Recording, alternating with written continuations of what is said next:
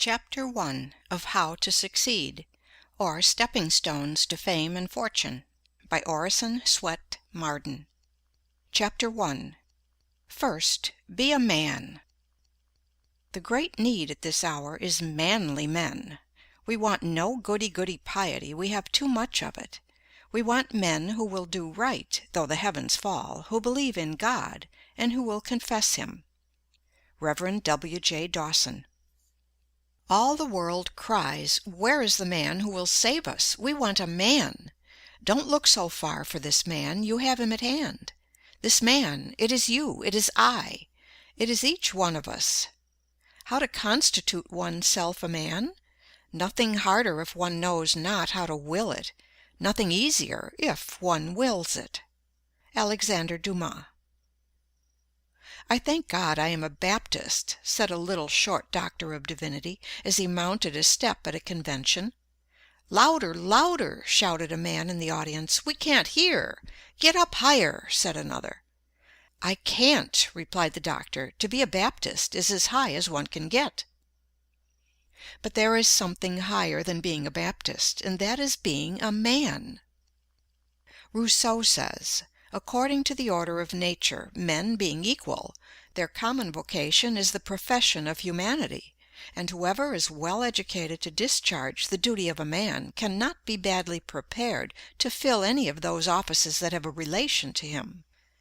It matters little to me whether my pupil be designed for the army, the pulpit, or the bar. To live is the profession I would teach him. When I have done with him, it is true he will be neither a soldier, a lawyer, nor a divine. Let him first be a man. Fortune may remove him from one rank to another, as she pleases, he will always be found in his place." "First of all," replied the boy James A. Garfield, when asked what he meant to be, "I must make myself a man. If I do not succeed in that, I can succeed in nothing." "Hear me, O men!" cried Diogenes in the marketplace at Athens. And when a crowd collected around him, he said scornfully, "I called for men, not pygmies." One great need of the world today is for men and women who are good animals. To endure the strain of our concentrated civilization, the coming man and woman must have an excess of animal spirits. They must have a robustness of health. Mere absence of disease is not health. It is the overflowing fountain, not the one half full, that gives life and beauty to the valley below.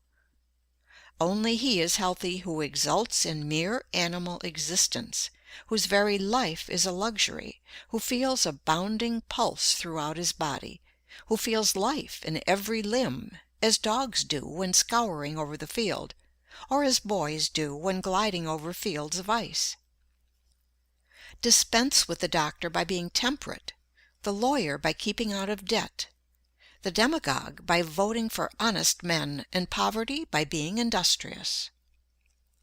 "Nephew," said Sir Godfrey Kneller, the artist, to a Guinea slave trader, who entered the room where his uncle was talking with Alexander Pope, "you have the honor of seeing the two greatest men in the world."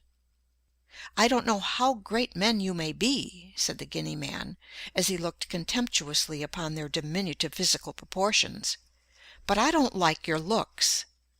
I have often bought a much better man than either of you, all muscles and bones, for 10 guineas. A man is never so happy as when he suffices to himself, and can walk without crutches or a guide. Said Jean Paul Richter, "I have made as much out of myself as could be made of the stuff, and no man should require more." "The body of an athlete and the soul of a sage," wrote Voltaire to Helvetius. "These are what we require to be happy." Although millions are out of employment in the United States, how difficult it is to find a thorough, reliable, self-dependent, industrious man or woman, young or old, for any position, whether as a domestic servant, an office boy, a teacher, a brakeman, a conductor, an engineer, a clerk, a bookkeeper, or whatever we may want. It is almost impossible to find a really competent person in any department, and oftentimes we have to make many trials before we can get a position fairly well filled. It is a superficial age. Very few prepare for their work. Of thousands of young women trying to get a living at typewriting, many are so ignorant, so deficient in the common rudiments even, that they spell badly, use bad grammar, and know scarcely anything of punctuation. In fact, they murder the English language. They can copy, parrot-like, and that is about all. The same superficiality is found in nearly all kinds of business. It is next to impossible to get a first-class mechanic. He has not learned his trade, he has picked it up, and botches everything he touches, spoiling good material and wasting valuable time. In the professions, it is true, we find greater skill and faithfulness, but usually they have been developed at the expense of mental and moral breadth. The merely professional man is narrow. Worse than that, he is in a sense an artificial man, a creature of technicalities and specialties, removed alike from the broad truth of nature and from the healthy influence of human converse. In society, the most accomplished man of mere professional skill is often a nullity. He has sunk his personality in his dexterity.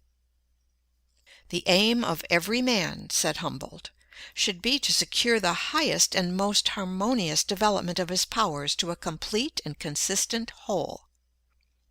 Some men impress us as immense possibilities. They seem to have a sweep of intellect that is grand, a penetrative power that is phenomenal. They seem to know everything, to have read everything, to have seen everything. Nothing seems to escape the keenness of their vision. But somehow they are forever disappointing our expectations. They raise great hopes only to dash them. They are men of great promise, but they never pay.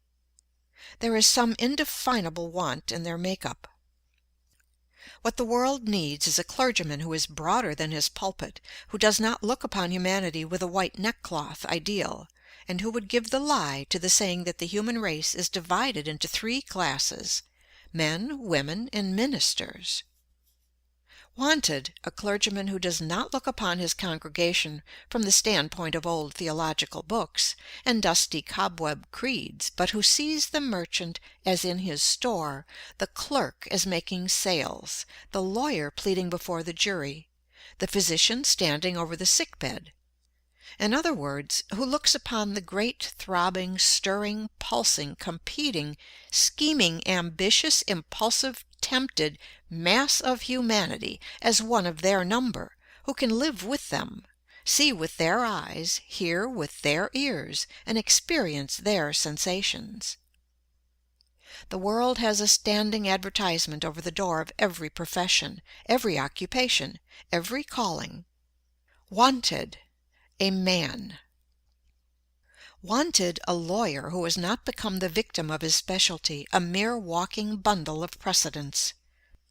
Wanted, a shopkeeper who does not discuss markets wherever he goes. A man should be so much larger than his calling, so broad and symmetrical in his culture, that he would not talk shop in society, that no one would suspect how he gets his living.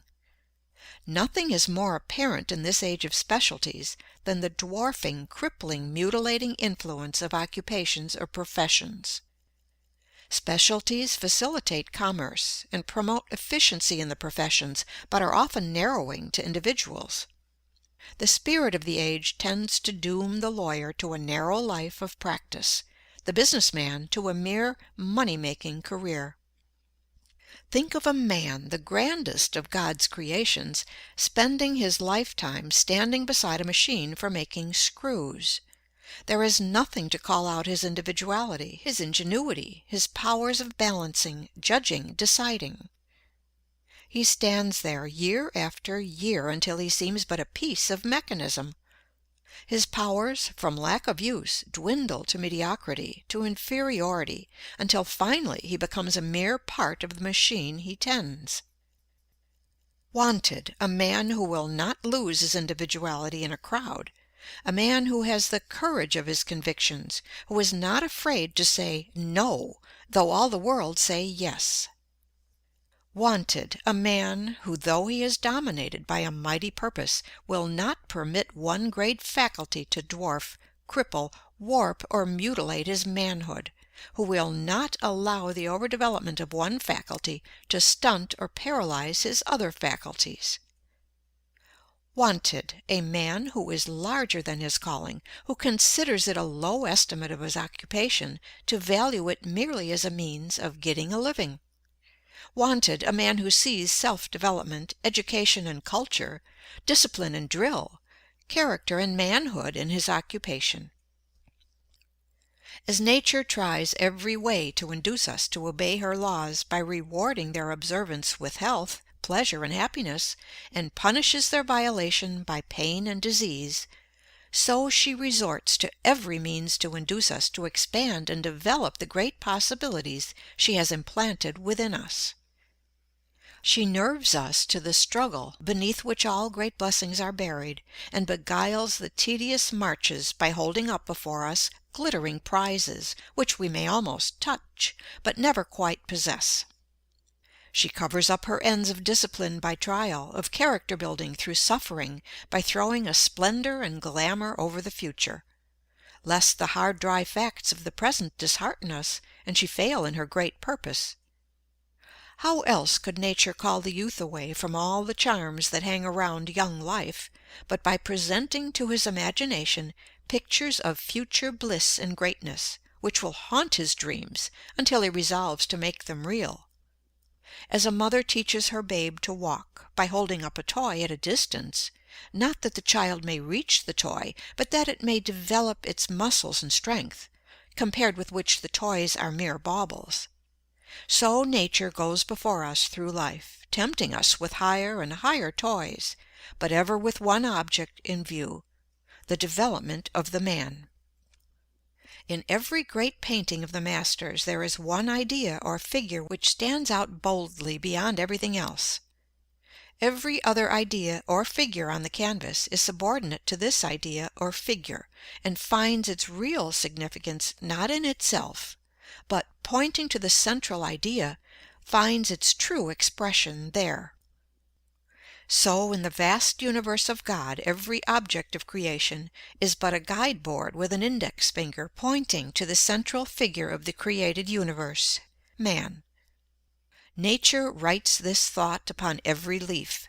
She thunders it in every creation. It exhales from every flower. It twinkles in every star.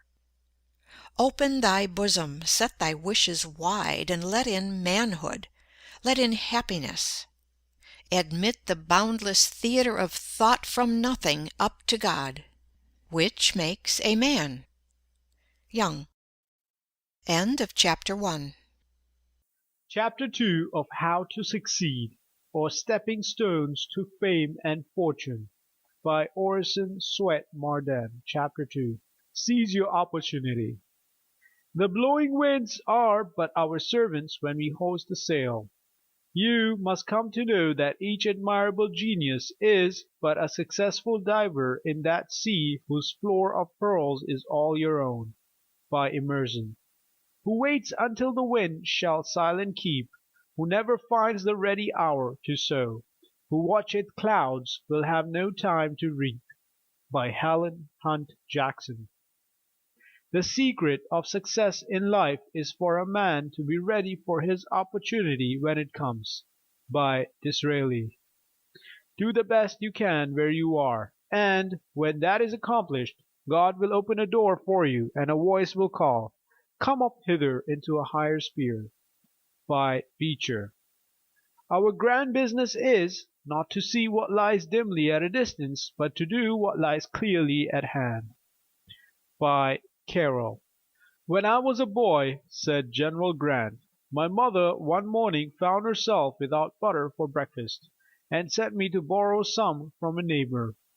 Going into the house without knocking, I overheard a letter read from the son of a neighbor, who was then at West Point, stating that he had failed in examination and was coming back home. I got the butter, took it home, and without waiting for breakfast ran to the office of the congressman for our district. 'Mr. Hammer,' I said, 'will you appoint me to West Point?' 'No, is there, and has 3 years to serve. But suppose he should fail, will you send me?' Mr. Hammer laughed. "If you don't go through, no use for you to try, you lie.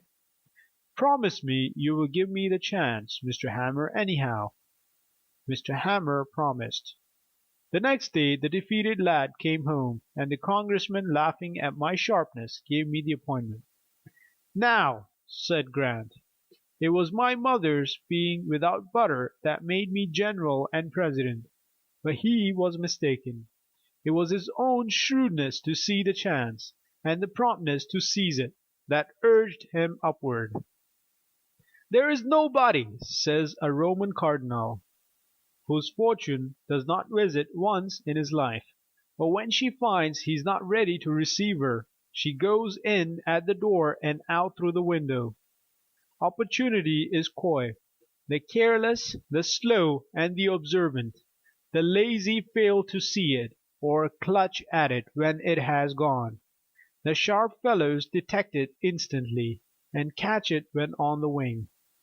The utmost which can be said about the matter is, that circumstances will and do combine to help men at some periods of their lives, and combine to thwart them at others. Thus much we freely admit, but there is no fatality in these combinations, neither any such thing as luck or chance, as commonly understood. They come and go like all other opportunities and occasions in life, and if they are seized upon and made the most of, the man whom they benefit is fortunate, but if they are neglected and allowed to pass by unimproved, he is unfortunate.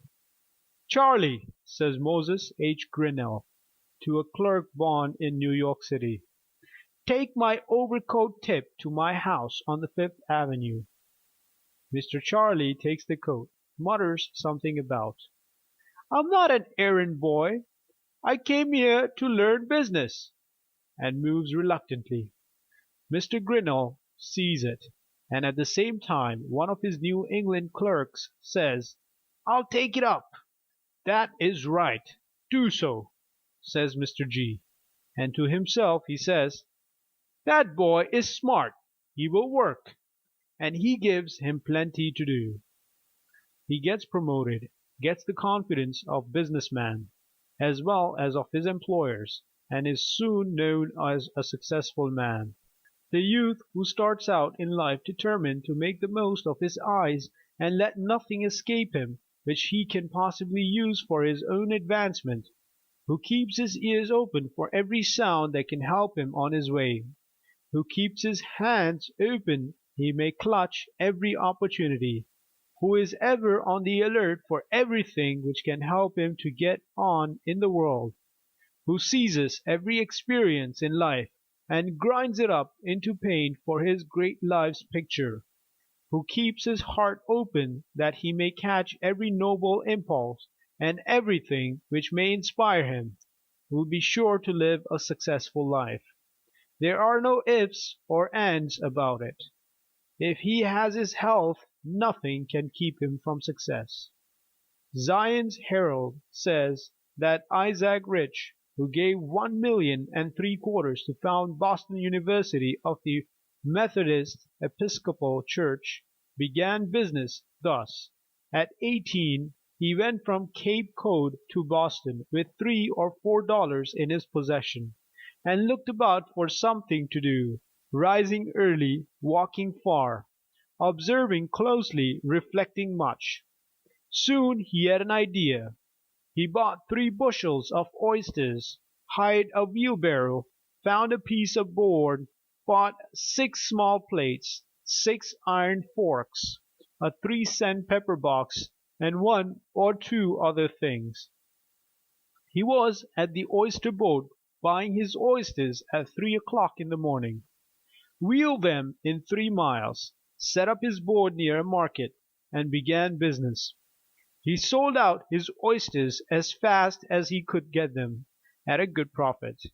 In that same market he continued to deal in oysters and fish for 40 years, became king of the business, and ended by founding a college. His success was won by the industry and honesty.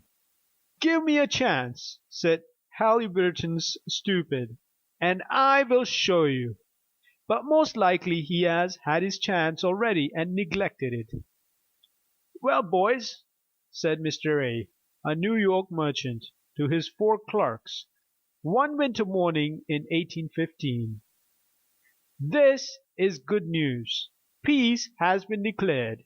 Now we must be up and doing.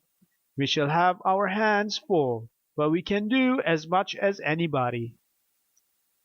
He was owner and part owner of several ships lying dismantled during the war, 3 miles up the river, which was covered with ice and an inch thick.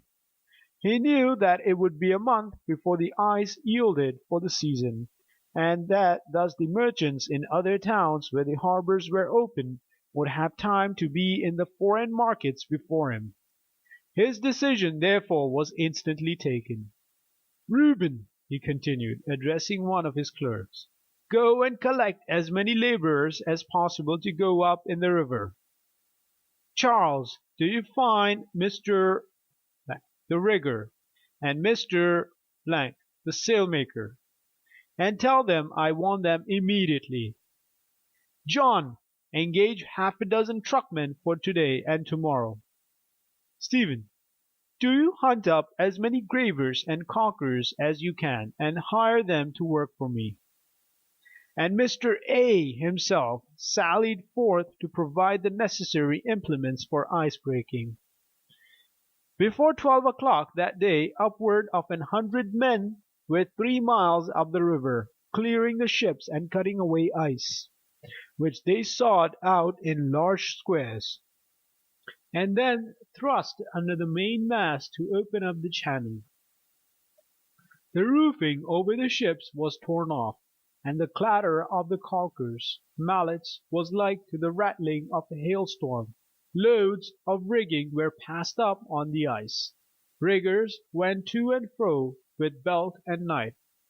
Sailmakers busily plied their needles, and the whole presented an unusual scene of stir and activity and well-directed labor. Before night the ships were afloat, and moved some distance down the channel, and by the time they had reached the wharf, namely in some 8 or 10 days, their rigging and spars were aloft, their upper timbers caulked, and everything ready for them to go to sea. Thus Mr. A competed and on equal terms with the merchants of open seaports. Large and quick gains rewarded his enterprise, and his neighbors spoke depreciatingly of his good luck. But as the writer from whom we get the story says, Mr. A was equal to his opportunity, and this was the secret of his good fortune. A Baltimore lady lost a valuable diamond bracelet at a ball, and supposed it was stolen from the pocket of her cloak. Years afterward she walked the streets near the Peabody Institute to get money to purchase food. She cut up an old, worn-out, ragged cloak to make a hood of, when lo! in the lining of the cloak she discovered the diamond bracelet. During all her poverty she was worth $3,500, but did not know it. Many of us who think we are poor are rich in opportunities if we could only see them, in possibilities all about us, in faculties worth more than diamond bracelets, in power to do good. In our large Eastern cities it has been found that at least 94 out of every 100 found their first fortune at home or near at hand, and in meeting common everyday wants. It is a sorry day for a young man who cannot see any opportunities where he is, but thinks he can do better somewhere else. Several Brazilian shepherds organized a party to go to California to dig gold, and took along a handful of clear pebbles to play checkers with on the voyage. They discovered after arriving at Sacramento, after they had thrown most of the pebbles away, that they were all diamonds. They returned to Brazil only to find that the mines had been taken up by the others and sold to the government. The richest gold and silver mine in Nevada was sold for $42 by the owner. to get money to pay his passage to other mines where he thought he could get rich. Professor Agassiz told the Harvard students of a farmer who owned a farm of hundreds of acres of unprofitable woods and rocks, and concluded to sell out and try some more remunerative business. He studied coal measures and coal oil deposits and experimented for a long time. He sold his farm for $200 and went into the oil business 200 miles away. Only a short time afterward the man who bought the farm discovered a great flood of coal oil, which the farmer had ignorantly tried to drain off. A man was once sitting in an uncomfortable chair in Boston, talking with a friend as to what he could do to help mankind. "I should think it would be a good thing," said the friend, "to begin by getting up an easier and cheaper chair." "I will do it!" he exclaimed, leaping up and examining the chair. He found a great deal of rattan thrown away by the East India merchant ships, whose cargoes were wrapped in it. He began the manufacture of rattan chairs and other furniture, and has astonished the world by what he has done with what was before thrown away. While this man was dreaming about some far-off success, he at that very time had fortune awaiting only his ingenuity and industry. If you want to get rich, study yourself and your own wants. You will find millions of dollars have the same wants, the same demands. The safest business is always connected with men's prime necessities. They must have clothing, dwellings, they must eat. They want comforts, facilities of all kinds, for use and pleasure, luxury, education, culture. Any man who can supply a great want of humanity, improve any methods which men use, supply any demand, or contribute in any way to their well-being, can make a fortune. But it is detrimental to the highest success to undertake anything merely because it is profitable. If the vocation does not supply a human want, if it is not helpful, if it is degrading, if it is narrowing, don't touch it. A selfish vocation never pays. If it belittles the manhood, blights the affections, dwarfs the mental life, chills the charities, and shrivels the soul, don't touch it. Choose that occupation, if possible, which will be the most helpful to the largest number. It is estimated that 5 out of every 7 of the millionaire manufacturers began by making with their own hands the articles on which they made their fortune. One of the greatest hindrances to the advancement and promotion in life is the lack of observation and the disinclination to take pains. A keen, cultivated observation will see a fortune where others see only poverty. An observing man, the eyelets of whose shoes pulled out, but who could ill afford to get another pair, said to himself, "I will make a metallic lacing hook, which can be riveted into leather." He succeeded in doing so, and now he is a very rich man. An observing barber in Newark, N.J., thought he could make an improvement on shears for cutting hair, and invented clippers, and became very rich. A Maine man was called from the hayfield to wash out the clothes for his invalid wife. He had never realized that it was to wash before. He invented the washing machine and made a fortune. A man who was suffering terribly with toothache said to himself there must be some way of filling teeth to prevent them from aching. He invented gold filling for teeth. The great things of the world have not been done by men of large means. Want has been the great schoolmaster of the race. Necessity has been the mother of all great inventions. Ericson began the construction of his screw propeller in a bathroom. John Harrison, the great inventor of the marine chronometer, began his career in the loft of an old barn. Parts of the first steamboat ever run in America were set up in the vestry of an old church in Philadelphia by Fitch. McCormick began to make his famous reaper in an old grist mill. The first model dry dock was made in an attic. Clark, the founder of Clark University of Worcester, Massachusetts, began his great fortune by making toy wagons in a horse shed. Opportunities! They crowd around us. Forces of nature plead to be used in the service of man. As lightning for ages tried to attract his attention to electricity, which would do his drudgery and leave him to develop the God-given powers within him. There is power lying latent everywhere, waiting for the observant eye to discover it. First, find out what the people need and then supply that want. An invention to make the smoke go the wrong way in a chimney might be a very ingenious thing, but it would be of no use to humanity. The Patent Office at Washington is full of wonderful devices, ingenious mechanism. Not one in hundreds is of earthly use to the inventor or to the world.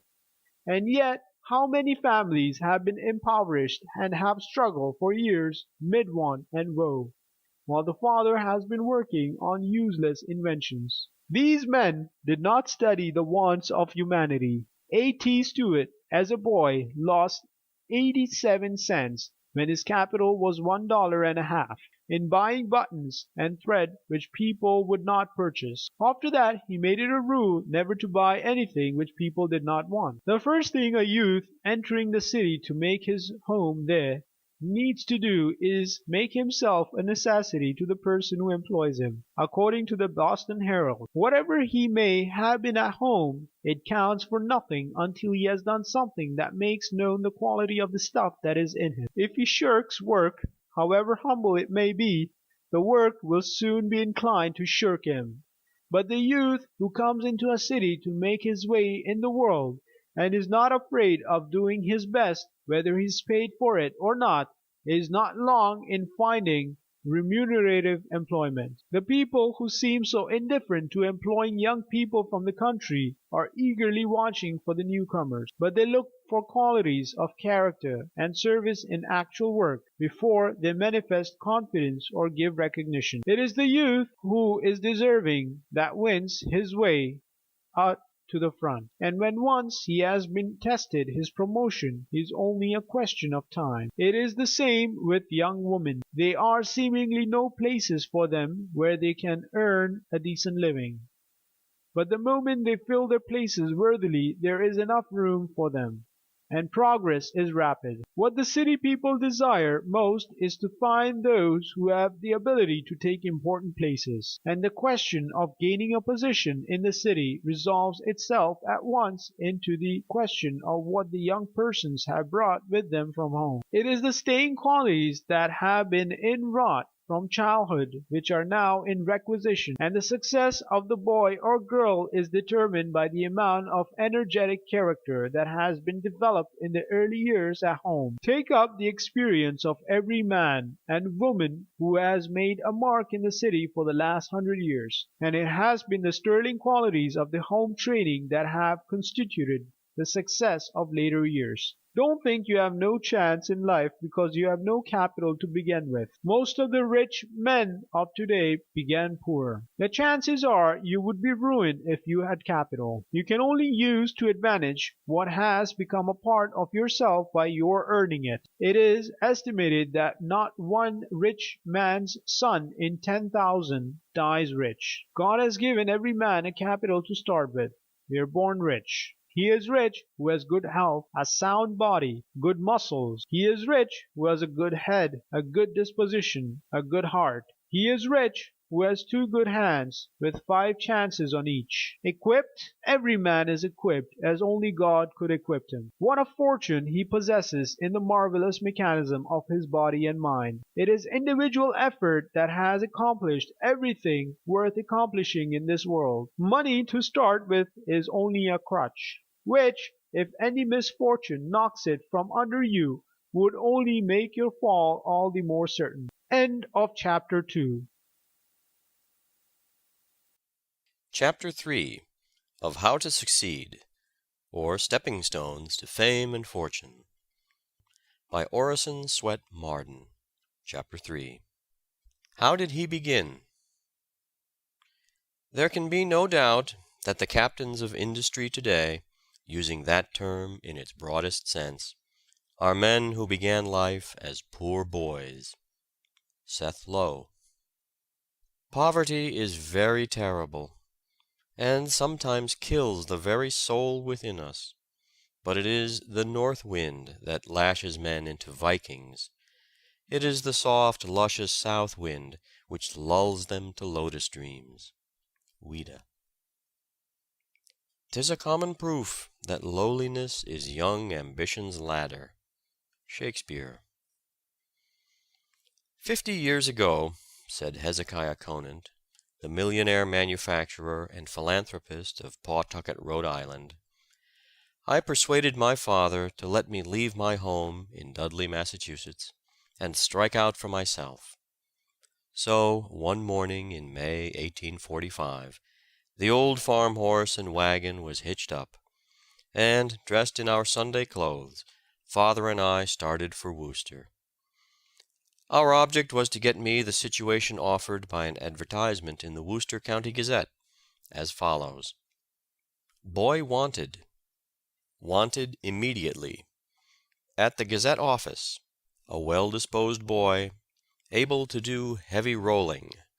Worcester, May 7. The financial inducements were $30 the first year, $35 the next, and $40 the third year, and board in the employer's family. These conditions were accepted, and I began work the next day. The Gazette was an ordinary 4-page sheet.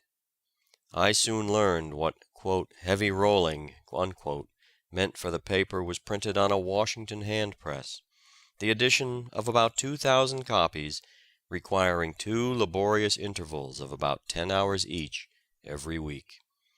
The printing of the outside was generally done Friday, and kept me very busy all day.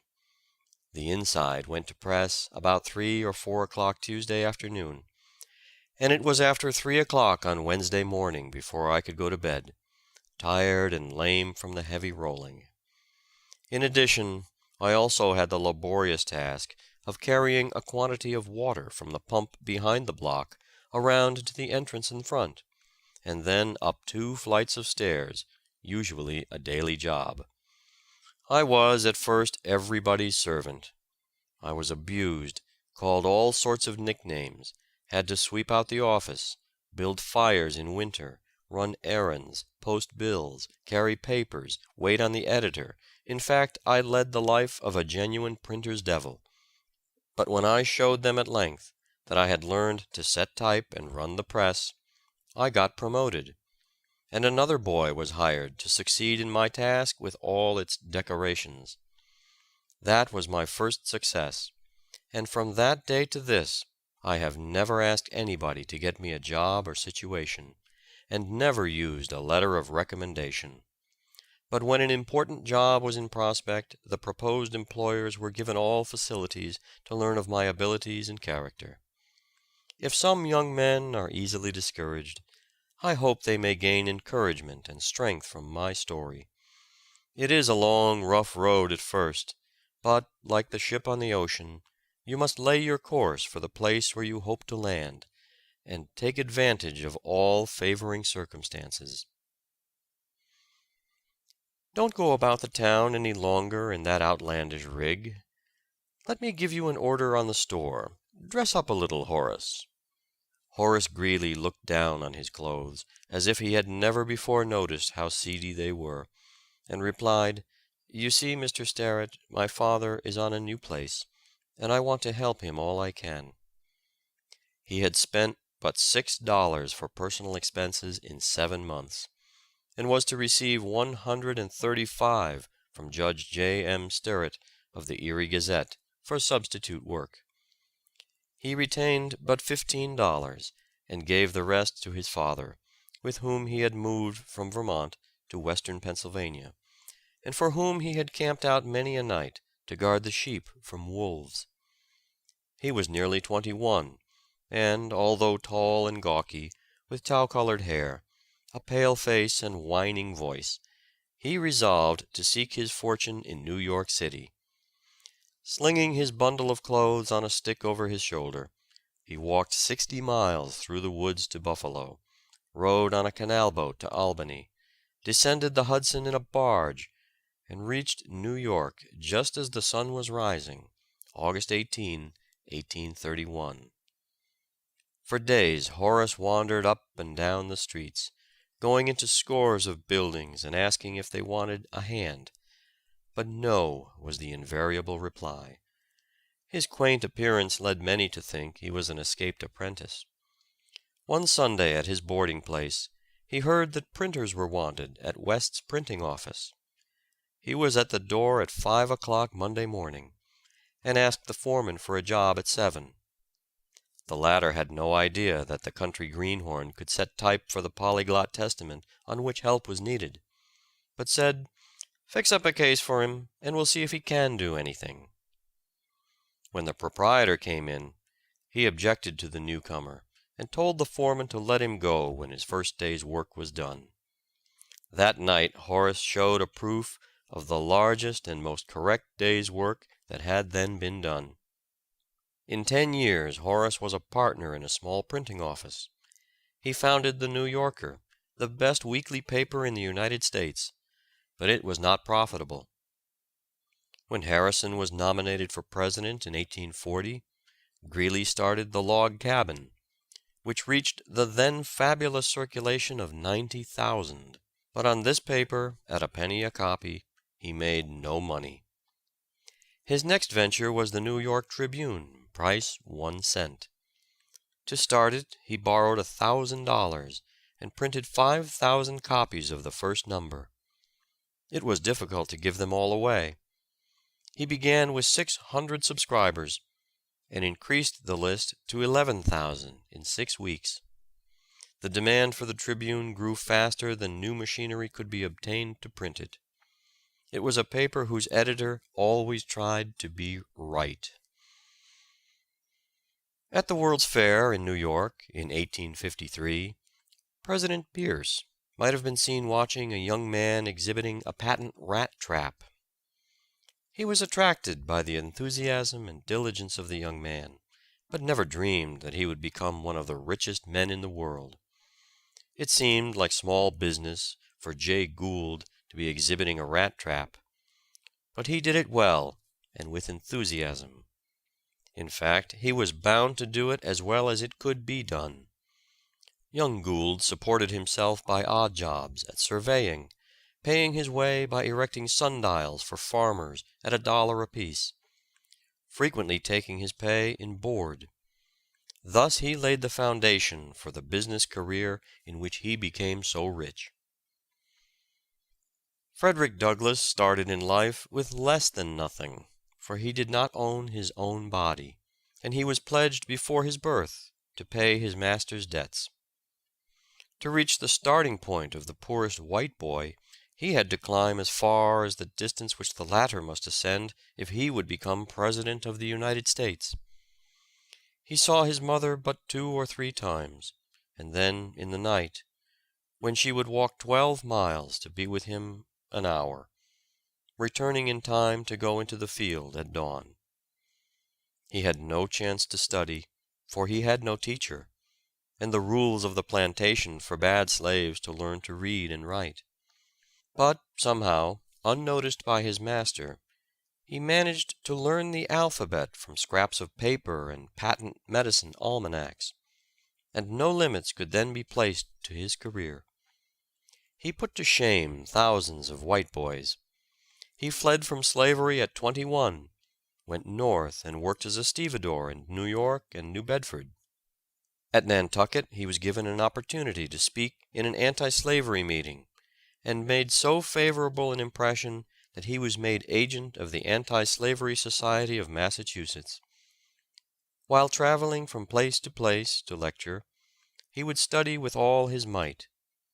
He was sent to Europe to lecture, and won the friendship of several Englishmen, who gave him $750, with which he purchased his freedom. He edited a paper in Rochester, New York, and afterward conducted the New Era in Washington. For several years he was Marshal of the District of Columbia. He became the first colored man in the United States, the peer of any man in the country, and died honored by all in 1895. "What has been done can be done again," said the boy with no chance, who became Lord Beaconsfield, England's great Prime Minister. "I am not a slave, I am not a captive, and by energy I can overcome greater obstacles." Jewish blood flowed in his veins, and everything seemed against him. But he remembered the example of Joseph, who became Prime Minister of Egypt 4,000 years before, and that of Daniel, who was Prime Minister to the greatest despot of the world 5 centuries before the birth of Christ.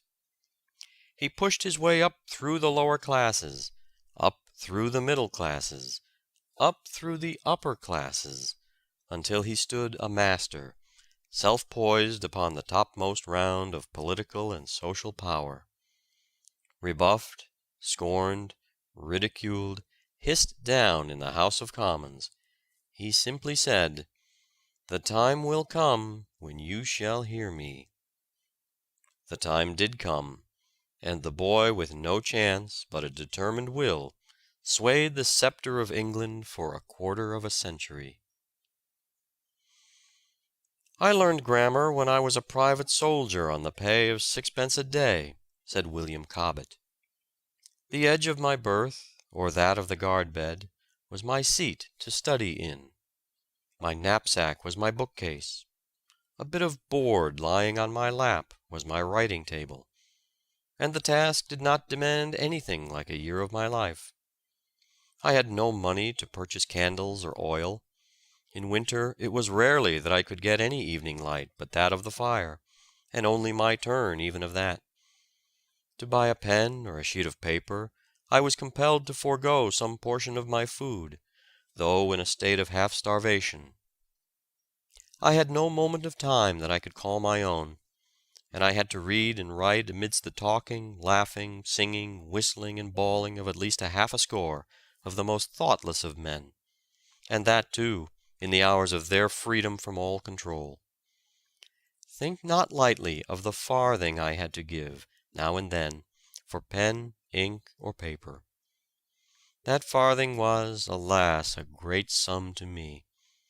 I was as tall as I am now, and I had great health and great exercise. The whole of the money not expended for us at market was 2d. a week for each man. I remember, and well I may, that upon one occasion I had, after all absolutely necessary expenses, on a Friday, made shift to have a halfpenny in reserve, which I had destined for the purchase of a red herring in the morning. But when I pulled off my clothes at night, so hungry then as to be hardly able to endure life, I found that I had lost my halfpenny. I buried my head under the miserable sheet and rug, and cried like a child.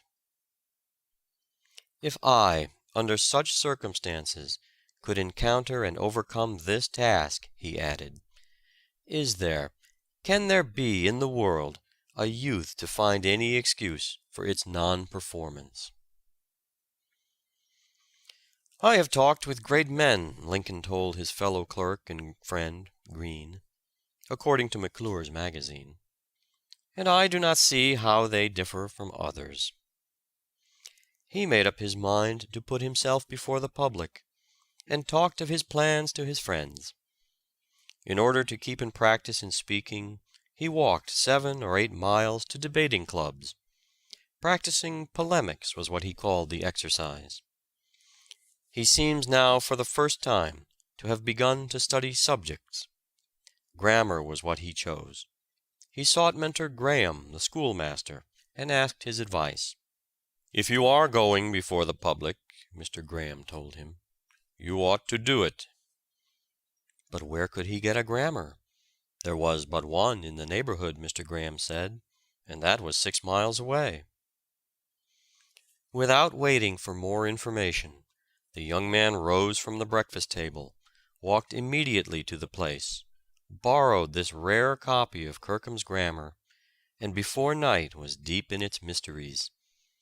From that time on, for weeks, he gave every moment of his leisure to mastering the contents of the book. Frequently he asked his friend Greene to hold the book while he recited, and when puzzled by a point, he would consult Mr. Graham. Lincoln's eagerness to learn was such that the whole neighborhood became interested. The Greenes lent him books. The schoolmaster kept him in mind and helped him as he could, and even the village cooper let him come into his shop and keep up a fire of shavings sufficiently bright to read by at night. It was not long before the grammar was mastered. "Well," Lincoln said to his fellow clerk, Greene, "if that's what they call science, I think I'll go at another." He had made another discovery, that he could conquer subjects. The poor and friendless lad, George Peabody, weary, footsore, and hungry, called at a tavern in Concord, New Hampshire, and asked to be allowed to saw wood for lodging and breakfast. Half a century later he called there again, but then George Peabody was one of the greatest millionaire bankers of the world.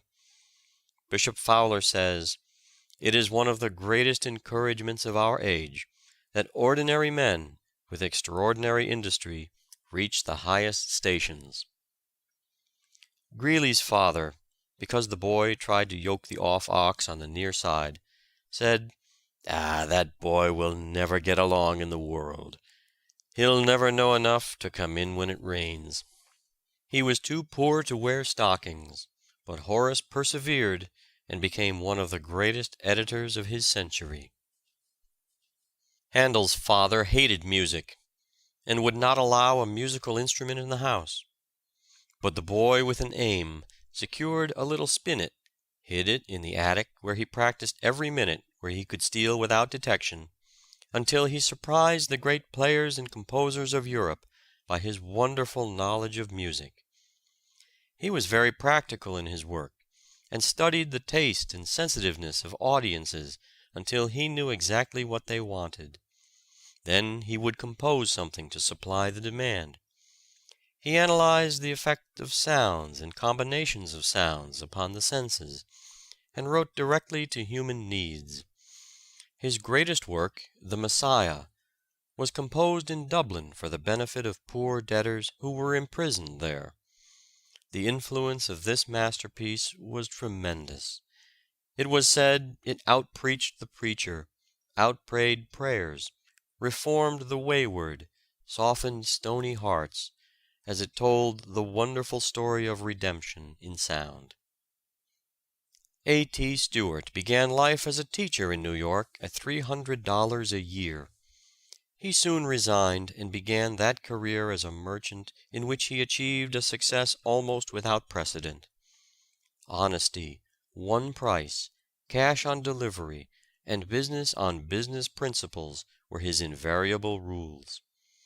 Absolute regularity and system reigned in every department. In 50 years he made a fortune of from $30 to $40 million.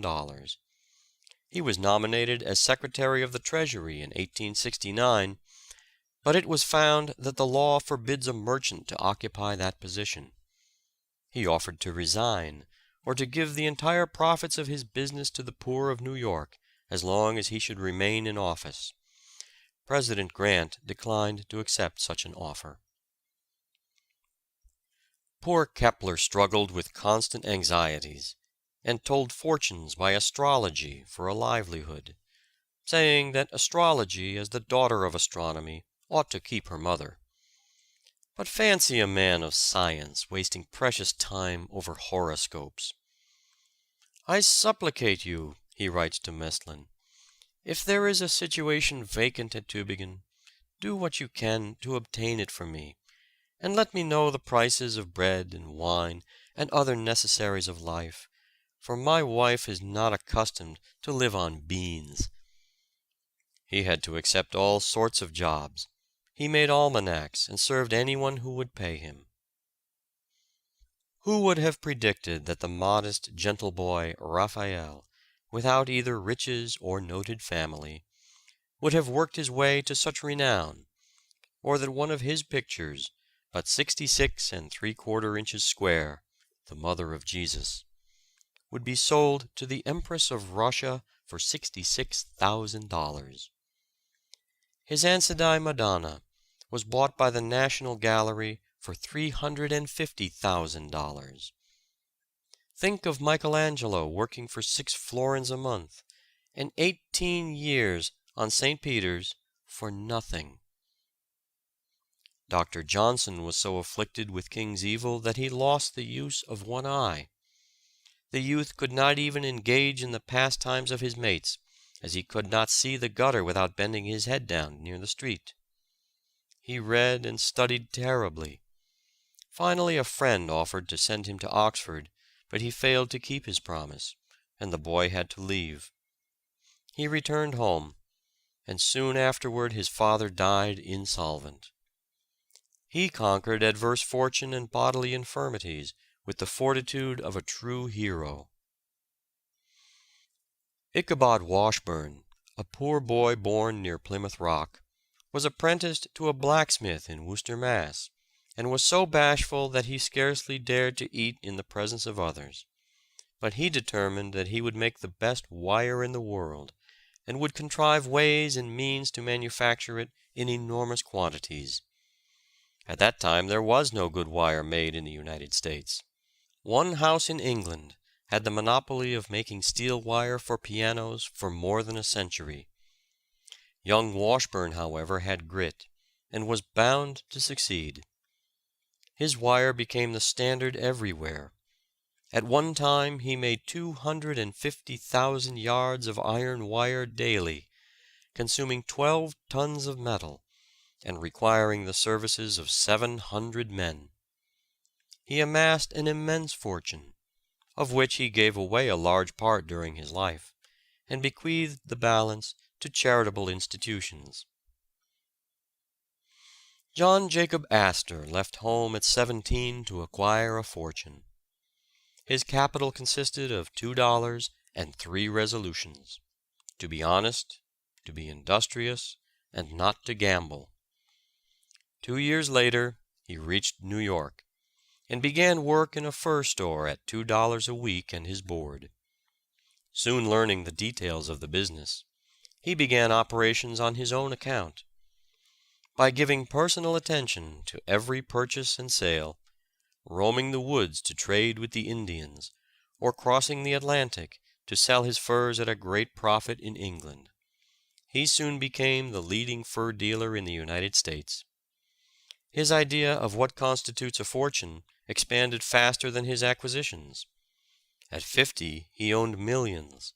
At 60 his millions owned him. He invested in land, becoming in time the richest owner of real estate in America.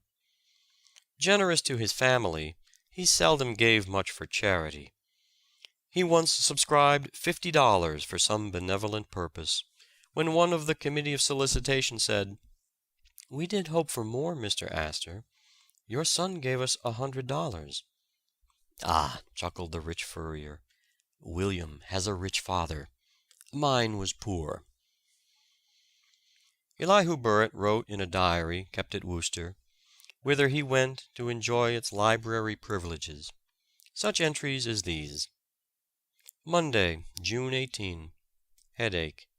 40 pages Cuvier's Theory of the Earth. 64 pages of French. 11 hours forging. Tuesday, June 19. 60 lines Hebrew, 30 Danish, 10 lines Bohemian, 9 lines Polish, 15 names of stars, 10 hours forging. Wednesday, June 20. 25 lines Hebrew, 8 lines Syriac, 11 hours forging. He mastered 18 languages and 32 dialects. He became eminent as the learned blacksmith, and for his noble work in the service of humanity. Edward Everett said of the manner in which this boy with no chance acquired great learning, "It is enough to make one who has had good opportunities for education hang his head in shame." "I was born in poverty," said Vice President Henry Wilson. "Want sat by my cradle. I know what it is to ask a mother for bread when she has none to give. I left my home at 10 years of age, and served an apprenticeship of 11 years, receiving a month's schooling each year, and at the end of 11 years of hard work, a yoke of oxen and 6 sheep, which brought me $84. I never spent the sum of $1 for pleasure, counting every penny from the time I was born till I was 21 years of age. I know what it is to travel weary miles and ask my fellow men to give me leave to toil. In the first month after I was 21 years of age, I went into the woods, drove a team, and cut mill logs. I rose in the morning before daylight and worked hard till after dark, and received the magnificent sum of $6 for the month's work. Each of these dollars looked as large to me as the moon looks tonight. Many a farmer's son, says Thurlow Weed, has found the best opportunities for mental improvement in his intervals of leisure while tending sap bush.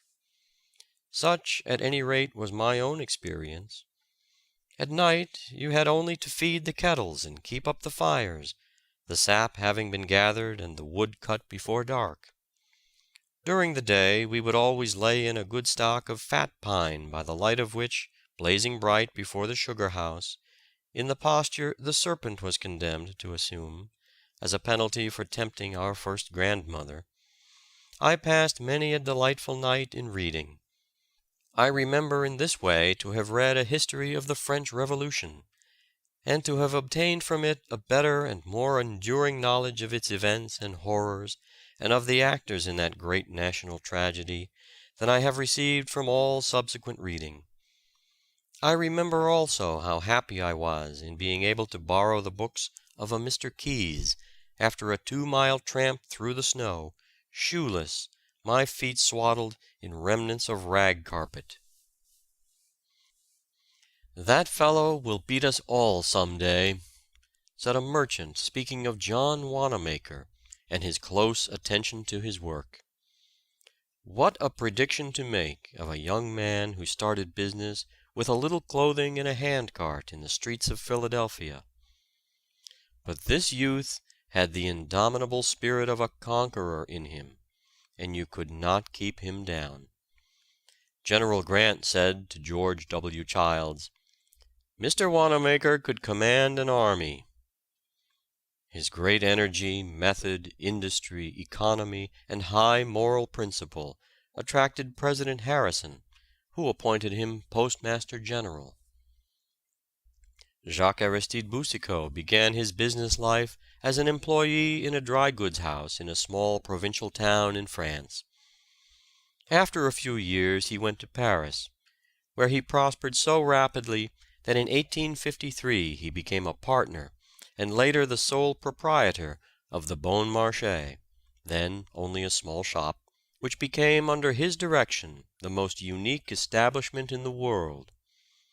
His idea was to establish a combined philanthropic and commercial house on a large scale.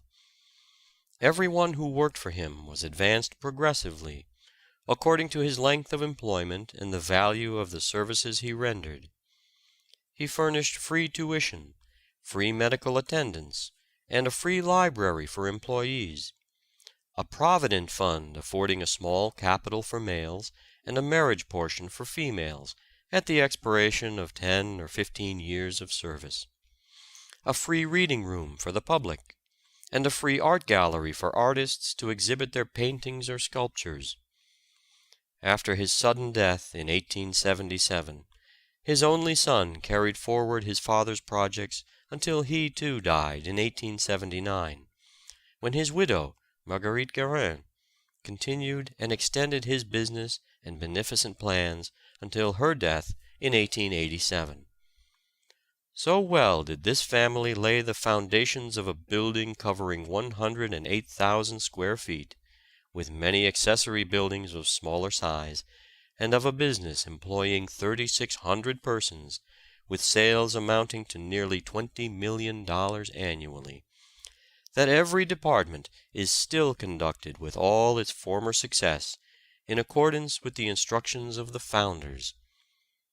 They are here no longer in their bodily presence, but their spirit, their ideas still pervade the vast establishment.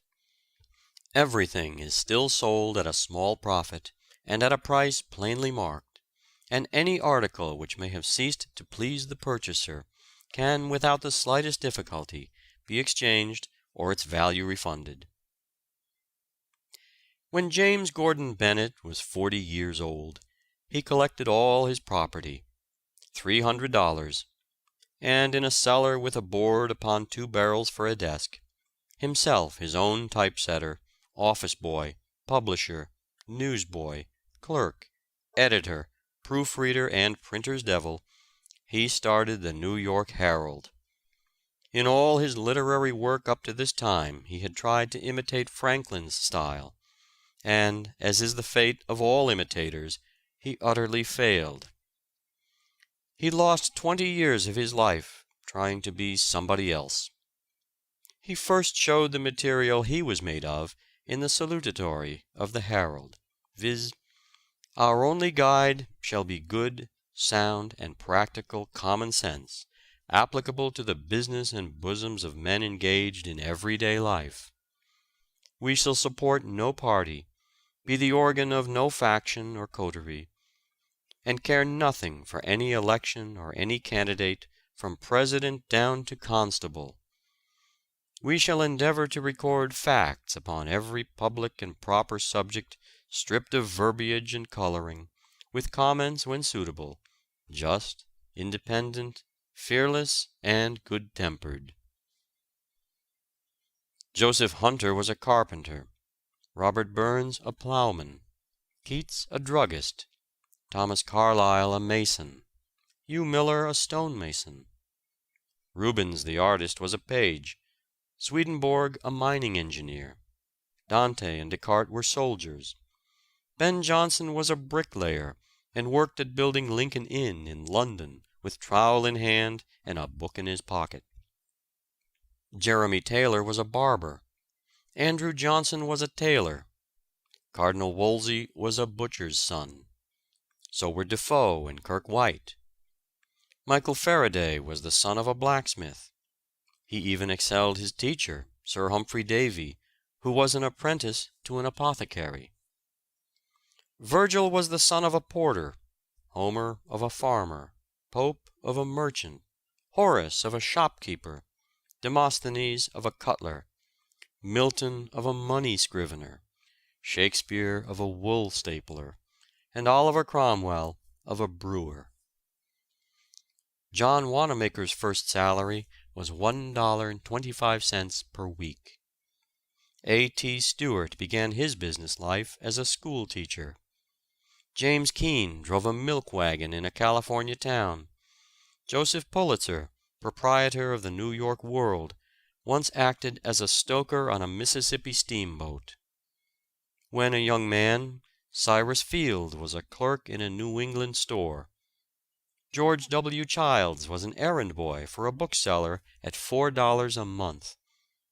Andrew Carnegie began work in a Pittsburgh telegraph office at $3 a week. C.P. Huntington sold butter and eggs for what he could get a pound a dozen. Whitelaw Reid was once a correspondent of a newspaper in Cincinnati at $5 per week. Adam Forepaugh was once a butcher in Philadelphia. Sarah Bernhardt was a dressmaker's apprentice. Adelaide Neilson began life as a child's nurse. Miss Braddon, the novelist, was a utility actress in the provinces. Charlotte Cushman was the daughter of poor people. Mr. W. O. Stoddard, in his Men of Business, tells a characteristic story of the late Leland Stanford. When 18 years of age, his father purchased a tract of woodland, but had not the means to clear it as he wished. He told Leland that he could have all he could make from the timber if he would leave the land clear of trees. A new market had just then been created for cordwood, and Leland took some money that he had saved, hired other choppers to help him, and sold over 2,000 cords of wood to the Mohawk and Hudson River Railroad at a net profit of $2,600. He used this sum to start him in his law studies, and thus, as Mr. Stoddard says, chopped his way to the bar. It is said that the career of Benjamin Franklin is full of inspiration for any young man. When he left school for good, he was only 12 years of age. At first he did little but read. He soon found, however, that reading alone would not make him an educated man, and he proceeded to act upon this discovery at once.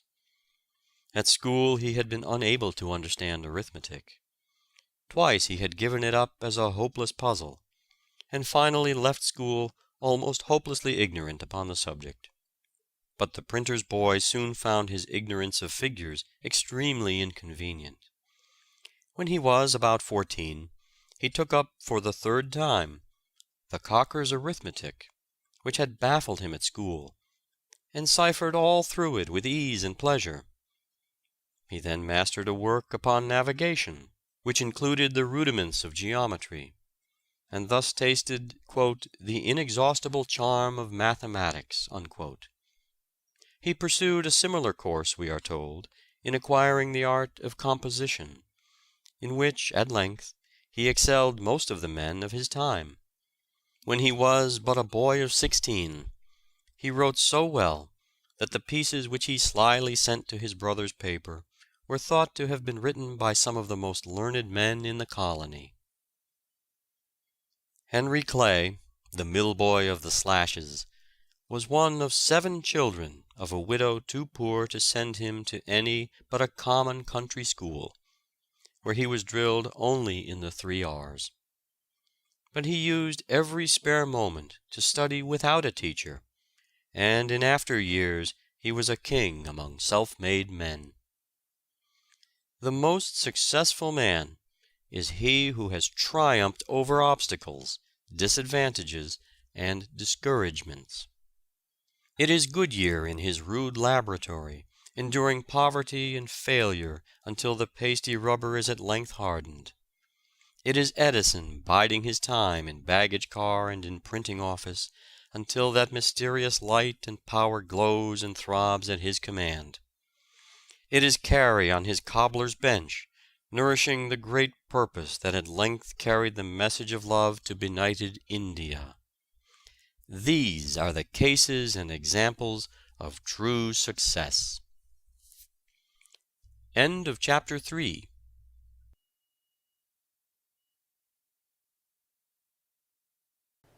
Chapter 4 of How to Succeed, or Stepping Stones to Fame and Fortune, by Orison, Swett, Marden. Chapter 4, Out of Place. The high prize of life, the crowning fortune of a man, is to be born with a bias to some pursuit which finds him in employment and happiness. Emerson. The art of putting the right man in the right place is perhaps the first in the science of government, but the art of finding a satisfactory position for the discontented is the most difficult. Talleyrand. It is a celebrated thought of Socrates that if all the misfortunes of mankind were cast into a public stock in order to be equally distributed among the whole species, those who now think themselves the most unhappy would prefer the share they are already possessed of before that which would fall to them by such a division. Addison. I was born to other things. Tennyson. How many a rustic Milton has passed by, stifling the speechless longings of his heart in unremitting drudgery and care. How many a vulgar Cato has compelled his energies, no longer tameless then, to mold a pin or fabricate a nail. Shelley. But I'm good for something, pleaded a young man whom a merchant was about to discharge for his bluntness. You are good for nothing as a salesman, said his employer. I am sure I can be useful, said the youth. How? Tell me how. I don't know, sir, I don't know. Nor do I, said the merchant, laughing at the earnestness of his clerk. Only don't put me away, sir, don't put me away. Try me at something besides selling. I cannot sell, I know I cannot sell. I know that too, said the principal. That is what's wrong. "But I can make myself useful somehow," persisted the young man. "I know I can." He was placed in the counting house, where his aptitude for figures soon showed itself, and in a few years he became not only chief cashier in the large store, but an eminent accountant. "Out of an art," says Bulwer, "a man may be so trivial you would mistake him for an imbecile, at best a grown infant. Put him into his art, and how high he soars above you!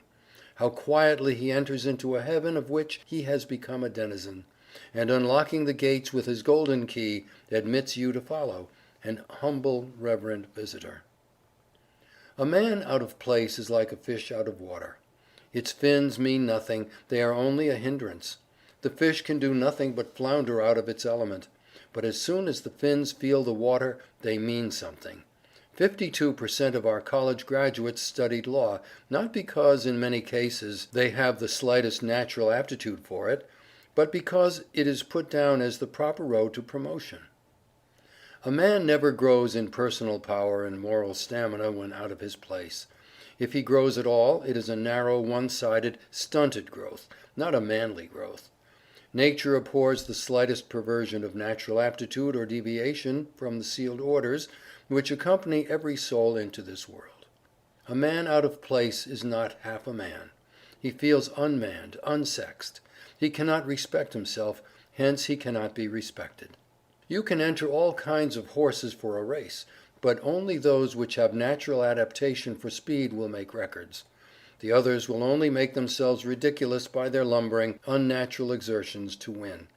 How many truck and family horse lawyers make themselves ridiculous by trying to speed on the law track, where courts and juries only laugh at them.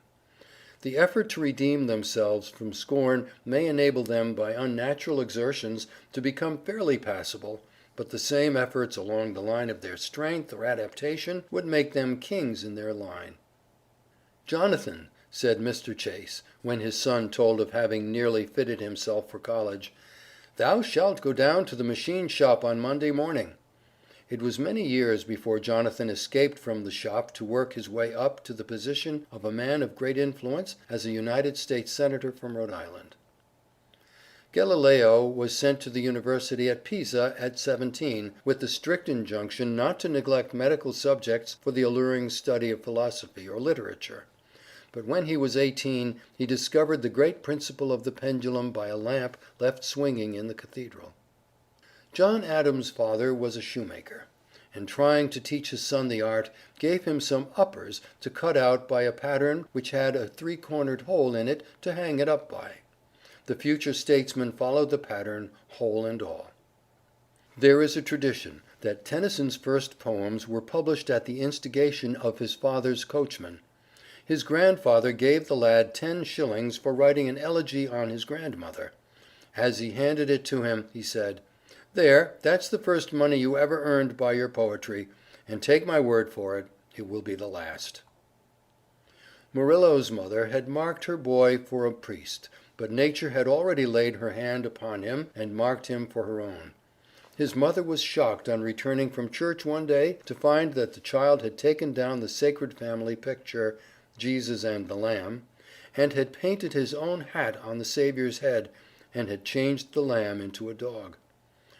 The poor boy's home was broken up, and he started out on foot and alone to seek his fortune. All he had was courage and determination to make something of himself. He not only became a famous artist, but a man of great character. "Let us people who are so uncommonly clever and learned," says Thackeray, "have a great tenderness and pity for the folks who are not endowed with the prodigious talents which we have. I have always had a regard for dunces. Those of my own school days were among the pleasantest of the fellows, and have turned out by no means the dullest in life, whereas many a youth who could turn off Latin hexameters by the yard and construe Greek quite glibly, is no better than a feeble prig now, with not a pennyworth more brains than were in his head before his beard grew."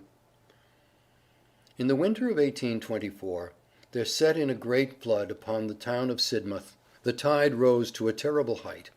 In the midst of this sublime and terrible storm, Dame Partington, who lived upon the beach, was seen at the door of her house, with mop and pattens, trundling her mop, squeezing out the sea water, and vigorously pushing away the Atlantic Ocean. The Atlantic was roused. Mrs. Partington's spirit was up, but I need not tell you the contest was unequal. The Atlantic Ocean beat Mrs. Partington. She was excellent as a slop or a puddle, but she should not have meddled with a tempest. How many Dame Partingtons there are, of both sexes, and in every walk of life! The young swan is restless and uneasy until she finds the element she has never before seen. Then, with arched neck, between her white wings mantling proudly, rose her state with oary feet. What a wretched failure was that of Haydon the painter! He thought he failed through the world's ingratitude or injustice, but his failure was due wholly to his being out of place. His bitter disappointments at his half-successes were really pitiable, because to him they were more than failures. He had not the slightest sense of color, yet went through life under the delusion that he was an artist. "If it is God's will to take any of my children by death, I hope it may be Isaac," said the father of Dr. Isaac Barrow. "Why do you tell that blockhead the same thing 20 times over?" asked John Wesley's father. "Because," replied his mother, "if I had told him but 19 times, all my labor would have been lost, while now he will understand and remember." A man out of place may manage to get a living, but he has lost the buoyancy, energy, and enthusiasm which are as natural to a man in his place as his breath. He is industrious, but he works mechanically and without heart. It is to support himself and family, not because he cannot help it. Dinner time does not come 2 hours before he realizes it. A man out of place is constantly looking at his watch and thinking of his salary. If a man is in his place, he is happy, joyous, cheerful, energetic, fertile in resources. The days are too short for him. All his faculties give their consent to his work, say yes to his occupation. He is a man. He respects himself and is happy because all his powers are at play in their natural sphere. There is no compromising of his faculties, no cramping of legal acumen upon the farm, no suppressing of forensic oratorical powers at the shoemaker's bench, no stifling of exuberance of physical strength, of visions of golden crops and blooded cattle amid the loved country life in the dry clergyman's study, composing sermons to put the congregation to sleep. To be out of place is demoralizing to all the powers of manhood. We can't cheat nature out of her aim. If she has set all the currents of your life toward medicine or law, you will only be a botch at anything else. Willpower and application cannot make a farmer of a born painter, any more than a lumbering draft horse can be changed into a racehorse. When the powers are not used along the line of their strength, they become demoralized, weakened, deteriorated. Self-respect, enthusiasm, and courage ooze out. We become half-hearted and success is impossible. Scott was called the great blockhead while in Edinburgh College.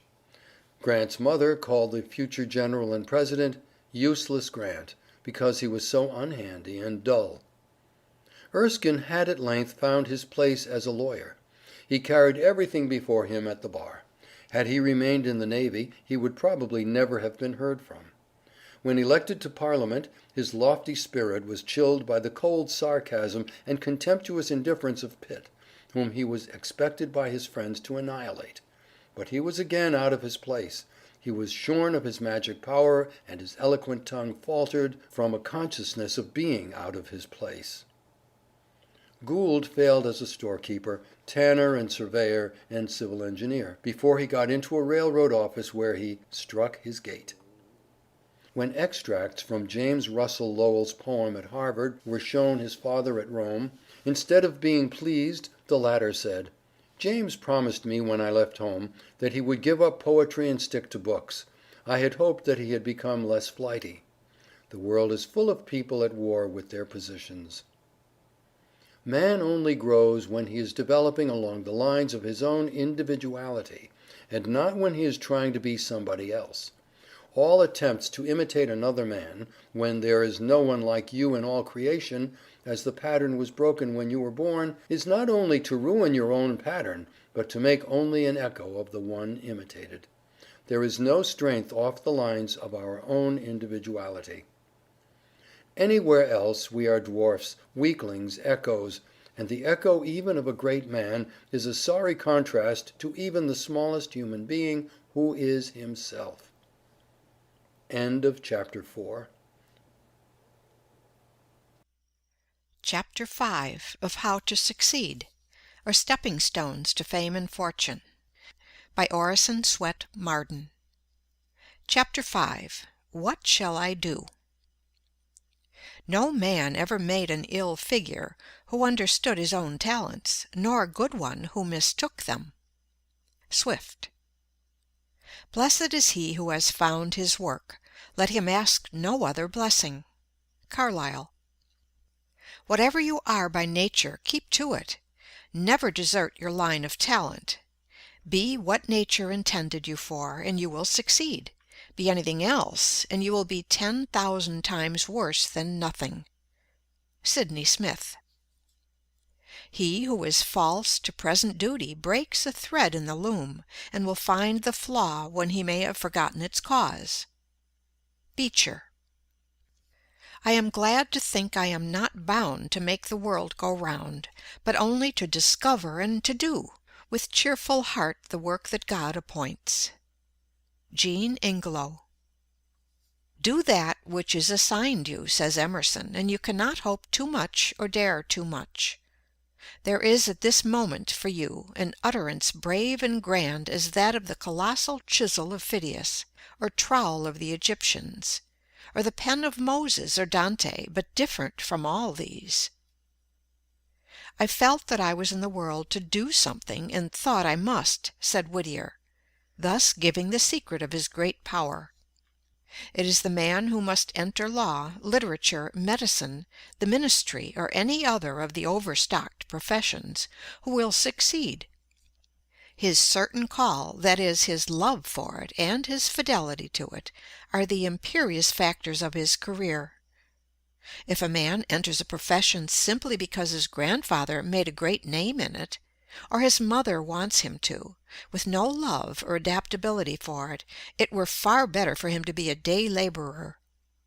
In the humbler work, his intelligence may make him a leader. In the other career he might do as much harm as a boulder rolled from its place upon a railroad track, a menace to the next express. Lowell said, "It is the vain endeavor to make ourselves what we are not that has strewn history with so many broken purposes and lives left in the rough." The age has no aversion to preaching as such, said Phillips Brooks. It may not listen to your preaching.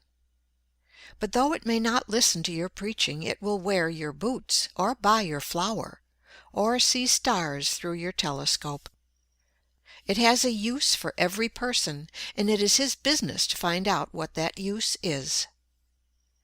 The following advertisement appeared several times in a paper without bringing a letter. Wanted. Situation by a practical printer, who is competent to take charge of any department in a printing and publishing house. Would accept a professorship in any of the academies. Has no objection to teach ornamental painting and penmanship, geometry, trigonometry, and many other sciences. Has had some experience as a lay preacher. Would have no objection to form a small class of young ladies and gentlemen to instruct them in the higher branches. To a dentist or chiropodist he would be invaluable, or he would cheerfully accept a position as bass or tenor singer in a choir. At length there appeared this addition to the notice. P.S. Will accept an offer to saw and split wood at less than the usual rates. This secured a situation at once, and the advertisement was seen no more. Don't wait for a higher position or a larger salary. Enlarge the position you already occupy. Put originality of method into it. Fill it as it never was filled before. Be more prompt, more energetic, more thorough, more polite than your predecessor or fellow workman. Study your business, devise new modes of operation, be able to give your employer points. The art lies not in giving satisfaction merely, not in simply filling your place, but in doing better than was expected, in surprising your employer, and the reward will be a better place and a larger salary. "He that hath a trade," says Franklin, "hath an estate, and he that hath a calling hath a place of profit and honor. A plowman on his legs is higher than a gentleman on his knees." Follow your bent. You cannot long fight successfully against your aspirations. Parents, friends, or misfortune may stifle and suppress the longings of the heart, by compelling you to perform unwelcome tasks. But, like a volcano, the inner fire will burst the crusts which confine it and pour forth its pent-up genius and eloquence in song, in art, or in some favorite industry. Beware of a talent which you cannot hope to practice in perfection. Nature hates all botched and half-finished work, and will pronounce her curse upon it. Your talent is your call. Your legitimate destiny speaks in your character. If you have found your place, your occupation has the consent of every faculty of your being.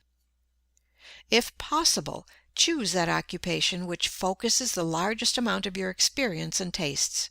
You will then not only have a congenial vocation, but will utilize largely your skill and business knowledge, which is your true capital. There is no doubt that every person has a special adaptation for his own peculiar part in life. A very few, the geniuses we call them, have this marked in an unusual degree and very early in life. A man's business does more to make him than anything else. It hardens his muscles, strengthens his body, quickens his blood, sharpens his mind, corrects his judgment, wakes up his inventive genius, puts his wits to work, starts him on the race of life, arouses his ambition, makes him feel that he is a man and must fill a man's shoes, do a man's work, bear a man's part in life, and show himself a man in that part. No man feels himself a man who is not doing a man's business. A man without employment is not a man. He does not prove by his works that he is a man. 150 pounds of bone and muscle do not make a man. A good cranium full of brains is not a man. The bone and muscle and brain must know how to do a man's work, think a man's thoughts, mark out a man's path, and bear a man's weight of character and duty before they constitute a man. Whatever you do in life, be greater than your calling. Most people look upon an occupation or calling as a mere expedient for earning a living. What a mean, narrow view to take of what was intended for the great school of life, the great man-developer, the character-builder, that which should broaden, deepen, heighten, and round out into symmetry, harmony, and beauty, all the God-given faculties within us. How we shrink from the task and evade the lessons which were intended for the unfolding of life's great possibilities into usefulness and power, as the sun unfolds into beauty and fragrance the petals of the flower. "Girls, you cheapen yourselves by lack of purpose in life," says Rena L. Miner. "You show commendable zeal in pursuing your studies. Your alertness in comprehending and ability in surmounting difficult problems have become proverbial. 9 times out of 10 you outrank your brothers thus far, but when the end is attained, the goal reached, whether it be the graduating certificate from a graded school or a college diploma, for 9 out of every 10 it might as well be added thereto, dead to further activity, or sleeping until marriage shall resurrect her." Crocheting, placking, dressing, visiting, music, and flirtations make up the sum total for the expense and labor expended for your existence. If forced to earn your support, you are content to stand behind a counter, or teach school term after term in the same grade, while the young men who graduated with you walk up the grades, as up a ladder, to professorship and good salary, from which they swing off into law, physics, or perhaps the legislative firmament, leaving difficulties and obstacles like nebula in their wake. You girls, satisfied with mediocrity, have an eye mainly for the main chance, marriage. If you marry wealthy, which is marrying well according to the modern popular idea, you dress more elegantly, cultivate more fashionable society, leave your thinking for your husband and your minister to do for you, and become in the economy of life but a sentient non-entity. If you are true to the grand passion and accept with it poverty, you bake, brew, scrub, spank the children, and talk with your neighbor over the back fence for recreation, spending the years literally like the horse in a treadmill, all for the lack of a purpose. A purpose sufficiently potent to convert the latent talent into a gem of living beauty, a creative force which makes all adjuncts secondary, like planets to their central sun. Choose some one course or calling, and master it in all its details. Sleep by it, swear by it, work for it, and if marriage crowns you, it can but add new glory to your labor. Dr. Hall says that the world has urgent need of girls who are mother's right hand, girls who can cuddle the little ones next best to mamma, and smooth out the tangles in the domestic skein when things get twisted, girls whom father takes comfort in for something better than beauty, and the big brothers are proud of for something that outranks the ability to dance or shine in society. Next, we want girls of sense.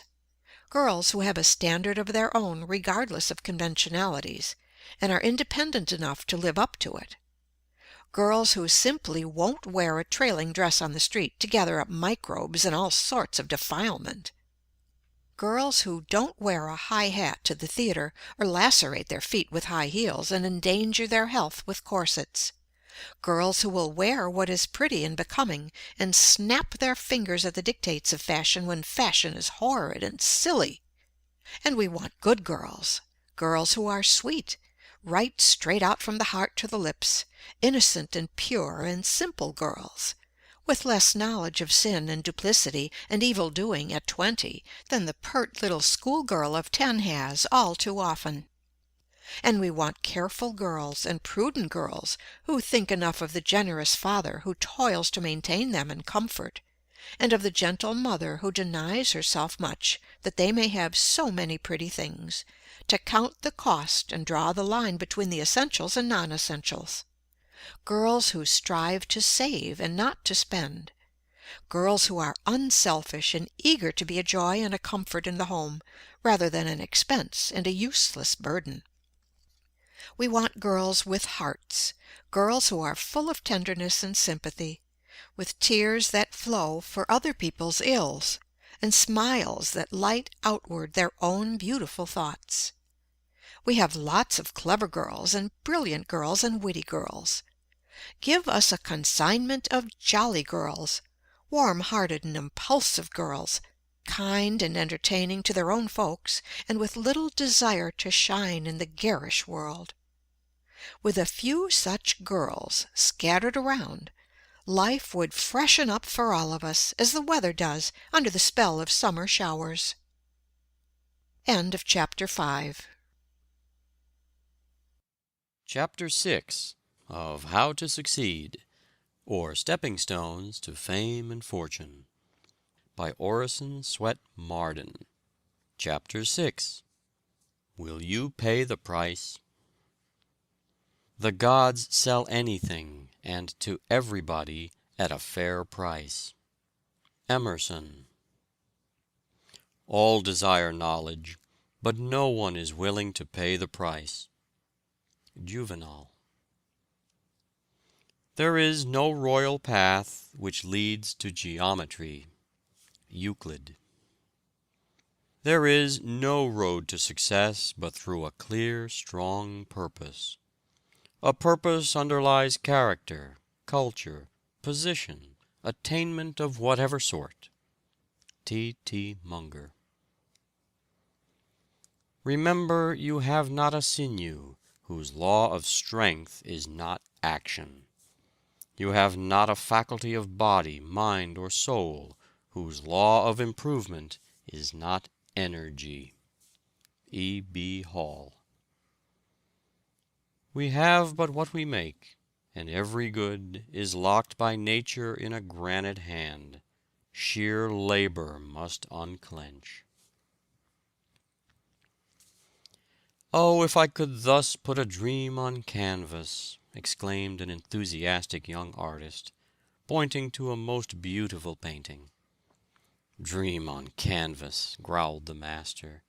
"It is the 10,000 touches with the brush you must learn to put on canvas that make your dream."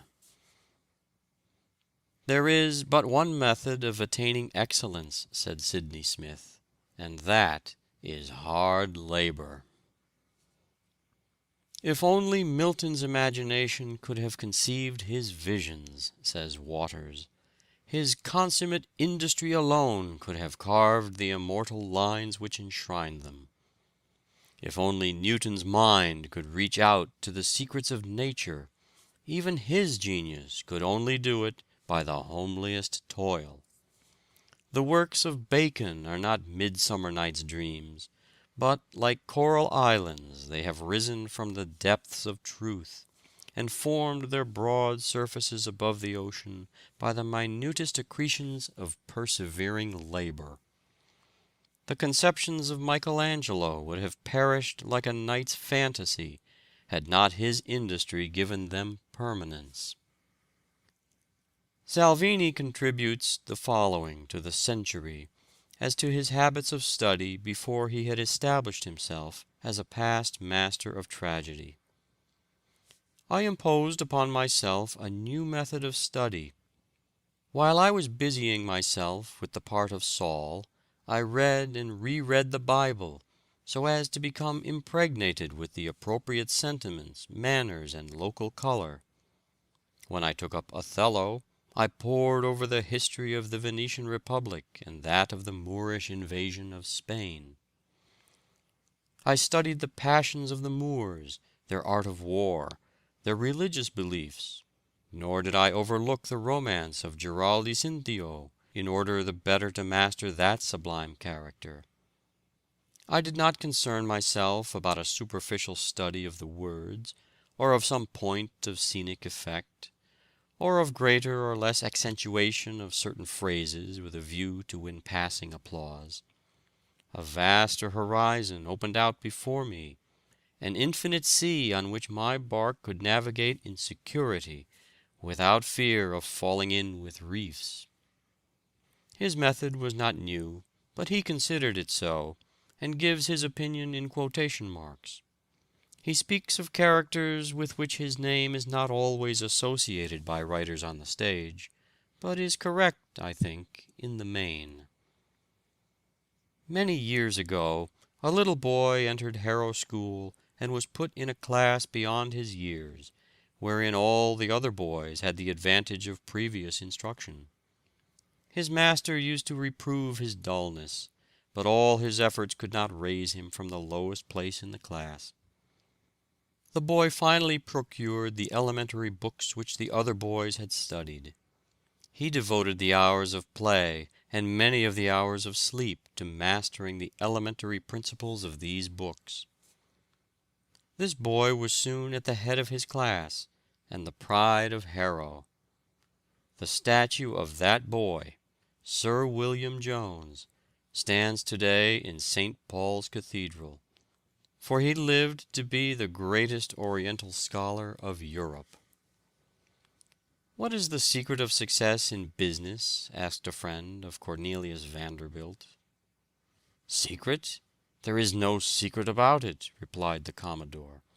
"All you have to do is to attend to your business and go ahead. If you would adopt Vanderbilt's method, know your business, attend to it, and keep down expenses until your fortune is safe from business perils. Work or starve is nature's motto, and it is written on the stars and the sod alike.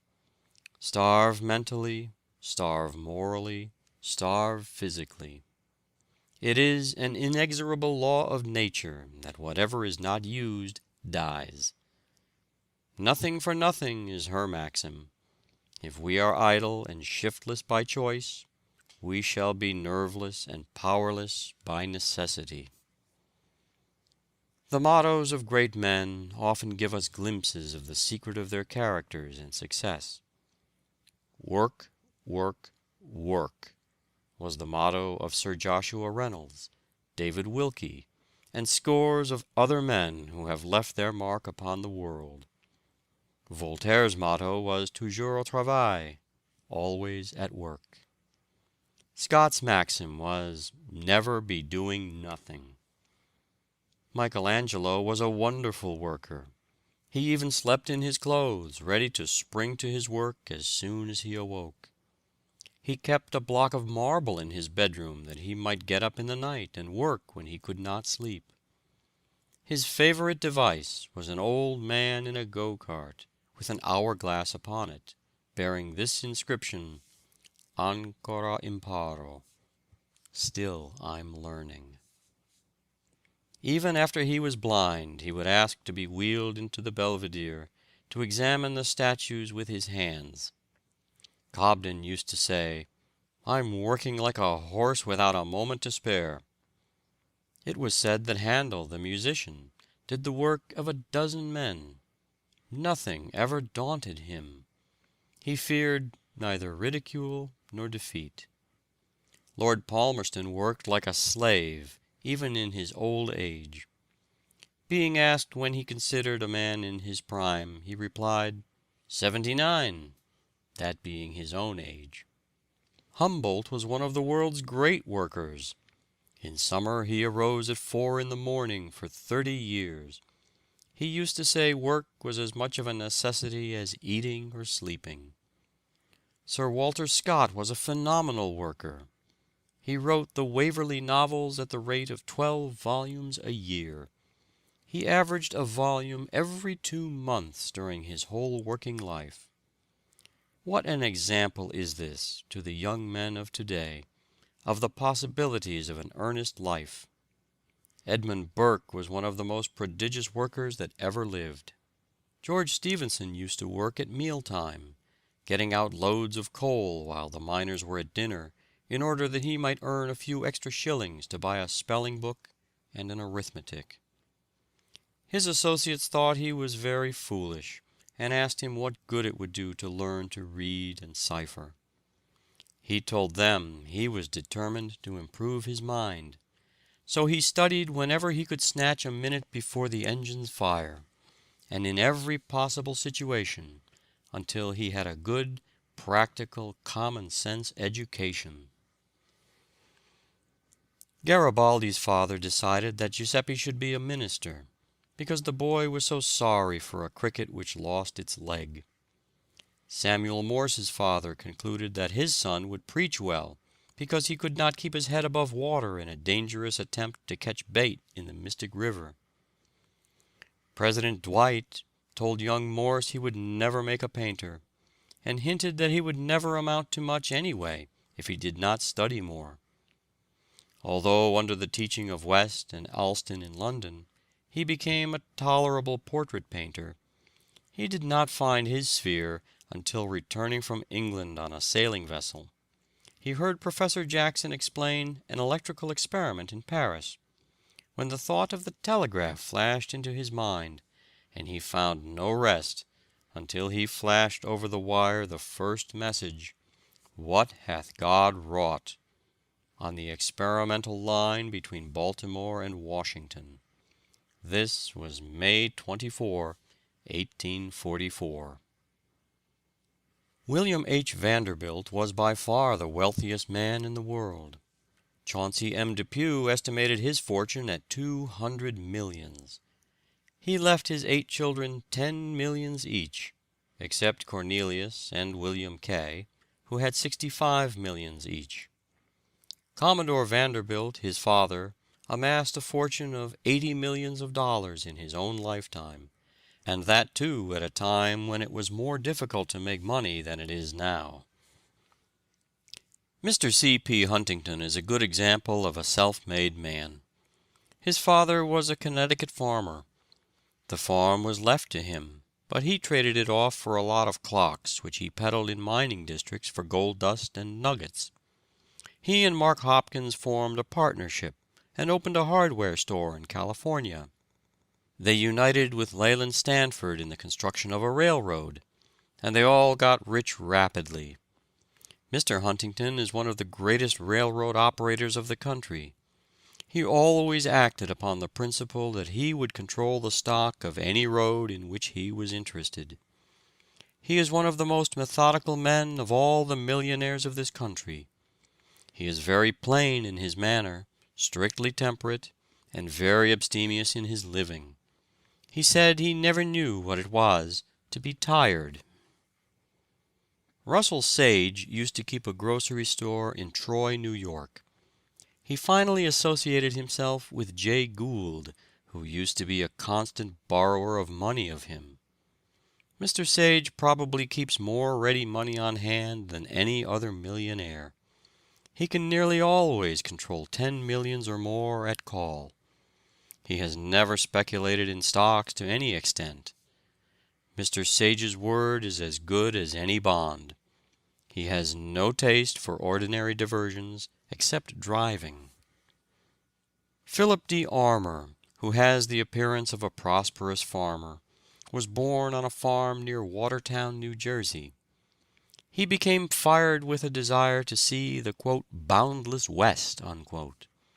His mind seemed to run to hogs, and with a financial instinct, he made up his mind that there was a fortune in transporting the hogs from where they were so plenty to where there were so few of them, and so many to eat them. He could now purchase every hog in the world, and then have money left to buy a railroad or two. Mrs. Hetty Green is probably the richest woman in the world. Her fortune has grown from the little industry of her father in New Bedford, Massachusetts. She has raised the 9 millions left her by her father, and 9 millions left her by her aunt, to 30 millions. She is a woman of great ability and courage.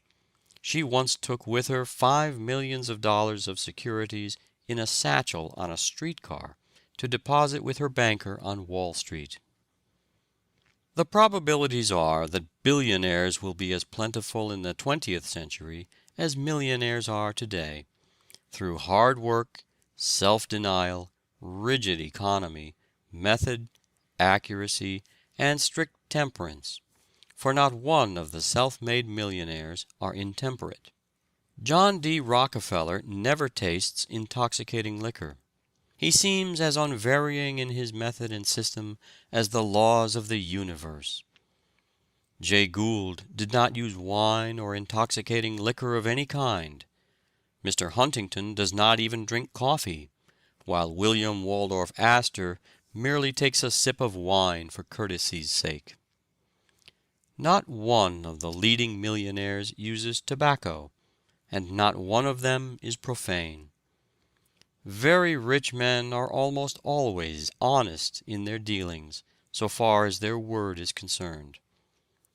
William Waldorf Astor, until recently, has been considered the richest man in the world, but John D. Rockefeller surpasses him now, it is said.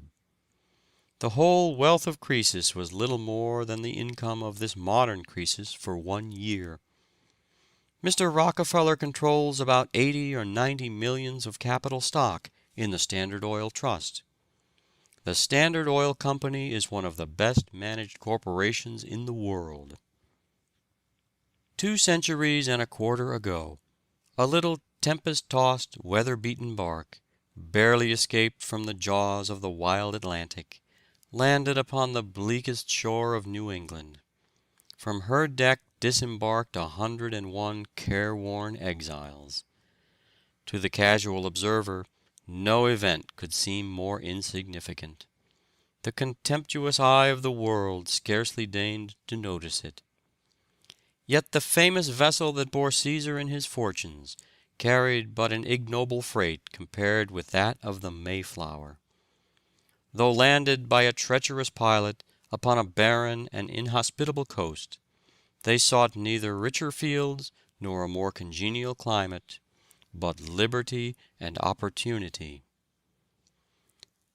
A lady once asked Turner the secret of his great success. "I have no secret, madam, but hard work. This is a secret that many never learn, and they don't succeed because they fail to learn it. Labor is the genius that changes the world from ugliness to beauty, and the great curse to a great blessing." See Balzac in his lonely garret, toiling, toiling, waiting, waiting amid poverty and hunger, but neither hunger, debt, poverty, nor discouragement could induce him to swerve a hair's breadth from his purpose. He could wait even while a world scoffed. "Mankind is more indebted to industry than to ingenuity," says Addison. "The gods set up their favors at a price, and industry is the purchaser." Rome was a mighty nation while industry led her people, but when her great conquests of wealth and slaves placed her citizens above work, that moment her glory began to fade, and vice and corruption, induced by idleness, doomed the proud city to an ignominious history. Even Cicero, Rome's great orator, said, "All artisans are engaged in a disgraceful occupation." And Aristotle said, "The best regulated states will not permit a mechanic to be a citizen, for it is impossible for one who lives the life of a mechanic or hired servant to practice a life of virtue. Some were born to be slaves." But fortunately there came a mightier than Rome, Cicero or Aristotle, whose magnificent life and example forever lifted the false ban from labor and redeemed it from disgrace. He gave dignity to the most menial service, and significance to labor. Christ did not say, "Come unto me, all ye pleasure hunters, ye indolent, and ye lazy," but "Come all ye that labor and are heavy laden." Columbus was a persistent and practical, as well as an intellectual hero. He went from one state to another, urging kings and emperors to undertake the first visiting of a world which his instructed spirit already discerned in the far-off seas. He first tried his own countrymen at Genoa, but found none ready to help him. He then went to Portugal, and submitted his project to John II, who laid it before his council. It was scouted as extravagant and chimerical. Nevertheless, the king endeavored to steal Columbus's idea. A fleet was sent north in the direction indicated by the navigator, but being frustrated by storms and winds, it returned to Lisbon after 4 days' voyaging. Columbus returned to Genoa, and again renewed his propositions to the Republic, but without success. Nothing discouraged him. The finding of the New World was the irrevocable object of his life. He went to Spain, and landed at the town of Palos, in Andalusia. He went, by chance, to a convent of Franciscans, knocked at the door, and asked for a little bread and water. The prior gratefully received the stranger, entertained him, and learned from him the story of his life. He encouraged him in his hopes, and furnished him with an admission to the court of Spain, then at Cordova. King Ferdinand received him graciously, but before coming to a decision, he desired to lay the project before a council of his wisest men at Salamanca. Columbus had to reply, not only to the scientific arguments laid before him, but to citations from the Bible. The Spanish clergy declared that the theory of the Antipodes was hostile to the faith.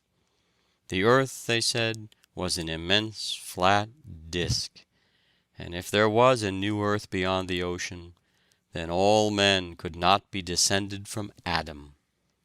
Columbus was considered a fool. Still bent on his idea, he wrote to the King of England, then to the King of France without effect. At last, in 1492, Columbus was introduced by Louis de Saint-Angel to Queen Isabella of Spain. The friends who accompanied him pleaded his cause with so much force and conviction that he at length persuaded the Queen to aid him. Lord Ellenborough was a great worker. He had a very hard time in getting a start at the bar, but was determined never to relax his industry until success came to him. When he was worked down to absolute exhaustion, he had this card which he kept constantly before his eyes, lest he might be tempted to relax his efforts. Quote, "Read or starve." Unquote. Show me a man who has made $50,000, and I will show you in that man an equivalent of energy, attention to detail, trustworthiness, punctuality, professional knowledge, good address, common sense, and other marketable qualities. The farmer respects his savings bank book not unnaturally, for it declares with all the solemnity of a sealed and stamped document that for a certain length of time he rose at 6 o'clock each morning to oversee his labors, that he patiently waited upon seasonable weather, that he understood buying and selling. To the medical man, his fee serves as a medal to indicate that he was brave enough to face smallpox and other infectious diseases, and his self-respect is fostered thereby. The barrister's brief is marked with the price of his legal knowledge, of his eloquence, or of his brave endurance during a period of hope-deferred brieflessness. A rich man asked Howard Burnett to do a little thing for his album. Burnett complied and charged 1,000 francs.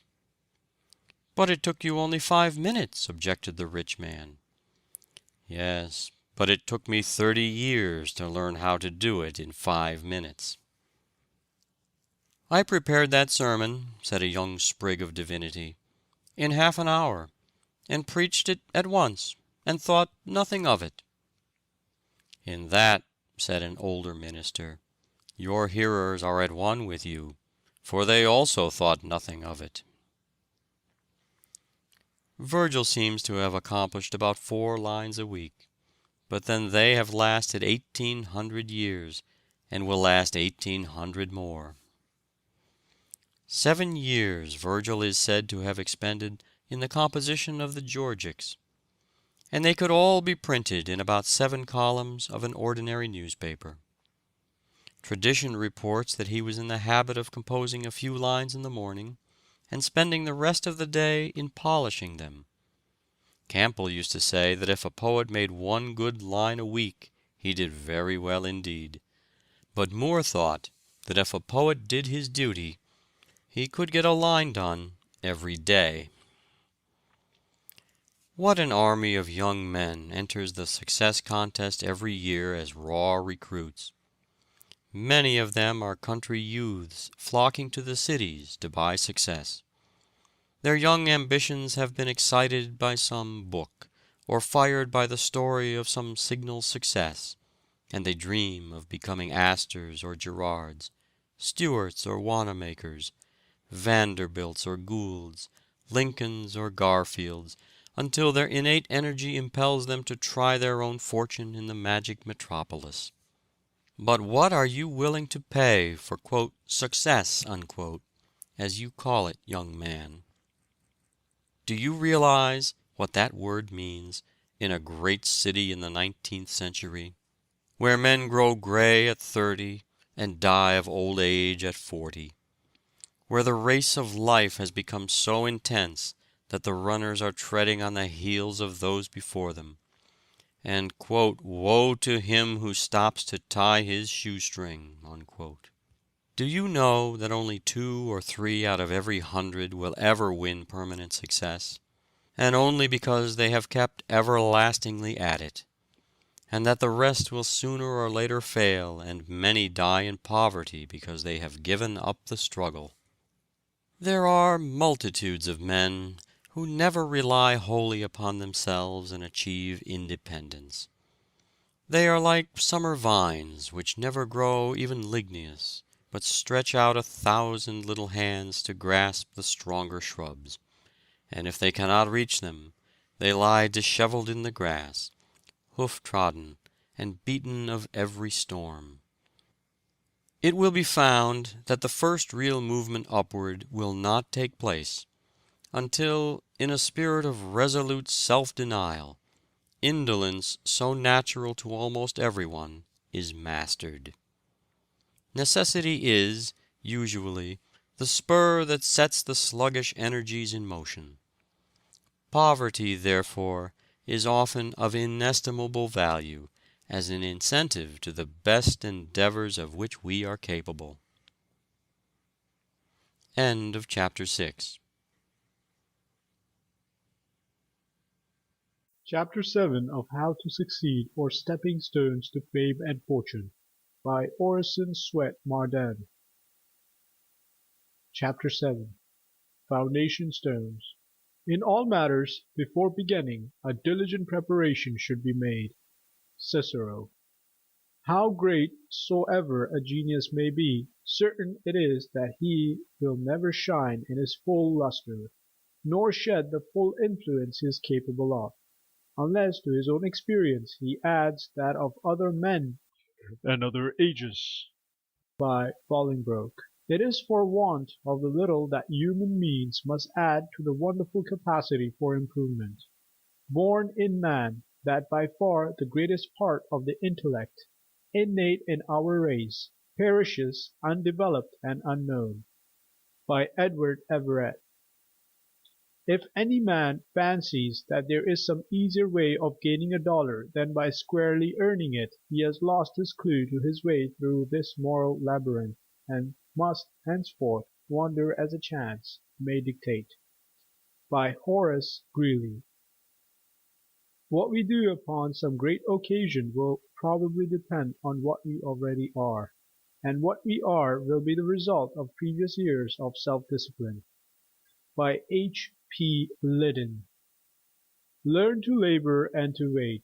By Longfellow. What avails all this sturdiness?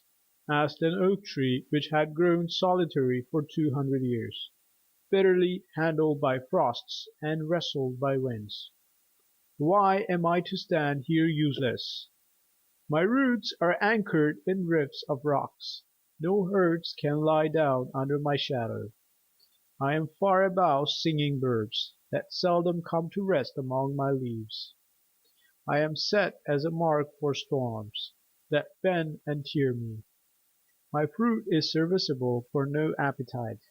It had been better for me to have been a mushroom, gathered in the morning for some poor man's table, than to be 100-year oak, good for nothing. While it yet spoke, the axe was hewing at its base. It died in sadness, saying as it fell, "Weary ages for nothing have I lived." The axe completed its work. By and by the trunk and root formed the knees of a stately ship, bearing the country's flag around the world. Other parts form keel and ribs of merchantmen, and having defied the mountain storms, they now equally resist the thunder of the waves and murky threat of scowling hurricanes. Other parts are laid into floors, or wrought into wainscoting, or carved for frames of noble pictures, or fashioned into chairs that embosom the weakness of old age. Thus the tree, in dying, come not to its end, but to its beginning of life. It voyaged the world. It grew to parts of temples and dwellings. It held upon its surface the soft tread of children and tottering steps of patriarchs. It rocked in the cradle. It swayed the limbs of age by the chimney corner, and heard, secure within, the roar of those old unwearied tempests that once surged about its mountain life. All its early struggles and hardships had enabled it to grow tough, and hard and beautiful of grain, alike useful and ornamental. "Sir, you have been to college, I presume?" asked an illiterate, but boastful exhorter of a clergyman. "Yes, sir," was the reply. "I am thankful," said the former, "that the Lord opened my mouth without any learning." "A similar event," retorted the clergyman, "happened in Balaam's time. Why not allow the schoolboy to erase from his list of studies all subjects that appeared to him useless? Would he not erase everything which taxed his pleasure and freedom? Would he not obey the call of his blood, rather than the advice of his teacher? Ignorant men who have made money tell him that the study of geography is useless. His tea will come over the sea to him whether he knows where China is or not. What difference does it make whether verbs agree with their subjects or not? Why waste time learning geometry or algebra? Who keeps accounts by these? Learning spoils a man for business, they tell him. They begrudge the time and money spent in education. They want cheap and rapid transit through college for their children. Veneer will answer every practical purpose for them. Instead of solid mahogany, or even paint and pine will do. It is said that the editors of the Dictionary of American Biography, who diligently searched the records of living and dead Americans, found 15,142 names worthy of a place in their 6 volumes of Annals of Successful Men, and 5,326, or more than 1/3 of them, were college-educated men. 1 in 40 of the college-educated attained a success worthy of mention, and but 1 in 10,000 of those not so educated, so that the college-bred man had 250 times the chances for success that the others had. Medical records, it is said, show that but 5% of the practicing physicians of the United States are college graduates. And yet 46% of the physicians who become locally famous enough to be mentioned by those editors come from that small 5% of college-educated persons. Less than 4% of the lawyers were college-bred, yet they furnish more than 1/2 of all who became successful. Not 1% of the business men of the country were college-educated, yet that small fraction of college-bred men had 17 times the chances of success that their fellow men of business had. In brief, the college-educated lawyer has 50% more chances for success than those not so favored. The college-educated physician, 46% more. The author, 37% more. The statesman, 33%. The clergyman, 58%. The educator, 61%. The scientist, 63%. You should therefore get the best and most complete education that it is possible for you to obtain.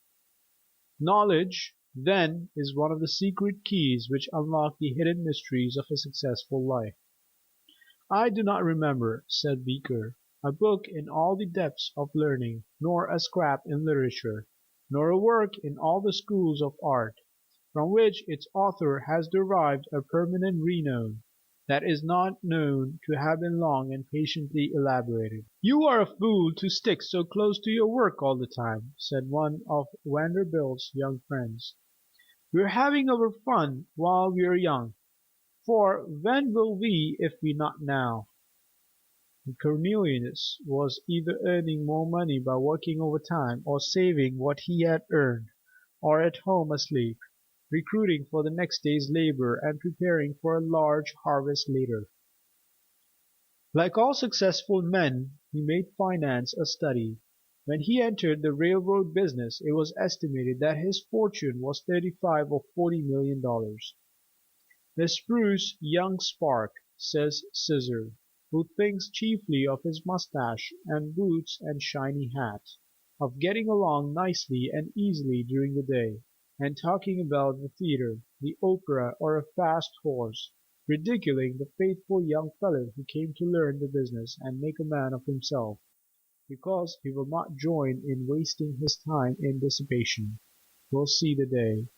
If his useless life is not earlier blasted by vicious indulgences, when he will be glad to accept a situation from his fellow clerk, whom he now ridicules and affects to despise; when the latter shall stand in the firm, dispensing benefits and acquiring fortune.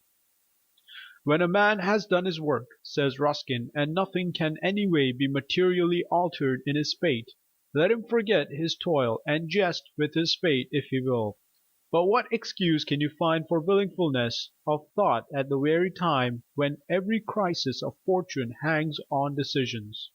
A youth thoughtless, when all the happiness of his home forever depends on the chances or the passions of the hour.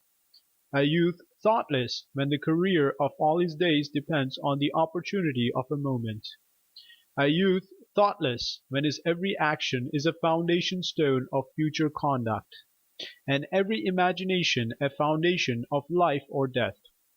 Be thoughtless in any after years, rather than now, though, indeed, there is only one place where a man may be nobly thoughtless, his deathbed. Nothing should ever be left to be done there. "On to Berlin!" was the shout of the French army in July 1870.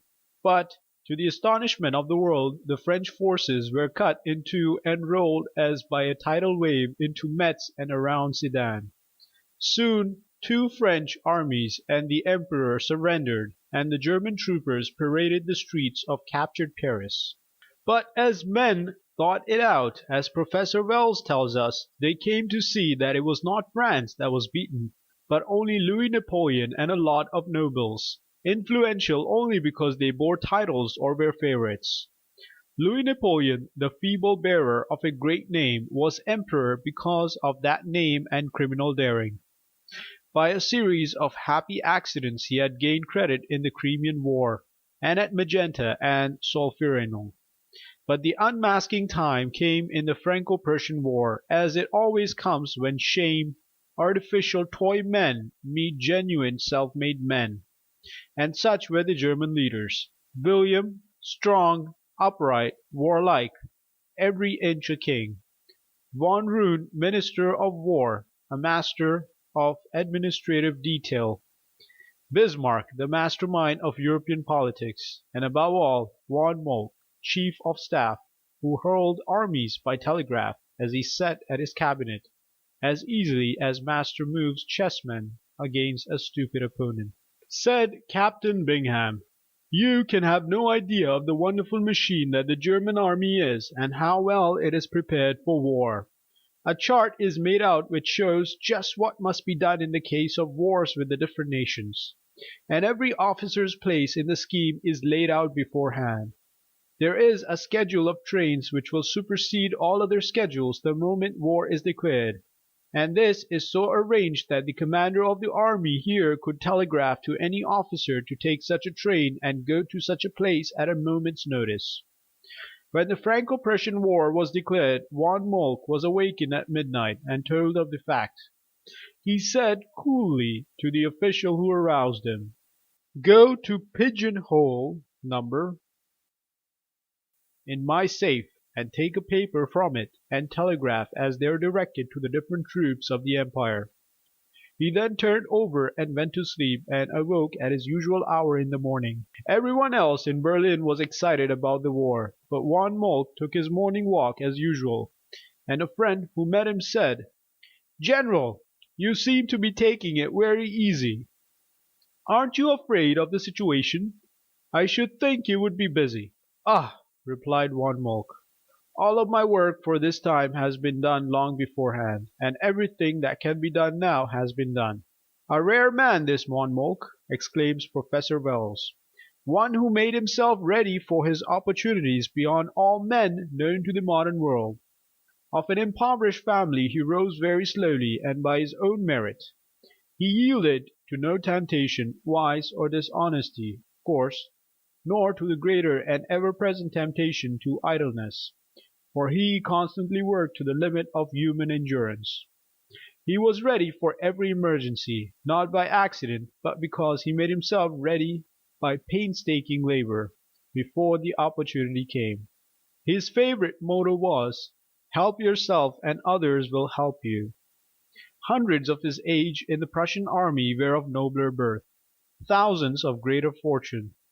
But he made himself superior to them all by extraordinary fidelity and diligence. The greatest master of strategy the world has ever seen was 66 years at school to himself before he was ready for his task. Though born with the century and an army officer at 19, he was an old man when, in 1866, as Prussian chief of staff, he crushed Austria at Sadowa and drove her out of Germany. 4 years later, the silent, modest soldier of 70, ready for the still greater opportunity, smote France, and changed the map of Europe. Glory and the field marshal's baton, after 51 years of hard work. No wonder Louis Napoleon was beaten by such men as he. All Louis Napoleons have been and always will be. Opportunity always finds out frauds. It does not make men, but shows the world what they have made of themselves. Sir Henry Havelock joined the army of India in his 28th year, and waited till he was 62 for the opportunity to show himself fitted to command and skilful to plan. During those 34 years of waiting he was busy preparing himself for that march to Lucknow, which was to make him famous as a soldier. Farragut, the Viking of our western clime, who made his mast a throne, began his naval career as a mere boy and was 64 years old before he had an opportunity to distinguish himself. But when the great test of his life came, the reserve of half a century's preparation made him master of the situation. Alexander Hamilton said, "Men give me credit for genius. All the genius I have lies just in this. When I have a subject in hand I study it profoundly. Day and night it is before me. I explore it in all its bearings. My mind becomes pervaded with it. Then the effort which I make the people are pleased to call the fruit of genius. It is the fruit of labor and thought. The law of labor is equally binding on genius and mediocrity." "Fill up the cask! Fill up the cask!" said old Dr. Bellamy, when asked by a young clergyman for advice about the composition of sermons. "Fill up the cask, and then if you tap it anywhere you will get a good stream. But if you put it but little it will dribble, dribble, dribble, and you must tap, tap, tap, and then you get but a small stream, after all." "The merchant is in a dangerous position," says Dr. W. W. Paton, "whose means are in goods trusted out all over the country on long credits, and who in an emergency has no money in the bank upon which to withdraw. A heavy deposit, subject to a side draft, is the only position of strength. And he only is intellectually strong who has made heavy deposits in the banks of memory, and can draw upon his faculties at any time, according to the necessities of the case.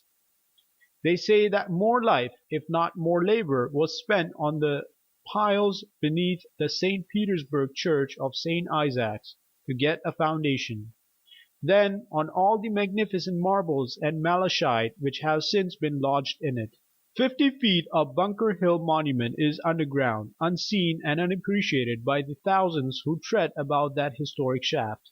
The rivers of India run underground, unseen, unheard by the millions who tramp about, but are therefore lost?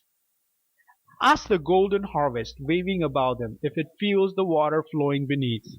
The superstructure of a lifetime cannot stand upon a foundation of a day. C. H. Parkhurst says that in manhood as much as in house building the foundation keeps asserting itself all the way from the first floor to the roof. The stones laid in the underpinning may be coarse and inelegant, but even so, each such stone perpetuates itself in silent echo clear up through the pineal. The body is in that respect like an old Stradivarius violin, the ineffable sweetness of whose music is outcome and quotation from the coarse fibre of the case upon which its strings are strung.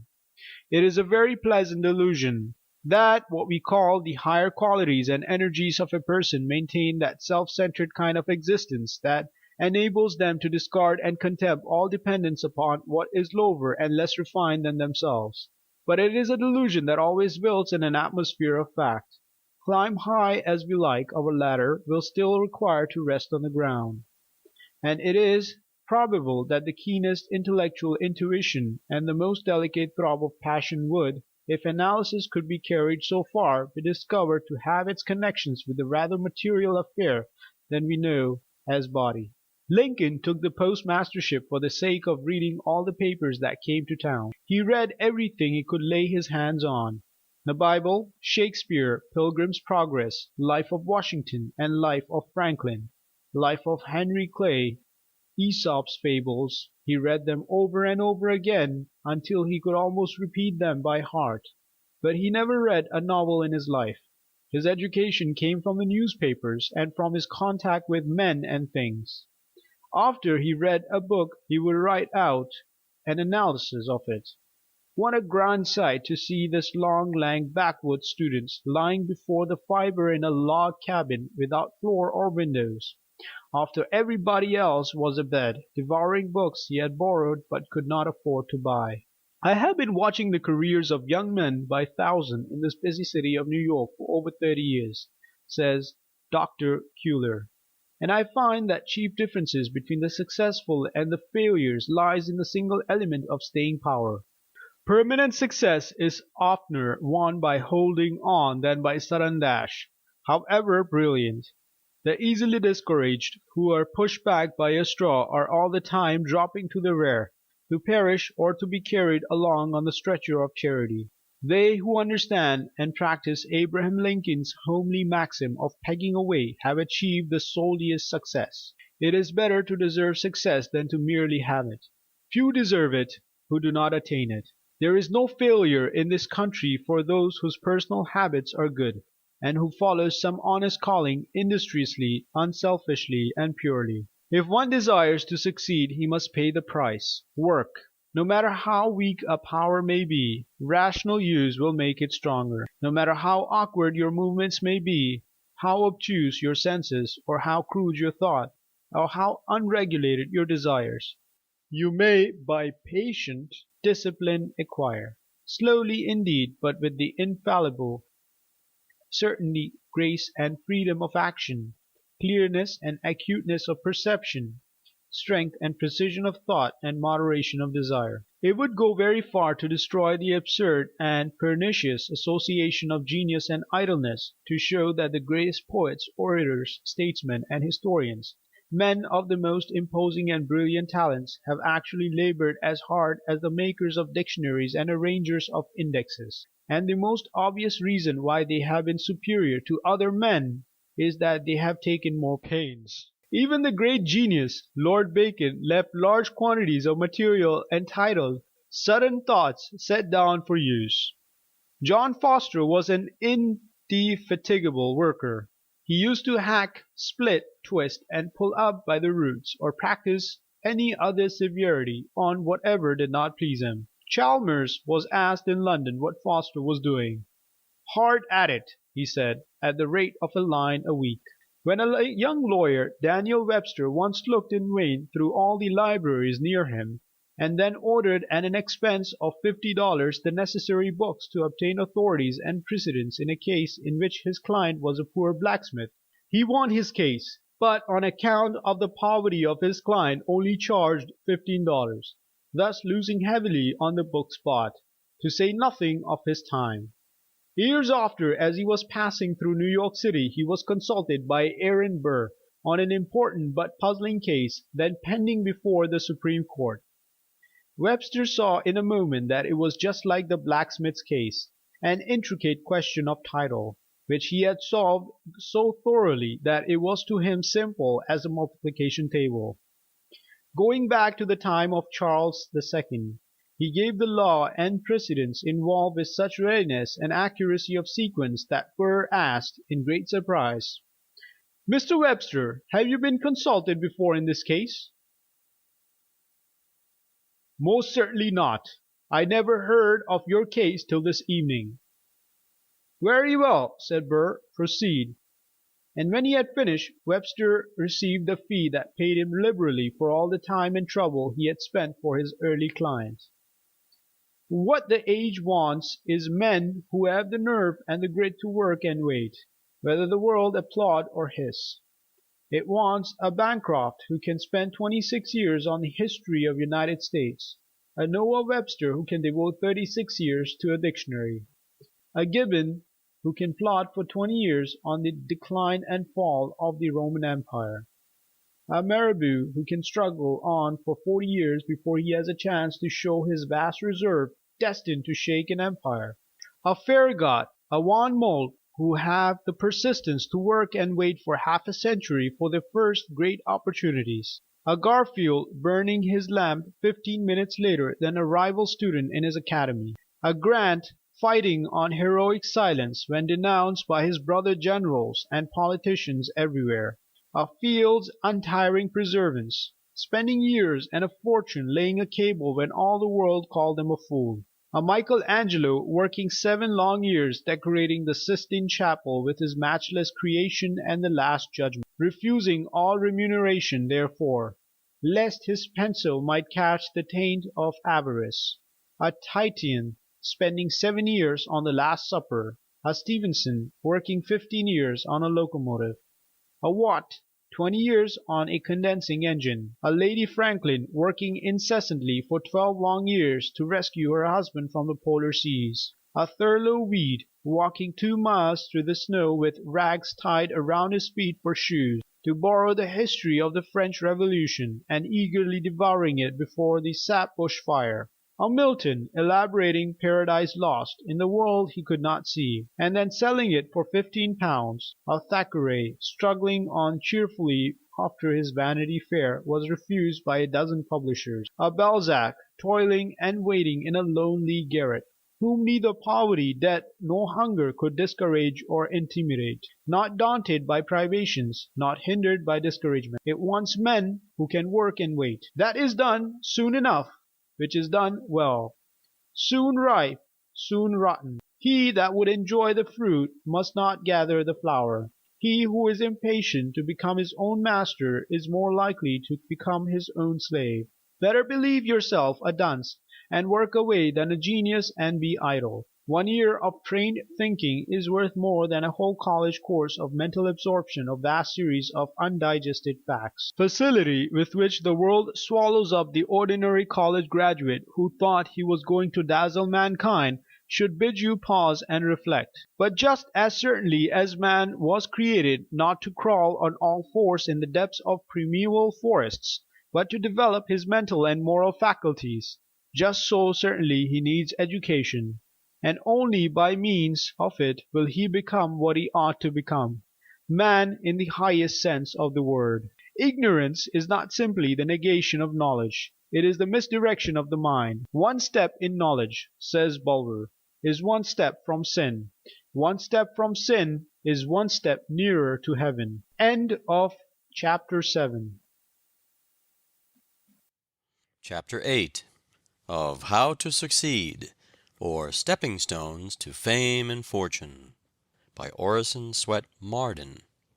Chapter 8 The Conquest of Obstacles. Nature, when she adds difficulties, adds brains. Emerson.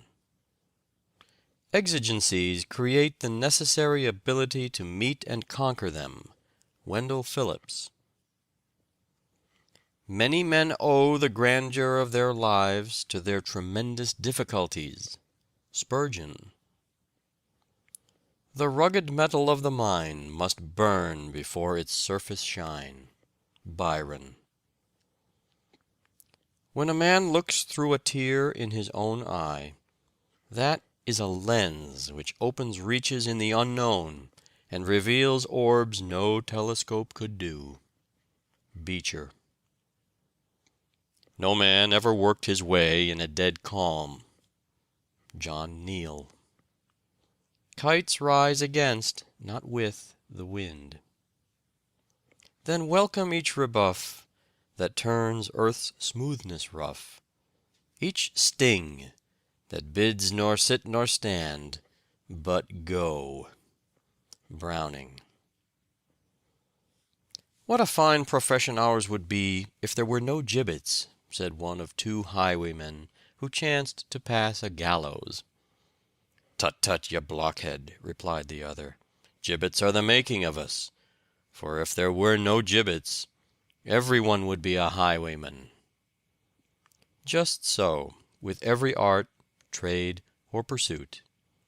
It is the difficulties that scare and keep out unworthy competitors. Life, says a philosopher, refuses to be so adjusted as to eliminate from it all strife and conflict and pain. There are 1,000 tasks that, in larger interests than ours, must be done, whether we want them or no. The world refuses to walk upon tiptoe so that we may be able to sleep. It gets up very early and stays up very late. And all the while there is the conflict of myriads of hammers and saws and axes with the stubborn material that in no other way can be made to serve its use and do its work for man.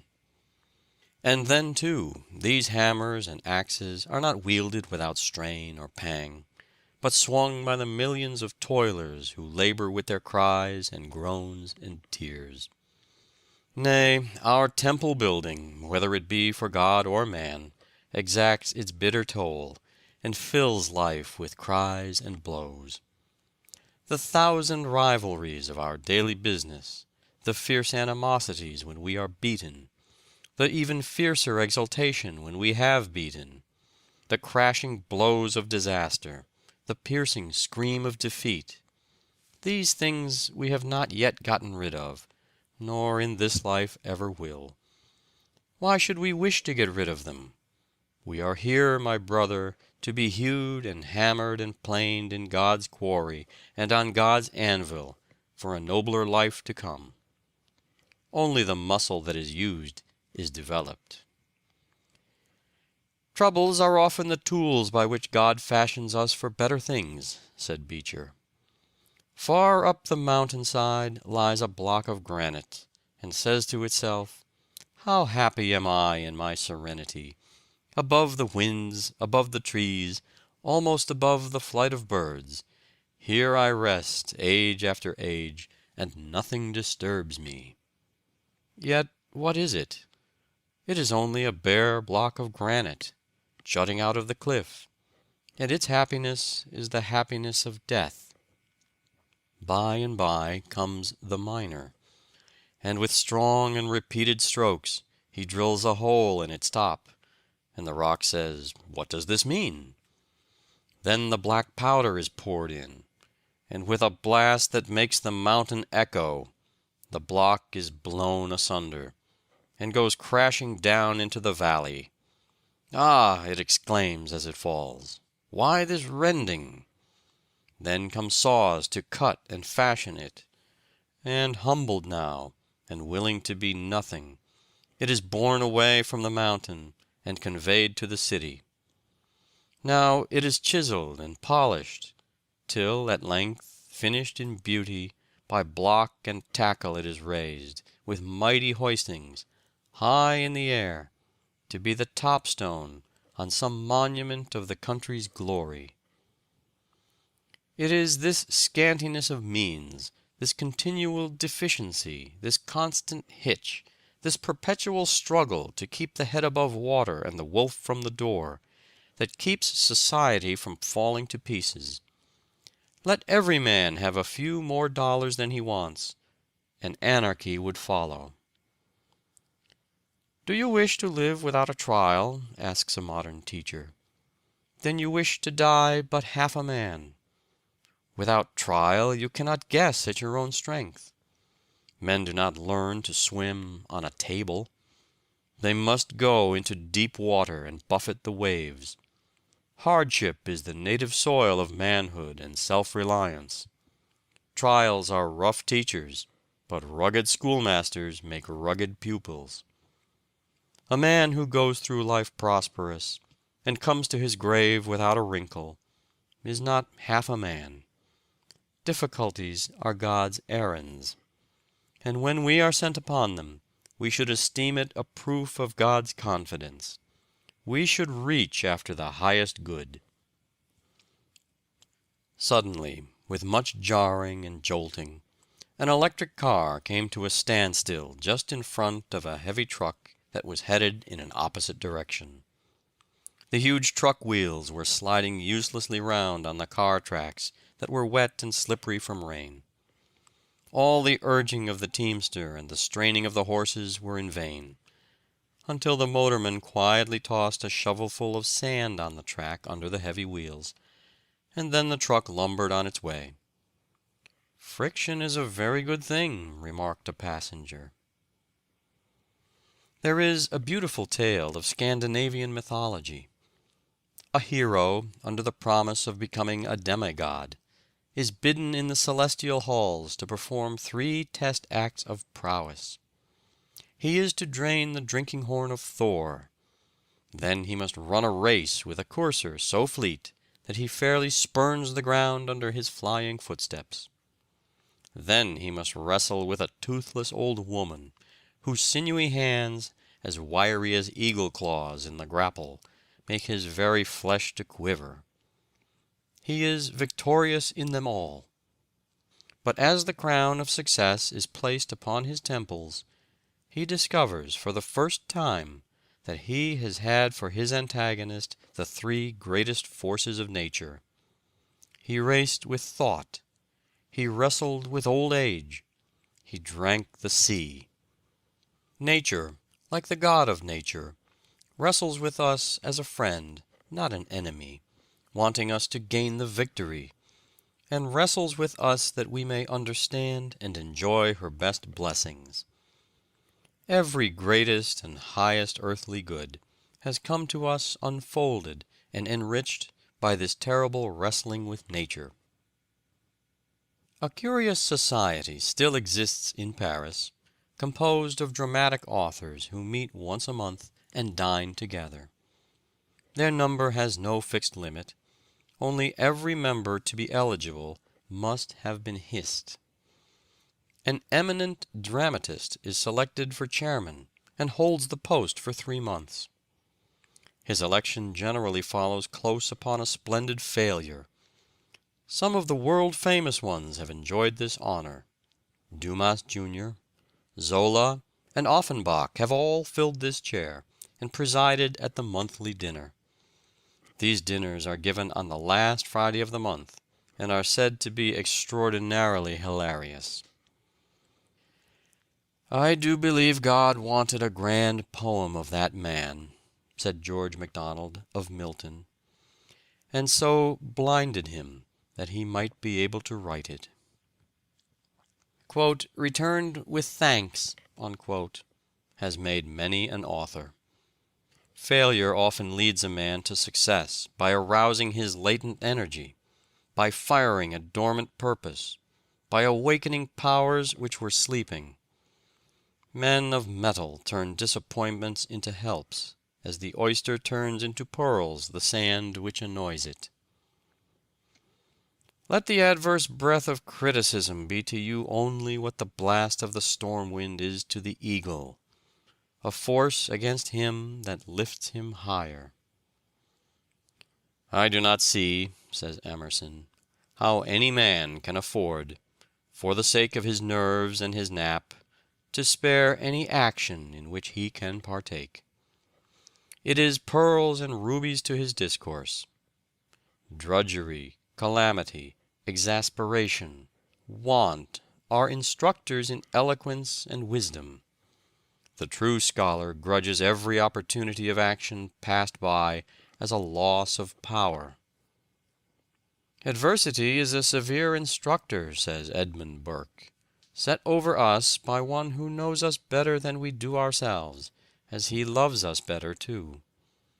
He that wrestles with us strengthens our nerves and sharpens our skill. Our antagonist is our helper.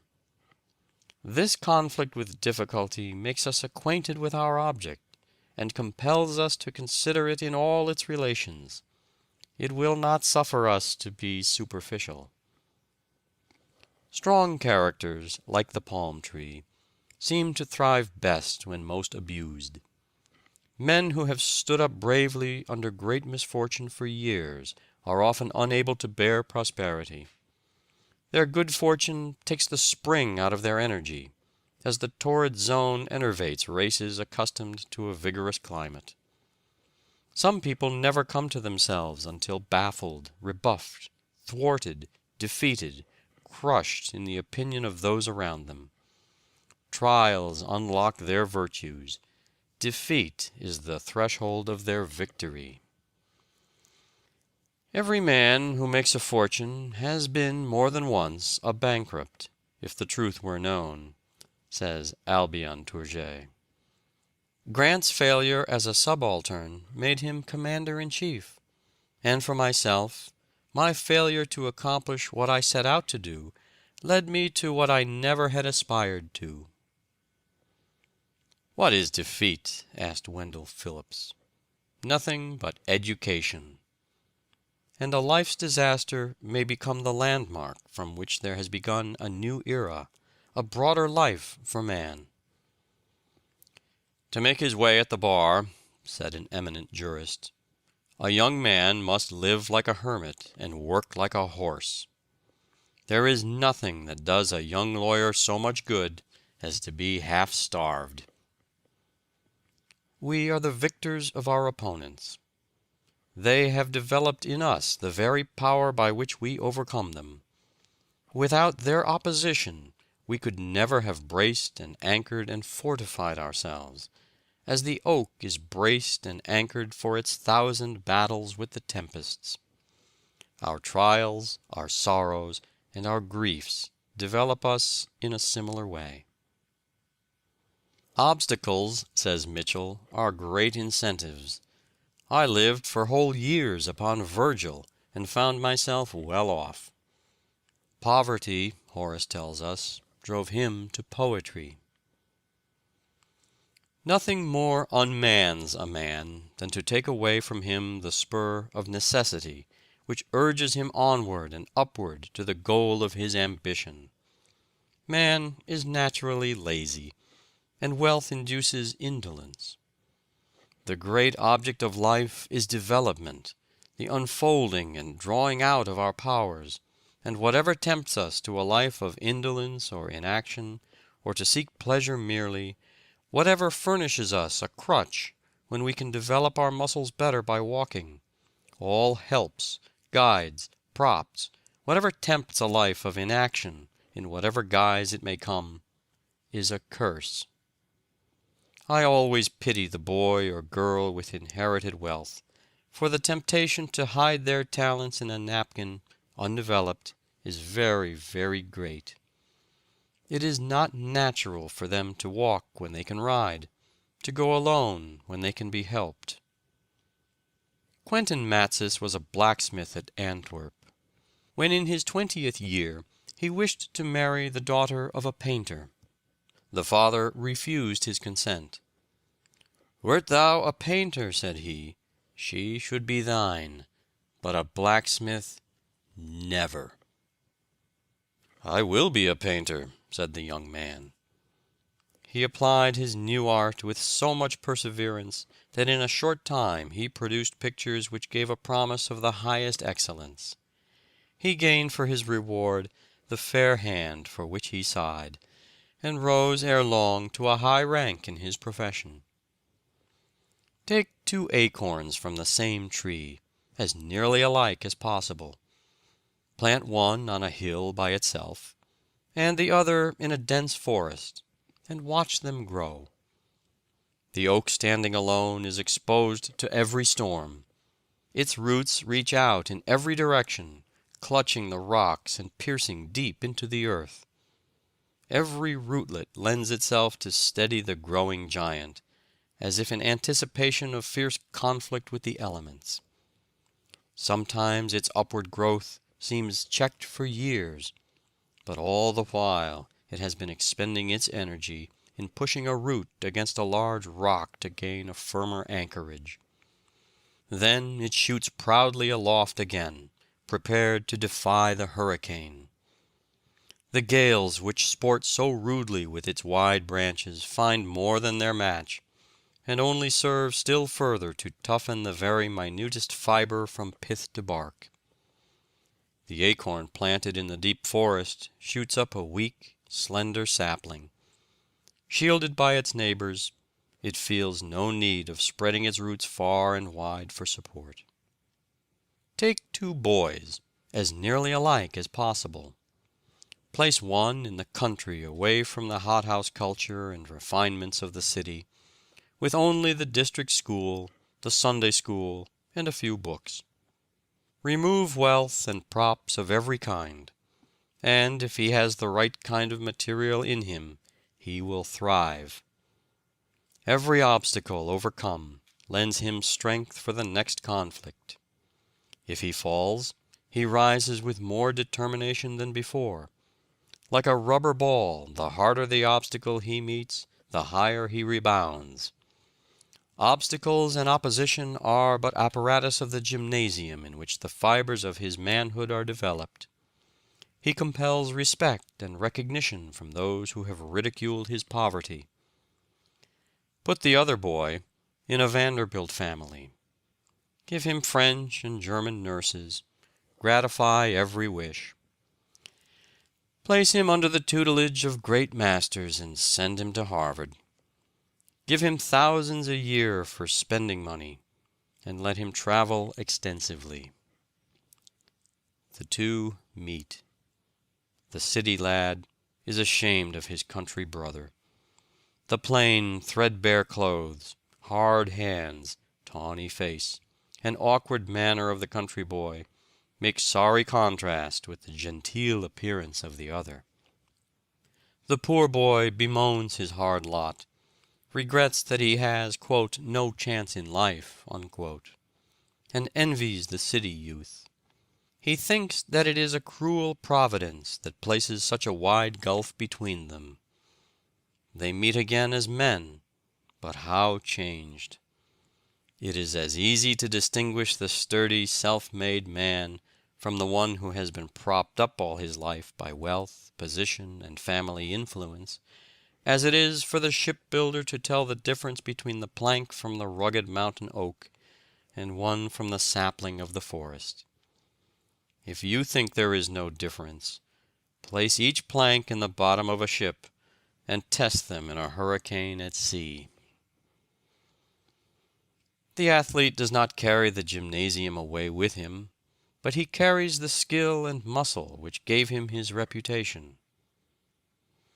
The lessons you learn at school will give you strength and skill in after life, and power just in proportion to the accuracy, the clearness of perception with which you learn your lessons. The school was your gymnasium. You do not carry away the Greek and Latin textbooks, the geometry and algebra into your occupations any more than the athlete carries the apparatus of the gymnasium. But you carry away the skill and the power if you have been painstaking, accurate, and faithful. It is in me, and it shall come out. And it did. For Richard Brinsley Sheridan became the most brilliant, eloquent, and amazing statesman of his day. Yet if his first efforts had been but moderately successful, he might have been content with mere mediocrity. It was his defeats that nerved him to strive for eminence and win it. But it took hard, persistent work in his case to secure it, just as it did in that of so many others. Byron was stung into a determination to go to the top by a scathing criticism of his first book, Hours of Idleness, published when he was but 19 years of age. Macaulay said, "There is scarce an instance in history of so sudden a rise to so dizzy an eminence as Byron reached. In a few years he stood by the side of such men as Scott, Southey, and Campbell. Many an orator like Stuttering Jack Curran, or Orator Mum, as he was once called, has been spurred into eloquence by ridicule and abuse. Where the sky is gray and the climate unkindly, where the soil yields nothing save to the diligent hand, and life itself cannot be supported without incessant toil, man has reached his highest range of physical and intellectual development. The most beautiful and the strongest animals, as a rule, have come from the same narrow belt of latitude which has produced the heroes of the world. The most beautiful, as well as the strongest characters, are not developed in warm climates, where a man finds his bread ready-made on trees, and where exertion is a great effort, but rather in a trying climate and on a stubborn soil.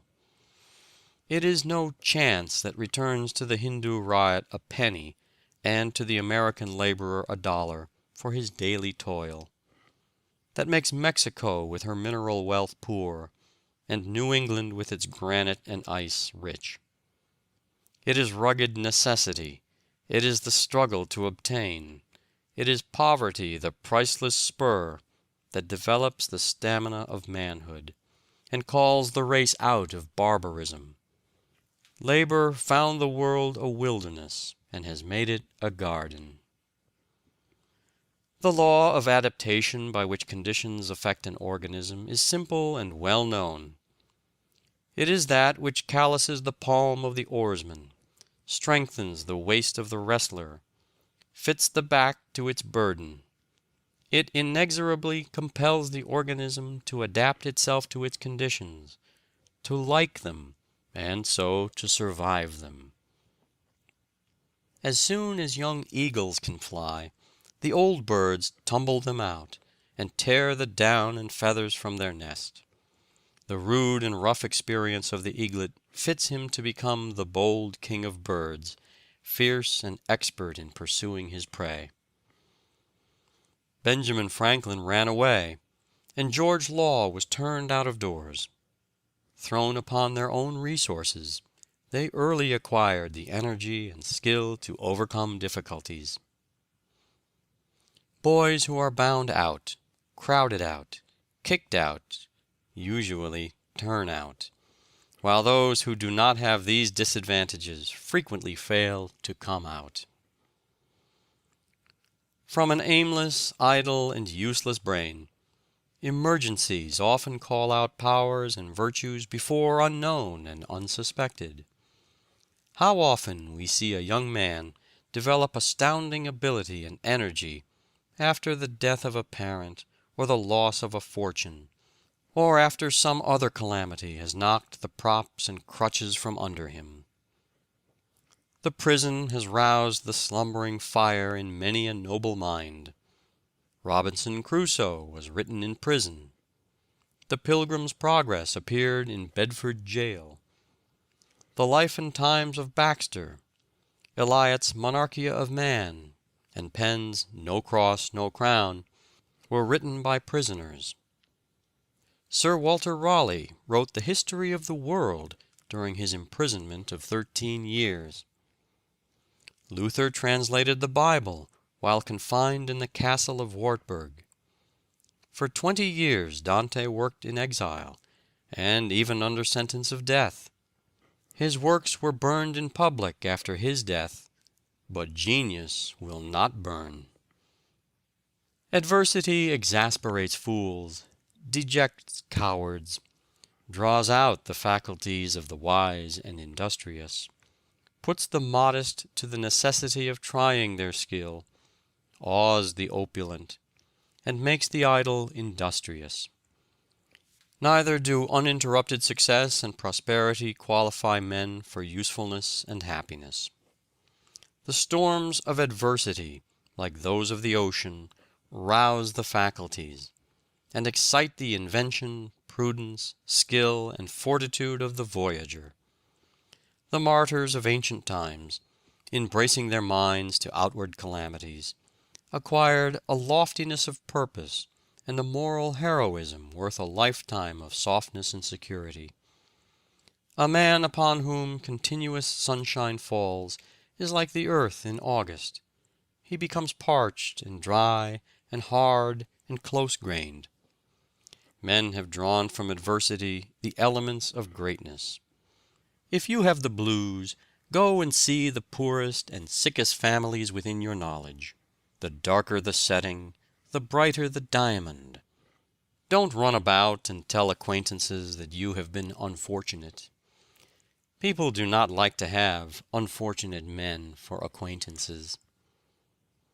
This is the crutch age. Helps and aids are advertised everywhere. We have institutes, colleges, universities, teachers, books, libraries, newspapers, magazines. Our thinking is done for us. Our problems are all worked out in explanations and keys. Our boys are too often tutored through college with very little study. Short roads and abridged methods are characteristic of the century. Ingenious methods are used everywhere to get the drudgery out of the college course. Newspapers give us our politics, and preachers our religion. Self-help and self-reliance are getting old-fashioned. Nature, as if conscious of delayed blessings, has rushed to man's relief with her wondrous forces, and undertakes to do the world's drudgery and emancipate him from Eden's curse. End of Chapter 8. Chapter 9 of How to Succeed, or Stepping Stones to Fame and Fortune, by Orison, Swett, Marden. Chapter 9. Dead in Earnest. It is the live coal that kindles others, not the dead. What made Demosthenes the greatest of all orators was that he appeared the most entirely possessed by the feelings he wished to inspire. The effect produced by Charles Fox, who, by exaggerations of party spirit, was often compared to Demosthenes, seems to have arisen wholly from this earnestness, which made up for want of almost every grace, both of manner and style. Anonymous. 12 poor men taken out of boats and creeks, without any help of learning, should conquer the world to the cross. Stephen Carnock. For his heart was in his work, and the heart giveth grace unto every art. Longfellow. He did it with all his heart, and prospered. 2 Chronicles. The only conclusive evidence of a man's sincerity is that he gives himself for a principle. Words, money, all things else are comparatively easy to give away. But when a man makes a gift of his daily life and practice, it is plain that the truth, whatever it may be, has taken possession of him. Lowell. The emotions, says Whipple, may all be included in the single word enthusiasm, or that impulsive force which liberates the mental power from the ice of timidity, as spring loosens the streams from the grasp of winter, and sends them forth in a rejoicing rush. The mind of youth, when impelled by this original strength and enthusiasm of nature, is keen, eager, inquisitive, intense, audacious, rapidly assimilating facts into faculties, and knowledge into power, and, above all, teeming with that joyous fullness of creative life which radiates thoughts as inspiration, and magnetizes as well as informs. Columbus, my hero, exclaims Carlyle, royalist seeking of all, it is no friendly environment this of thine, in the waste deep waters. Around thee, mutinous discouraged souls, behind thee, disgrace and ruin, before thee, the unpenetrated veil of night. Brother, these wild water mountains, bounding from their deep bases, 10 miles deep, I am told, are not there on thy behalf. Meseems they have other work than floating thee forward, and the huge winds that sweep from Ursa Major to the tropics and equator, dancing their giant waltz through the kingdoms of chaos and immensity, they care little about filling rightly or filling wrongly the small shoulder of mutton sails in this cockle skiff of thine. Thou art not among articulate speaking friends, my brother, thou art among immeasurable dumb monsters, tumbling, howling wide as the world here. Secret, far off, invisible to all hearts but thine, there lies a help in them. See how thou wilt get at that. Patiently thou wilt wait till the mad sou'wester spend itself, saving thyself by dexterous science of defence the while. Valiantly, with swift decision, thou wilt strike in where the favouring east wind, the possible, springs up. Mutiny of men thou wilt sternly repress. Weakness, despondency, thou wilt cheerily encourage. Thou wilt swallow down complaint, unreason, weariness, weakness of others and thyself. How much wilt thou swallow down?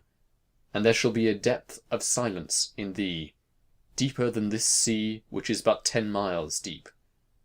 A silence unsoundable, known to God only.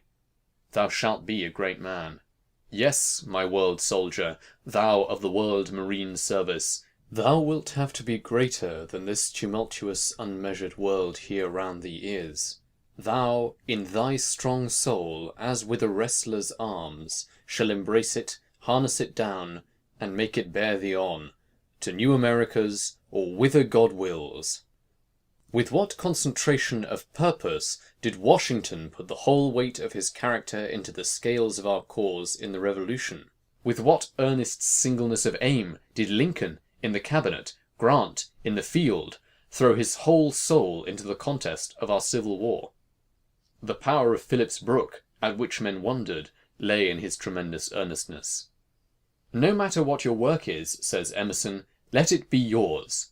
No matter if you are a tinker or preacher, blacksmith or president, let what you are doing be organic. Let it be in your bones, and you open the door by which the affluence of heaven and earth shall stream into you. Again, he says, God will not have his works made manifest by cowards. A man is relieved and gay when he has put his heart into his work and done his best. But what he has said or done otherwise shall give him no peace. It is a deliverance which does not deliver. In the attempt, his genius deserts him, no muse befriends, no invention, no hope. I do not know how it is with others when speaking on an important question, said Henry Clay, but on such occasions I seem to be unconscious of the external world. Wholly engrossed by the subject before me, I lose all sense of personal identity, of time, or of surrounding objects. I have been so busy for 20 years trying to save the souls of other people, said Livingstone, that I had forgotten that I had one of my own until a savage auditor asked me if I felt the influence of the religion I was advocating. Well, I've worked hard enough for it, said Malibran when a critic expressed his admiration of her D in alt, reached by running up 3 octaves from low D. I've been chasing it for a month. I pursued it everywhere, when I was dressing, when I was doing my hair, and at last I found it on the toe of a shoe that I was putting on. People smile at the enthusiasm of youth, said Charles Kingsley, that enthusiasm which they secretly look back at with a sigh, perhaps unconscious that it is partly their own fault that they ever lost it. Should I die this minute, said Nelson at an important crisis, want of frigates would be found written on my heart. Said Dr. Arnold, the celebrated instructor, I feel more and more the need of intercourse with men who take life in earnest. It is painful to me to be always on the surface of things. Not that I wish for much of what is called religious conversation. That is often apt to be on the surface. But I want a sign which one catches by a sort of masonry, that a man knows what he is about in life. When I find this, it opens my heart with as fresh a sympathy as when I was 20 years younger. Archimedes, the greatest geometer of antiquity, was consulted by the king in regard to a gold crown suspected of being fraudulently alloyed with silver. While considering the best method of detecting any fraud, he plunged into a full bathing tub, and, with the thought that the water that overflowed must be equal in weight to his body, he discovered the method of obtaining the bulk of the crown compared with an equally heavy mass of pure gold. Excited by the discovery, he ran through the streets undressed, crying, I have found it! Equally celebrated is his remark, Give me where to stand, and I will move the world. His only remark to the Roman soldier who entered his room while engaged in geometrical study was, Don't step on my circle. Refusing to follow the soldier to Marcellus, who had captured the city, he was killed on the spot. He is said to have remarked, My head, but not my circle. Every great and commanding moment in the annals of the world, says Emerson, is the triumph of some enthusiasm. The victories of the Arabs after Mahomet, who in a few years, from a small and mean beginning, established a larger empire than that of Rome, is an example. They did they knew not what. The naked Derar, horsed on an idea, was found an overmatch for a troop of cavalry. The women fought like men, and conquered the Roman men. They were miserably equipped, miserably fed. They were temperance troops. There was neither brandy nor flesh needed to feed them. They conquered Asia and Africa and Spain on barley. Caliph Omar's walking stick struck more terror into those who saw it than another man's sword. Horace Vernet's enthusiasm and devotion to one idea of his life knew no bounds. He had himself lashed to the mast in a terrible gale on the Mediterranean, when all others on board were seized with terror, and with great delight sketched the towering waves which threatened every minute to swallow the vessel. Several writers tell the story that a great artist, Giotto, about to paint the Crucifixion, induced a poor man to let him bind him upon a cross, in order that he might get a better idea of the terrible scene that he was about to put upon the canvas. He promised faithfully that he would release his model in an hour, but, to the latter's horror, the painter seized a dagger and plunged it into his heart, and while the blood was streaming from the ghastly wound, painted his death agony.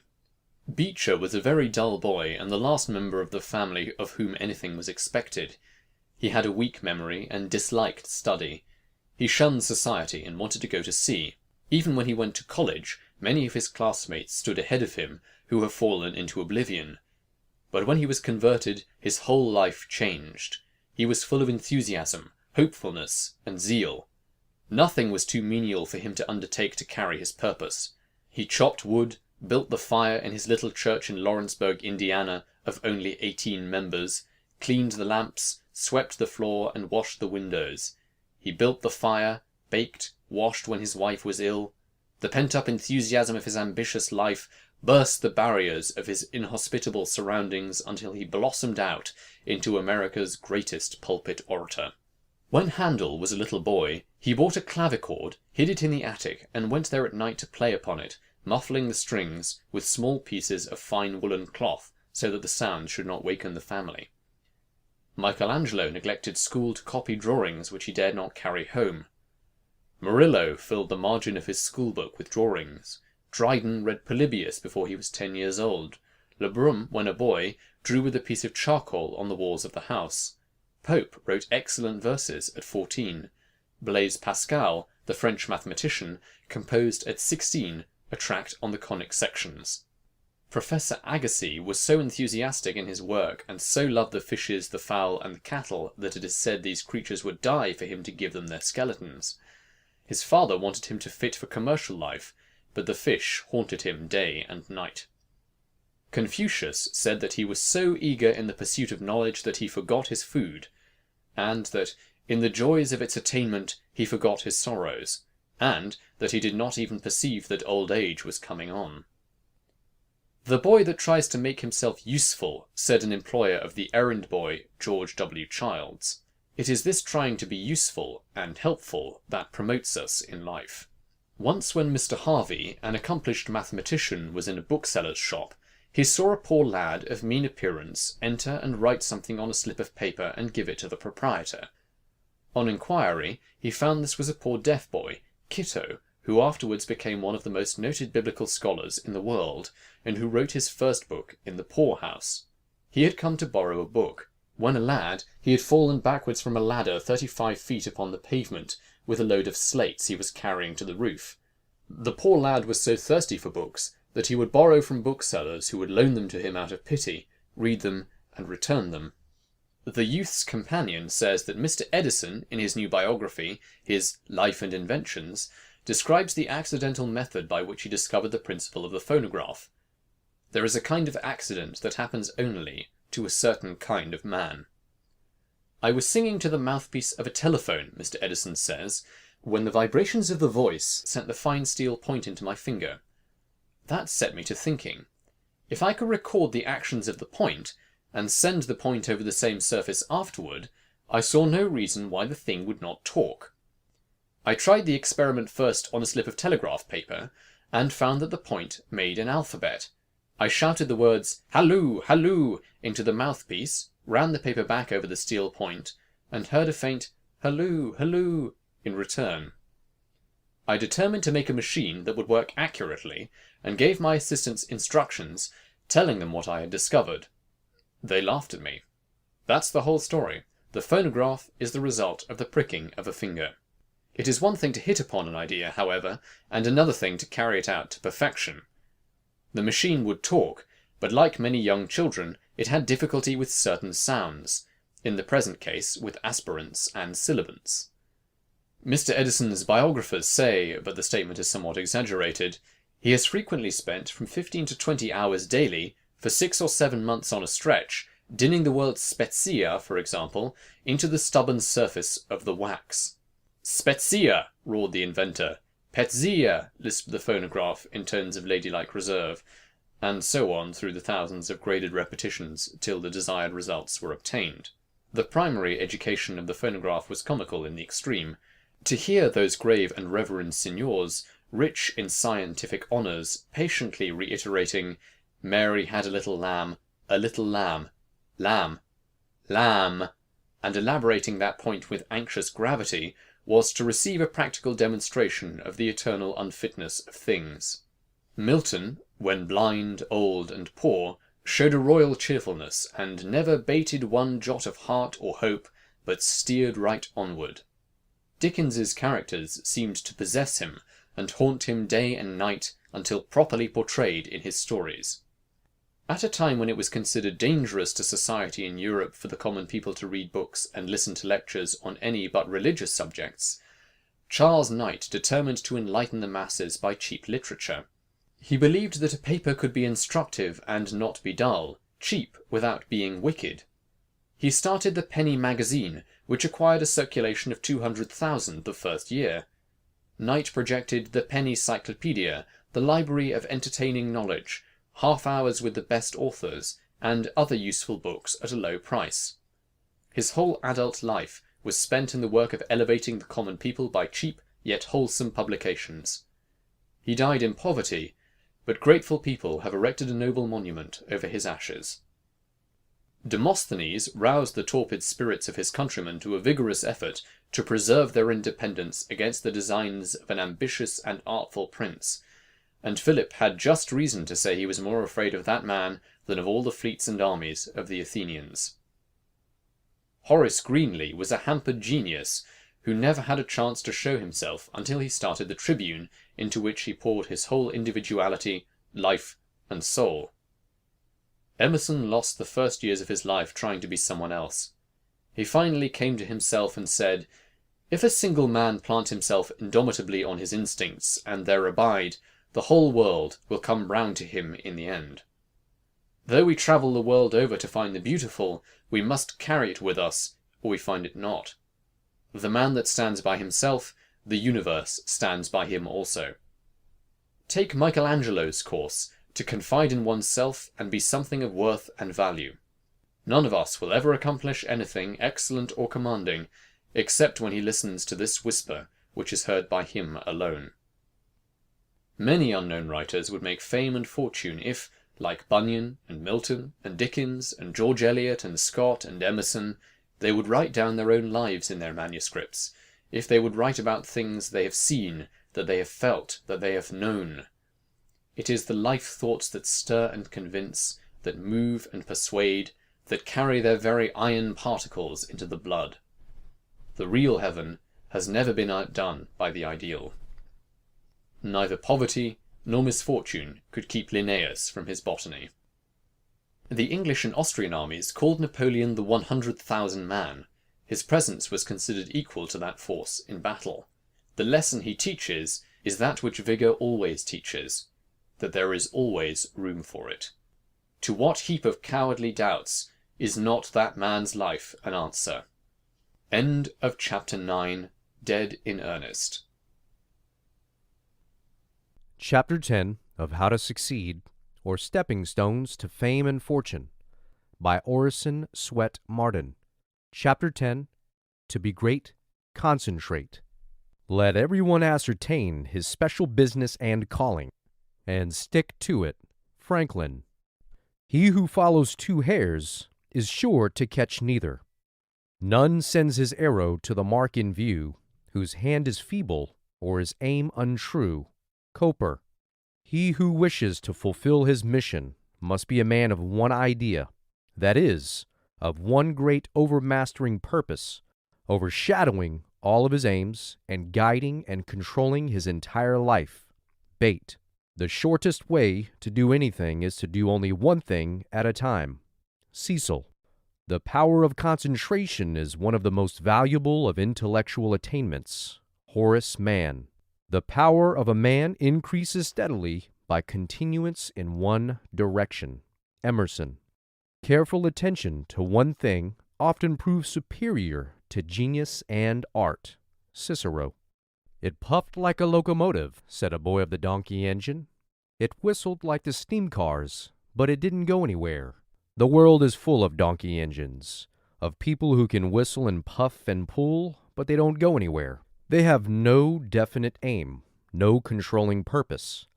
The great secret of Napoleon's power lay in his marvelous ability to concentrate his forces upon a single point. After finding the weak place in the enemy's ranks, he would mass his men and hurl them upon the enemy like an avalanche until he made a breach. What a lesson of the power of concentration there is in that man's life! He was such a master of himself that he could concentrate his powers upon the smallest detail as well as upon an empire. When Napoleon had anything to say, he always went straight to his mark. He had a purpose in everything he did. There was no dilly-dallying nor shilly-shallying. He knew what he wanted to say and said it. It was the same with all of his plans. What he wanted to do, he did. He always hit the bullseye. His great success in war was due largely to his definiteness of aim. He knew what he wanted to do and did it. He was like a great burning glass, concentrating the rays of the sun upon a single spot.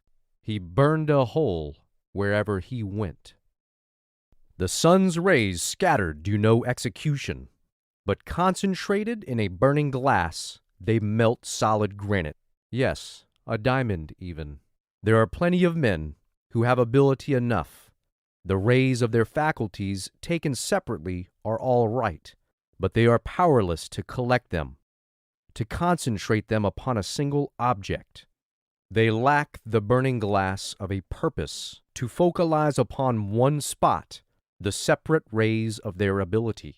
Versatile men, universal geniuses, are usually weak because they have no power to concentrate the rays of their ability, to focalize them upon one point until they burn a hole in whatever they undertake. This power to bring all of one's scattered forces into one focal point makes all the difference between success and failure.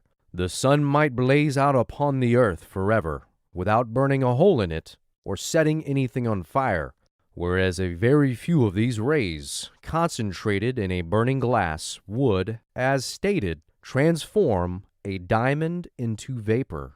Sir James Mackintosh was a man of marvelous ability. He excited in everybody who knew him great expectations, but there was no purpose in his life to act as a burning glass to collect the brilliant rays of his intellect, by which he might have dazzled the world. Most men have ability enough, if they could only focalize it into one grand, central, all-absorbing purpose to accomplish great things.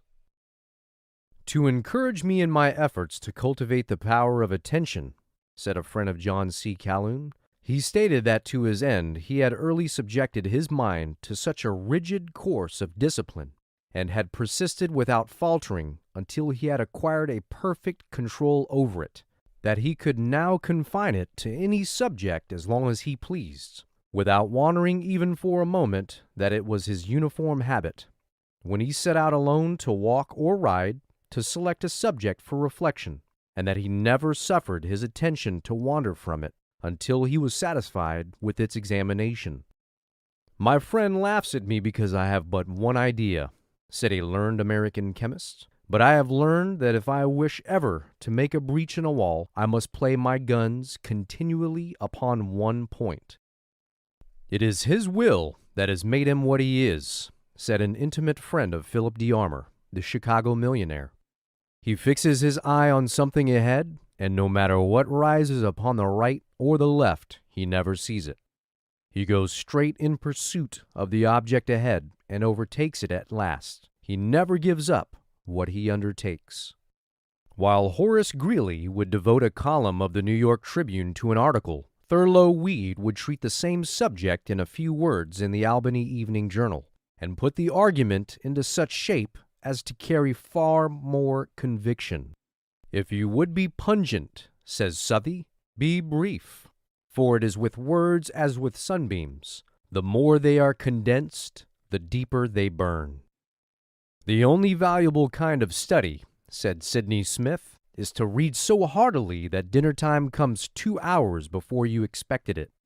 To sit with your Livy before you and hear the geese cackling that saved the Capitol, and to see with your own eyes the Carthaginian settlers gathering up the rings of the Roman knights after the battle of Cannae, and heaping them into bushels, and to be so intimately present at the actions you are reading of that when anybody knocks at the door it will take you 2 or 3 seconds to determine whether you are in your own study or on the plains of Lombardy, looking at Hannibal's weather-beaten face and admiring the splendor of his single eye. Never study on speculation, says Waters. All such study is vain. Form a plan, have an object, then work for it. Learn all you can about it, and you will be sure to succeed. What I mean by studying on speculation is that aimless learning of things because they may be useful some day, which is like the conduct of the woman who bought at auction a brass doorplate with the name of Thompson on it, thinking it might be useful some day.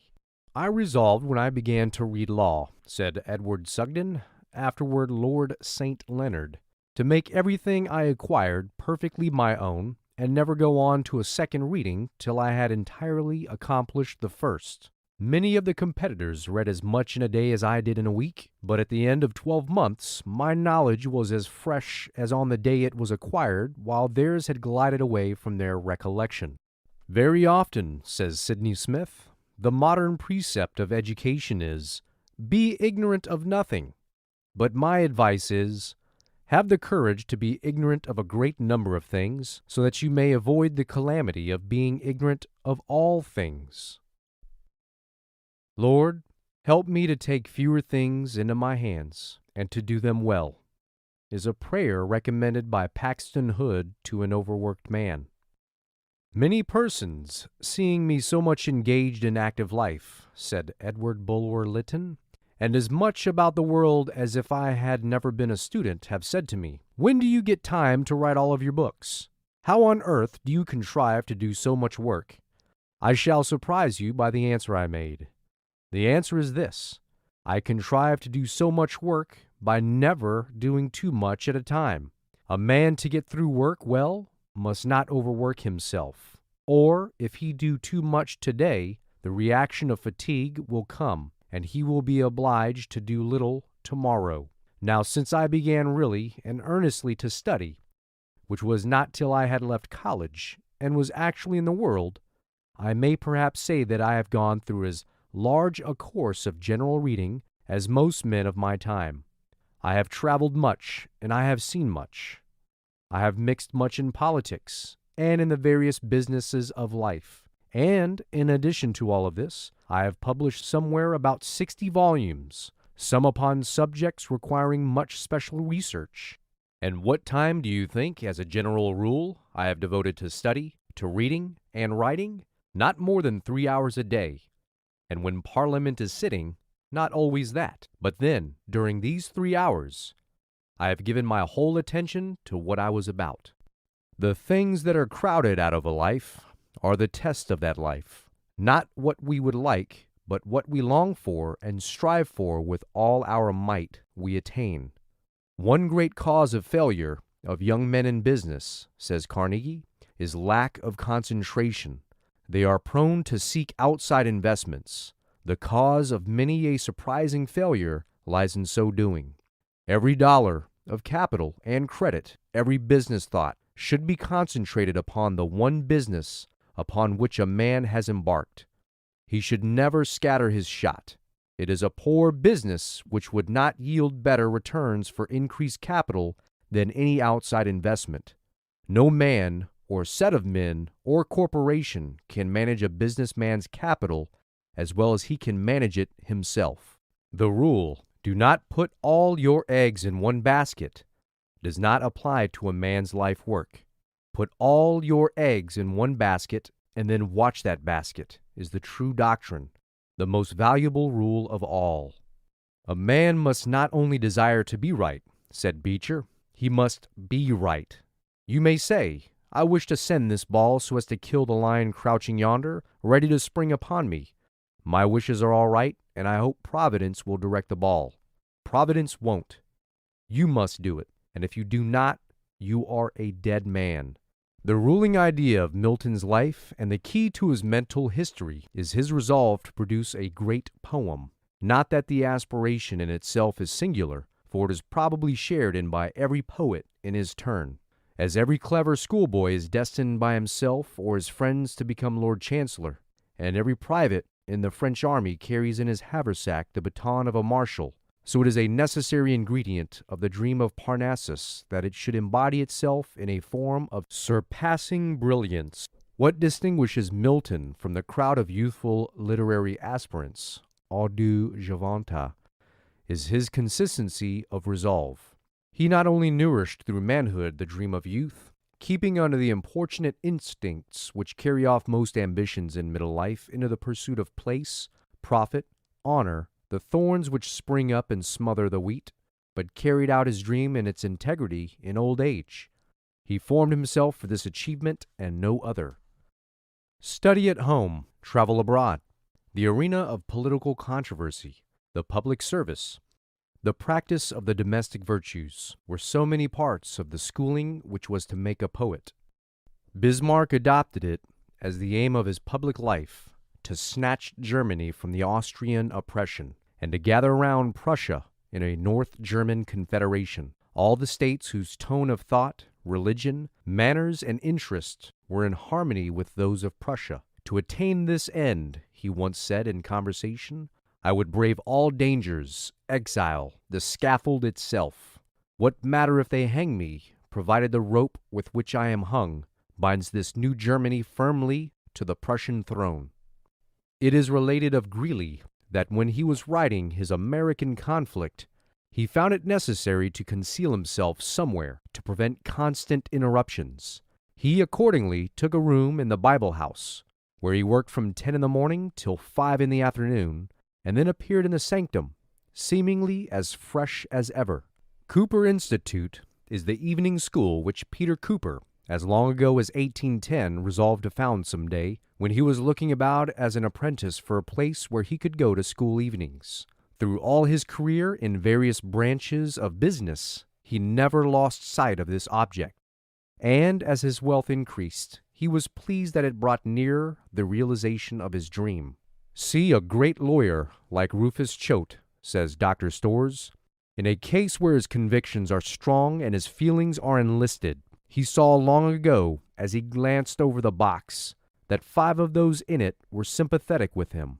As he went on, he became equally certain of 7. The number now has risen to 10, but 2 are still left whom he feels that he has not persuaded or mastered. Upon them he now concentrates his power, summing up the facts, setting forth anew and more forcibly the principles, urging upon them his view of the case with a more and more intense action of his mind upon theirs, until one only is left, like the blow of a hammer, continually repeated until the iron bar crumbles beneath it. His whole force comes with ceaseless percussion on that one mind till it has yielded, and accepts the conviction on which the pleader's purpose is fixed. Men say afterward, he surpassed himself. It was only because the singleness of his aim gave unity, intensity, and overpowering energy to the mind. The foreman of the jury, however, said Whipple, was a hard-hearted, practical man, a model of business intellect and integrity, but with an incapacity of understanding any intellect or conscience radically differing from his own. Mr. Choate's argument, as far as the facts in the law were concerned, were through in an hour. Still, he went on speaking. Hour after hour passed, and yet he continued to speak with constantly increasing eloquence, repeating and recapitulating without any seeming reason facts which he had already stated, and arguments which he had already urged. The truth was, as I gradually learned, that he was engaged in a hand-to-hand or rather in a brain-to-brain and a heart-to-heart contest with the foreman, whose resistance he was determined to break down, but who confronted him for 3 hours with defiance observable in every rigid line of his honest countenance. "You fool!" was the burden of the advocate's ingenious argument. "You rascal!" was the phrase legibly printed on the foreman's incredulous face. But at last the features of the foreman began to relax, and at the end the stern lines melted into acquiescence with the opinion of the advocate, who had been storming at the defenses of his mind, his heart, and his conscience for 5 hours, and had now entered as victor. The verdict was, "Not guilty."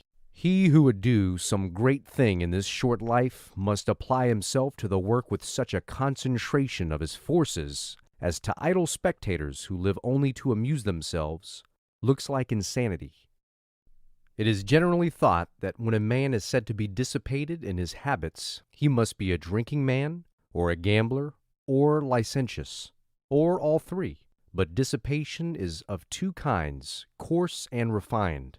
A man can dissipate or scatter all of his mental energies and physical power by indulging in too many respectable diversions, as easily as in habits of a viler nature.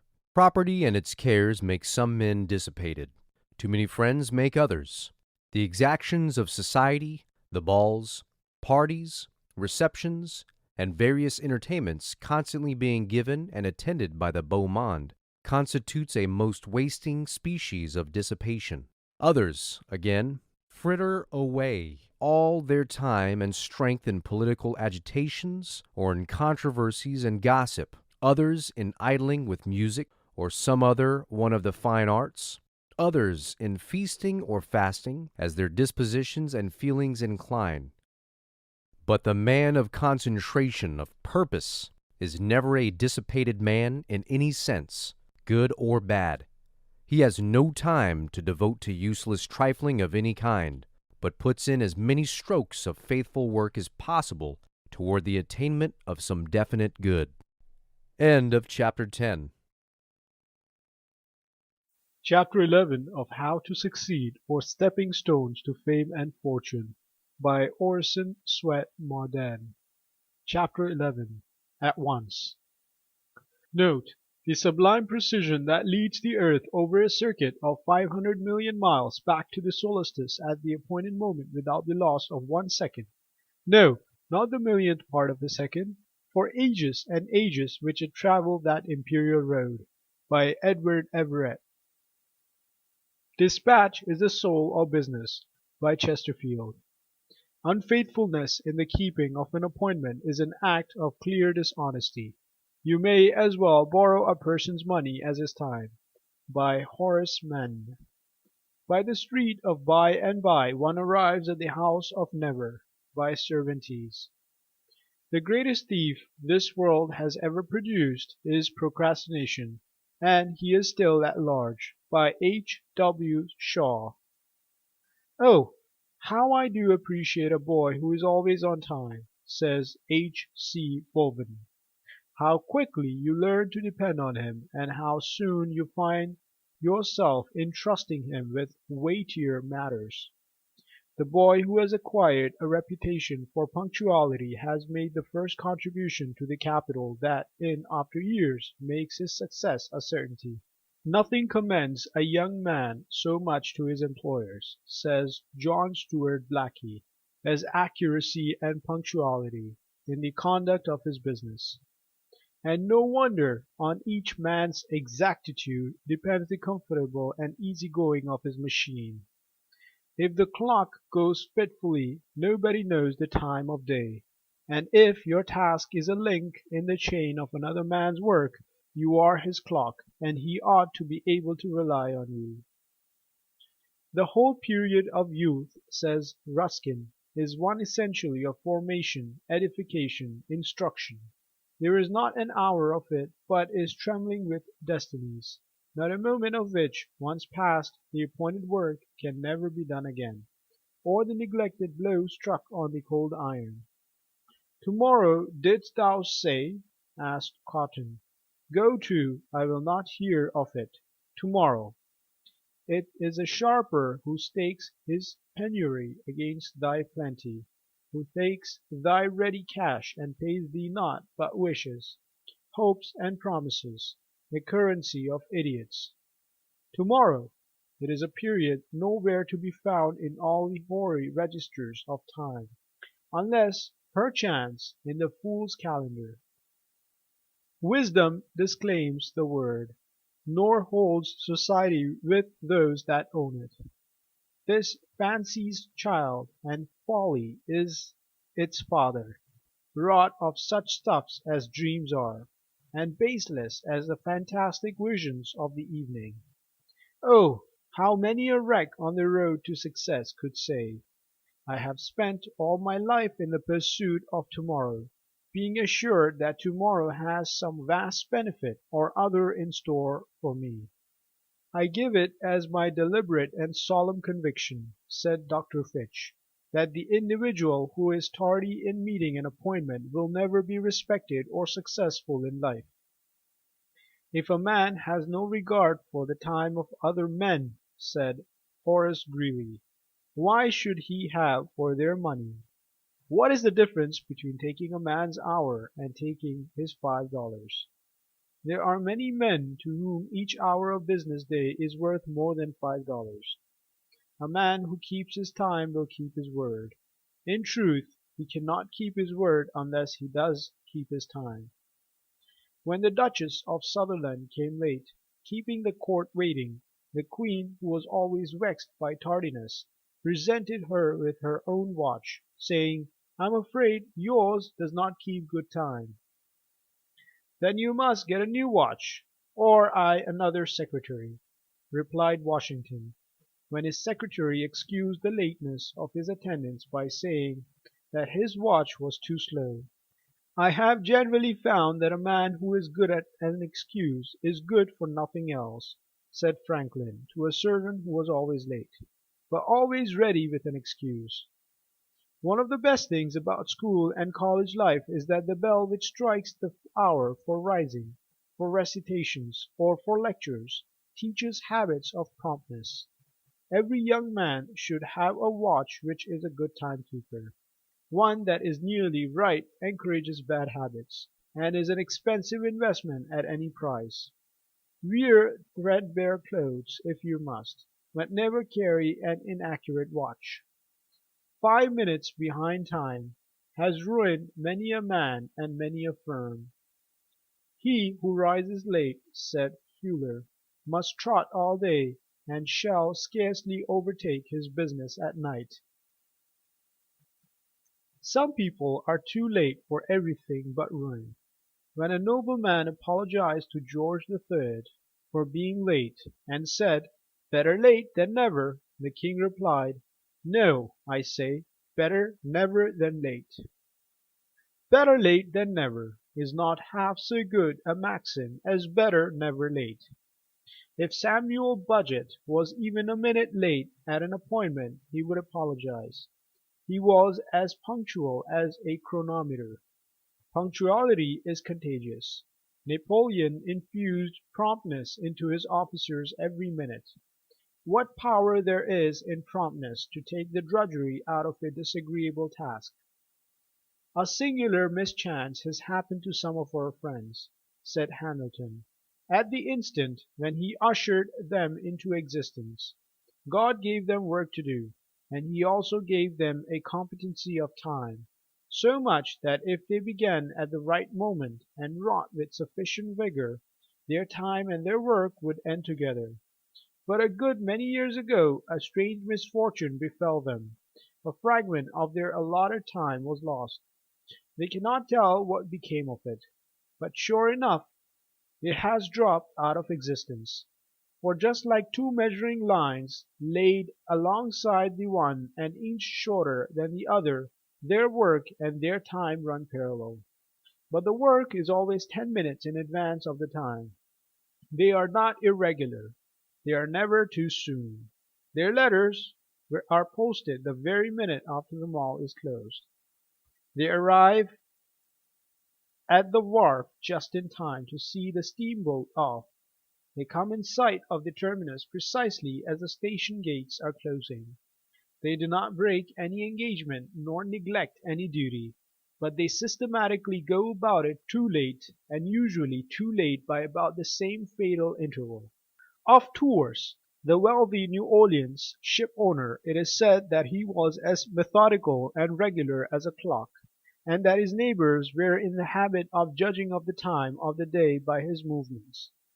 "How," asked the man of Sir Walter Raleigh, "do you accomplish so much and in so short a time?" "When I have anything to do, I go and do it," was the reply. The man who always acts promptly, even if he makes occasional mistakes, will succeed when a procrastinator will fail, even if he have a better judgment. When asked how he got through so much work, Lord Chesterfield replied, "Because I never put off till tomorrow what I can do today." Dewitt, pensionary of Holland, answered the same question. Nothing is more easy. Never do but one thing at a time, and never put off until tomorrow what can be done today. Walter Scott was a very punctual man. This was the secret of his enormous achievements. He made it a rule to answer all letters the day they were received. He rose at 5. By breakfast time he had broken the neck of the day's work, as he used to say. Writing to a youth who had obtained a situation and asked him for advice, he gave this counsel: "Beware of stumbling over a propensity which easily besets you from not having your time fully employed. I mean what the women call dawdling. Do instantly whatever is to be done, and take the hours of recreation after business, never before it." Frederick the Great had a maxim: "Time is the only treasure of which it is proper to be avaricious." Leibnitz declared that the loss of an hour is the loss of a part of life. Napoleon, who knew the value of time, remarked that it was the quarter hours that won battles. The value of minutes has been often recognized, and any person watching a railway clerk handing out tickets and change during the last few minutes available must have been struck with how much could be done in these short periods of time. At the appointed hour the train starts and by is carrying passengers at the rate of 60 miles an hour. In a second you are carried 29 yards. In 1/29th of a second you pass over 1 yard.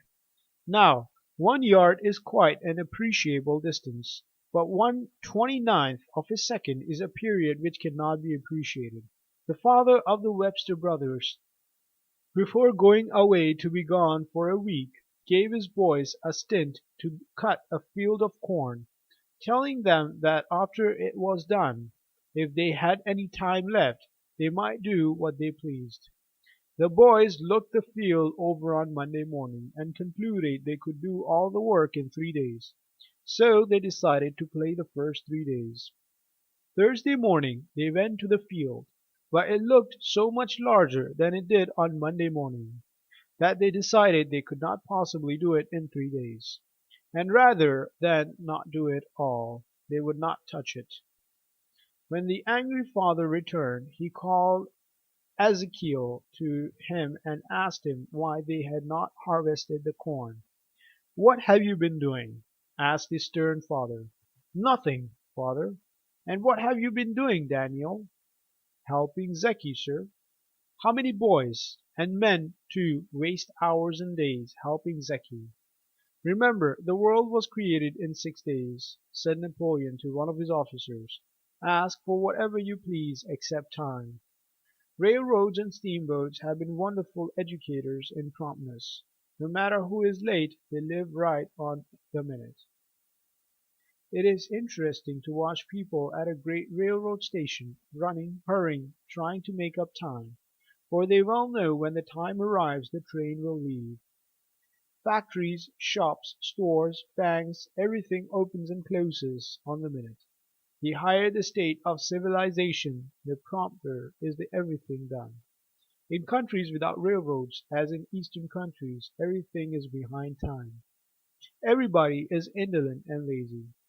The world knows that the prompt man's bills and notes will be paid on the day they were due, and will trust him. People will give him credit, for they know they can depend upon him. But lack of promptness will shake confidence almost as quickly as downright dishonesty. The man who has a habit of dawdling or listlessness will show it in everything he does.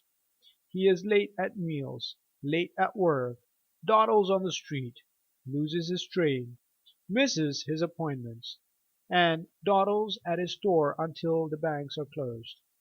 Everybody he meets suffers more or less from his malady, for dawdling becomes practically a disease. "You will never find time for anything," said Charles Buxton. "If you want time, you must make it." The best work we ever do is which we do now, and can never repeat. Too late is the curse of the unsuccessful who forget that one today is worth two tomorrows. Time accepts no sacrifice. It admits of neither redemption nor atonement. It is the true avenger. Your enemy may become your friend, your injurer may do you justice, but time is inexorable, and has no mercy. Then stay the present instant, dear Horatio, imprint the marks of wisdom on its wings. This of more worth than kingdoms, far more precious than all the crimson treasures of life's fountain. Oh, let it not elude thy grasp, but, like the good old patriarch upon record, hold the fleet angel fast until he bless thee. By Nathaniel Cotton. End of chapter 11. Chapter 12 of How to Succeed, or Stepping Stones to Fame and Fortune, by Orison Swett Marden. Chapter 12 Thoroughness. Doing well depends upon doing completely. Persian proverb. He who does well will always have patrons enough. Plautus. If a man can write a better book, preach a better sermon, or make a better mousetrap than his neighbor, though he build his house in the woods, the world will make a beaten path to his door. Emerson. I hate a thing done by halves. If it be right, do it boldly. If it be wrong, leave it undone. Gilpin. No two things differ more than hurry and dispatch. Hurry is the mark of a weak mind, dispatch of a strong one. Like a turnstile, he, the weak man, is in everybody's way, but stops nobody. He talks a great deal, but says very little, looks into everything, but sees nothing, and has 100 irons in the fire, but very few of them are hot, and with those few that are, he only burns his fingers. Colton. Make me as good a hammer as you know how, said a carpenter to the blacksmith in a New York village before the first railroad was built. 6 of us have come to work on the new church, and I've left mine at home. As good a one as I know how? Asked David Maydole doubtfully. But perhaps you don't want to pay for as good a one as I know how to make. Yes, I do, said the carpenter. I want a good hammer. It was indeed a good hammer that he received, the best, probably, that had ever been made. By means of a longer hole than usual, David had wedged the handle in its place, so that the head could not fly off, a wonderful improvement in the eyes of the carpenter, who boasted of his prize to his companions. They all came to the shop next day, and each ordered just such a hammer. When the contractor saw the tools, he ordered 2 for himself, asking that they be made a little better than those for his men. I can't make any better ones, said Maydole. When I make a thing, I make it as well as I can, no matter whom it is for. The storekeeper soon ordered 2 dozen, a supply unheard of in his previous business career. A New York dealer in tools came to the village to sell his wares, and bought all the storekeeper had, and left a standing order for all the blacksmith could make. David might have grown very wealthy by making goods of the standard already attained, but throughout his long and successful life he never ceased to study still further to perfect his hammers in the minutest detail.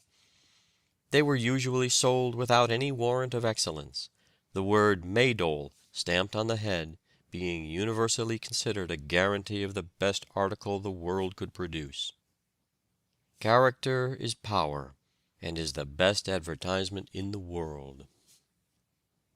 "Yes," said he one day to the late James Parton, who told this story, "I have made hammers in this little village for 28 years." "Well," replied the great historian, "by this time you ought to make a pretty good hammer." "No, I can't," was the reply. "I can't make a pretty good hammer. I make the best hammer that's made. My only care is to make a perfect hammer. If folks don't want to pay me what they're worth, they're welcome to buy cheaper ones somewhere else. My wants are few, and I'm ready any time to go back to my blacksmith's shop, where I worked 40 years ago, before I thought of making hammers. Then I had a boy to blow my bellows. Now I have 115 men. Do you see them over there watching the heads cook over the charcoal furnace, as your cook, if she knows what she is about, watches the chops broiling? Each of them is hammered out of a piece of iron, and is tempered under the inspection of an experienced man.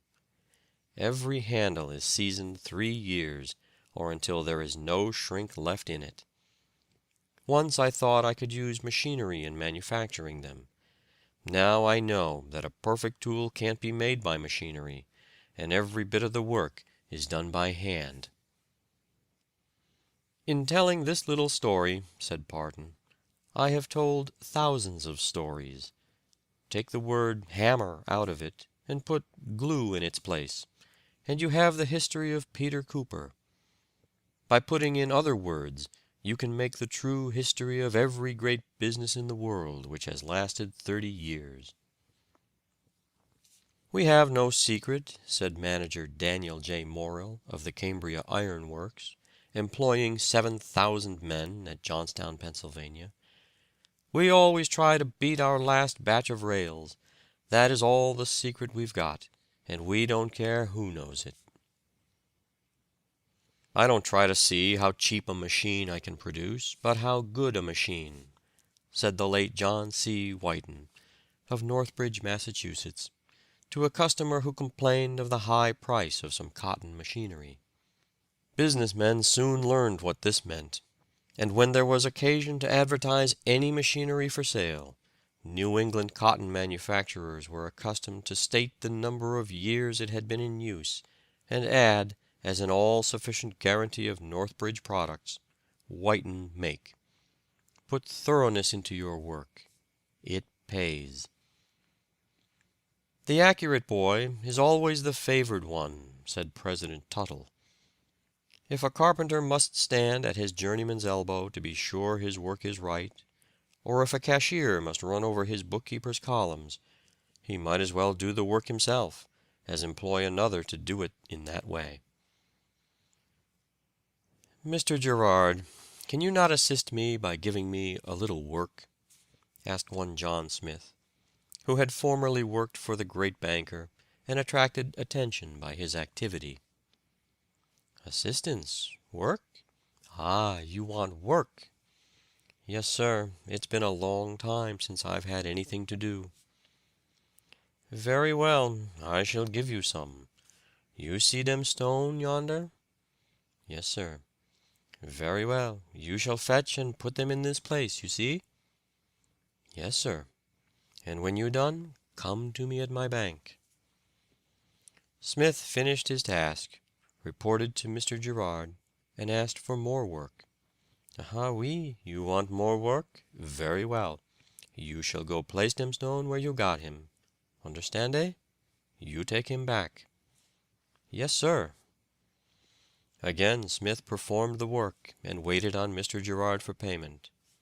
"Aha, you all finish?" "Yes, sir." "Very well. How much money shall I give you?" $1, sir." "That is honest. You take no advantage. There is your dollar." "Can I do anything else for you?" "Oui. Come here when you get up tomorrow. You shall have more work." Smith was punctual, but for the third time, and yet again for the fourth, he was ordered to "take dem stone back again." When he called for his pay, in the evening, Stephen Girard spoke very cordially. "Ah, Monsieur Smith, you shall be my man. You mind your business and do it. Ask no questions. You do not interfere. You got one wife?" "Yes, sir." "Ah, that is bad. One wife is bad. Any little chicks?" "Yes, sir, 5 living." "5, that is good. I like 5. I like you, Monsieur Smith. You like to work. You mind your business. Now I do something for your 5 little chicks. There. Take these 5 pieces of paper for your 5 little chicks. You shall work for them. You shall mind your own business, and your little chicks shall never want 5 more." In a few years Mr. Smith became one of the wealthiest and most respected merchants of Philadelphia. It is difficult to estimate the great influence upon a life of the early formed habit of doing everything to a finish, not leaving it half done, or pretty nearly done, but completely done. Nature finishes every little leaf, even to every little rib, its edges and stem, as exactly and perfectly as though it were the only leaf to be made that year. Even the flower that blooms in the mountain dell, where no human eye will ever behold it, is finished with the same perfection and exactness of form and outline, with the same delicate shade of color, with the same completeness of beauty, as though it was made for royalty in the Queen's garden. Perfection to the finish is a motto which every youth should adopt. "How did you attain such excellence in your profession?" was asked of Sir Joshua Reynolds. "By observing one simple rule, namely to make each picture the best," he replied. The discipline of being exact is uplifting. Progress is never more rapid than it is when we are studying to be accurate. The effort educates all the powers. Arthur Helps says, "I do not know that there is anything, except it be humility, which is so valuable as an incident of education as accuracy, and accuracy can be taught. Direct lies told to the world are as dust in the balance when weighed against the falsehoods of inaccuracy." Too many youths enter upon their business in a languid, half-hearted way, and do their work in a slipshod manner. The consequence is that they inspire neither admiration nor confidence on the part of their superiors, and cut off almost every chance of success.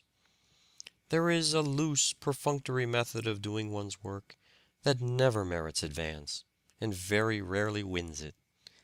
Instead of buckling to their task with all the force they possess, they merely touch it with the tips of their fingers, their rule apparently being the maximum of ease with the minimum of work. The principle of Strafford, the great minister of Charles I, is indicated by his motto, the one word, thorough. It was said of King Hezekiah, "In every work that he began, he did it with all his heart, and prospered." The stone cutter goes to work on a stone, and most patiently shapes it. He carves that bit of fern, putting all his skill and taste into it. And by the master says, "Well done," and takes it away, and gives him another block, and tells him to work on that. And so he works on that from the rising of the sun till the going down of the same, and he only knows that he is earning his bread. And he continues to put all his skill and taste into his work.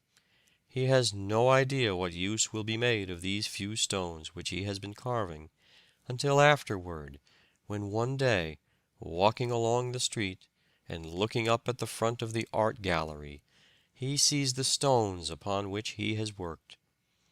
He did not know what they were for, but the architect did. And as he stands looking at his work on that structure, which is the beauty of the whole street, he says, "I am glad I did it well." And every day as he passes that way, he says to himself exultingly, "I did it well." He did not draw the design, nor plan the building, and he knew nothing of what use was to be made of his work. But he took pains in cutting those stems, and when he saw that they were part of that magnificent structure, his soul rejoiced. Work that is not finished is not work at all. It is merely a botch. We often see this defect of incompleteness in a child, which increases in youth. All about the house, everywhere, there are half-finished things. It is true that children often become tired of things which they begin with enthusiasm. But there is a great difference in children about finishing what they undertake. A boy, for instance, will start out in the morning with great enthusiasm to dig his garden over. But after a few minutes, his enthusiasm has evaporated, and he wants to go fishing. He soon becomes tired of this, and thinks he will make a boat. No sooner does he get a saw and knife and a few pieces of board about him, than he makes up his mind that really what he wanted to do, after all, was to play ball, and this, in turn, must give way to something else. One watch, set right, will do to set many by, but, on the other hand, one that goes wrong may be the means of misleading a whole neighborhood. The same may be said of the example we individually set to those around us. "Whatever I have tried to do in life," said Dickens, "I have tried with all my heart to do well. What I have devoted myself to, I have devoted myself to completely." It is no disgrace to be a shoemaker, but it is a disgrace for a shoemaker to make bad shoes.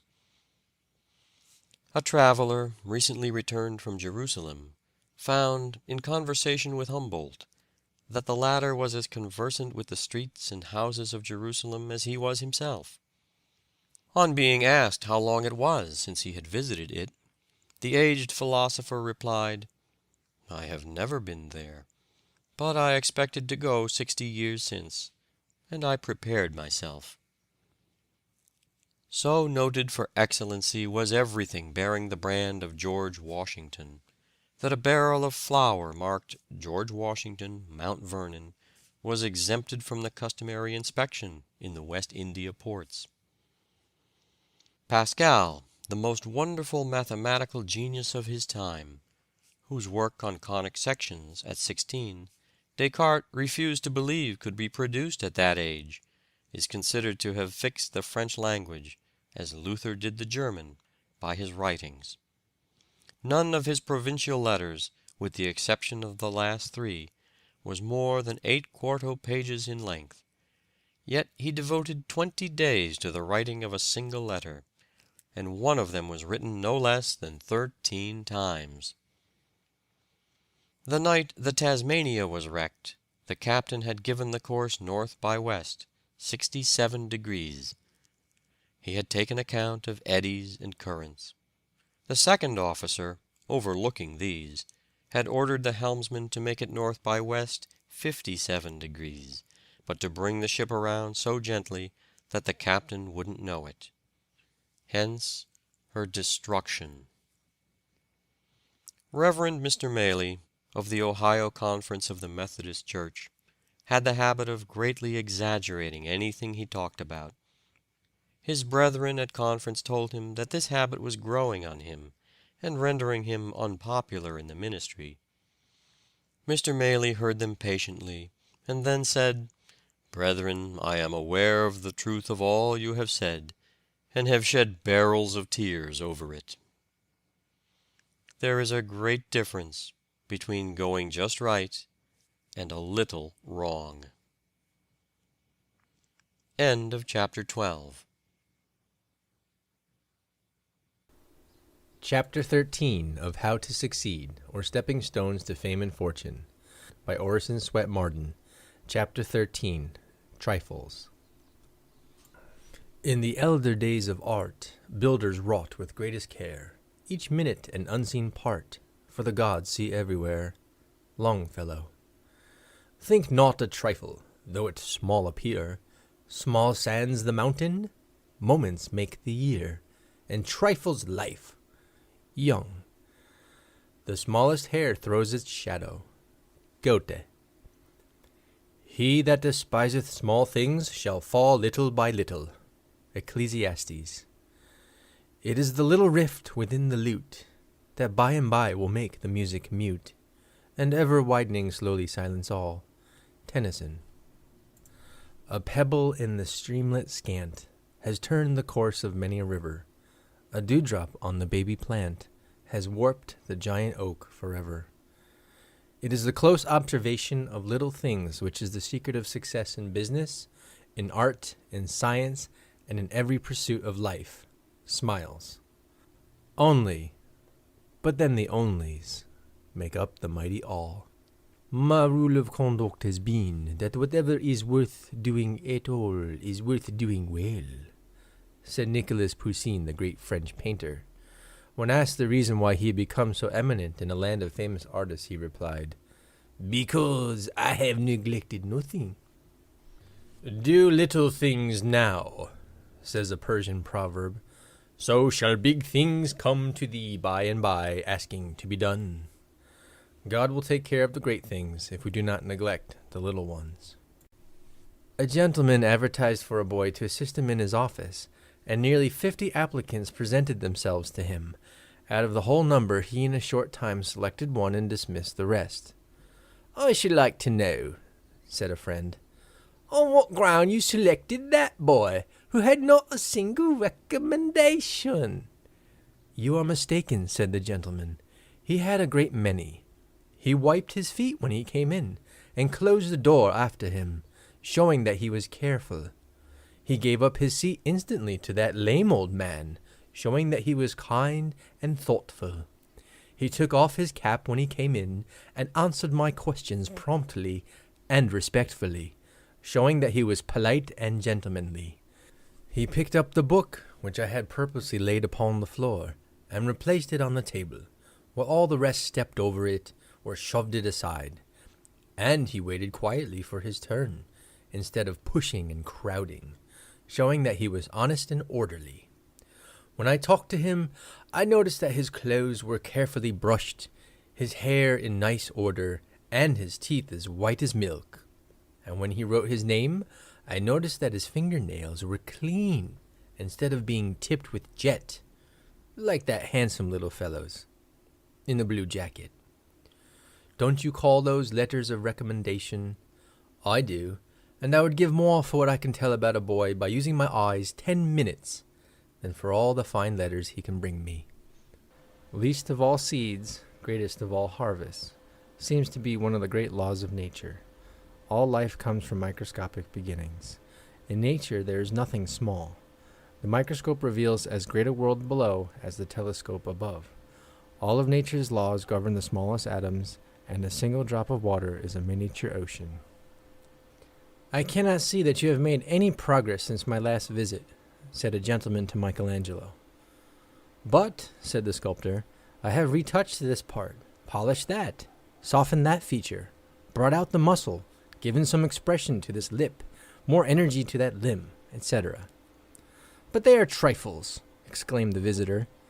It may be so, replied the great artist, but trifles make perfection, and perfection is no trifle.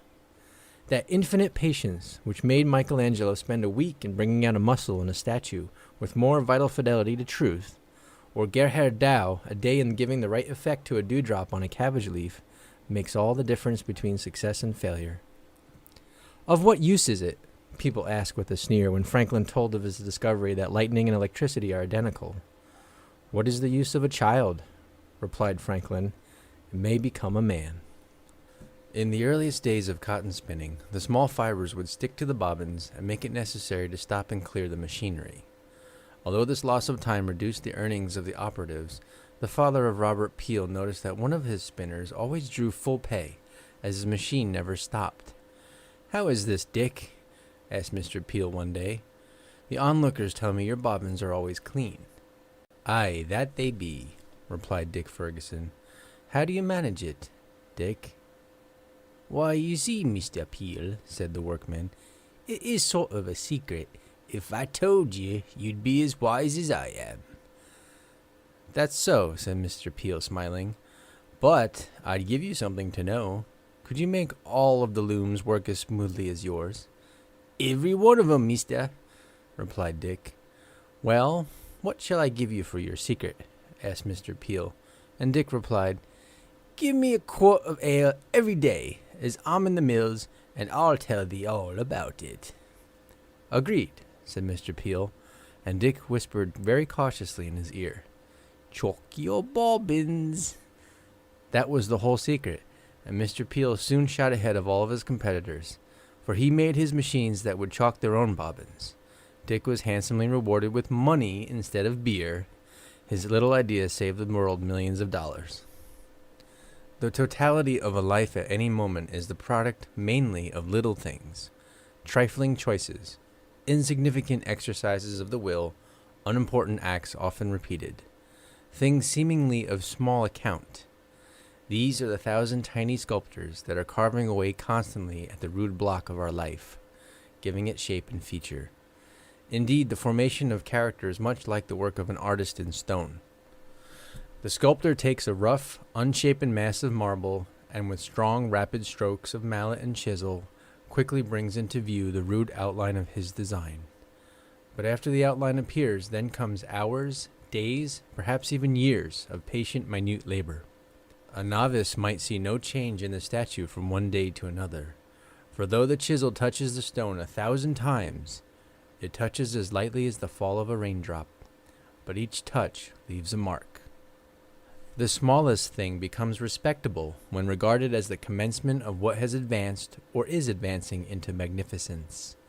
The crude settlement of Romulus would have remained an insignificant circumstance and might have justly sunk into oblivion if Rome had not at length commanded the world.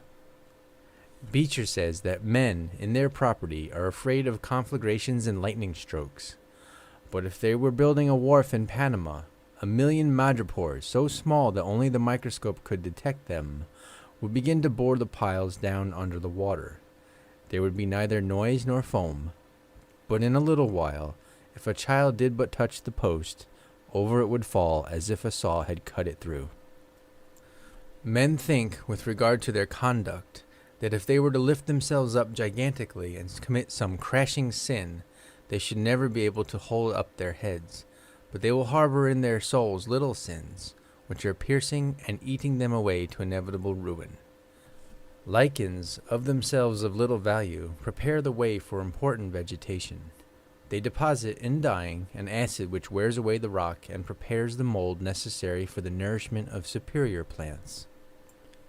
It was but a tiny rivulet trickling down the embankment that started the terrible Johnstown flood and swept thousands into eternity. One noble heroic act has elevated a nation. Franklin's whole career was changed by a torn copy of Cotton Mather's essays to do good. Taking up a stone to throw at a turtle was the turning point in Theodore Parker's life. As he raised the stone, something within him said, "Don't do it." And he didn't. He went home and asked his mother what it was in him that said, "Don't." She told him it was conscience. Small things become great when a great soul sees them. A child, when asked why a certain tree grew crooked, answered, "Somebody trod upon it when it was a little fellow." By gnawing through a dike, even a rat may drown a nation. A little boy in Holland saw water trickling from a small hole near the bottom of a dike. He realized that the leak would rapidly become larger if the water was not checked, so he held his hand over the hole for hours on a dark and dismal night until he could attract the attention of passers-by. His name is still held in grateful remembrance in Holland. We may tell which way the wind blew before the deluge by marking the ripple and cupping of the rain in the petrified sand now preserved forever. We tell the very path by which gigantic creatures, whom man never saw, walked to the river's edge to find their food. The tears of Virgilia and Volumnia saved Rome from the Volscians, when nothing else could move the vengeful heart of Coriolanus. Not even Helen of Troy, it is said, was beautiful enough to spare the tip of her nose, and if Cleopatra's had been an inch shorter, Mark Antony would never have become infatuated with her wonderful charms, and the blemish would have changed the history of the world. Anne Boleyn's fascinating smile split the great Church of Rome in twain, and gave a nation an altered destiny. Napoleon, who feared not to attack the proudest monarchs in their capitals, shrank from the political influence of one independent woman in private life, Madame de Staël. It was a little thing for a cow to kick over a lantern left in a shanty, but it laid Chicago in ashes, and rendered homeless 100,000 people. The discovery of glass was due to a mere accident, the building of a fire on the sand. And the bayonet, first made at Bayonne in France, owes its existence to the fact that a Basque regiment, being hard-pressed by the enemy, one of the soldiers suggested that, as their ammunition was exhausted, they should fix their long knives into the barrels of their muskets, which was done, and the first bayonet charge was made. A jest led to a war between two great nations. The presence of a comma in a deed lost to the owner of an estate $5,000 a month for 8 months. The Battle of Corunna was fought and Sir John Moore's life sacrificed in 1809 through a dragoon stopping to drink while bearing dispatches. "You do no work," said the scissors to the rivet. "Where would your work be," said the rivet to the scissors, "if I didn't keep you together?" Every day is a little life, and our whole life but a day repeated. Those that dare lose a day are dangerously prodigal, those that dare misspend it desperate. What is the happiness of your life made up of? Little courtesies, little kindnesses, pleasant words, genial smiles, a friendly letter, good wishes, and good deeds. 1 in a million, once in a lifetime, may do a heroic action. We call the large majority of human lives obscure, presumptuous that we are. How know we what lives a single thought retained from the dust of nameless graves may have lighted to renown? End of chapter 13. Chapter 14 of How to Succeed, or Stepping Stones to Fame and Fortune, by Orison, Swett, Marden. Chapter 14. Courage. Quit yourselves like men. 1 Samuel 4:9. Cowards have no luck. Elizabeth Kuhlman. He has not learned the lesson of life who does not every day surmount a fear. Emerson.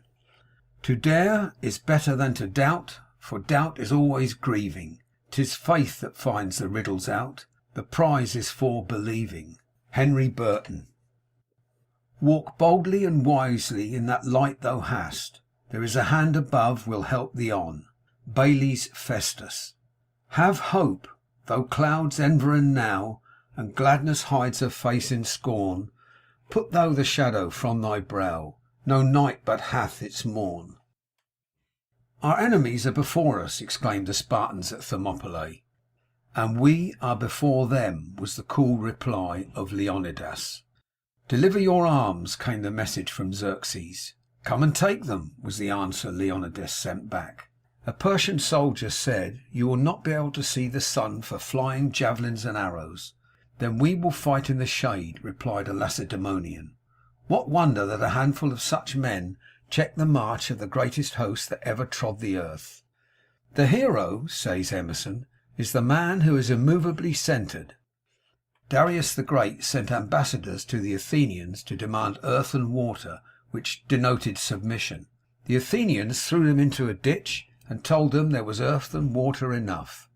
Bring back the colours, shouted a captain at the Battle of the Alma, when an ensign maintained his ground in front, although the men were retreating.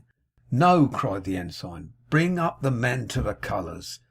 To dare and again to dare, and without end to dare, was Danton's noble defiance to the enemies of France. Shakespeare says, "He is not worthy of the honeycomb that shuns the hives because the bees have stings." "It is a bad omen," said Eric the Red, when his horse slipped and fell on the way to his ship, moored on the coast of Greenland, in readiness for a voyage of discovery. "Ill fortune would be mine should I dare venture now upon the sea." So he returned to his house, but his young son, Leif, decided to go, and with a crew of 35 men sailed southward in search of the unknown shore upon which Captain Bjarni had been driven by a storm while sailing in another Viking ship 2 or 3 years before. The first land that they saw was probably Labrador, a barren, rugged plain. Leif called this country Helluland, or the land of flat stones. Sailing onward many days, he came to a low level coast thickly covered with woods, on account of which he called the country Markland, probably the modern Nova Scotia. Sailing onward, they came to an island which they named Vinland, on account of the abundance of delicious wild grapes in the woods. This was in the year 1000. Here is where the city of Newport, R.I., stands. They spent many months, and then returned to Greenland with their vessel loaded with grapes and strange kinds of wood. The voyage was successful, and no doubt Eric was sorry he had been frightened by the bad omen. Not every vessel that sails from Tashish will bring back the gold of Ophir, but shall it therefore rot in the harbour? No, give its sails to the wind. Men who have dared have moved the world, often before reaching the prime of life. It is astonishing what daring to begin and perseverance have enabled even youths to achieve. Alexander, who ascended the throne at 20, had conquered the whole known world before dying at 33.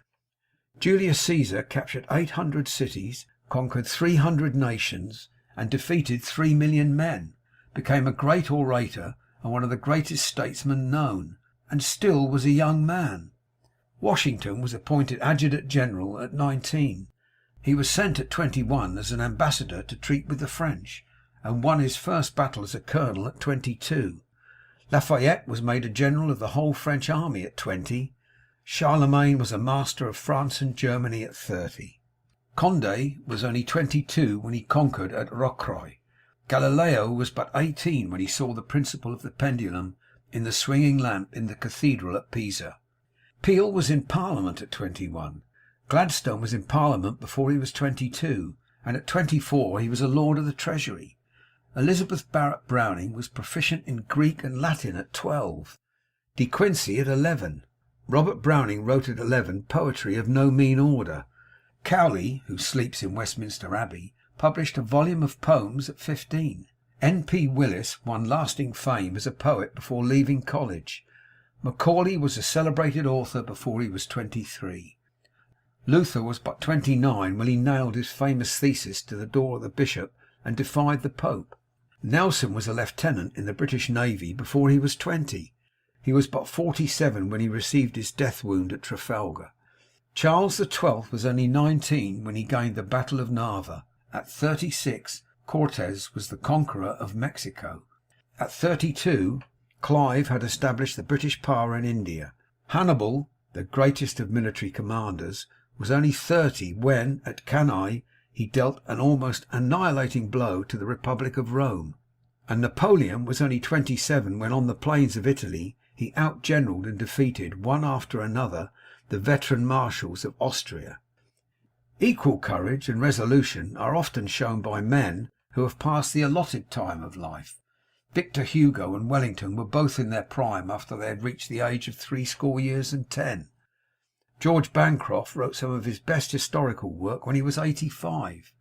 Gladstone ruled England with a strong hand at 84, and was a marvel of literary and scholarly ability. "Your Grace has not the organ of animal courage largely developed," said a phrenologist who was examining Wellington's head. "You are right," replied the Iron Duke, "and but for my sense of duty I should have retreated in my first fight. That first fight on an Indian field was one of the most terrible on record." Grant never knew when he was beaten. When told that he was surrounded by the enemy at Belmont, he quietly replied, "Well then, we must cut our way out." When General Jackson was a judge and was holding a court in a small settlement, a border ruffian, a murderer and a desperado, came into the courtroom with brutal violence and interrupted the court. The judge ordered him to be arrested. The officer did not dare approach him. "Call a posse," said the judge, "and arrest him." But they also shrank with fear from the ruffian. "Call me then," said Jackson. "This court is adjourned for 5 minutes." He left the bench, walked straight up to the man, and with his eagle eye actually cowed the ruffian, who dropped his weapons, afterwards saying, "There was something in his eye I could not resist." Lincoln never shrank from espousing an unpopular cause when he believed it to be right. At the time when it almost cost a young lawyer his bread and butter to defend the fugitive slave, and when other lawyers had refused, Lincoln would always plead the cause of the unfortunate whenever an opportunity presented. "Go to Lincoln," people would say, when these bounded fugitives were seeking protection. "He's not afraid of any cause if it's right." Abraham Lincoln's boyhood was one long struggle with poverty, with little education and no influential friends. When at last he had begun the practice of law, it required no little daring to cast his fortune with the weaker side in politics, and thus imperil what small reputation he had gained. Only the most sublime moral courage could have sustained him as president to hold his ground against hostile criticism and a long train of disaster, to issue the Emancipation Proclamation, support Grant and Stanton against the clamour of the politicians and the press, and through it all to do the right as God gave him to see the right. Doubt indulged becomes doubt realized. To determine to do anything is half the battle. To think a thing is impossible is to make it so. Courage is victory. Timidity is defeat. Don't waste time dreaming of obstacles you may never encounter, or in crossing bridges you have not reached. Don't fool with the nettle. Grasp with firmness if you would rob it of its sting. To half will and to hang forever in the balance is to lose your grip on life. Execute your resolutions immediately. Thoughts are but dreams till their effects be tried. Does competition trouble you? Work away. What is your competitor but a man? Conquer your place in the world, for all things serve a brave soul. Combat difficulty manfully. Sustain misfortune bravely. Endure poverty nobly. Encounter disappointment courageously. The influence of the brave man is a magnetism which creates an epidemic of noble zeal in all about him. Every day sends to the grave obscure men, who have only remained in obscurity because their timidity has prevented them from making a first effort, and who, if they could have been induced to begin, would in all probability have gone to great lengths in the career of usefulness and fame. No great deed is done, says George Eliot, by falterers who ask for certainty. A mouse that dwelt near the abode of a great magician was kept in such constant distress by its fear of a cat, that the magician, taking pity on it, turned it into a cat itself. Immediately it began to suffer from its fear of a dog, so the magician turned it into a dog. Then it began to suffer from fear of a tiger, and the magician turned it into a tiger. Then it began to suffer from its fear of huntsmen, and the magician, in disgust, said, "Be a mouse again. As you have only the heart of a mouse, it is impossible to help you by giving you the body of a nobler animal." And the poor creature again became a mouse. Young Commodore Oliver H. Perry, not 28 years old, was entrusted with the plan to gain control of Lake Erie. With great energy Perry directed the construction of 9 ships carrying 54 guns, and conquered Commodore Barclay, a veteran of European navies, with 6 vessels carrying 63 guns. Perry had no experience in naval battles before this. To believe a business impossible is the way to make it so. Feasible projects often miscarry through despondency, and are strangled at birth by a cowardly imagination. A ship on a lee shore stands out to sea to escape shipwreck. Shrink and you will be despised. One of Napoleon's drummer boys won the Battle of Arcola. Napoleon's little army of 14,000 men had fought 50,000 Austrians for 72 hours. The Austrians' position enabled them to sweep the bridge of Arcola, which the French had gained and which they must hold to win the battle.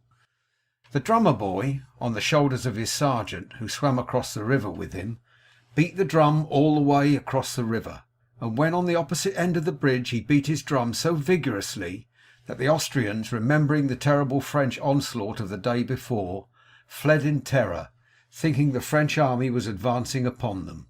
Napoleon dated his great confidence in himself from this drum. The boy's heroic act was represented in stone on the front of the Pantheon of Paris. 2 days before the Battle of Jena, Napoleon said, "My lads, you must not fear death.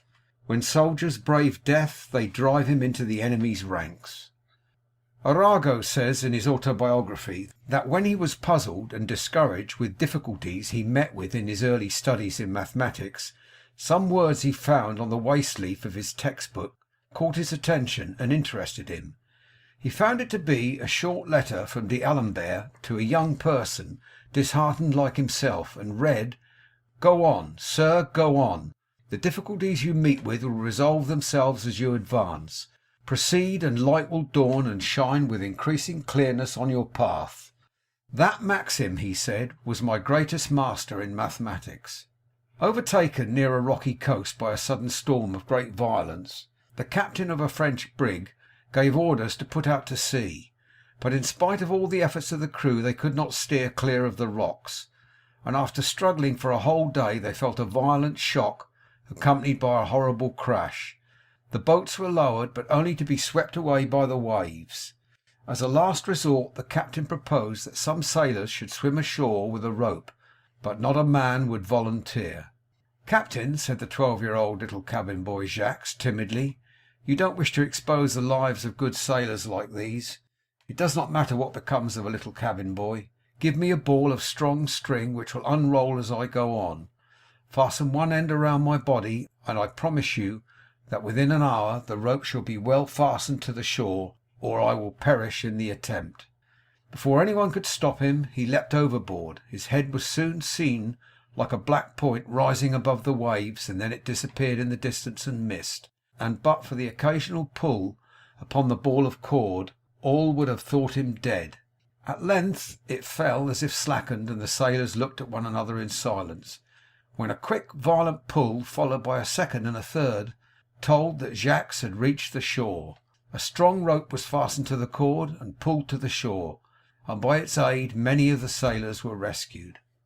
In 1833 Miss Prudence Crandall, a Quaker schoolmistress of Canterbury, Con, opened her school to negro children as well as to whites.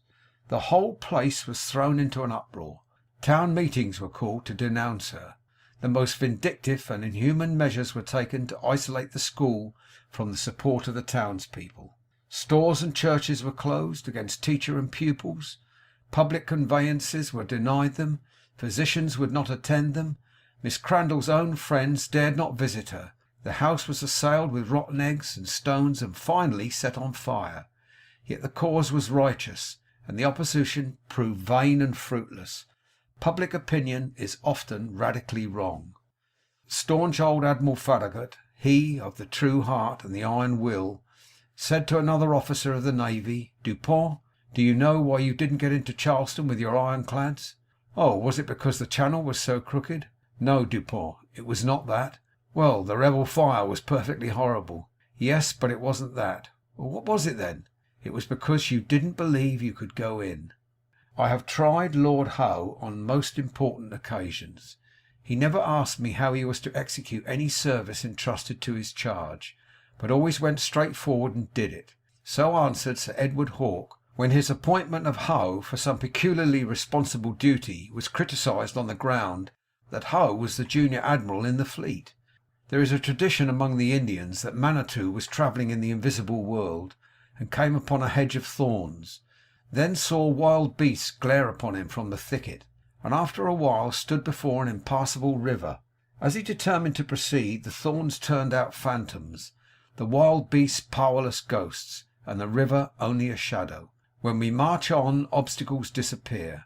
Many distinguished foreign and American statesmen were present at a fashionable dinner party where wine was freely poured, but Schuyler Colfax, then Vice President of the United States, declined to drink from a proffered cup. "Colfax does not drink?" sneered a senator who had already taken too much. "You are right," said the Vice President. "I dare not." A Western party recently invited the surviving Union and Confederate officers to give account of the bravest act observed by each during the Civil War. Colonel Thomas W. Higginson said that at a dinner at Beaufort, SC, where wine flowed freely and ribald jests were bandied. Dr. Minor, a slight boyish fellow who did not drink, was told that he could not go until he had drunk a toast, told a story, or sung a song. He replied, "I cannot sing, but I will give a toast, although I must drink it in water. It is Our Mothers." The men were so affected and ashamed that some took him by the hand and thanked him for displaying courage greater than that required to walk up to the mouth of a cannon. When Grant was in Houston several years ago, he was given a rousing reception. Naturally hospitable and naturally inclined to like a man of Grant's make-up, the Houstonites determined to go beyond any other southern city in the way of a banquet and other manifestations of their goodwill and hospitality. They made great preparations for the dinner, the committee taking great pains to have the finest wines that could be procured for the table at night. When the time came to serve the wine, the head waiter first went to Grant. Without a word, the general quietly turned down all the glasses at his plate. This movement was a great surprise to the Texans, but they were equal to the occasion. Without a single word being spoken, every man along the line of the long tables turned his glasses down, and there was not a drop of wine taken that night. Don't be like Uriah Heep, begging everybody's pardon for taking the liberty of being in the world. There is nothing attractive in timidity, nothing lovable in fear. Both are deformities and are repulsive. Manly courage is dignified and graceful. The worst manners in the world are those of persons conscious of being beneath their position and trying to conceal it or make up for it by style. It takes courage for a young man to stand firmly erect while others are bowing and fawning for praise and power. It takes courage to wear threadbare clothes while your comrades dress in broadcloth. It takes courage to remain in honest poverty when others grow rich by fraud. It takes courage to say no squarely when those around you say yes. It takes courage to do your duty in silence and obscurity while others prosper and grow famous, although neglecting sacred obligations. It takes courage to unmask your true self, to show your blemishes to a condemning world, and to pass for what you really are. Chapter 15 of How to Succeed, or Stepping Stones to Fame and Fortune, by Orison, Swett, Marden. Chapter 15 Willpower. In the moral world there is nothing impossible if we can bring a thorough will to do it. Wilhelm von Humboldt. It is firmness that makes the gods on our side. Voltaire. Stand firm, don't flutter. Franklin. People do not lack strength, they lack will. Victor Hugo. Perpetual pushing and assurance put a difficulty out of countenance and make a seeming difficulty give way. Jeremy Collier. When a firm, decisive spirit is recognized, it is curious to see how the space clears around a man and leaves him room and freedom. John Foster. Do you know, asked Balzac's father, that in literature a man must be either a king or a beggar? Very well, replied his son, I will be a king. After 10 years of struggle with hardship and poverty, he won success as an author. Why do you repair that magistrate's bench with such great care? Asked a bystander of a carpenter who was taking unusual pains. Because I wish to make it easy against the time when I come to sit on it myself, replied the other. He did sit on that bench as a magistrate a few years later. I will be a Marshal of France and a great general, exclaimed a young French officer as he paced the room with hands tightly clenched. He became a successful general and a Marshal of France. There is so much power in faith, says Bulwer, even when faith is applied but to things human and earthly, that let a man but be firmly persuaded that he is born to do some day what at the moment seems impossible, and it is 50 to 1 but what he does it before he dies. There is about as much chance of idleness and incapacity winning real success, or a high position in life, as there would be in producing a Paradise Lost by shaking up promiscuously the separate words of Webster's dictionary and letting them fall at random on the floor. Fortune smiles upon those who roll up their sleeves and put their shoulders to the wheel, upon men who are not afraid of dreary, dry, irksome drudgery, men of nerve and grit who do not turn aside for dirt and detail. "Is there one whom difficulties dishearten?" asked John Hunter. "He will do little. Is there one who will conquer? That kind of man never fails." "Circumstances," says Milton, "have rarely favored famous men. They have fought their way to triumph through all sorts of opposing obstacles." "We have a half belief," said Emerson, "that the person is possible who can counterpoise all other persons. We believe that there may be a man who is a match for events, one who never found his match, against whom other men being dashed are broken, one who can give you any odds and beat you. The simple truth is that a will strong enough to keep a man continually striving for things not wholly beyond his powers will carry him in time very far toward his chosen goal."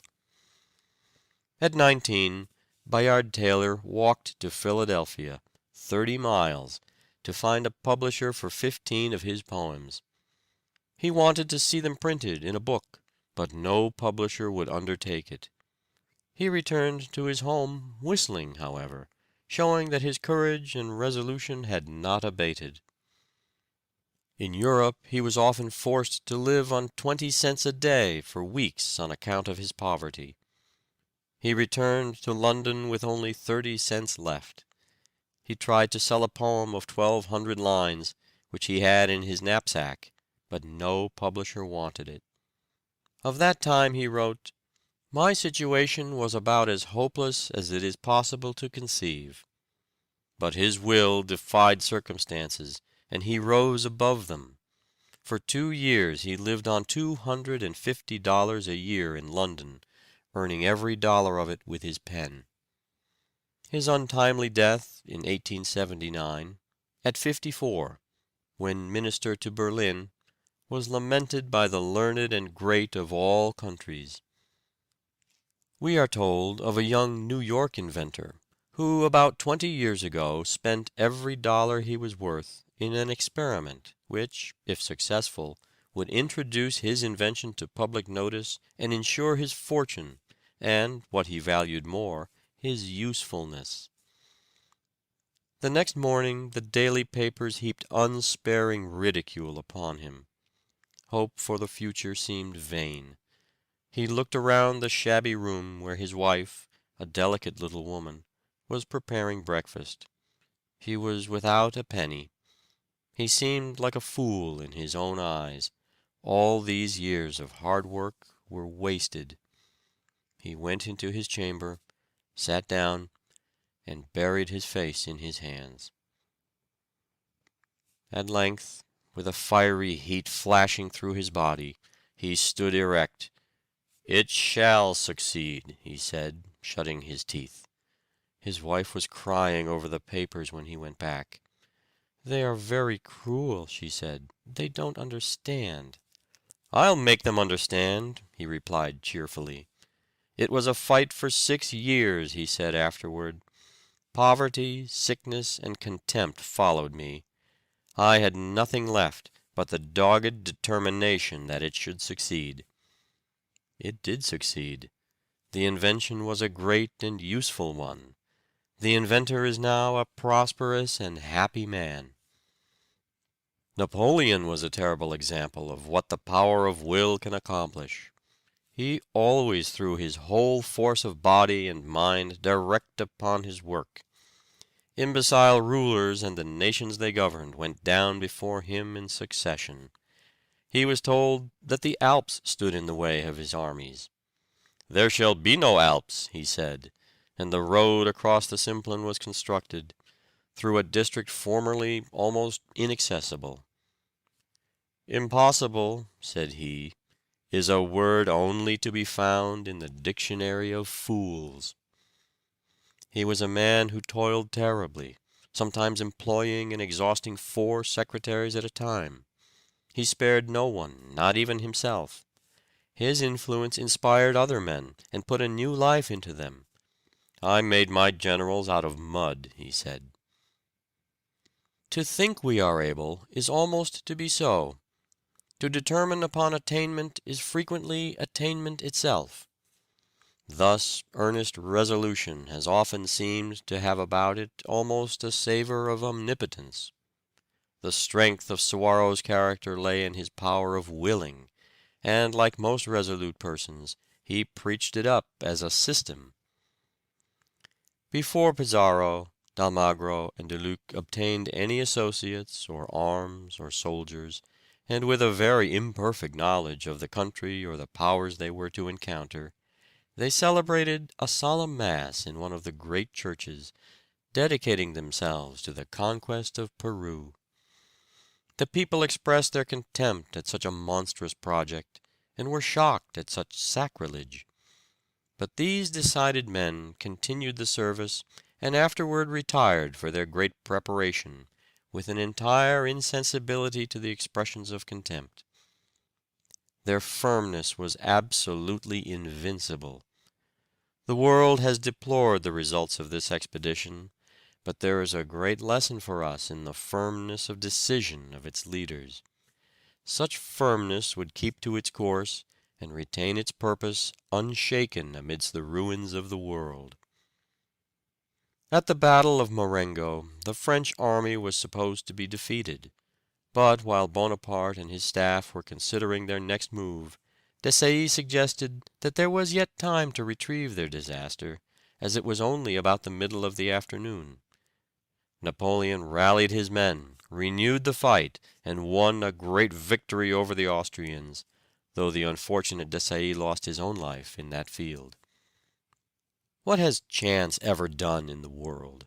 Has it built any cities? Has it invented any telephones, any telegraphs? Has it built any steamships, established any universities, any asylums, any hospitals? Was there any chance in Caesar's crossing the Rubicon? What had chance to do with Napoleon's career, with Wellington's, or Grant's, or von Moltke's? Every battle was won before it was begun. What had luck to do with Thermopylae, Trafalgar, Gettysburg? Our successes we ascribe to ourselves, our failures to destiny. A vacillating man, no matter what his abilities, is invariably pushed to the wall in the race of life by a determined will. It is he who resolves to succeed, and who at every fresh rebuff begins resolutely again, that reaches the goal. The shores of fortune are covered with the stranded wrecks of men of brilliant ability, but who have wanted courage, faith, and decision, and have therefore perished in sight of more resolute but less capable adventurers who succeeded in making port. Hundreds of men go to their graves in obscurity, who have been obscure only because they lacked the pluck to make a first effort, and who, could they only have resolved to begin, would have astonished the world by their achievements and successes. The fact is, as Sidney Smith has well said, that in order to do anything in this world that is worth doing, we must not stand shivering on the bank and thinking of the cold and the danger, but jump in and scramble through as well as we can. Is this not a grand privilege of man, immortal man, that though he may not be able to stir a finger, that though a moth may crush him, that merely by a righteous will he is raised above the stars, that by it he originates a good in the universe which the universe could not annihilate, a good which can defy extinction, though all created energies of intelligence or matter were combined against it? A man whose moral nature is ascendant is not the subject, but the superior of circumstances. He is free, nay, more, he is a king.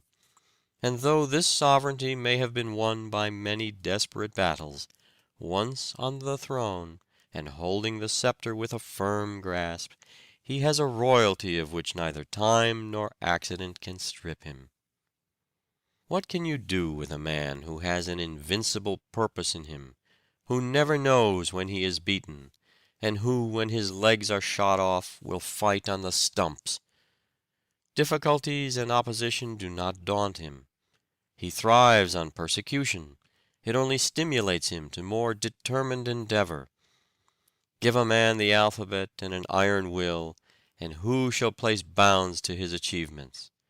Imprison a Galileo for his discoveries in science, and he will experiment with the straw in his cell.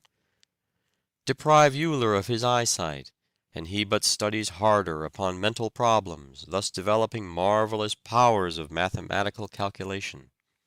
Lock up the poor Bedford tinker in jail, and he will write the finest allegory in the world, or will leave his imperishable thoughts upon the walls of his cell. Burn the body of Wycliffe and throw the ashes into the Severn, but they will be swept to the ocean, which will carry them, permeated with his principles, to all lands. The world always listens to a man with a will in him. You might as well snub the sun as such men as Bismarck and Grant. Hope would storm the castle of despair. It gives courage when despondency would give up the battle of life.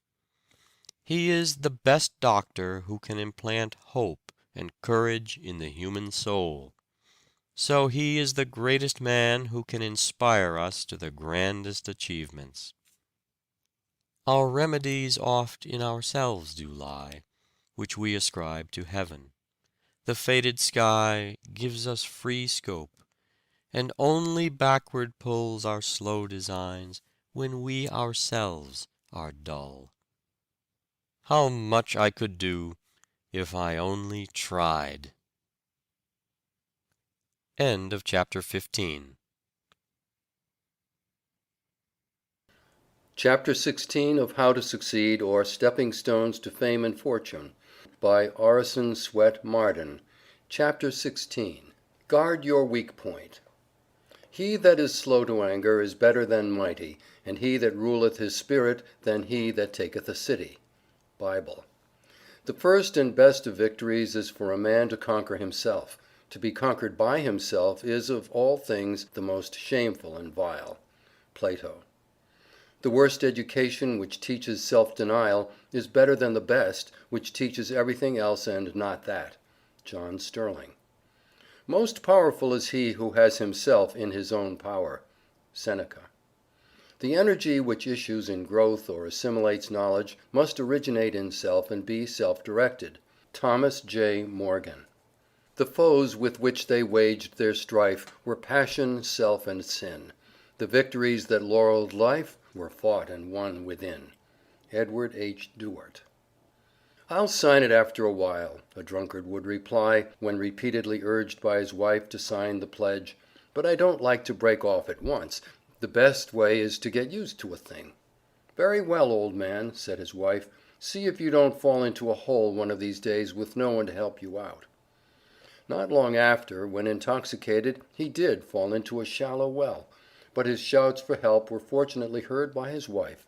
"Didn't I tell you so? It's lucky I was in hearing, or you might have drowned."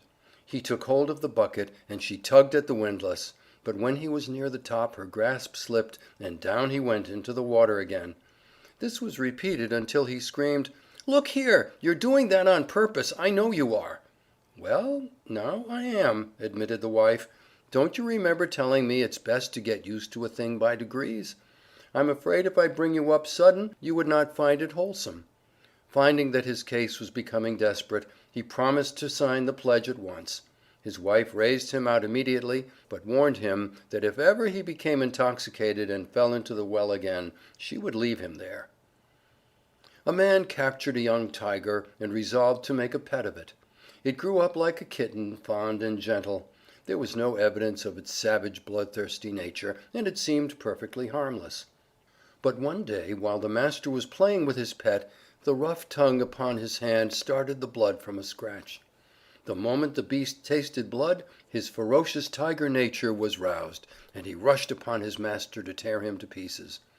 Sometimes the appetite for drink, which was thought to be buried years ago, is roused by the taste or the smell of "the devil in solution," and the wretched victim finds himself a helpless slave to the passion which he thought dead.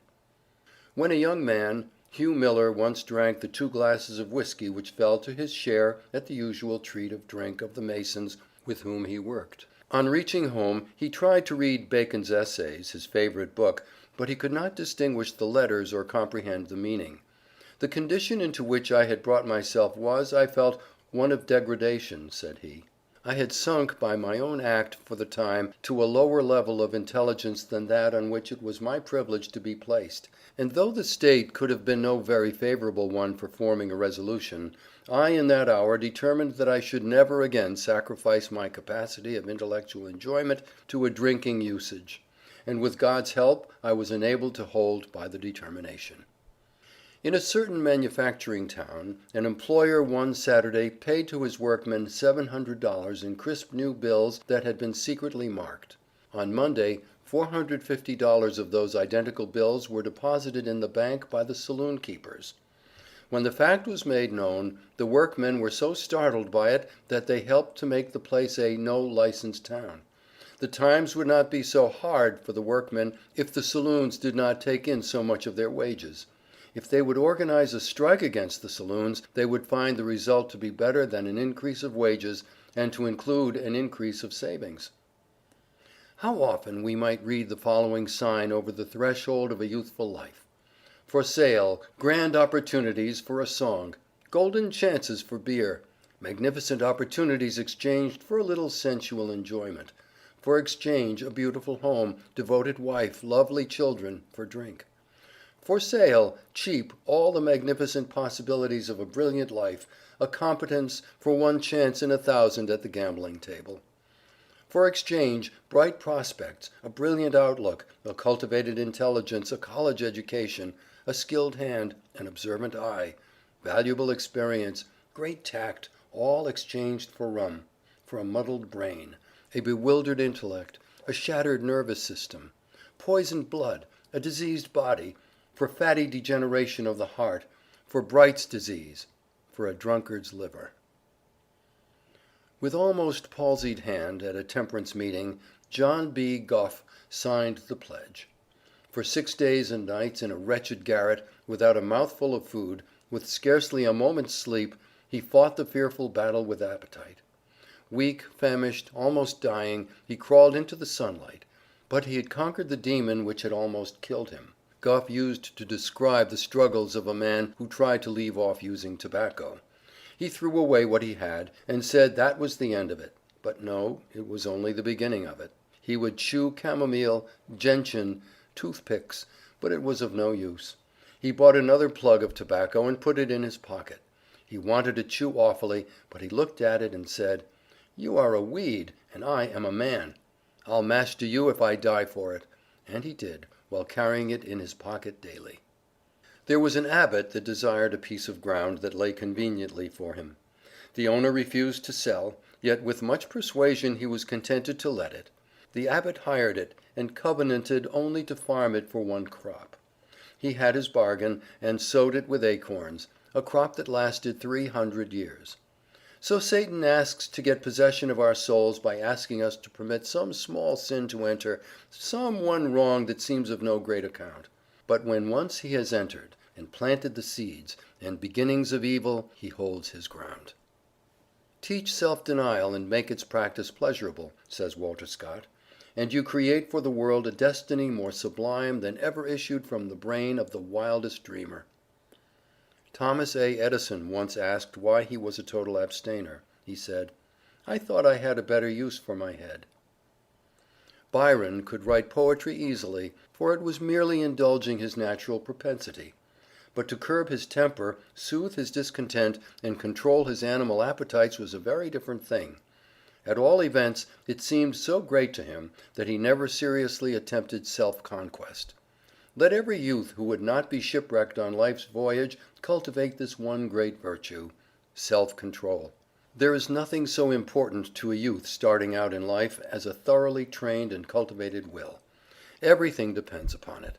If he has it, he will succeed. If he does not have it, he will fail.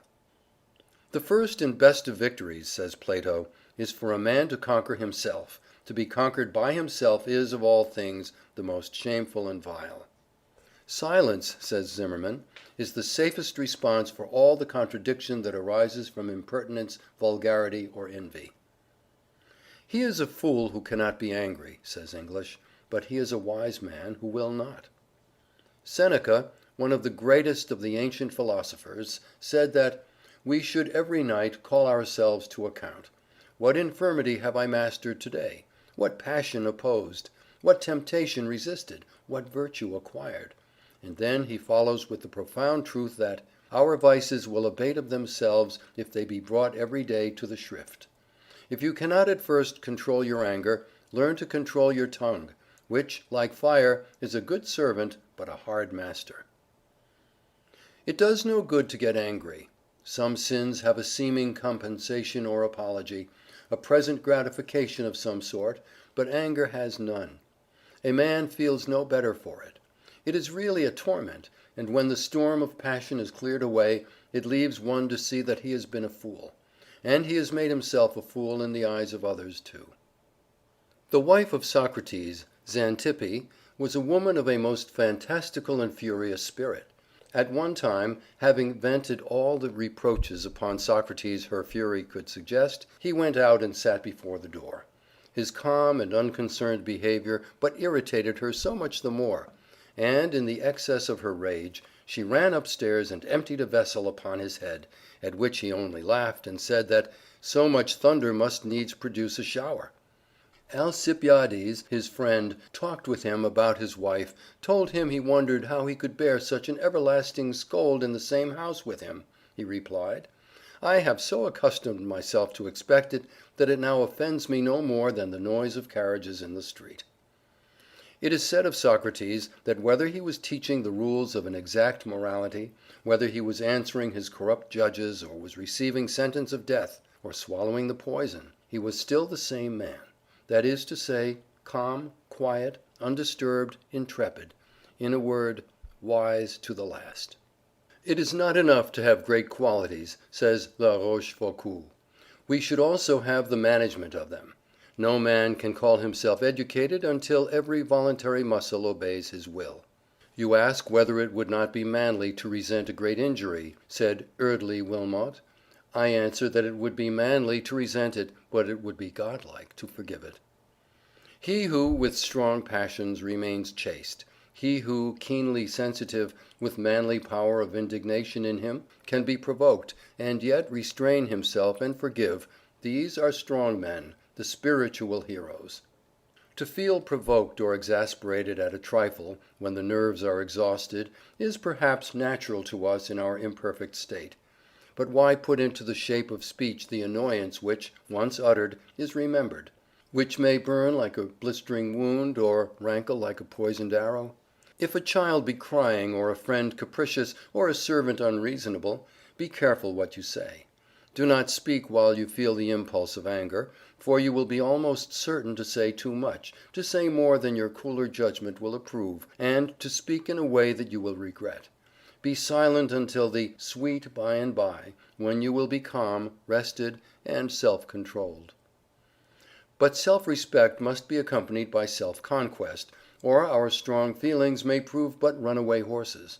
He who would command others must first learn to obey, and he who would command his own powers must learn to be submissive to the still small voice within.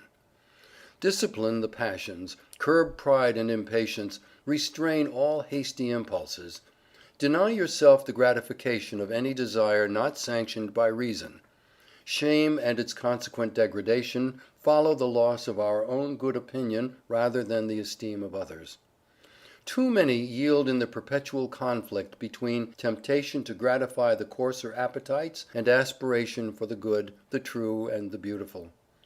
Voices unheard by those around us whisper, "Don't," but too often self-respect is lost, the will lies prostrate, and the debauch goes on. Such battles must be fought by all.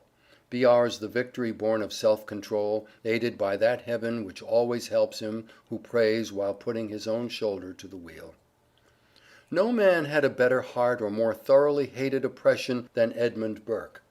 He possessed neither experience in affairs, nor a tranquil judgment, nor the rule over his own spirit, so that his genius, under the impulse of his bewildering passions, wrought much evil to his country and to Europe, even while he rendered noble service to the cause of commercial freedom, to Ireland and to America.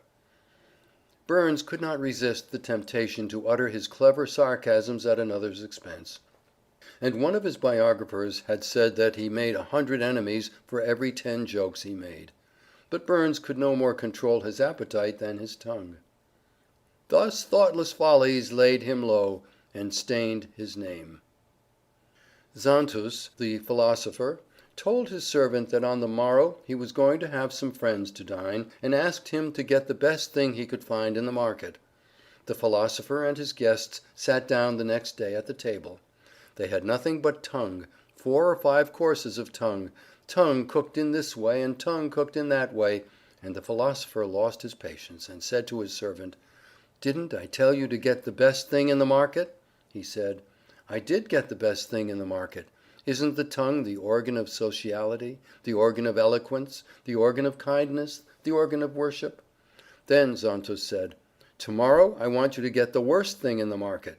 And on the morrow the philosopher sat at the table, and there was nothing there but tongue. 4 or 5 courses of tongue in this shape and tongue in that shape, and the philosopher again lost his patience, and said, "Didn't I tell you to get the worst thing in the market?" The servant replied, "I did, for isn't the tongue the organ of blasphemy, the organ of defamation, the organ of lying?" "I can reform my people," said Peter the Great, "but I cannot reform myself." He forbade all Russians to wear beards, and to quell the insurrection which resulted. He had 8,000 revolters beheaded. With a hatchet he began the ghastly work. He had his own son beheaded.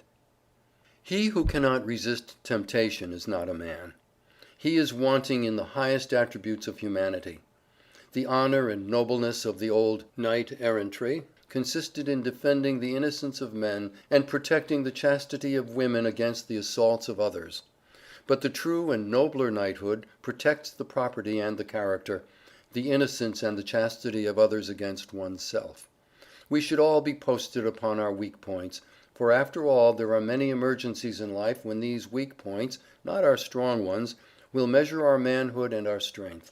Many a woman whom a mouse would frighten out of her wits would not shrink from assisting in terrible surgical operations in our city or war hospitals, and many an officer and soldier who would walk up to the cannon's mouth without a tremor in battle would not dare to say his soul was his own in a society parlor. Many a great statesman has quailed before the ringer of scorn of a fellow congressman, and has been completely cowed by a hiss from the gallery or a ridiculing paragraph in a newspaper. We all have tender spots, weak spots, and a man can never know his strength who does not study his weaknesses. Violent passions and ardent feelings are seldom found united with complete self-command. But when they are, they form the strongest possible character, for there is all the power of clear thought and cool judgment impelled by the resistless energy of feeling. This combination Washington possessed, for in his impetuosity there was no foolish rashness, and in his passion no injustice. Besides, whatever violence there might be within, the explosion seldom came to the surface, and when it did it was arrested at once by the stern mandate of his will. He never lost the mastery of himself in any emergency, and in ruling his spirit showed himself greater than in taking a city. It is one of the astonishing things in his life that, amid the perfect chaos of feeling into which he was thrown, amid the distracted counsels and still more distracted affairs that surrounded him, he never once lost the perfect equilibrium of his own mind. The contagion of fear and doubt and despair could not touch him. He did not seem susceptible to the common influences which affect men. His soul, poised on its own center, reposed calmly there through all the storms that beat for 7 years on his noble breast.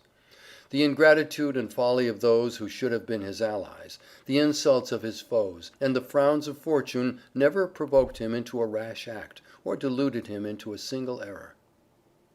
Horace Mann says that there must be a time when the vista of the future, with all its possibilities of glory and of shame, first opens to the vision of youth. Then he is summoned to make his choice between truth and treachery, between honor and dishonor, between purity and profligacy, between moral life and moral death. And as he doubts or balances between the heavenward or hellward course, as he struggles to rise or consents to fall, is there in all the universe of God a spectacle of higher exaltation or of deeper pathos? Within him are the appetites of a brute and the attributes of an angel, and when these meet in council to make up the roll of his destiny and seal his fate, shall the beast hound out the seraph? Shall the young man, now conscious of the largeness of his sphere and of the sovereignty of his choice, wed the low ambitions of the world, and seek, with their emptiness, to fill his immortal desires? Because he has a few animal wants that must be supplied, shall he become all animal, epicure and an inebriate, and blasphemously make it the first doctrine of his catechism, the chief end of man, to glorify his stomach and enjoy it? Because it is the law of self-preservation that he shall provide for himself, and the law of religion that he shall provide for his family, when he has one, must he, therefore, cut away all the bonds of humanity that bind him to his race, forswear charity, crush down every prompting of benevolence, and if he can have the palace of equipage of the prince, and the table of a sybarite, become a blind man, and a deaf man, and a dumb man, when he walks the streets where hunger moans and nakedness shivers? The strong man is the one who ever keeps himself under strict discipline, who never once allows the lower to usurp the place of the higher in him, who makes his passions his servants, and never allows them to be his master, who is ever led by his mind and not by his inclinations. He drills and disciplines his desires, and keeps the roots of his life underground, and never allows them to interfere with his character. He is never the slave of his inclinations, nor the sport of impulse. He is the commander of himself, and heads his ship due north even in the wildest tempests of passion. He is never the slave of his strongest desire. A noted teacher has said that the propensities and habits are as teachable as Latin and Greek, while they are infinitely more essential to happiness. We are very largely the creatures of our wills. By constantly looking on the bright side of things, by viewing everything hopefully, by setting the face as a flint every hour of every day toward all that is harmonious and beautiful in life, and refusing to listen to the discord or to look at the ugly side of life, by constantly directing the thought toward what is noble, grand and true, we can soon form habits which will develop into a beautiful character, a harmonious and well-rounded life. We are creatures of habit, and by knowing the laws of its formation we can, in a little while, build up a network of habit about us, which will protect us from most of the ugly, selfish, and degrading things of life. In fact, the only real happiness and unalloyed satisfaction we get out of life is the product of self-control. It is the great guardian of all the virtues, without which none of them is safe. It is the sentinel which stands on guard at the door of life, to admit friends and exclude enemies. "I call that mind free," says Channing, "which jealously guards its intellectual rights and powers, which calls no man master, which does not content itself with a passive or hereditary faith, which opens itself to light whencesoever it may come, which receives new truth as an angel from heaven, which, whilst consulting others, inquires still more of the oracle within itself, and uses instruction from abroad, not to supersede, but to quicken and exalt its own energies. I call that mind free which is not passively framed by outward circumstances, which is not swept away by the torrent of events, which is not the creature of accidental impulse, but which bends events to its own improvement, and acts from an inward spring, from immutable principles which it has deliberately espoused. I call that mind free which protects itself against the usurpations of society, which does not cower to human opinion, which feels itself accountable to a higher tribunal than man's, which respects a higher law than fashion, which respects itself too much to be the slave or tool of the many or the few. I call that mind free, which, through confidence in God and in the power of virtue, has cast off all fear but that of wrongdoing, which no menace or peril can enthrall, which is calm in the midst of tumults, and possesses itself though all else be lost. I call that mind free which resists the bondage of habit, which does not mechanically repeat itself and copy the past, which does not live on its old virtues, which does not enslave itself to precise rules, but which forgets what is behind, listens for new and higher monitions of conscience, and rejoices to pour itself forth in fresh and higher exertions. I call that mind free which is jealous of its own freedom, which guards itself from being merged in others, which guards its empire over itself as nobler than the empire of the world. End of chapter 16. Chapter 17 of How to Succeed, or Stepping Stones to Fame and Fortune, by Orison Swett Marden. Chapter 17. Stick. Patience is the courage of the conqueror. It is the virtue par excellence of man against destiny, of the one against the world, and of the soul against matter. Therefore, this is the courage of the gospel, and its importance in a social view, its importance to races and institutions, cannot be too earnestly inculcated. Bulwer. Perpetual pushing and assurance put a difficulty out of countenance, and make a seeming impossibility give way. Jeremy Collier. To bear is to conquer fate. Campbell. The nerve that never relaxes, the eye that never blenches, the thought that never wanders, these are the masters of victory. Burke.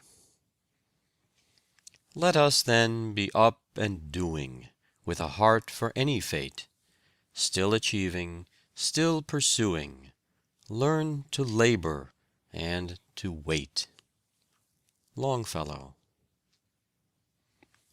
How long did it take you to learn to play? Asked a young man of Gerardini. 12 hours a day for 20 years, replied the great violinist.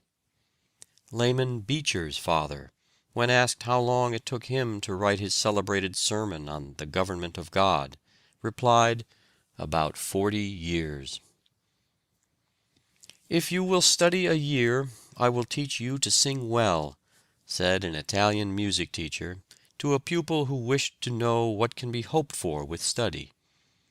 If 2 years, you may excel. If you will practice the scale constantly for 3 years, I will make you the best tenor in Italy. If for 4 years, you may have the world at your feet. Perceiving that Caffarelli had a fine tenor voice and unusual talent, a teacher offered to give him a thorough musical education free of charge, provided the pupil would promise never to complain of the course of instruction given.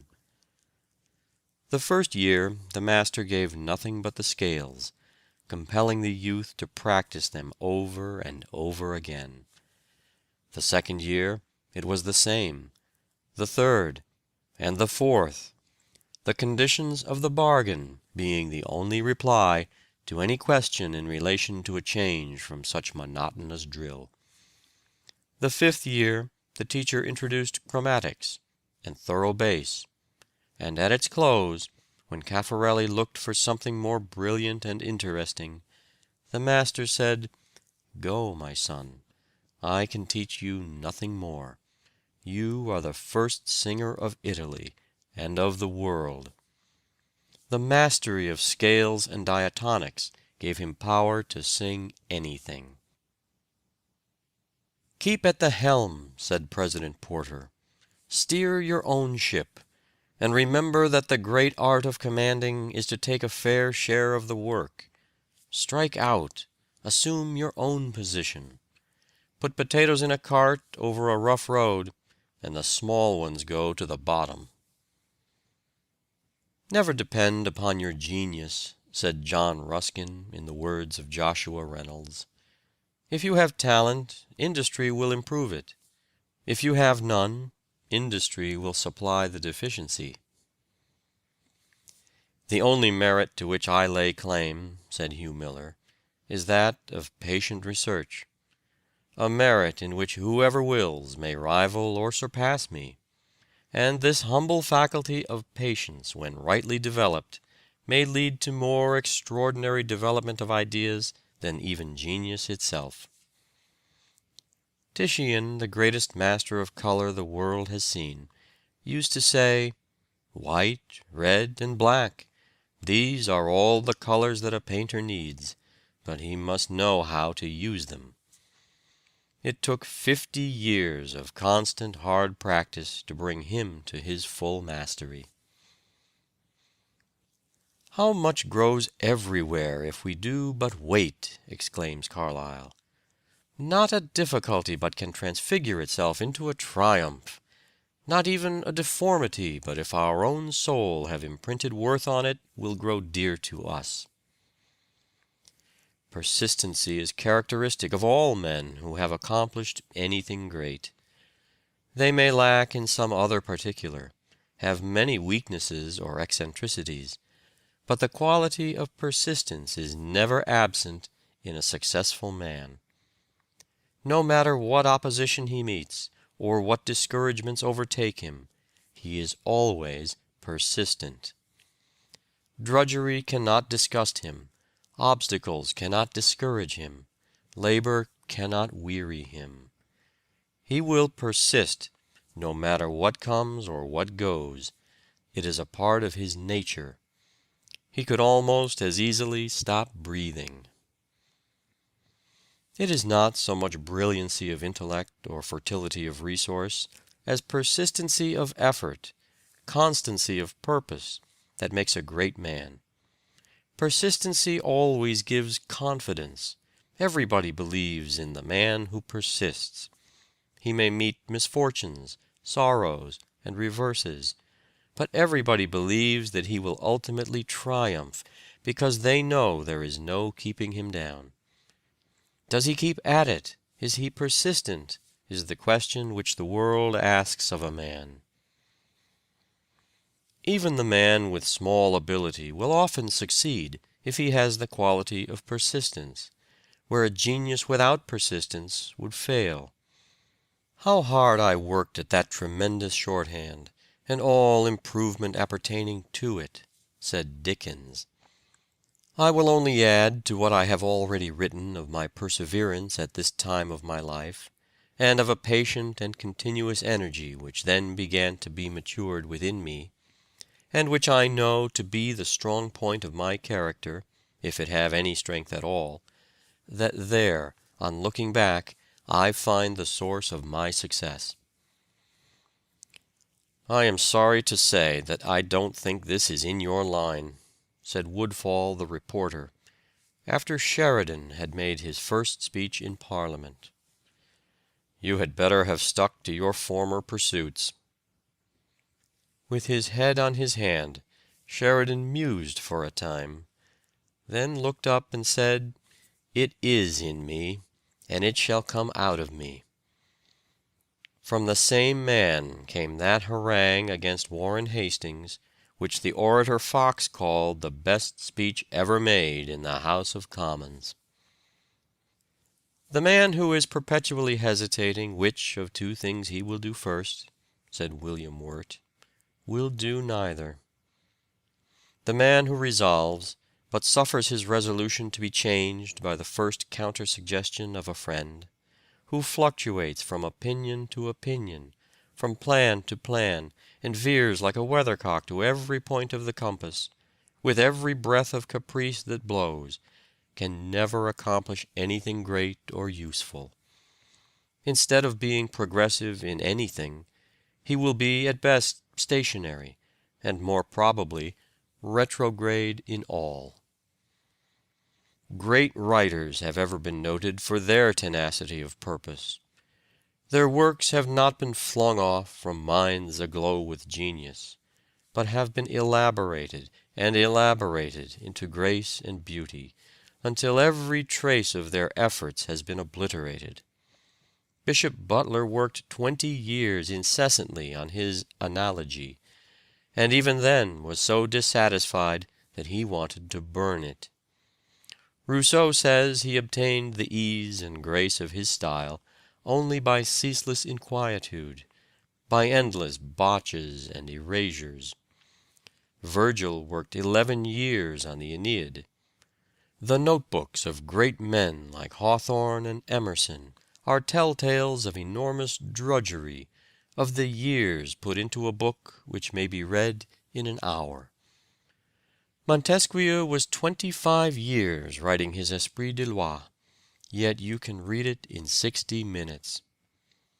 Adam Smith spent 10 years on his Wealth of Nations. A rival playwright once laughed at Euripides for spending 3 days on 3 lines, when he had written 500 lines. But your 500 lines in 3 days will be dead and forgotten, while my 3 lines will live forever, replied Euripides. Sir Fowell Buxton thought he could do as well as others if he devoted twice as much time and labor as they did. Ordinary means and extraordinary application have done most of the great things in the world. Defoe offered the manuscript of Robinson Crusoe to many booksellers, and all but one refused it.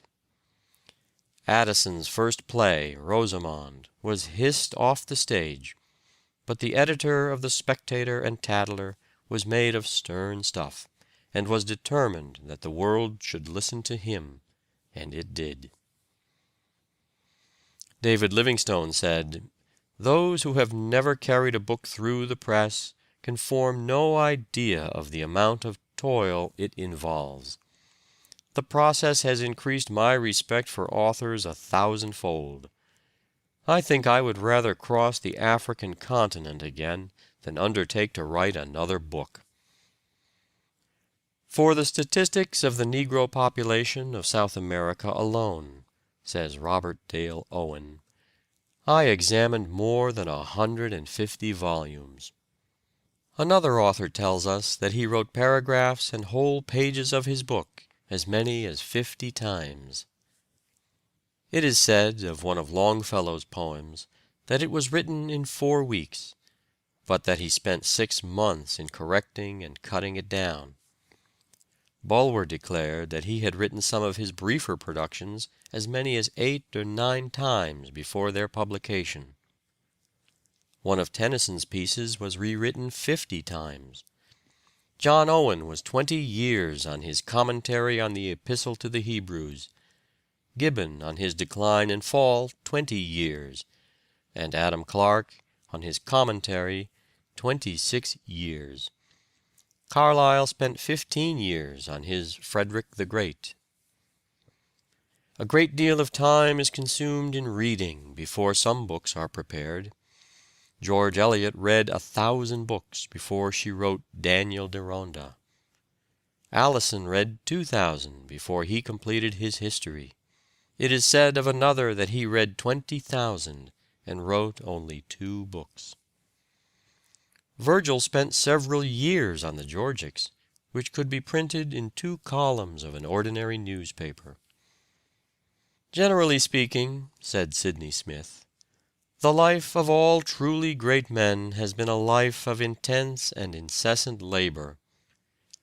They have commonly passed the first half of life in the gross darkness of indigent humility, overlooked, mistaken, condemned by weaker men, thinking while others slept, reading while others rioted, feeling something within them that told them that they should not always be kept down among the dregs of the world. And then, when their time has come, and some little accident has given them their first occasion, They have burst out into the light and glory of public life, rich with the spoils of time, and mighty in all the labors and struggles of the mind. Malibran said, "If I neglect my practice a day, I see the difference in my execution. If for 2 days, my friends see it. And if for a week, all the world knows my failure." Constant, persistent struggle she found to be the price of her marvelous power. "If I am building a mountain," said Confucius, "and stop before the last basketful of earth is placed on the summit, I have failed." "Young gentlemen," said Francis Wayland, "remember that nothing can stand day's work." America will never produce any great art until our resources are developed and we get more time. As a people, we have not yet learned the art of patience. We do not know how to wait. Think of an American artist spending 7, 8, 10, and even 12 years on a single painting, as did Titian, Michelangelo, and many of the other old masters. Think of an American sculptor spending years and years upon a single masterpiece, as did the Greeks and Romans. We have not yet learned the secret of working and waiting. "The single element in all the progressive movements of my pencil," said the great David Wilkie, "was persevering industry." The kind of ability which most men rank highest is that which enables its possessor to do what he undertakes, and attain the object of his ambition or desire. The reader of a newspaper does not see the first insertion of an ordinary advertisement, says a French writer. The second insertion he sees but does not read. The third insertion he reads. The fourth insertion he looks at the price. The fifth insertion he speaks of it to his wife. The sixth insertion he is ready to purchase, and the seventh insertion he purchases. The large fees which make us envy the great lawyer or doctor are not remuneration for the few minutes' labor of giving advice, but for the mental stores gathered during the precious spare moments of many a year while others were sleeping or enjoying holidays. A client will frequently object to paying $50 for an opinion written in 5 minutes.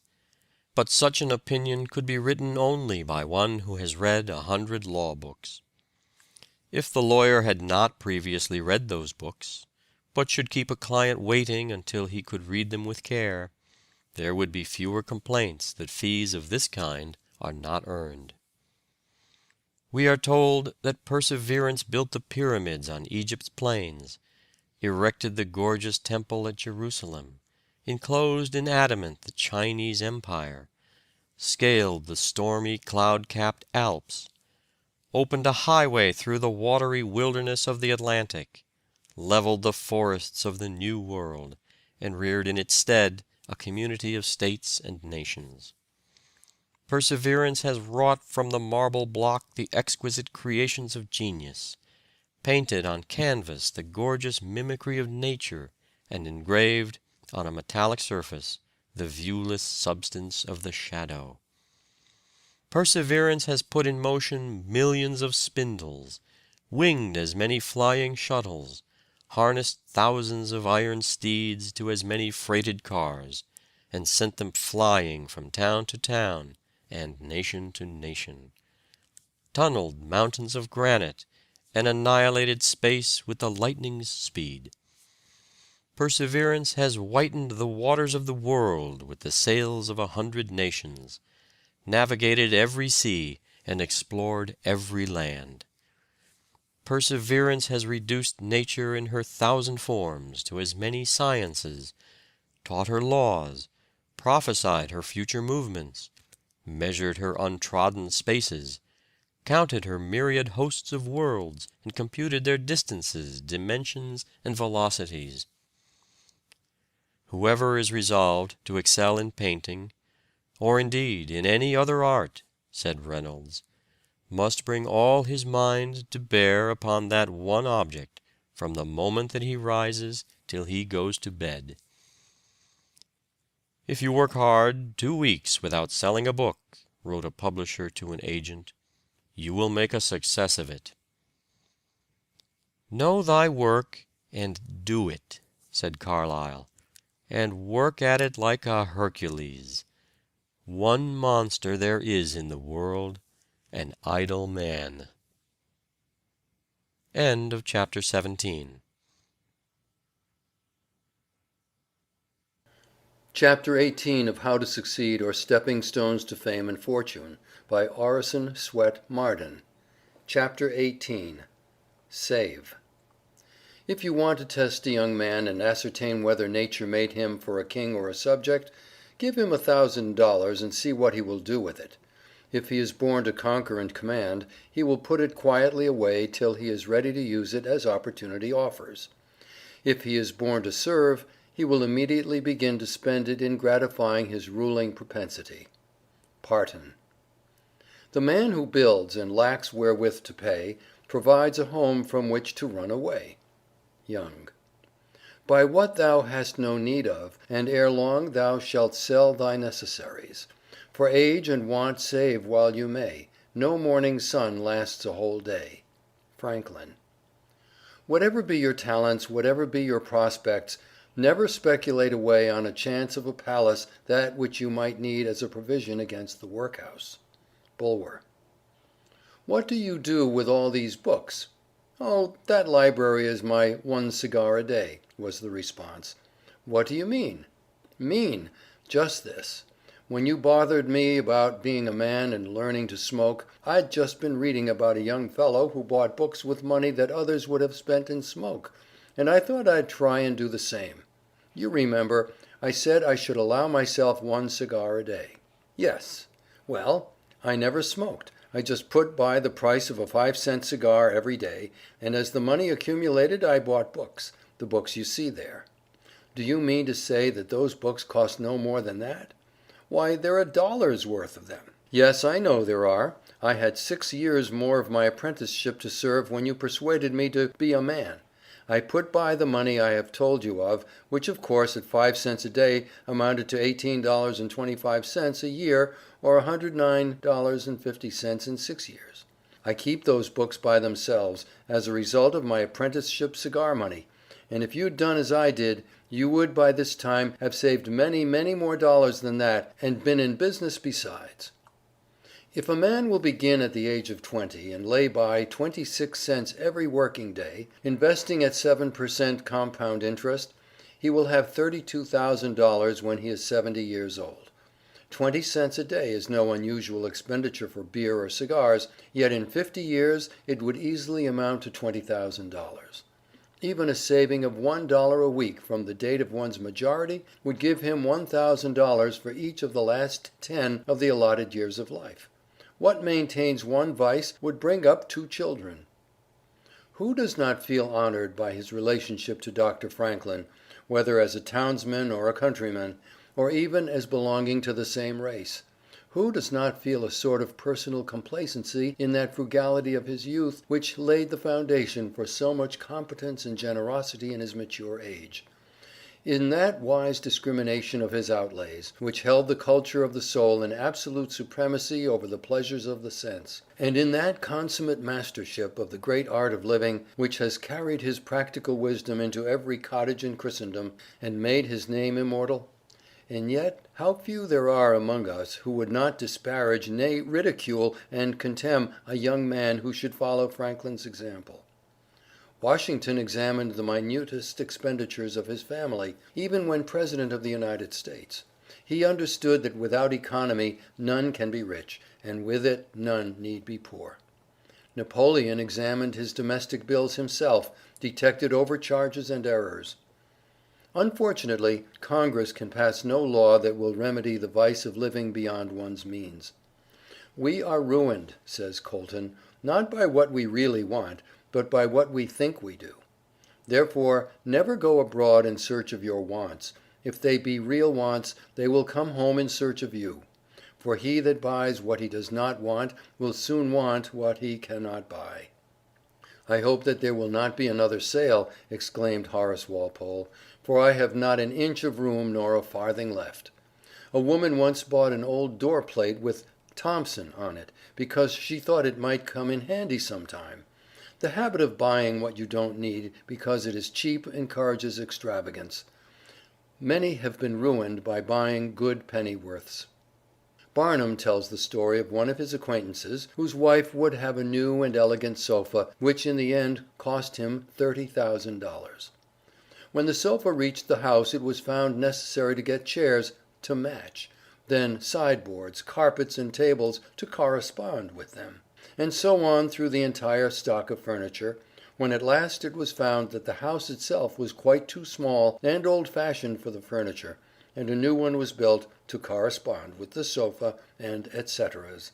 Thus, added my friend, running up an outlay of $30,000 caused by that single sofa, and saddling on me in the shape of servants, equipage, and the necessary expenses attendant on keeping up a fine establishment, a yearly outlay of $11,000, and a habit of extravagance which was a constant menace to my prosperity.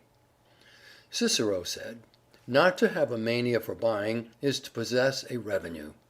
Many are carried away by the habit of bargain buying. Here's something wonderfully cheap, let's buy it. Have you any use for it? No, not at present, but it is sure to come in useful sometime. Annual income, says Micawber, £20 annual expenditure, 19.6 result happiness. Annual income £20 annual expenditure, £20 ought and 6 result misery. Hunger, rags, cold, hard work, contempt, suspicion, unjust reproach are disagreeable, says Horace Greeley, but debt is infinitely worse than them all. If I had but 50 cents a week to live on, said Greeley, I'd buy a peck of corn and parch it before I'd owe any man $1. To find out uses for the persons or things which are now wasted in life is to be the glorious work of the men of the next generation, and that which will contribute most to their enrichment. Economizing in spots or by freaks is no economy at all. It must be done by management. Let us learn the meaning of economy. Economy is a high, humane office, a sacrament when its aim is great, when it is the prudence of simple tastes, when it is practiced for freedom or love or devotion. Much of the economy we see in houses is of a base origin, and is best kept out of sight.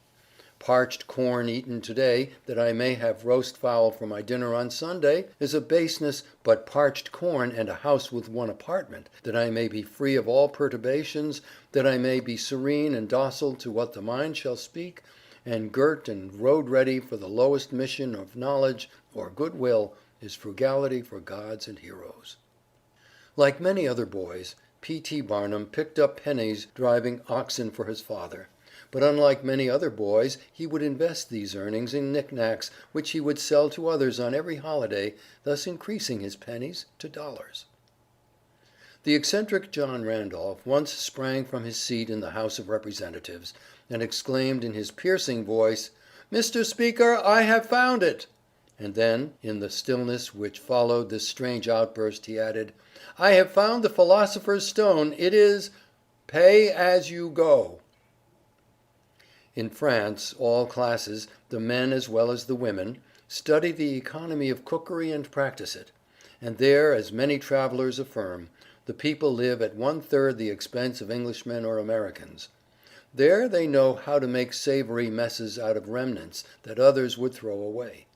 There they cook no more for each day than is required for that day. With them the art ranks with the fine arts, and a great cook is as much honored and respected as a sculptor or a painter.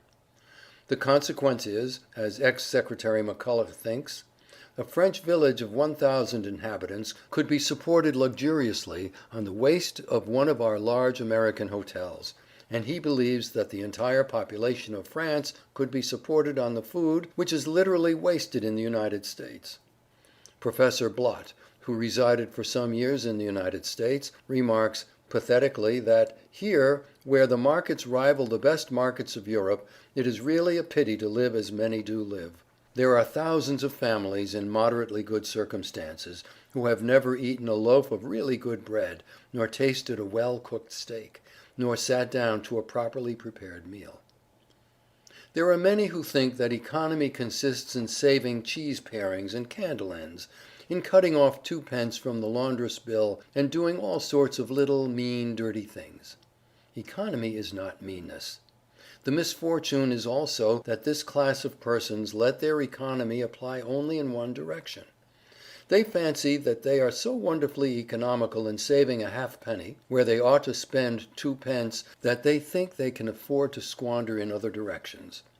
Punch, in speaking of this one idea class of people, says, "They are like a man who bought a penny herring for his family's dinner, and then hired a coach and four to take it home." I never knew a man to succeed by practicing this kind of economy. True economy consists in always making the income exceed the outgo. Wear the old clothes a little longer, if necessary. Dispense with the new pair of gloves, live on plainer food if need be, so that under all circumstances, unless some unforeseen accident occurs, there will be a margin in favor of the income. A penny here and a dollar there placed at interest go on accumulating, and in this way the desired result is obtained. "I wish I could write all across the sky in letters of gold," says Rev. William Marsh, "the one word, Savings Bank." Boston savings banks have $130,000,000 on deposit, mostly saved in driblets. Josiah Quincy used to say that the servant girls built most of the palaces on Beacon Street. "Nature uses a grinding economy," says Emerson, "working up all that is wasted today into tomorrow's creation, not a superfluous grain of sand for all the ostentation she makes of expense and public works. She flung us out in her plenty, but we cannot shed a hair or a paring of a nail, but instantly she snatches at the shred and appropriates it to her general stock. Last summer's flowers and foliage decayed in autumn only to enrich the earth this year for other forms of beauty. Nature will not even wait for our friends to see us unless we die at home. The moment the breath has left the body, she begins to take us to pieces, that the parts may be used again for other creations. "So apportion your wants that your means may exceed them," says Bulwer. "With £100 a year I may need no man's help. I may at least have my crust of bread and liberty. But with £5,000 a year I may dread a ring at my bell. I may have my tyrannical master in servants whose wages I cannot pay. My exile may be at the fiat of the first long-suffering man who enters a judgment against me. For the flesh that lies nearest my heart some Shylock may be dusting his scales and whetting his knife. Every man is needy who spends more than he has. No man is needy who spends less. I may so ill manage that with £5,000 a year I purchase the worst evils of poverty, terror and shame. I may so well manage my money that with £100 a year I purchase the best blessings of wealth, safety and respect." End of chapter 18. Chapter 19 of How to Succeed, or Stepping Stones to Fame and Fortune, by Orison, Swett, Marden. Chapter 19. Live Upward. Do what thou dost, as if the stake were heaven, and this thy last deed ere the judgment day. If you wish to reach the highest, begin at the lowest. Publius Syrius. What is a man, if his chief good and market of his time be but to sleep and feed? A beast, no more. Sure, he that made us with such large discourse, looking before and after, gave us not that capability and godlike reason to rust in us unused. Shakespeare. Ambition is a spur that makes man struggle with destiny. It is heaven's own incentive to make purpose great and achievement greater. Anonymous. Not failure, but low aim is crime. Endeavour to be first in thy calling, whatever it may be. Neither let anyone go before thee in well-doing. Oh, may I join the choir invisible of those immortal dead who live again, in minds made better by their presence, live in pulses stirred to generosity, in deeds of daring rectitude, in scorn for miserable aims that end with self, in thoughts sublime that pierce the night like stars, and with their mild persistent urge man's search to vaster issues. George Eliot. Alexander, Caesar, Charlemagne, and myself have founded empires, said Napoleon to Montholon at St. Helena. But upon what did we rest the creations of our genius? Upon force. Jesus Christ alone founded his empire on love, and at this moment millions of men would die for him. I die before my time, and my body will be given back to worms. Such is the fate of him who has been called the great Napoleon. What an abyss between my deep misery and the eternal kingdom of Christ, which is proclaimed, loved, and adored, and which is extended over the whole earth. Call you this dying? Is it not rather living? The death of Christ is the death of a God. No true man can live a half-life, says Philip Brooks, when he has genuinely learnt that it is a half-life. The other half, the higher half, must haunt him. Ideality, says Horace Mann, is only the avant courier of the mind, and where that in a healthy and normal state goes, I hold it to be a prophecy that realization can follow. If the certainty of future fame bore Milton rejoicing through his blindness, or cheered Galileo in his dungeon, writes Bulwer, what stronger and holier support shall not be given to him who has loved mankind as his brothers and devoted his labours to their cause, who has not sought but relinquished his own renown, who has braved the present censures of men for their future benefit, and trampled upon glory in the energy of benevolence. Will there not be for him something more powerful than fame to comfort his sufferings and to sustain his hopes? If I live, wrote Rufus Choate in his diary in September of 1844, all blockheads which are shaken at certain mental peculiarities shall know and feel a reasoner, a lawyer, and a man of business.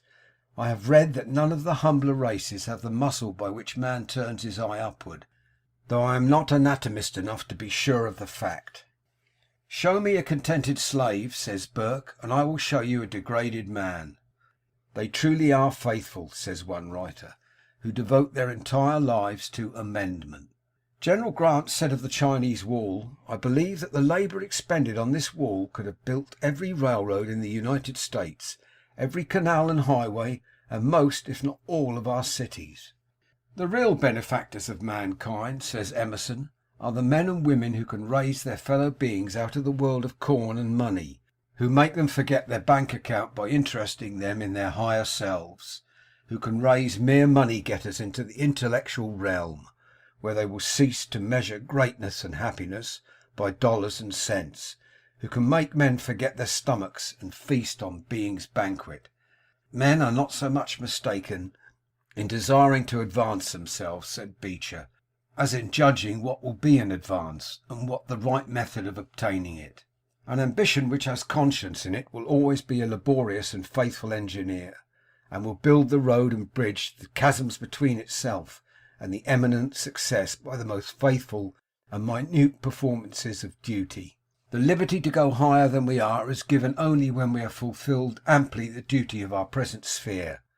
Thus men are to rise upon their performances and not upon their discontent. And this is the secret and golden meaning of the command to be content in whatever sphere we are placed. It is not to be the content of indifference, of indolence, of unambitious stupidity, but the content of industrious fidelity. When men are building the foundations of vast structures, they must needs labour far below the surface, and in disagreeable conditions. But every course of stone which they lay raises them higher, and at length, when they reach the surface, they have laid such solid work under them that they need not fear now to carry up their walls through towering stories till they overlook the whole neighbourhood. A man proves himself fit to go higher who shows that he is faithful where he is. A man that will not do well in his present place because he longs to be higher is fit neither to be where he is or yet above it. He is already too high and should be put lower. Do that which is assigned thee, and thou canst not hope too much or dare too much.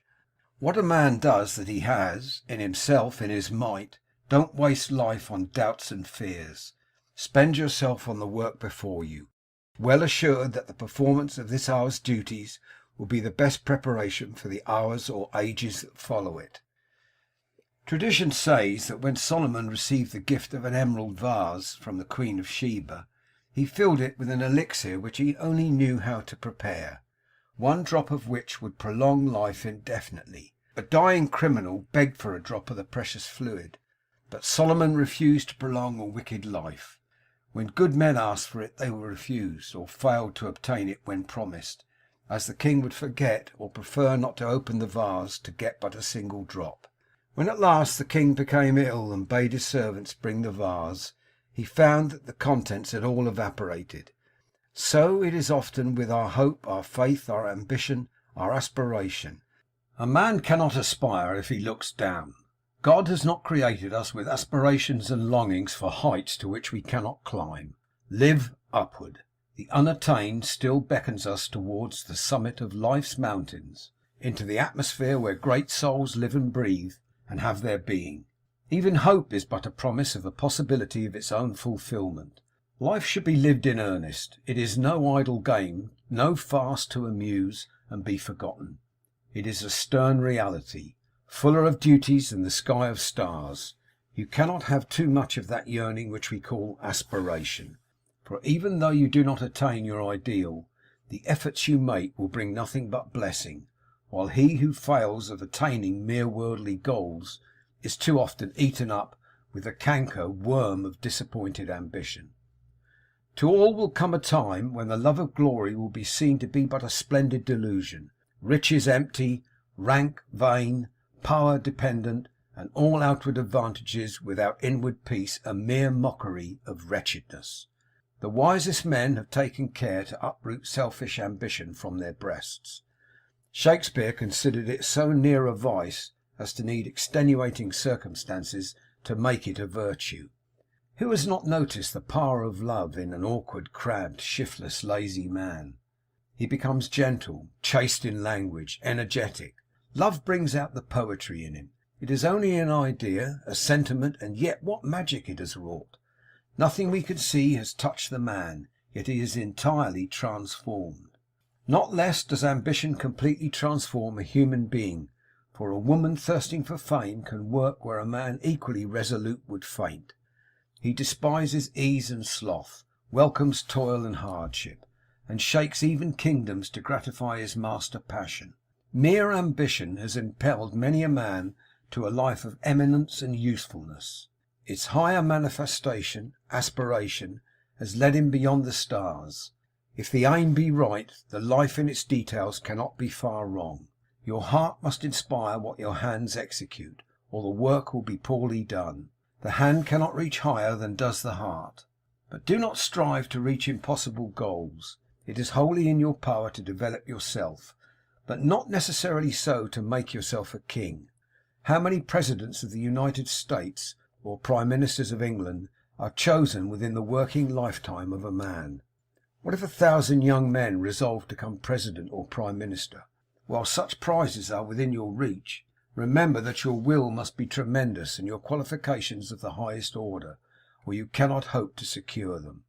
Too many are deluded by ambition beyond their power of attainment, or tortured by aspirations totally disproportionate to their capacity for execution. You may indeed confidently hope to become eminent in usefulness and power, but only as you build upon a broad foundation of self-culture, while as a rule specialists in ambition, as in science, are apt to become narrow and one-sided.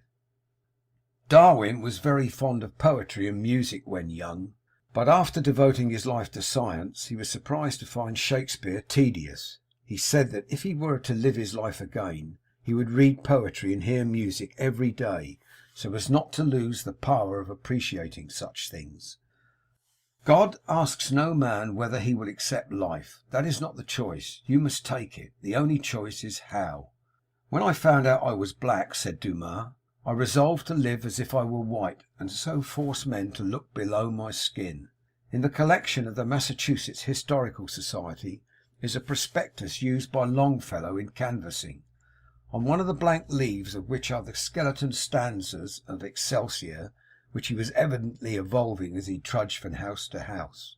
Disregarding the honours that most men value and looking to the truth, said Plato, I shall endeavour in reality to live as virtuously as I can, and when I die, to die so, and I invite all other men to the utmost of my power, and you too I invite this contest, which, I affirm, surpasses all contests here. Did you ever hear of a man who had striven all his life faithfully and singly toward an object, and in no measure obtained it? Asked Thoreau. If a man constantly aspires, is he not elevated?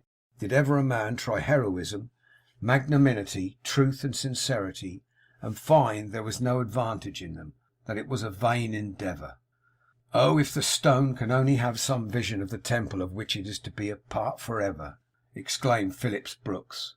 What patience must fill it as it feels the blows of the hammer, and knows that success for it is simply to let itself be wrought into what shape the master wills. Man never reaches heights above his habitual thought.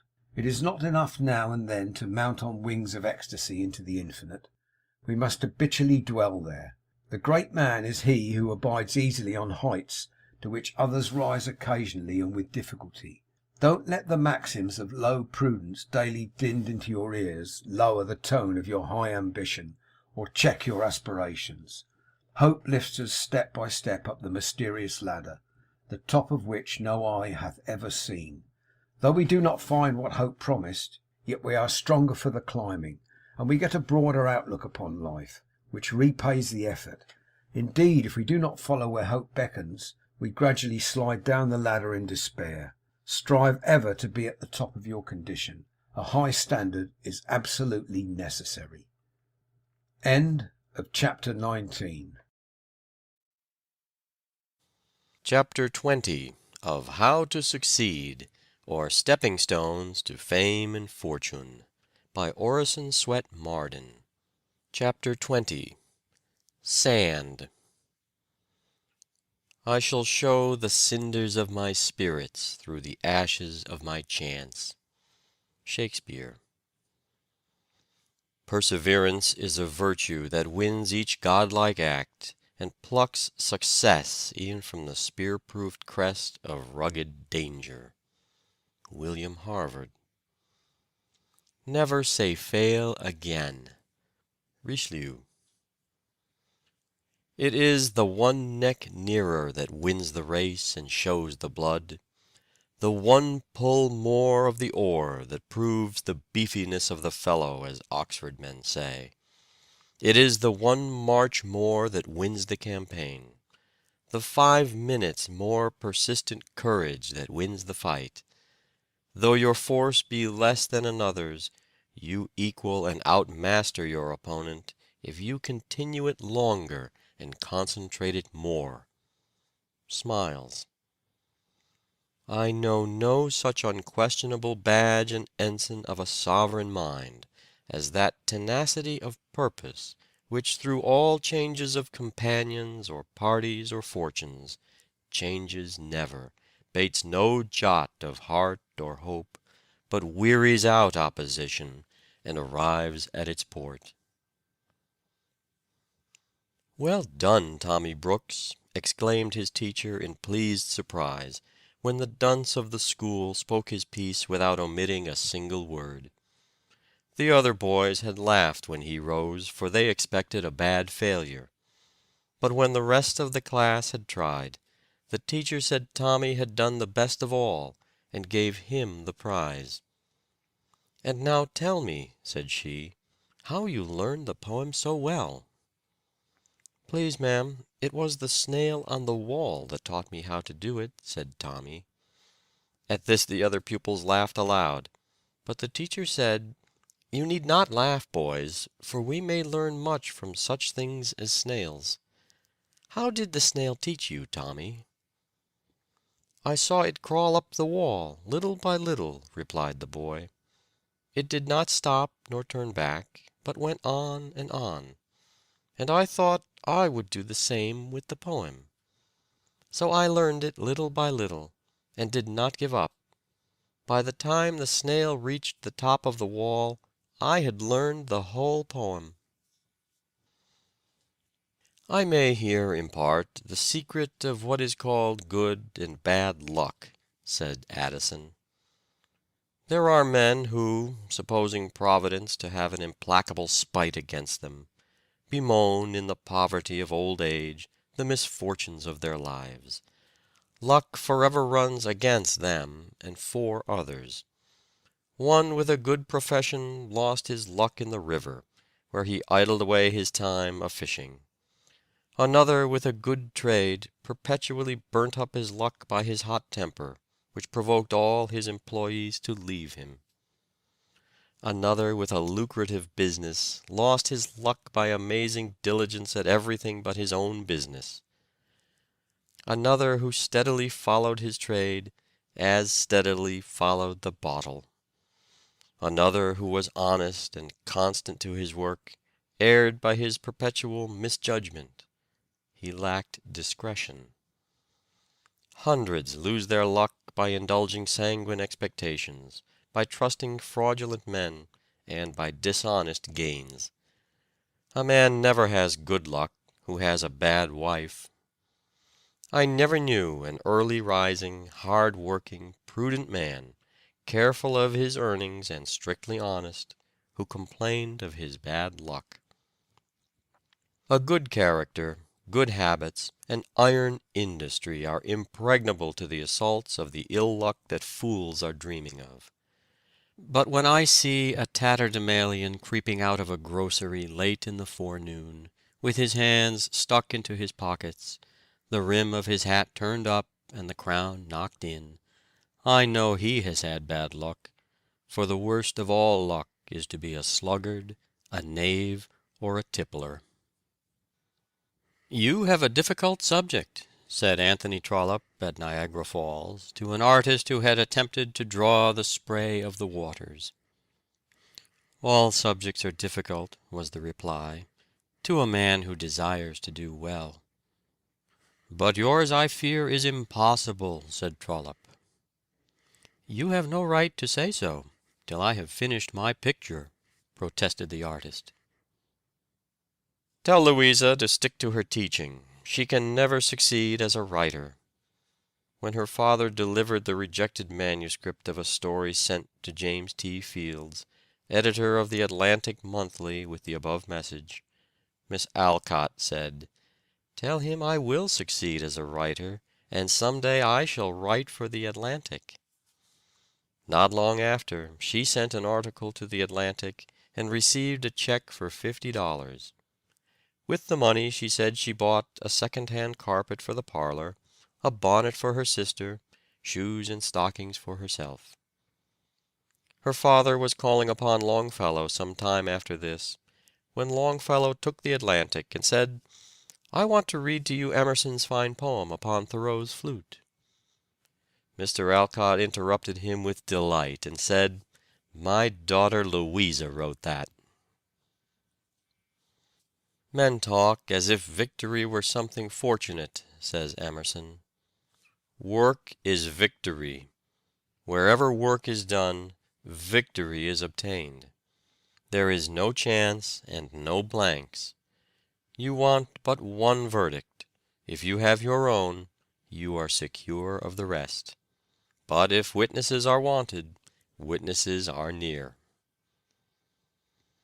"Young gentlemen," says Francis Wayland, "remember that nothing can stand day's work." Alexander the Great exclaimed to his soldiers, disaffected after a long campaign, "Go home, and tell them that you left Alexander to conquer the world alone." "We discount only our own bills, and not those of private persons," said the cashier of the Bank of England, when a large bill was drawn by Anselm Rothschild of Frankfort, on Nathan Rothschild of London. "Private persons!" exclaimed Nathan, when told of the cashier's remark. "I will make these gentlemen see what sort of private persons we are." 3 weeks later he presented a £5 note at the bank at the opening of the office. The teller counted out 5 sovereigns, looking surprised that Baron Rothschild should have troubled himself about such a trifle. The Baron examined the coins one by one, weighing them in the balance, as he said the law gave him the right to do, put them into a little canvas bag, and offered a second, and then a third, fourth, 50th, 1000th note. When a bag was full, he handed it to a clerk in waiting, and proceeded to fill another. In 7 hours he had changed £21,000, and with 9 employees of his house similarly engaged, had occupied the tellers so busily in changing $1,050,000 worth of notes that no one else could receive attention.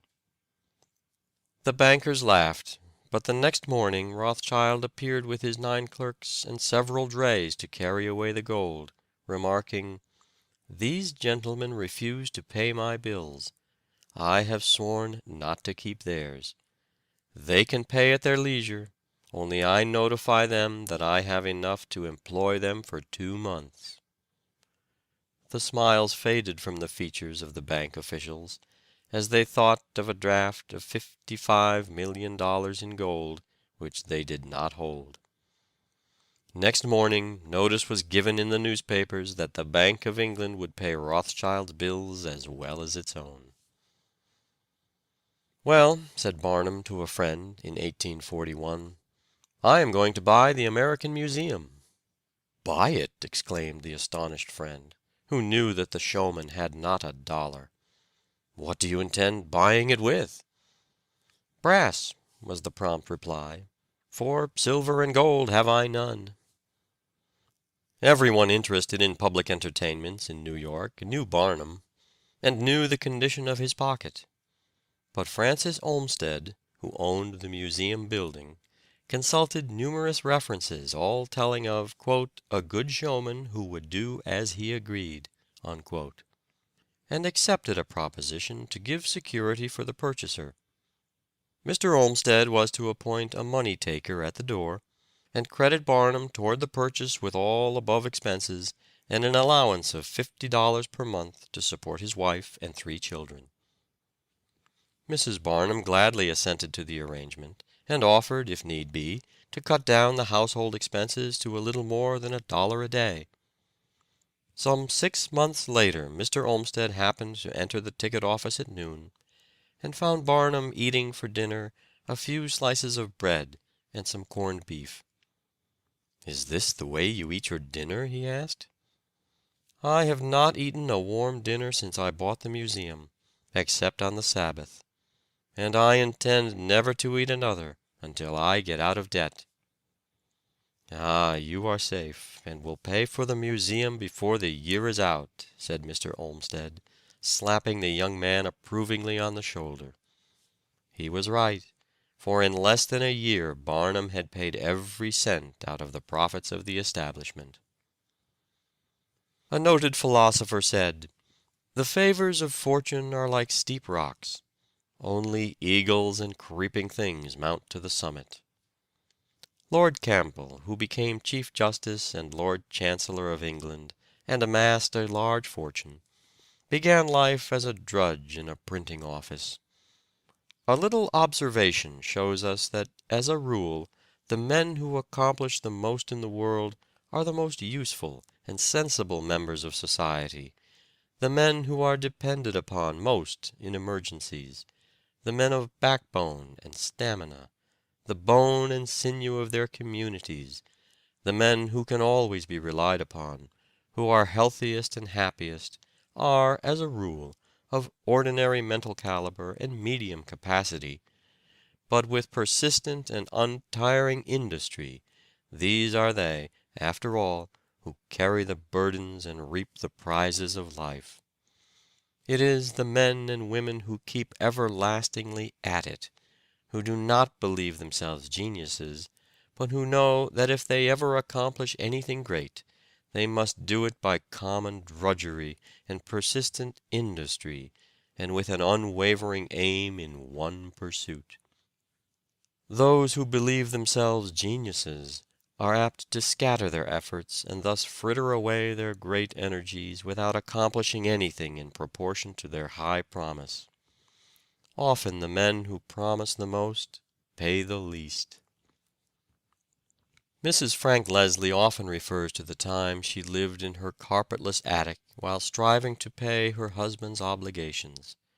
She has fought her way successfully through 9 lawsuits and has paid the entire debt.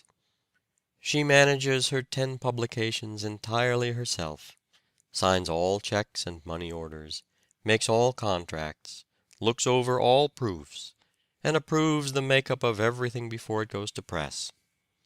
She has developed great business ability which no one dreamed she possessed.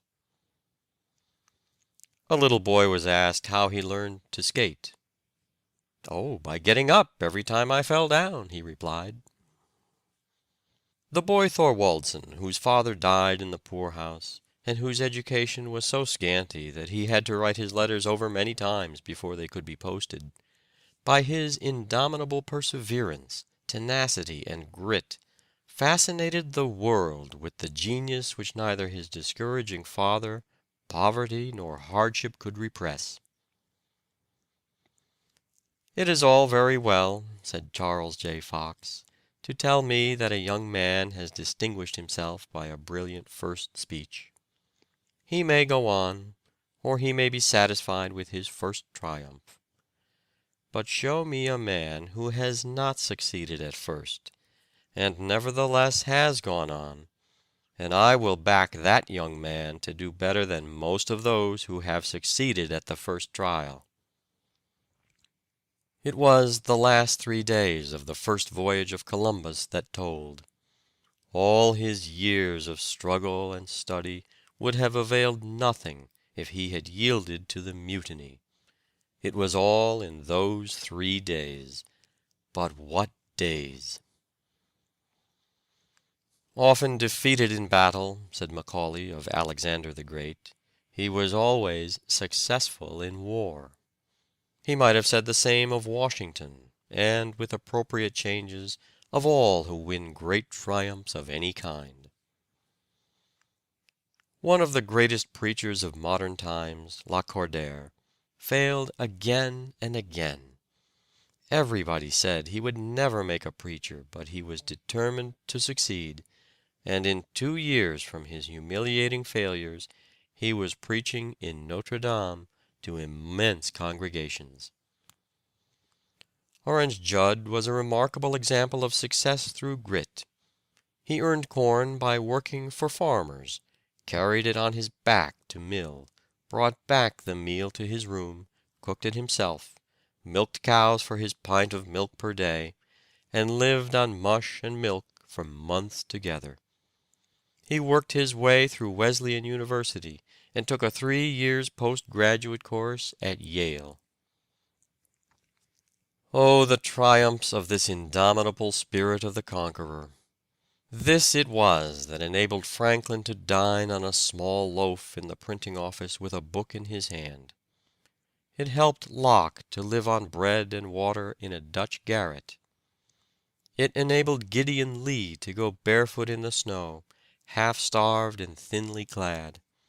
It sustained Lincoln and Garfield on their hard journeys from the log cabin to the White House. The very reputation of being strong-willed, plucky, and indefatigable is of priceless value. It often cows enemies, and dispels at the start opposition to one's undertakings which would otherwise be formidable. When you get into a tight place and everything goes against you, till it seems as if you could not hold on a minute longer, said Harriet Beecher Stowe, never give up then, for that's just the place and time that the tide'll turn. Never despair, says Burke, but if you do, work on in despair. Once, when Marshal Ney was going into battle, looking down at his knees which were smiting together, he said, "You may well shake. You would shake worse yet if you knew where I am going to take you." "Go it, William," an old boxer was overheard saying to himself in the midst of a fight. "At him again. never say die. A striking incident is related of the early experience of George Law, who in his day was one of the most conspicuous financiers and capitalists of New York City. When he was a young man, he went to New York, poor and friendless. One day he was walking along the streets, hungry, not knowing where his next meal would come from, and passed a new building in course of erection. Through some accident, one of the hod carriers fell from the structure and dropped dead at his feet. Young Law, in his desperation, applied for the job to take the dead man's place, and the place was given him. He went to work, and this was how one of the wealthiest and shrewdest New York businessmen got his start. See young Disraeli, sprung from a hated and persecuted race, without opportunity, pushing his way up through the middle classes, up through the upper classes, until he stands self-poised upon the topmost round of political and social power.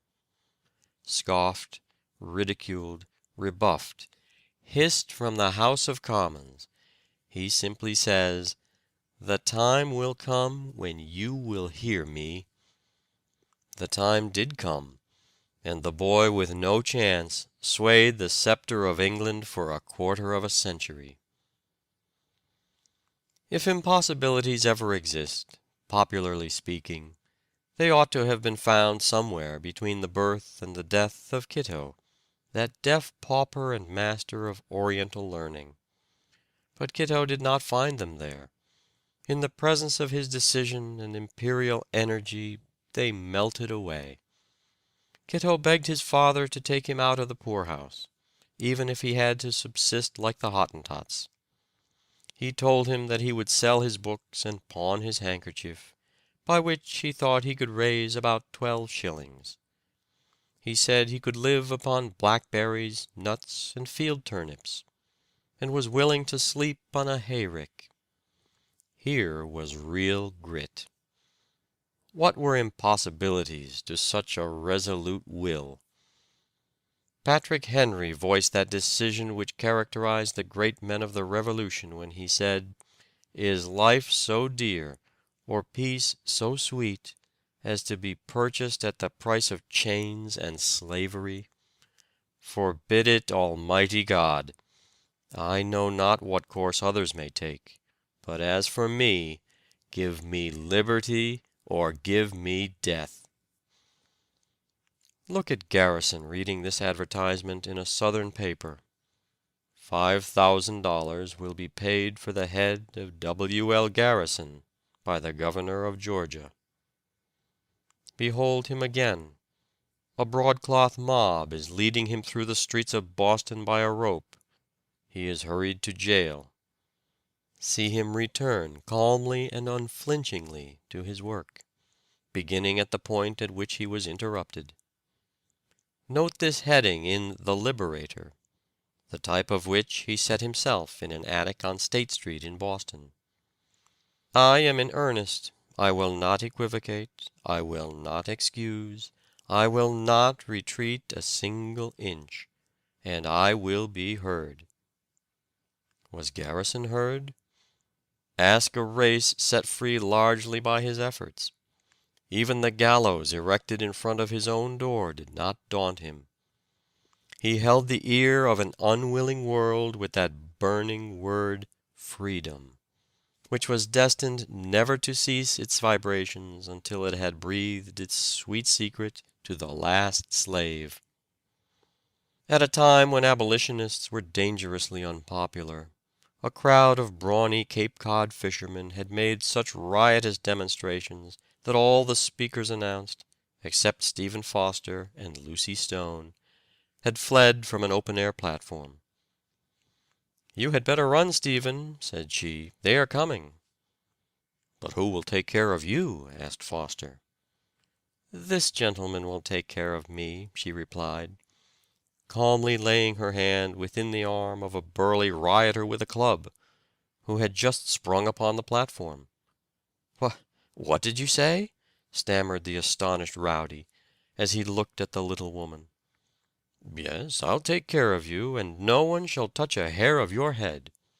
With this, he forced a way for her through the crowd, and at her earnest request, placed her upon a stump, and stood guard with his club while she delivered an address so effective that the audience offered no further violence, and even took up a collection of $20 to repay Mr. Foster for the damage his clothes had received when the riot was at its height. "Luck is ever waiting for something to turn up," says Cobden. "Labor, with keen eyes and strong will turn up something. Luck lies in bed and wishes the postman would bring him the news of a legacy. Labor turns out at 6 o'clock, and with busy pen or ringing hammer lays the foundation of a competence. Luck whines. Labor whistles. Luck relies on chance. Labor on character. There is no luck, for all practical purposes, to him who is not striving, and whose senses are not all eagerly attent. What are called accidental discoveries are almost invariably made by those who are looking for something. A man incurs about as much risk of being struck by lightning as by accidental luck. There is perhaps an element of luck in the amount of success which crowns the efforts of different men, but even here it will usually be found that the sagacity with which the efforts are directed and the energy with which they are prosecuted measure pretty accurately the luck contained in the results achieved. Apparent exceptions will be found to relate almost wholly to single undertakings, while in the long run the rule will hold good. Two pearl divers, equally expert, dive together and work with equal energy. One brings up a pearl, while the other returns empty-handed. But let both persevere, and at the end of 5, 10, or 20 years, it will be found that they succeeded almost in exact proportion to their skill and industry. Lincoln, being asked by an anxious visitor what he would do after 3 or 4 years if the rebellion was not subdued, replied, "Oh, there is no alternative but to keep pegging away." "It is in me, and it shall come out," said Sheridan, when told that he would never make an orator, as he had failed in his first speech in Parliament. He became known as one of the foremost orators of his day.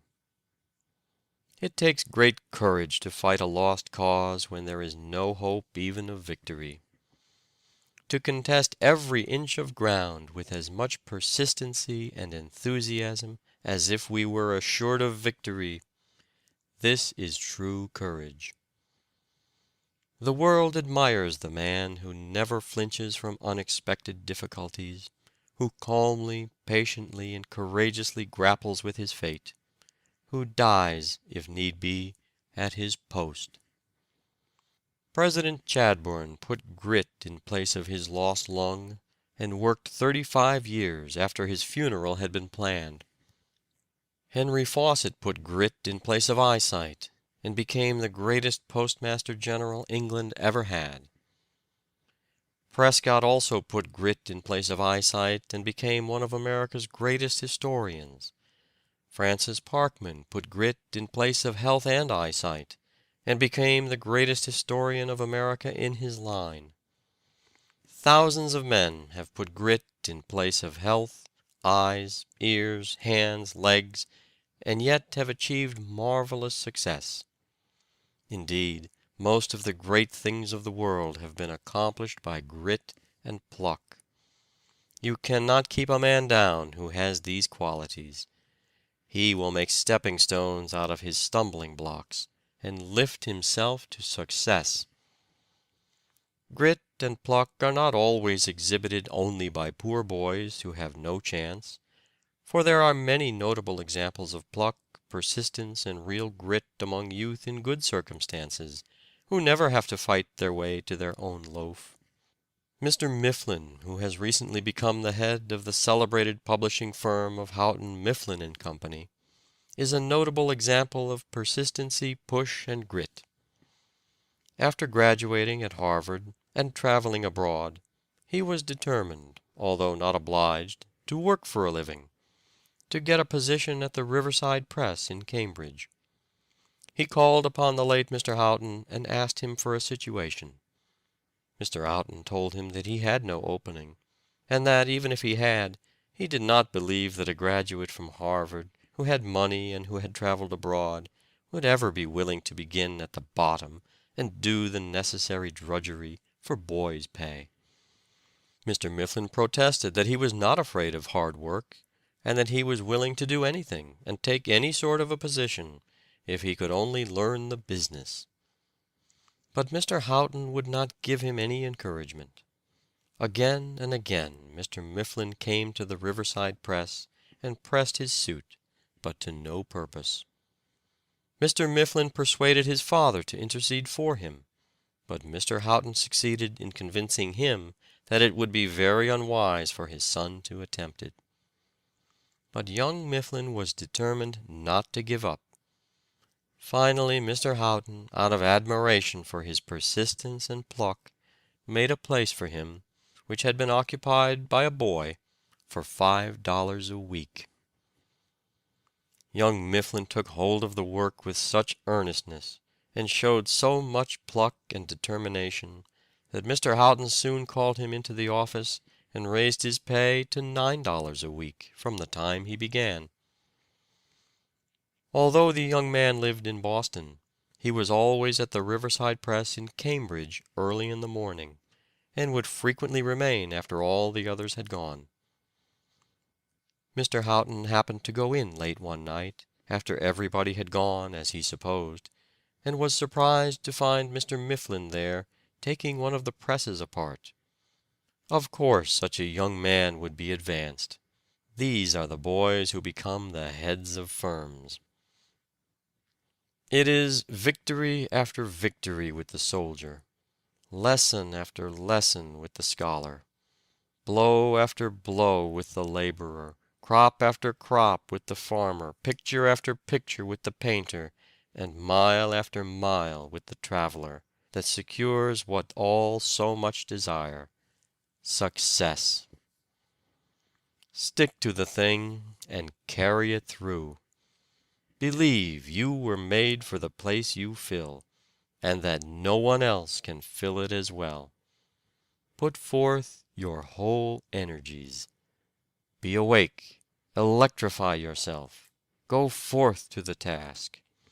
Only once learn to carry a thing through in all its completeness and proportion, and you will become a hero. You will think better of yourself. Others will think better of you.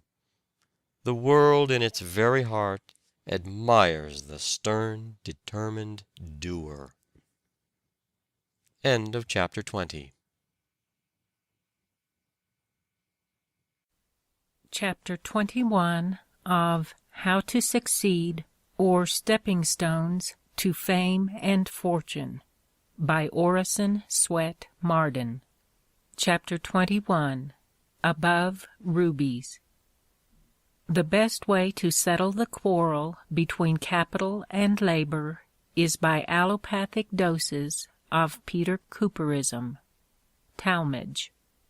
In the sublimest flights of the soul, rectitude is never surmounted, love is never outgrown. Emerson. One ruddy drop of manly blood the surging sea outweighs. Virtue alone outbuilds the pyramids. Her monuments shall last when Egypt's fall. Young. He believed that he was born, not for himself, but for the whole world. Lucan. Wherever man goes to dwell, his character goes with him. African proverb. The spirit of a single mind makes that of multitudes take one direction, as roll the waters to the breathing wind. Byron. No, say what you have to say in her presence too, said King Cleomenes of Sparta, when his visitor Anastagoras asked him to send away his little daughter Gorgo, 10 years old, knowing how much harder it is to persuade a man to do wrong when his child is at his side. So Gorgo sat at her father's feet and listened while the stranger offered more and more money if Cleomenes would aid him to become king in a neighboring country. She did not understand the matter, but when she saw her father look troubled and hesitate, she took hold of his hand and said, "Papa, come away. Come, or this strange man will make you do wrong." The king went away with the child, and saved himself and his country from dishonor. Character is power, even in a child. When grown to womanhood, Gorgo was married to the hero Leonidas. One day a messenger brought a tablet sent by a friend who was a prisoner in Persia, but the closest scrutiny failed to reveal a single word or line on the white waxen surface, and the king and all his noblemen concluded that it was sent as a jest. "Let me take it," said Queen Gorgo, and, after looking it all over, she exclaimed, "There must be some writing underneath the wax." They scraped away the wax and found a warning to Leonidas from the Grecian prisoner, saying that Xerxes was coming with his immense host to conquer all Greece. Acting on this warning, Leonidas and the other kings assembled their armies and checked the mighty host of Xerxes, which is said to have shaken the earth as it marched. I fear John Knox's prayers more than an army of 10,000 men, said Mary, Queen of Scotland. The man behind the sermon, said William M. Evarts, is the secret of John Hall's power. In fact, if there is not a man with a character behind it, nothing about it is of the slightest consequence. Thackeray says, "Nature has written a letter of credit upon some men's faces, which is honored wherever presented. You cannot help trusting such men. Their very presence gives confidence. There is a promise to pay in their very faces, which gives confidence, and you prefer it to another man's endorsement. Character is credit." In the great monetary panic of 1857, a meeting was called of the various bank presidents of New York City. When asked what percentage of specie had been drawn during the day, some replied 50%, some even as high as 75%. But Moses Taylor of the City Bank said, "We had in the bank this morning $400,000, this evening $470,000. While other banks were badly run, the confidence in the City Bank under Mr. Taylor's management was such that people had deposited in that institution what they had drawn from other banks. Character gives confidence. "There is no such thing as a small country," said Victor Hugo. "The greatness of a people is no more affected by the number of its inhabitants than the greatness of an individual is measured by his height." "It is the nature of party in England," said John Russell, "to ask the assistance of men of genius, but to follow the guidance of men of character." "A handful of good life," says George Herbert, "is worth a bushel of learning." "I have read," Emerson says, "that they who listened to Lord Chatham felt that there was something finer in the man than anything which he said." It has been complained of Carlyle that when he has told all his facts about Mirabeau, they do not justify his estimate of the latter's genius. The Gracchi, Agis, Cleomenes, and others of Plutarch's heroes do not in the record of facts equal their own fame. Sir Philip Sidney and Sir Walter Raleigh are men of great figure and of few deeds. We cannot find the smallest part of the personal weight of Washington in the narrative of his exploits. The authority of the name of Schiller is too great for his books. This inequality of the reputation to the works or the anecdotes is not accounted for by saying that the reverberation is longer than the thunderclap, but something resided in these men which begot an expectation that outran all their performance. The largest part of their power was latent. This is that which we call character, a reserved force which acts directly by presence and without means. What others effect by talent or eloquence, the man of character accomplishes by some magnetism. Half his strength he puts not forth. His victories are by demonstration of superiority, and not by crossing bayonets. He conquers because his arrival alters the face of affairs.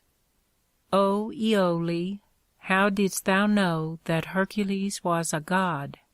Because, answered Iole, I was content the moment my eyes fell on him.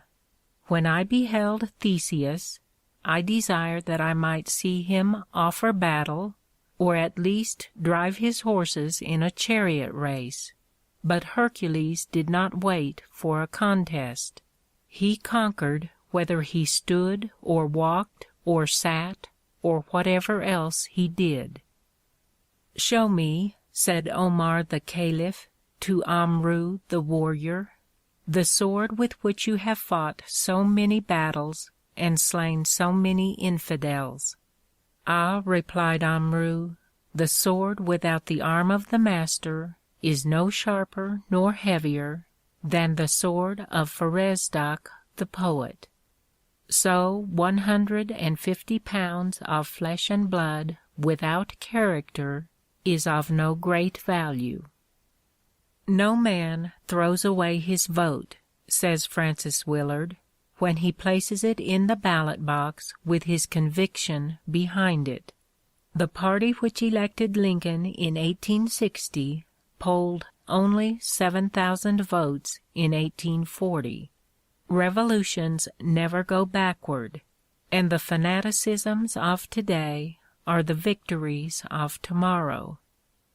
"Oh, sir, we are beaten," exclaimed the general in command of Sheridan's army, retreating before the victorious Early. "No, sir," replied the indignant Sheridan. "You are beaten, but this army is not beaten."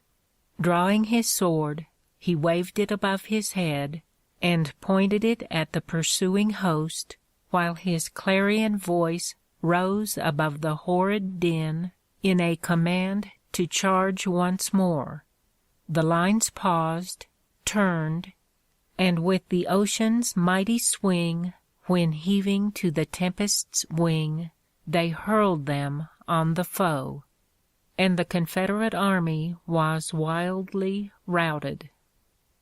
When the war with France seemed imminent, in 1798, President Adams wrote to George Washington, then a private citizen in retirement at Mount Vernon, "We must have your name, if you will permit us to use it. There will be more efficacy in it than in many an army. Character is power." When Pope Paul IV heard of the death of Calvin, he exclaimed with a sigh, "Ah, the strength of that proud heretic lay in riches? No. Honors? No. But nothing could move him from his course. Holy Virgin, with 2 such servants, our church would soon be mistress of both worlds." 1800 years ago, when night closed over the city of Pompeii, a lady sat in her house nursing her son of 10 years of age. The child had been ill for some days. His form was wasted, his little limbs were shrunk, and we may imagine with what infinite anxiety she watched every motion of the helpless one, whose existence was so dear. What did take place we know with an exactness very remarkable. That distant mountain, which reared its awful head on the shore of the bay, Vesuvius, was troubled that same night with an eruption, and threw into the air such clouds of pumice stones that the streets and squares of Pompeii became filled, and gradually the stones grew higher and higher until they reached the level of the windows. There was no chance of escape then by the doors, and those who attempted to get away stepped out of their first-floor windows and rushed over the sulphurous stones. A short distance only, for they were quickly overpowered by the poisonous vapors and fell dead. After the stones there fell ashes, and after ashes hot water fell in showers, which changed the ashes into clay. Those who ran out of their houses during the fall of stones were utterly consumed, while those who waited until the ashes began to fall perished likewise. But their bodies were preserved by the ashes and water which fell upon them. The Pompeian mother we have mentioned opened the window of her house when she thought the fall of stones was over, and with the child in her arms took a few hurried steps forward, when, overpowered by the sulphur, she fell forward, at which moment the shower of ashes began to fall, and quickly buried mother and child. The hot water afterward changed into a mold. The ashes and the sun baked the fatal clay to such a degree of hardness that it has endured to the present day. A short time ago, the spot where mother and child lay was found, liquid plaster of Paris was poured into the mold formed by the bodies, and then the mold was broken up, leaving the plaster cast whole. Thus, one touching incident in the terrible tragedy of 18 centuries ago has been preserved for the admiration and respect of posterity. The arms and legs of the child showed a contraction and emaciation which could only result from illness. Of the mother, only the right arm was preserved. She fell upon the ashes, and the remaining portion of her body was consumed, but the right hand still clasped the legs of the child. On her arm were 2 gold bracelets, and on her fingers were 2 gold rings, one set with an emerald, the other with a cut amethyst. This touching illustration of a mother's love now rests in the museum of the celebrated city. "I was sitting with Grant once," says General Fisk, "when a major general entered, dressed in the uniform of his rank, who said, 'Boys, I have a good story to tell you. I believe there are no ladies present.' Grant said, 'No, but there are gentlemen present.'" Mr. George W. Childs, in referring to this trait, said, "Another great trait of his character was his purity in every way. I never heard him express or make an indelicate allusion in any way or shape. There is nothing I ever heard that man say that could not be repeated in the presence of women." The writer has heard of several incidents illustrating his answer to impure stories.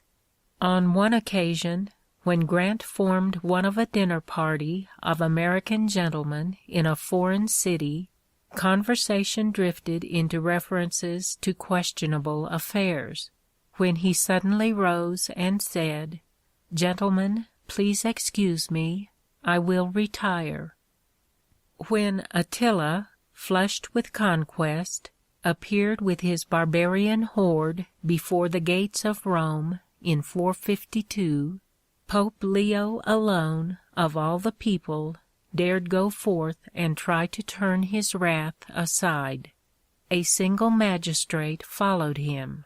The Huns were awed by the fearless majesty of the unarmed old man, and led him before their chief, whose respect was so great that he agreed not to enter the city, provided a tribute should be paid to him. Wellington said that Napoleon's presence in the French army was equivalent to 40,000 additional soldiers, and Richter said of the invincible Luther, his words were half battles. "I know of no great men," says Voltaire, "except those who have rendered great services to the human race. Men are measured by what they do, not by what they seem or possess." Francis Horner, of England, was a man of whom Sidney Smith said that the 10 Commandments were stamped upon his forehead. The valuable and peculiar light in which Horner's history is calculated to inspire every right-minded youth is this: he died at the age of 38, possessed of greater influence than any other private man, and admired, beloved, trusted, and deplored by all except the heartless and the base. No greater homage was ever paid in Parliament to any deceased member. How was this attained? By rank? He was the son of an Edinburgh merchant. By wealth? Neither he nor any of his relatives ever had a superfluous sixpence. By office? He held but one, and that for only a few years, of no influence, and with very little pay. By talents? His were not splendid, and he had no genius. Cautious and slow, his only ambition was to be right. By eloquence? He spoke in calm, good taste, without any of the oratory that either terrifies or seduces. By any fascination of manner? His was only correct and agreeable. By what was it, then? Merely by sense, industry, good principles, and a good heart, qualities which no well-constituted mind need ever despair of attaining. It was the force of his character that raised him, and this character was not impressed on him by nature, but formed, out of no peculiarly fine elements, by himself. There were many in the House of Commons of far greater ability and eloquence, but no one surpassed him in the combination of an adequate portion of these with moral worth. Horner was born to show what moderate powers, unaided by anything whatever except culture and goodness, may achieve, even when these powers are displayed amidst the competitions and jealousies of public life. 100 years hence, what difference will it make whether you were rich or poor, a peer or a peasant? But what difference may it not make whether you did what was right or what was wrong? At a large dinner party given by Lord Stratford after the Crimean War, it was proposed that everyone should write on a slip of paper the name which appeared most likely to descend to posterity with renown. When the papers were opened, every one of them contained the name of Florence Nightingale. Professor Blackie of the University of Edinburgh said to a class of young men, "Money is not needful. Power is not needful. Liberty is not needful. Even health is not the one thing needful. But character alone is that which can truly save us. And if we are not saved in this sense, we certainly must be damned. It has been said that when poverty is your inheritance, virtue must be your capital. Hence it was, said Franklin, speaking of the influence of his known integrity of character, that I had so much weight with my fellow citizens. I was but a bad speaker, never eloquent, subject to much hesitation in my choice of words, hardly correct in language, and yet I generally carried my point. When a man's character is gone, all is gone. All peace of mind, all complacency in himself is fled forever. He despises himself. He is despised by his fellow men. Within is shame and remorse. Without, neglect and reproach. He is of necessity a miserable and useless man. He is so, even though he be clothed in purple and fine linen, and fare sumptuously every day. It is better to be poor. It is better to be reduced to beggary. It is better to be cast into prison, or condemned to perpetual slavery, than to be destitute of a good name, or endure the pains and the evils of a conscious worthlessness of character. The time is soon coming when, by the common consent of mankind, it will be esteemed more honorable to have been John Pounds, putting new and beautiful souls into the ragged children of the neighborhood while he mended his father's shoes, than to have sat upon the British throne.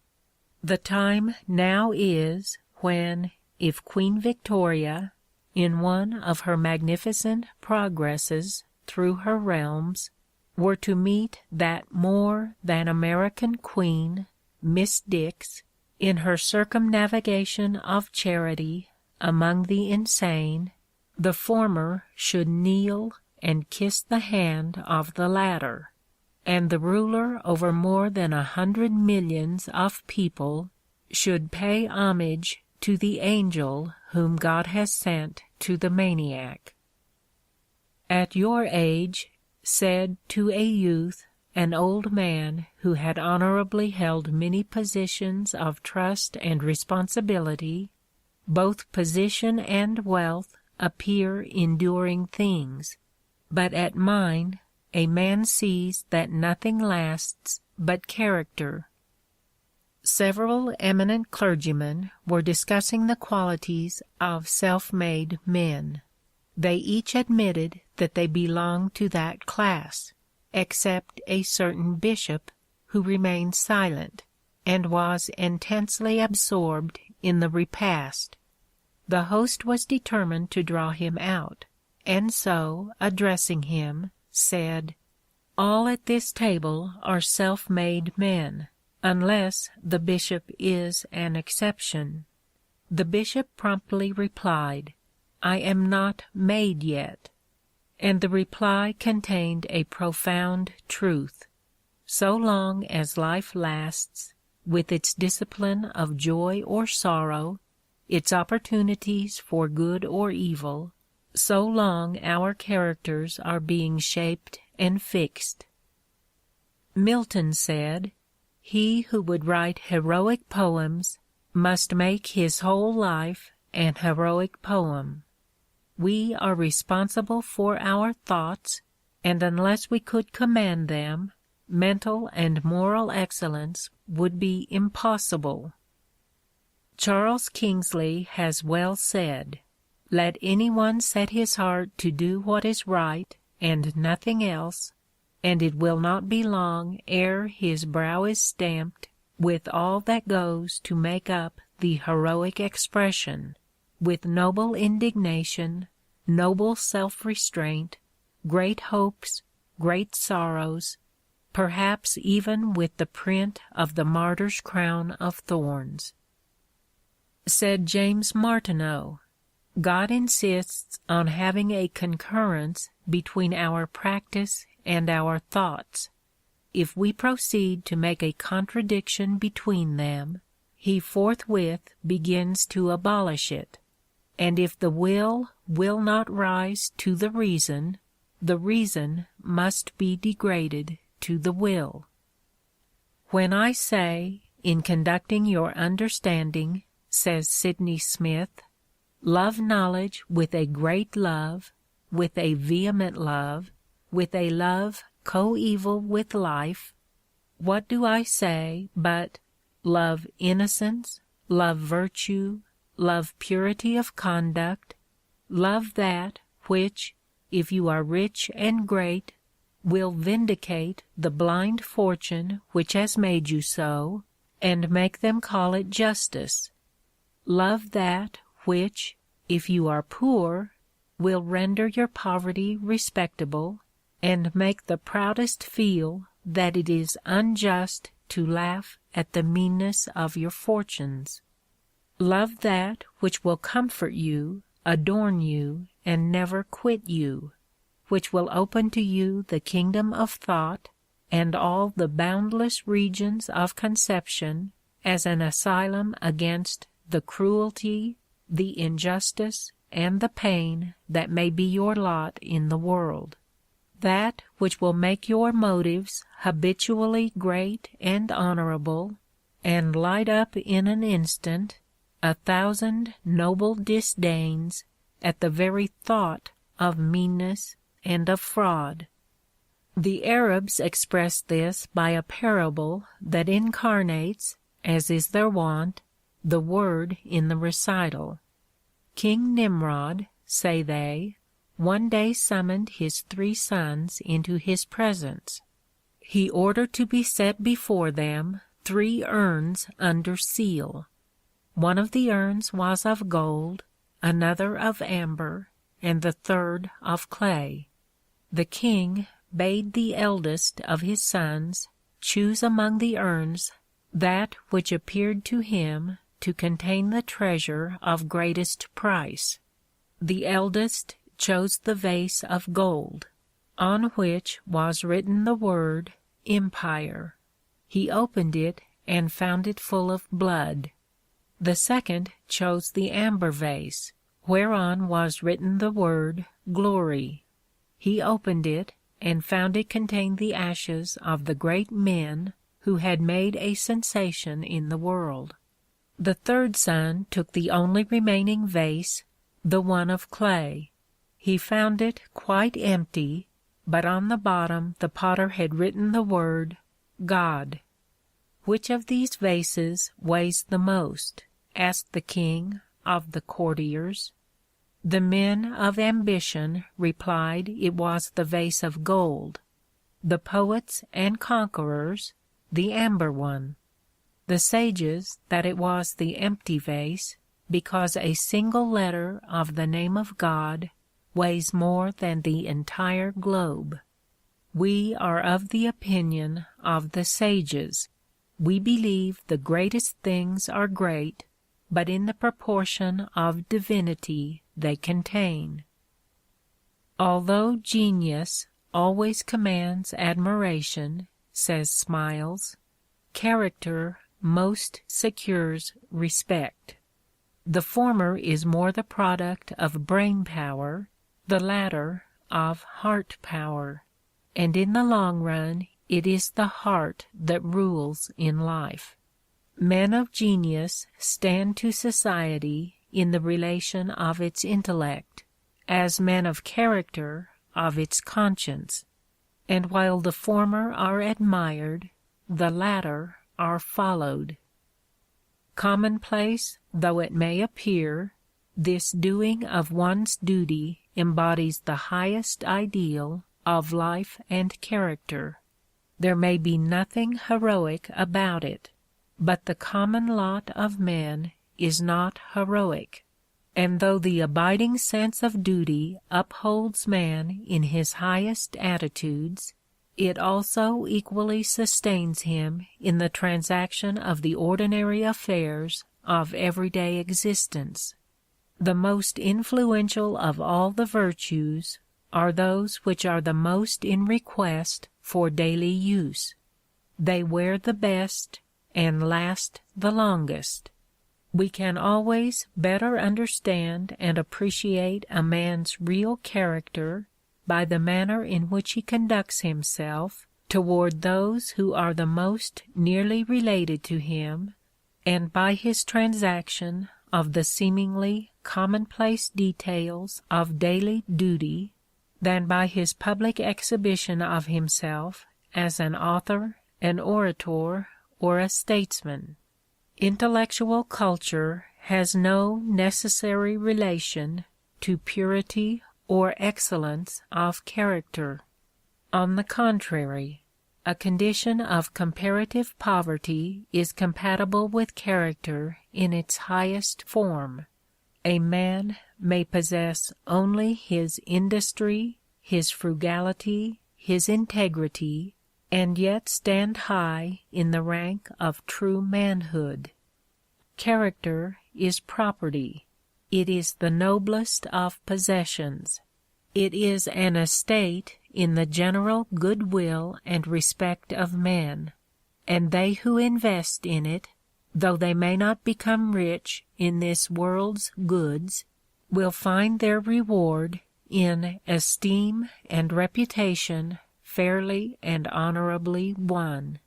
Without principles, a man is like a ship without rudder or compass, left to drift hither and thither with every wind that blows. What a contrast is afforded by the lives of Bacon and More! Bacon sought office with as much desire as More avoided it.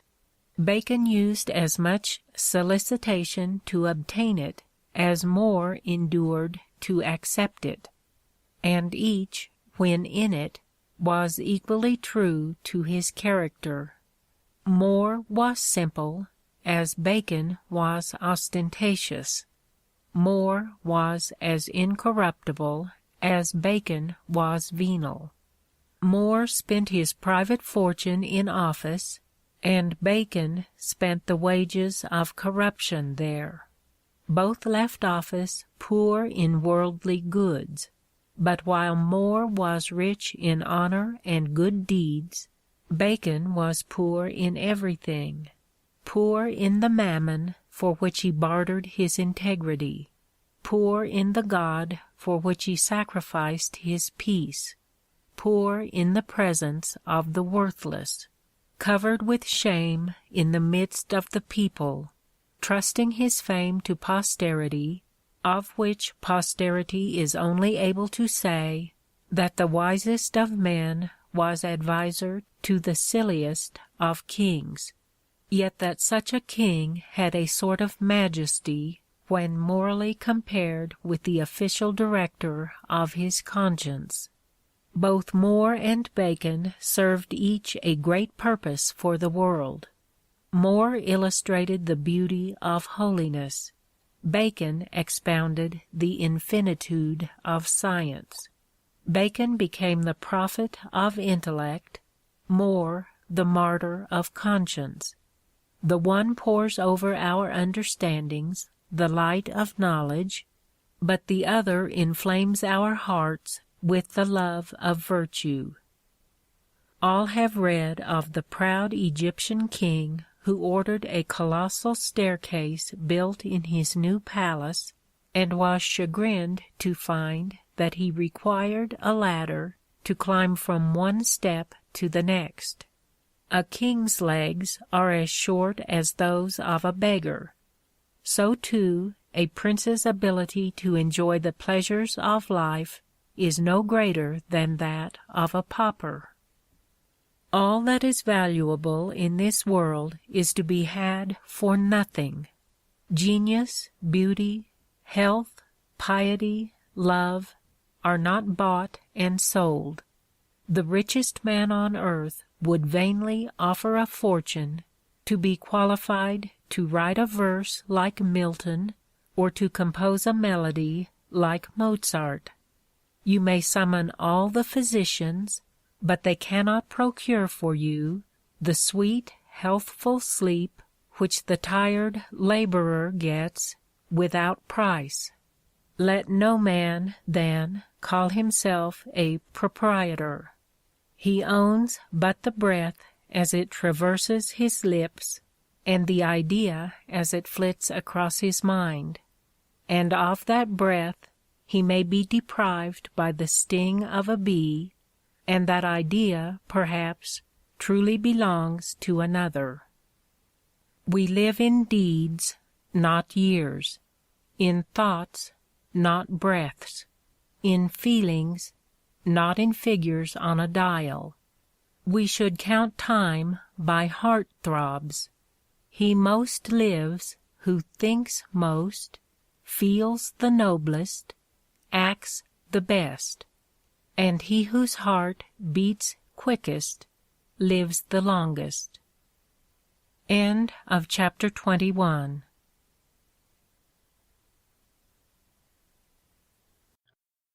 Chapter 22 of How to Succeed, or Stepping Stones to Fame and Fortune, by Orison, Swett, Marden. Chapter 22. Moral Sunshine. I have gout, asthma, and 7 other maladies, but am otherwise very well. Sydney Smith. The inborn geniality of some people amounts to genius. Whipple. This one sits shivering in Fortune's smile, taking his joy with bated, doubtful breath. This other, gnawed by hunger all the while, laughs in the teeth of death. T.B. Aldrich. There is no real life, but cheerful life. Addison. Next to the virtue, the fun in this world is what we can least spare. Agnes Strickland. Joy in one's work is the consummate tool.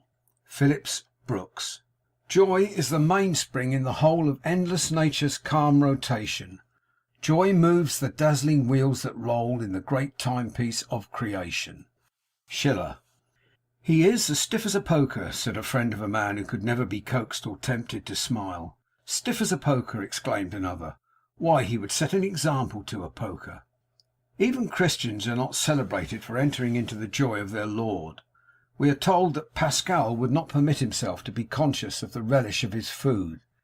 He prohibited all seasonings and spices, however much he might wish for and need them, and he actually died because he forced his diseased stomach to receive at each meal a certain amount of aliment, neither more nor less, whatever might be his appetite at the time, or his utter want of appetite.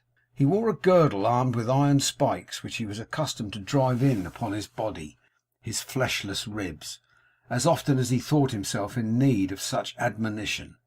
He was annoyed and offended if any in his hearing might chance to say that they had just seen a beautiful woman. He rebuked a mother who permitted her own children to give her their kisses. Toward a loving sister who devoted herself to his comfort, he assumed an artificial harshness of manner for the express purpose, as he acknowledged, of revolting her sisterly affection. And all this sprung from the simple principle that earthly enjoyment was inconsistent with religion. We should fight against every influence which tends to depress the mind, as we would against a temptation to crime. A depressed mind prevents the free action of the diaphragm and the expansion of the chest. It stops the secretions of the body, interferes with the circulation of the blood in the brain, and deranges the entire functions of the body. Scrofula and consumption often follow protracted depressions of mind. That fateful murmur which is heard in the upper lobes of the lungs in the first stages of consumption often follows depressed spirits after some great misfortune or sorrow. Victims of suicide are almost always in a depressed state from exhausted vitality, loss of nervous energy, dyspepsia, worry, anxiety, trouble, or grief. Mirth is God's medicine, says a wise writer. Everybody ought to bathe in it. Grim care, moroseness, anxiety, all the rust of life ought to be scoured off by the oil of mirth. It is better than emery. Every man ought to rub himself with it. A man without mirth is like a waggon without springs, in which one is caused disagreeably to jolt by every pebble over which it runs. A man with mirth is like a chariot with springs, in which one can ride over the roughest roads and scarcely feel anything but a pleasant rocking motion. I have told you, said Southey, of the Spaniard who always put on spectacles when about to eat cherries, in order that the fruit might look larger and more tempting.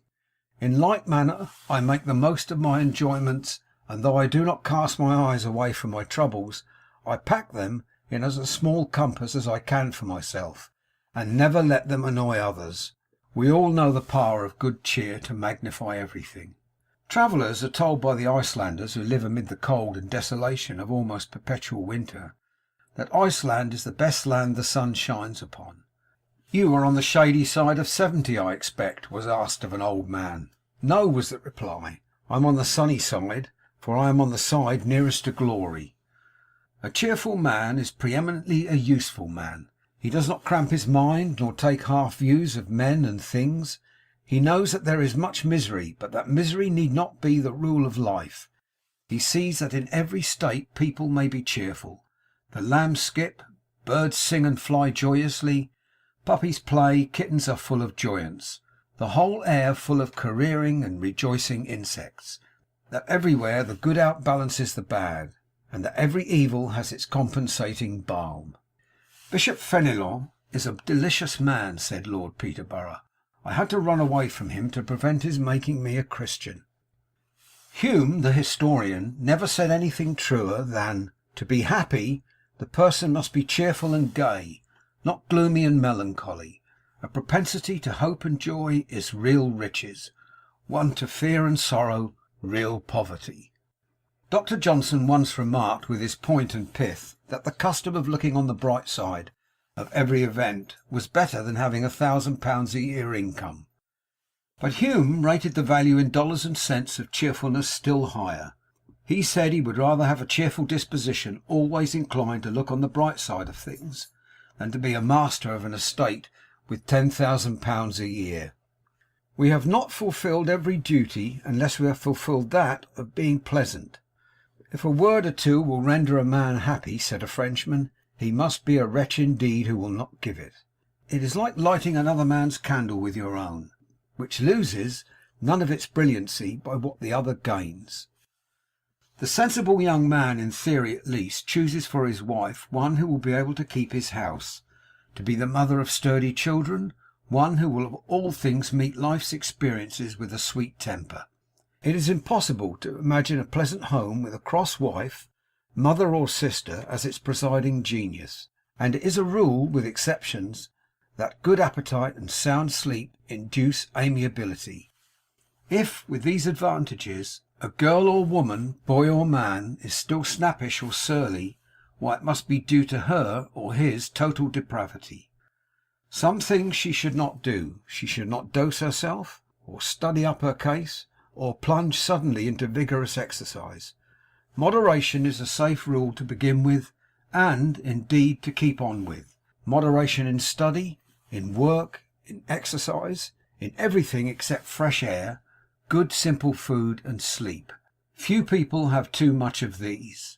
The average girl at home can find no more sanitary gymnastics than in doing part of the lighter housework. This sort of exercise has object and interest and use, which raises it above mere drill. Add to this a merry romp with younger brothers and sisters, a brisk daily walk, the use of a few moments twice a day of dumbbells in a cool airy room, and it is safe to predict a steady advance towards that ideal state of being in which we forget our bodies and just enjoy ourselves. It is not work that kills men, says Beecher, it is worry. Work is healthy. You can hardly put more on a man than he can bear. But worry is rust upon the blade. It is not movement that destroys machinery, but friction. Helen Hunt says there is one sin which seems to be everywhere, and by everybody is underestimated and quite too much overlooked in valuations of character. It is the sin of fretting. It is as common as air, as speech, so common that unless it rises above its usual monotone, we do not even observe it.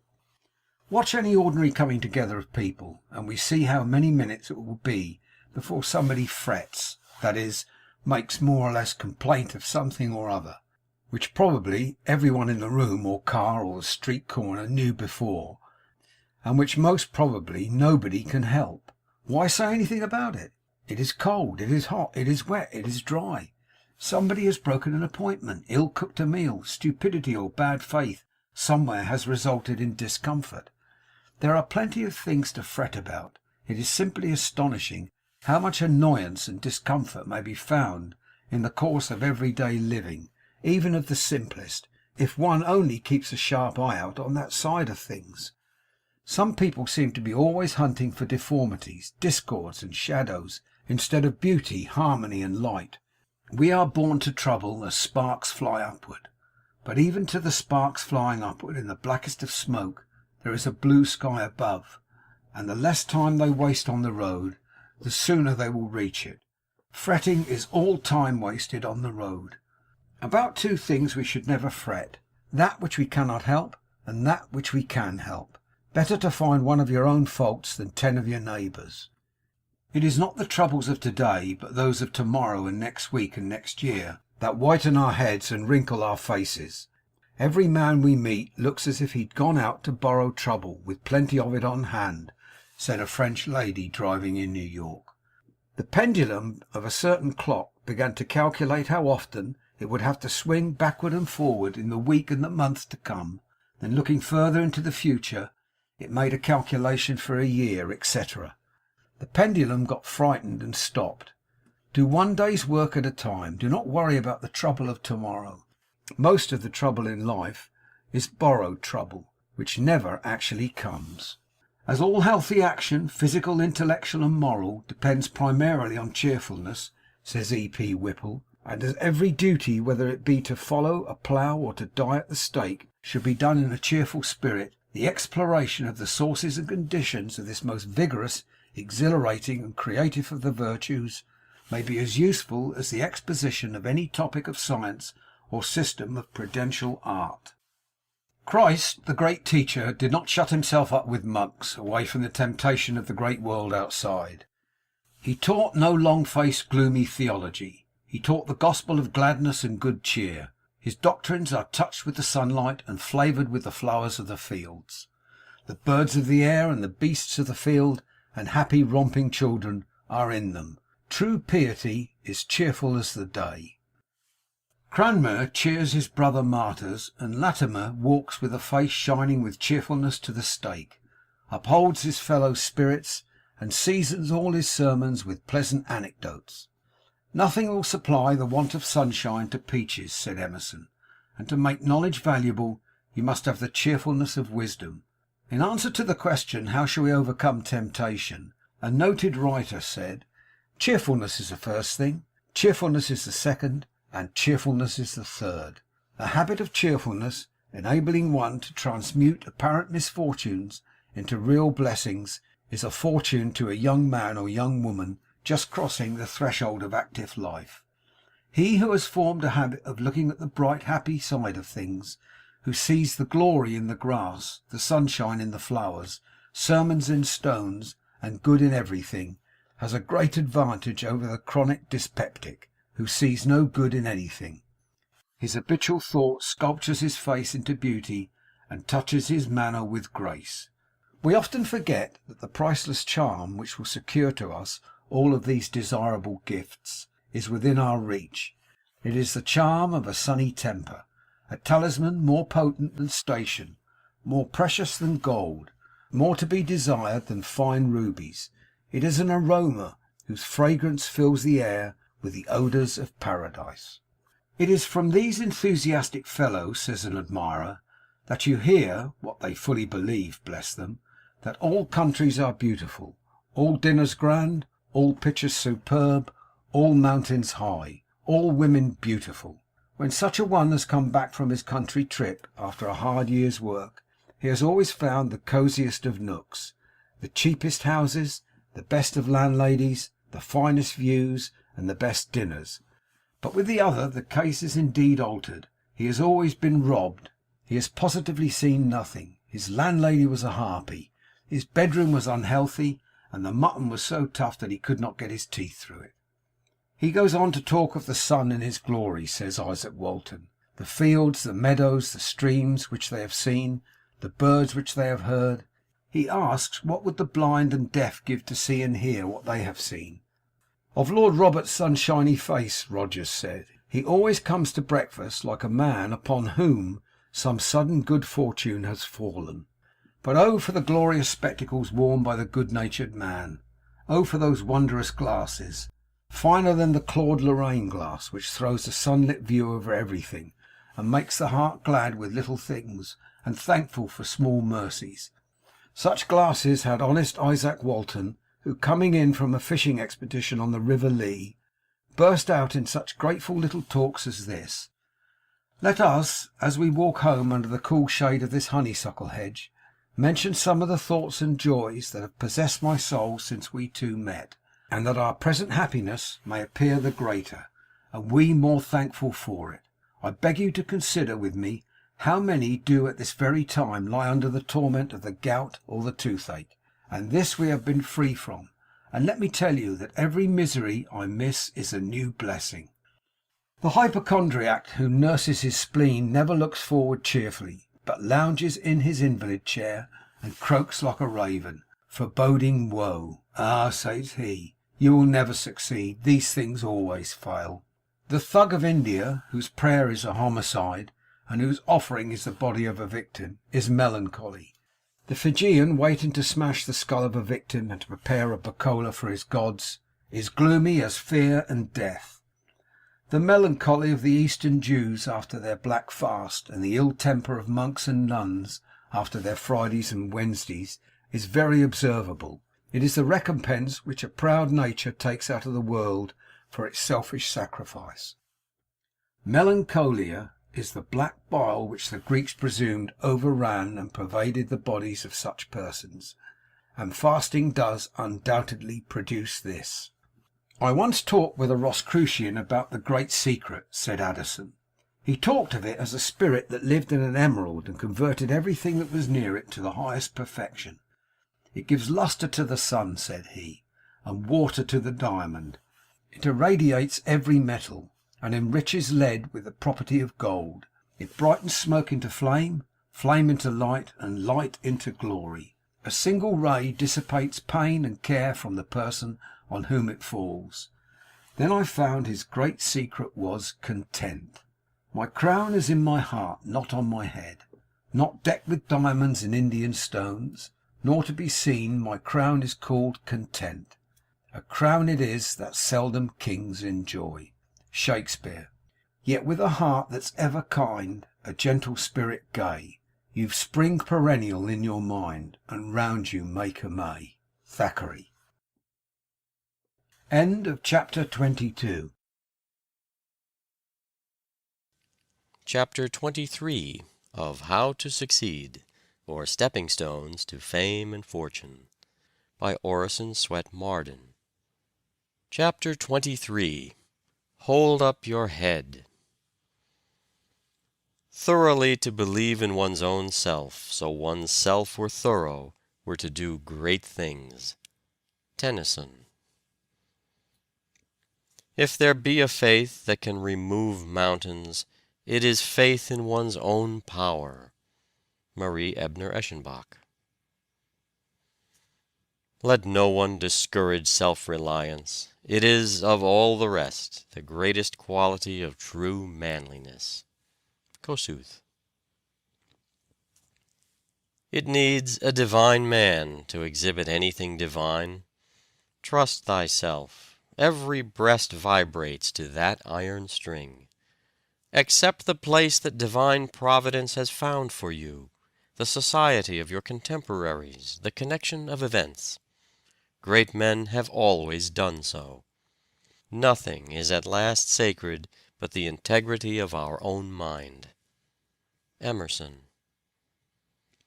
This above all, to thine own self be true, and it must follow as the night the day, thou canst not then be false to any man. Shakespeare. "Yes," said a half-drunken man in a cellar to a parish visitor, a young girl, "I am a tough and a drunkard, and am just out of jail, and my wife is starving. But that doesn't give you the right to come into my house without knocking to ask questions."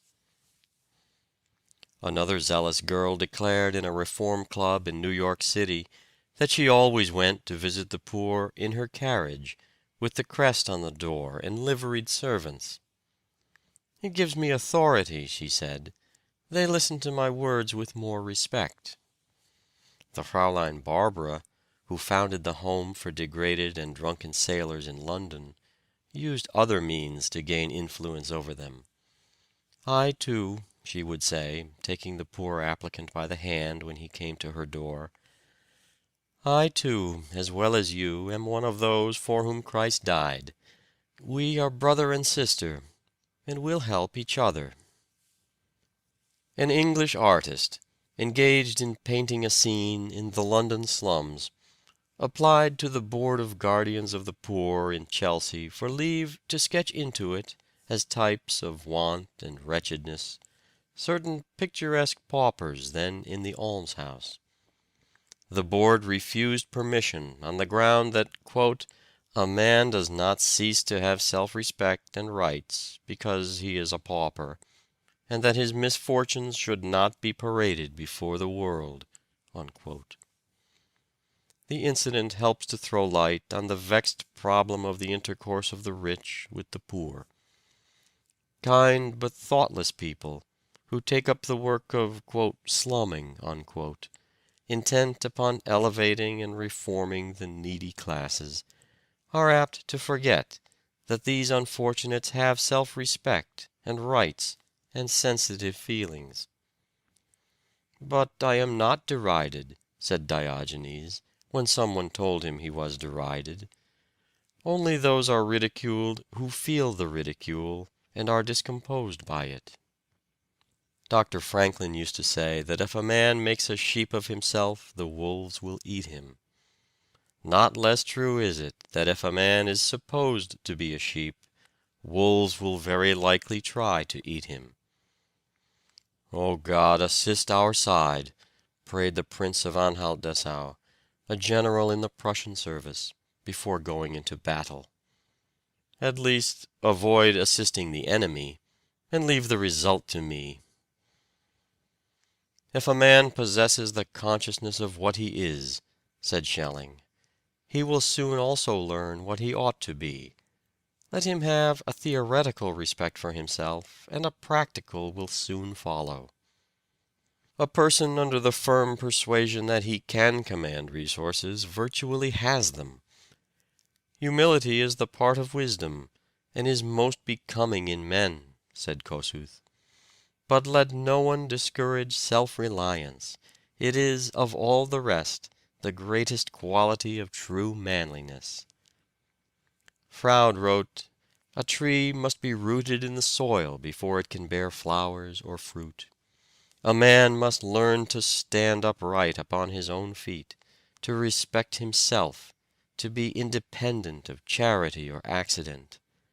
It is on this basis only that any superstructure of intellectual cultivation worth having can possibly be built." "I think he is a most extraordinary man," said John J. Ingalls, speaking of Grover Cleveland. "While the Senate was in session to induct Hendricks into office, I had an opportunity to study Cleveland as he sat there like a sphinx. He occupied a seat immediately in front of the Vice President's stand, and from where I sat I had an unobstructed view of him. I wanted to fathom, if possible, what manner of a man it was who had defeated us and taken the patronage of the government over to the democracy. We had a new master, so to speak, and a Democrat at that, and I looked him over with a good deal of curiosity. There sat a man, the President of the United States, beginning his rule over the destinies of 60 millions of people, who less than 3 years before was an obscure lawyer, scarcely known outside of Erie County, shut up in a dingy office over a livery stable. He had been mayor of the city of Buffalo at a time when a crisis in its affairs demanded a courageous head and a firm hand, and he supplied them. The little prestige thus gained made him the Democratic nominee for governor, and at a time, his luck still following him, when the Republican party of the state was rent with dissensions. He was elected, and, still more luck, by the unprecedented and unheard of majority of nearly 200,000 votes. 2 years later his party nominated him for president, and he was elected. There sat this man before me, wholly undisturbed by the pageantry of the occasion, calmly waiting to perform his part in the drama, just as an actor awaits his cue to appear on a stage.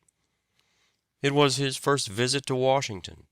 He had never before seen the Capitol, and knew absolutely nothing of the machinery of government. All was a mystery to him, but a stranger not understanding the circumstances would have imagined that the proceedings going on before him were a part of his daily life. The man positively did not move a limb, shut an eye, or twitch a muscle during the entire hour he sat in the Senate chamber. Nor did he betray the faintest evidence of self-consciousness or emotion. And as I thought of the dingy office over the livery stable but 3 years before, he struck me as a remarkable illustration of the possibilities of American citizenship. But the most marvelous exhibition of the man's nerve and of the absolute confidence he has in himself was yet to come. After the proceedings in the Senate chamber, Cleveland was conducted to the east end of the Capitol to take the oath of office and deliver his inaugural address. He wore a close-buttoned Prince Albert coat, and between the buttons he thrust his right hand, while his left he carried behind him. In this position he stood until the applause which greeted him had subsided, when he began his address. I looked for him to produce a manuscript, but he did not.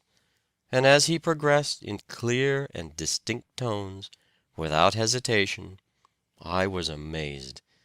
With 60 millions of people, yes, with the entire civilized world looking on, this man had the courage to deliver an inaugural address making him President of the United States as coolly and as unconcernedly as if he were addressing a ward meeting. It was the most remarkable spectacle this or any other country has ever beheld. Believe in yourself. You may succeed when others do not believe in you, but never when you do not believe in yourself. "Ah, John Hunter's still hard at work," exclaimed a physician on finding the old anatomist at the dissecting table. "Yes, doctor, and you'll find it difficult to meet with another John Hunter when I am gone. Heaven takes 100 years to form a great genius for the regeneration of an empire, and afterward rests 100 years," said Kaunitz, who had administered the affairs of his country with great success for half a century. "This makes me tremble for the Austrian monarchy after my death." "Isn't it beautiful that I can sing so?" asked Jenny Lind naively of a friend. "My lord," said William Pitt in 1757 to the Duke of Devonshire, "I am sure that I can save this country, and that nobody else can." He did save it. What seems to us disagreeable egotism in others is often but a strong expression of confidence in their ability to attain. Great men have usually had great confidence in themselves. Wordsworth felt sure of his place in history and never hesitated to say so. Dante predicted his own fame. Kepler said it did not matter whether his contemporaries read his books or not. I may well wait a century for a reader, since God has waited 6,000 years for an observer like myself. "Fear not," said Julius Caesar to his pilot frightened in a storm. "Thou bearest Caesar and his good fortunes." When the Directory at Paris found that Napoleon had become, in 1 month, the most famous man in Europe, they determined to check his career, and appointed Kellerman his associate in command. Napoleon promptly but respectfully tendered his resignation, saying, "One bad general is better than 2 good ones. War, like government, is mainly decided by tact." This decision immediately brought the Directory to terms. Emperor Francis was extremely anxious to prove the illustrious descent of his prospective son-in-law. Napoleon refused to have the account published, remarking, "I had rather be the descendant of an honest man than of any petty tyrant of Italy. I wish my nobility to commence with myself, and derive all my titles from the French people. I am the Rudolph of Habsburg of my family. My patent of nobility dates from the Battle of Montenot." When Napoleon was informed that the British government had decreed that he should be recognized only as a general, he said, "They cannot prevent me from being myself." An Englishman asked Napoleon at Elba who was the greatest general of the age, adding, "I think Wellington." To which the Emperor replied, "He has not yet measured himself against me." "Well-matured and well-disciplined talent is always sure of a market," said Washington Irving, "but it must not cower at home and expect to be sought for. There is a good deal of cant, too, about the success of forward and impudent men, while men of retiring worth are passed over with neglect. But it usually happens that those forward men have that valuable quality of promptness and activity, without which worth is a mere inoperative property. A barking dog is often more useful than a sleeping lion." Self-respect is the early form in which greatness appears. "You may deceive all the people some of the time," said Lincoln. "Some of the people all the time, but not all the people all the time. We cannot deceive ourselves any of the time, and the only way to enjoy our own respect is to deserve it. What would you think of a man who would neglect himself and treat his shadow with the greatest respect?" "Self-reliance is a grand element of character," says Michael Reynolds. "It has won Olympic crowns and Isthmian laurels. It confers kinship with men who have vindicated their divine right to be held in the world's memory." End of chapter 23. Chapter 24 of How to Succeed, or Stepping Stones to Fame and Fortune, by Orison, Swett, Marden. Chapter 24. Books and Success. "Ignorance is the curse of God, knowledge the wing wherewith we fly to heaven." Shakespeare. "Prefer knowledge to wealth, for the one is transitory, the other perpetual." Socrates. "If a man empties his purse into his head, no man can take it away from him. An investment in knowledge always pays the best interest." Franklin. "My early and invincible love of reading I would not exchange for the treasures of India." Gibbon. "If the crowns of all the kingdoms of the empire were laid down at my feet in exchange for my books and my love of reading, I would spurn them all." Fénelon. "Who of us can tell what he had been had Cadmus never taught the art that fixes into form the thought, had Plato never spoken from his cell, or his high harp blind Homer never strung?" Bulwer. "When friends grow cold, and the converse of intimates languishes into vapid civility and commonplace, these only continue the unaltered countenance of happier days, and cheer us with that true friendship which never deceived hope nor deserted sorrow." Washington Irving. "Do you want to know," asks Robert Collier, "how I managed to talk to you in this simple Saxon? I read Bunyan, Crusoe, and Goldsmith when I was a boy, morning, noon, and night. All the rest was task work. These were my delight. with the stories in the Bible, and with Shakespeare, when at last the mighty master came within our doors. The rest were as senna to me. These were like a well of pure water, and this is the first step I seem to have taken of my own free will toward the pulpit. I took to these as I took to milk, and, without the least idea of what I was doing, got the taste for simple words into the very fibre of my nature.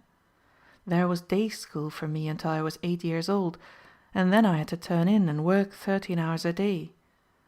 From the days when we used to spell out Crusoe and Old Bunyan, there had grown up in me a devouring hunger to read books. It made small matter what they were, so they were books. Half a volume of an old encyclopedia came along, the first I'd ever seen. How many times I went through that I cannot even guess. I remember that I read some old reports of the Missionary Society with the greatest delight. There were chapters in them about China and Labrador. Yet I think it is in reading as it is in eating. When the first hunger is over, you begin to be a little critical, and will by no means take to garbage if you are of a wholesome nature. And I remember this because it touches this beautiful valley of the Hudson. I could not go home for the Christmas of 1839, and was feeling very sad about it all, for I was only a boy, and sitting by the fire, an old farmer came in and said, "I noticed thou's fond of reading, so I brought thee summat to read." It was Irving's sketch-book. I had never heard of the work. I went at it, and was as them that dream. No such delight had touched me since the old days of Crusoe.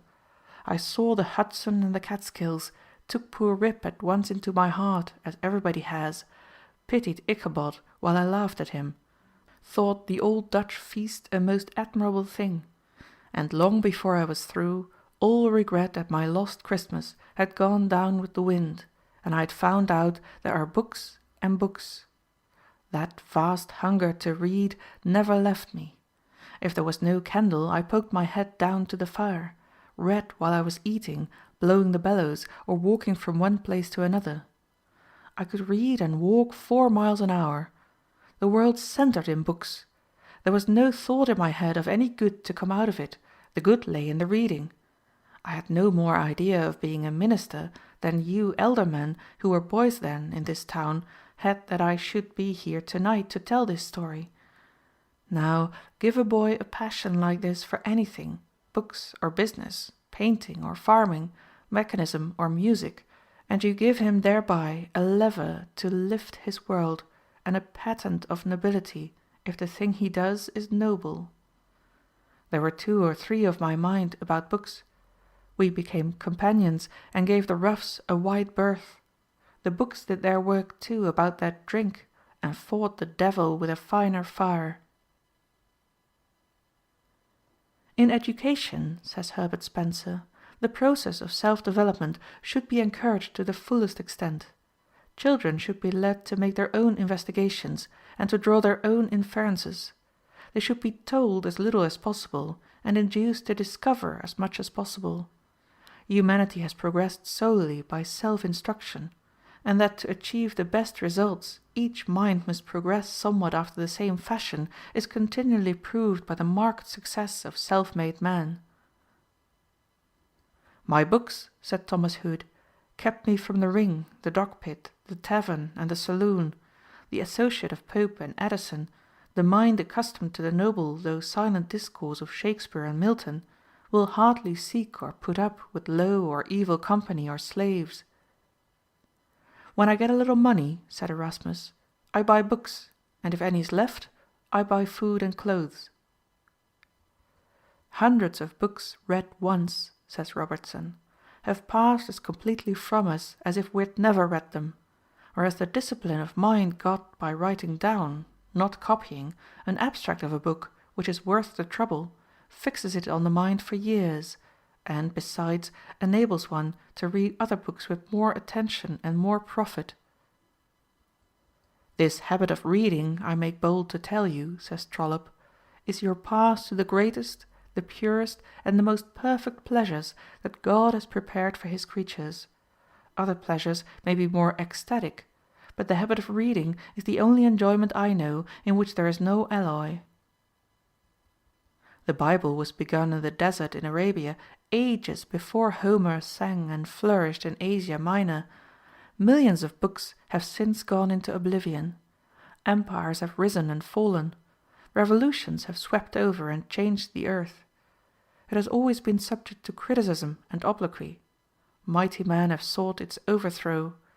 Works of Greek poets who catered to men's depraved tastes have, in spite of everything, perished. The Bible is a book of religion, and can be tried by no other standard. "Read Plutarch," said Emerson, "and the world is a proud place, peopled with men of positive quality, with heroes and demigods standing around us who will not let us sleep." "There is no business, no avocation whatever," says Wittenbach, "which will not permit a man who has an inclination to give a little time every day to the studies of his youth." "All the sport in the park," said Lady Jane Grey, "is but a shadow of that pleasure I find in Plato." "In the lap of eternity," said Heinsius, "among so many divine souls, I take my seat with so lofty a spirit and such sweet content, that I pity all the great ones and rich men that have not this happiness." "Death itself divides not the wise," says Bulwer. "Thou meetest Plato when thine eyes moisten over the Phaedo. May Homer live with all men forever." "When a man reads," says President Porter, "he should put himself into the most intimate intercourse with his author, so that all his energies of apprehension, judgment, and feeling may be occupied with, and aroused by, what his author furnishes, whatever it may be. If repetition or review will aid him in this, as it often will, let him not disdain or neglect frequent reviews. If the use of the pen, in brief or full notes, in catchwords or other symbols, will aid him, let him not shrink from the drudgery of the pen and the commonplace book." "Reading is to the mind," says Addison, "what exercise is to the body. As by the one health is preserved, strengthened, and invigorated, by the other virtue, which is the health of the mind, is kept alive, cherished, and confirmed." "There is a world of science necessary in choosing books," said Bulwer. "I have known some people in great sorrow fly to a novel, or the last light book in fashion. One might as well take a rose draught for the plague. Light reading does not do when the heart is really heavy. I am told that Goethe, when he lost his son, took to study a science that was new to him. Ah, Goethe was a physician who knew what he was about." "When I served, when a young man, in India," said a distinguished English soldier and diplomatist, "when it was the turning point in my life, when it was a mere chance whether I should become a mere card-playing, hookah-smoking lounger, I was fortunately quartered for 2 years in the neighborhood of an excellent library, which was made accessible to me."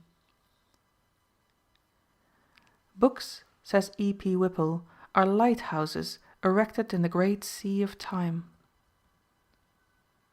"As a rule," said Benjamin Disraeli, "the most successful man in life is the man who has the best information." "You get into society in the widest sense," says Geikie, "in a great library, with the huge advantage of needing no introductions and not dreading repulses. From that great crowd you can choose what companions you please, for in the silent levees of the immortals there is no pride, but the highest is at the service of the lowest, with a grand humility. You may speak freely with any without a thought of your inferiority, for books are perfectly well bred and hurt no one's feelings by any discriminations." Sir William Waller observed, "In my study I am sure to converse with none but wise men, but abroad it is impossible for me to avoid the society of fools." "It is the glorious prerogative of the empire of knowledge," says Webster, "that what it gains it never loses. On the contrary, it increases by the multiple of its own power. All its ends become means, all its attainments help to new conquests." "At this hour, 500 years since their creation," says De Quincey, The tales of Chaucer, never equalled on this earth for their tenderness and for life of picturesqueness, are read familiarly by many in the charming language of their natal day, and by others in the modernization of Dryden, of Pope, and Wordsworth. At this hour, 1,800 years since their creation, the pagan tales of Ovid, never equalled on this earth for the gaiety of their movement and the capricious graces of their narrative, are read by all Christendom. There is no past so long as books shall live, says Lytton. No wonder Cicero said that he would part with all he was worth so he might live and die among his books, says Geikie. No wonder Petrarch was among them to the last, and was found dead in their company. It seems natural that Bede should have died dictating, and that Leibnitz should have died with a book in his hand, and Lord Clarendon at his desk. Buckle's last words, "My poor book," tell a passion that forgot death, and it seemed only a fitting farewell when the tears stole down the manly cheeks of Scott as they wheeled him into his library when he had come back to Abbotsford to die. Southey, white-haired, a living shadow, sitting stroking and kissing the books he could no longer open or read, is altogether pathetic. No entertainment is so cheap as reading, says Mary Wortley Montague, nor any pleasure so lasting. Good books elevate the character, purify the taste, take the attractiveness out of low pleasures, and lift us upon a higher plane of thinking and living. It is not easy to be mean directly after reading a noble and inspiring book. The conversation of a man who reads for improvement or pleasure will be flavored by his reading, but it will not be about his reading. Perhaps no other thing has such power to lift the poor out of his poverty, the wretched out of his misery, to make the burden-bearer forget his burden, the sick his sufferings, the sorrower his grief, the downtrodden his degradation, as books. They are friends to the lonely, companions to the deserted, joy to the joyless, hope to the hopeless, good cheer to the disheartened, a helper to the helpless. They bring light into darkness and sunshine into shadow. 25 years ago, when I was a boy, said Rev. J. A. James, a schoolfellow gave me an infamous book which he lent me for only 15 minutes. At the end of that time it was returned to him, but that book has haunted me like a spectre ever since. I have asked God on my knees to obliterate that book from my mind, but I believe that I shall carry down with me to the grave the spiritual damage I received during those 15 minutes. Did Homer and Plato and Socrates and Virgil ever dream that their words would echo through the ages and aid in shaping men's lives in the 19th century? They were mere infants when on earth, in comparison with the mighty influence and power they now yield. Every life on the American continent has in some degree been influenced by them. Christ, when on earth, never exerted 1/1,000,000th part of the influence he wields today. While he reigns supreme in few human hearts, he touches all more or less, the atheist as well as the saint. On the other hand, who shall say how many crimes were committed the past year by wicked men buried long ago? Their books, their pictures, their terrible examples live in all they reach and incite to evil deeds. How important, then, is the selection of books which are to become a part of your being. Knowledge cannot be stolen from us. It cannot be bought or sold. We may be poor, and the sheriff may come and sell our furniture, or drive away our cow, or take our pet lamb, and leave us homeless and penniless. But he cannot lay the law's hand upon the jewelry of our minds. Good books and the wild woods are two things with which man can never become too familiar, says George W. Cable. The friendship of trees is a sort of self-love, and is very wholesome. All intimate nature is but a mirror, and it is greater far to have the sense of beauty than it is to be only its insensible depository. The books that inspire imagination, whether in truth or fiction, that elevate the thoughts, are the right kind to read. Our emotions are simply the vibrations of our soul. The moment fiction becomes mendacious, it is bad, for it induces us to believe a lie.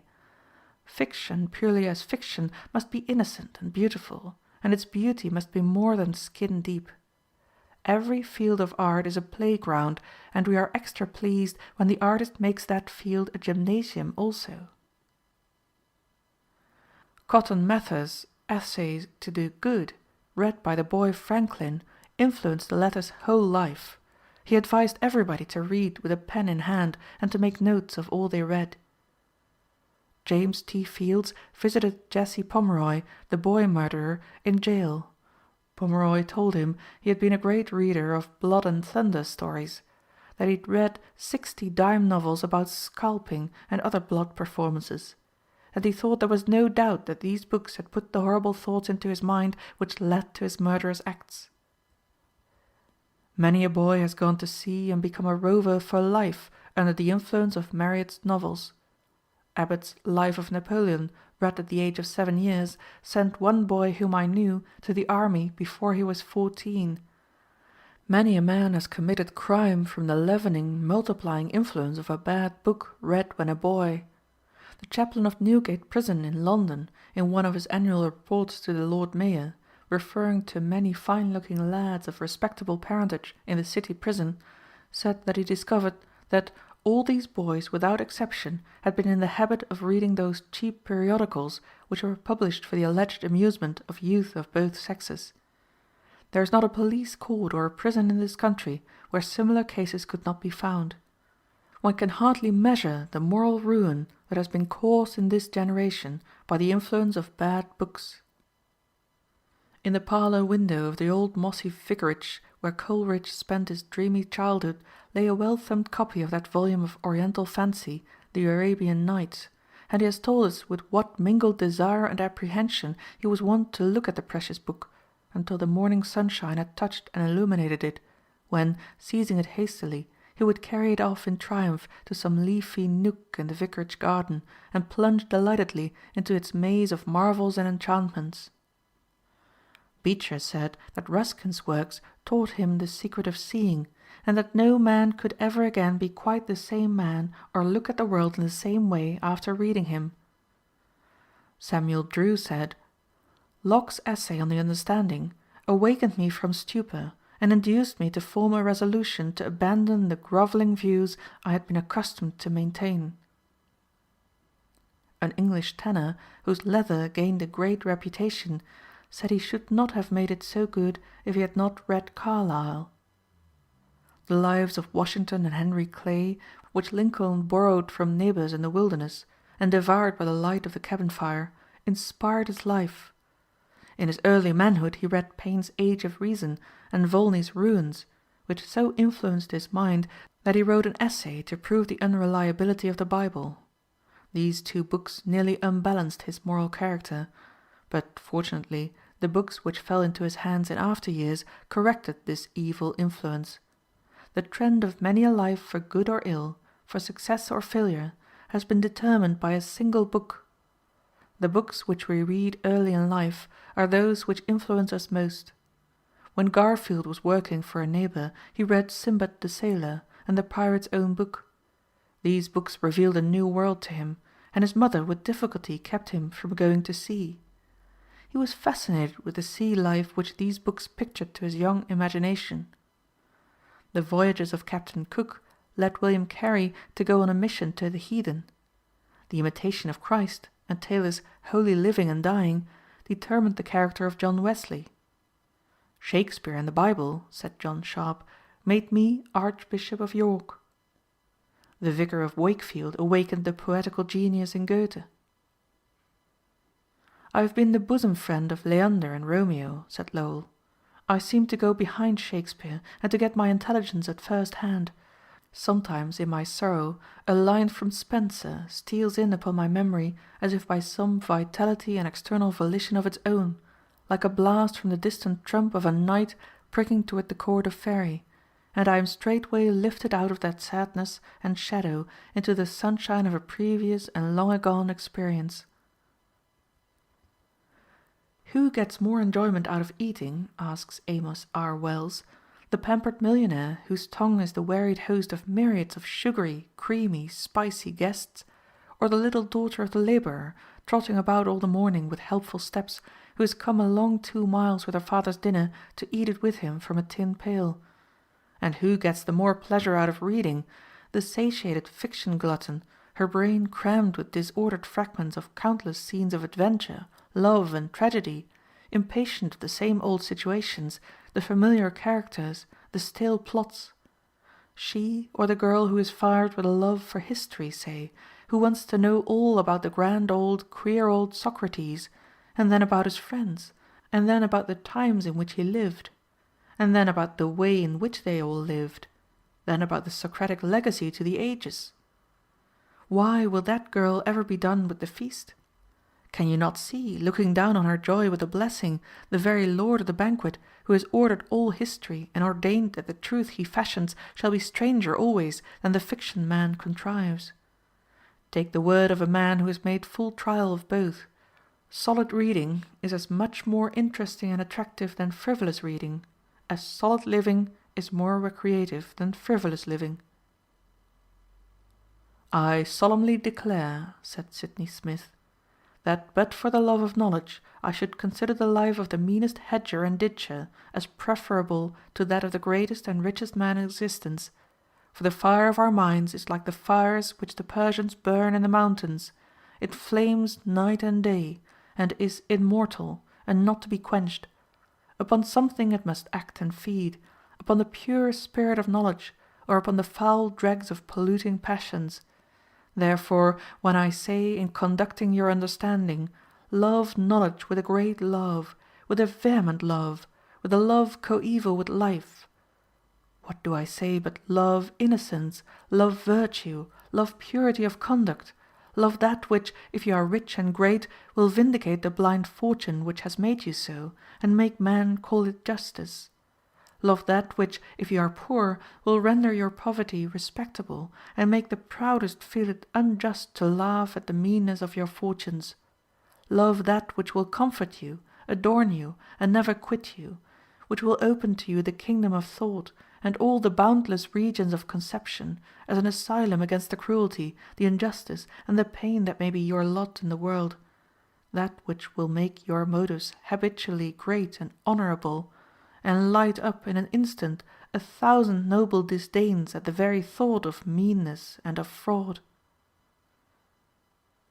Do I feel like hearing an eloquent sermon?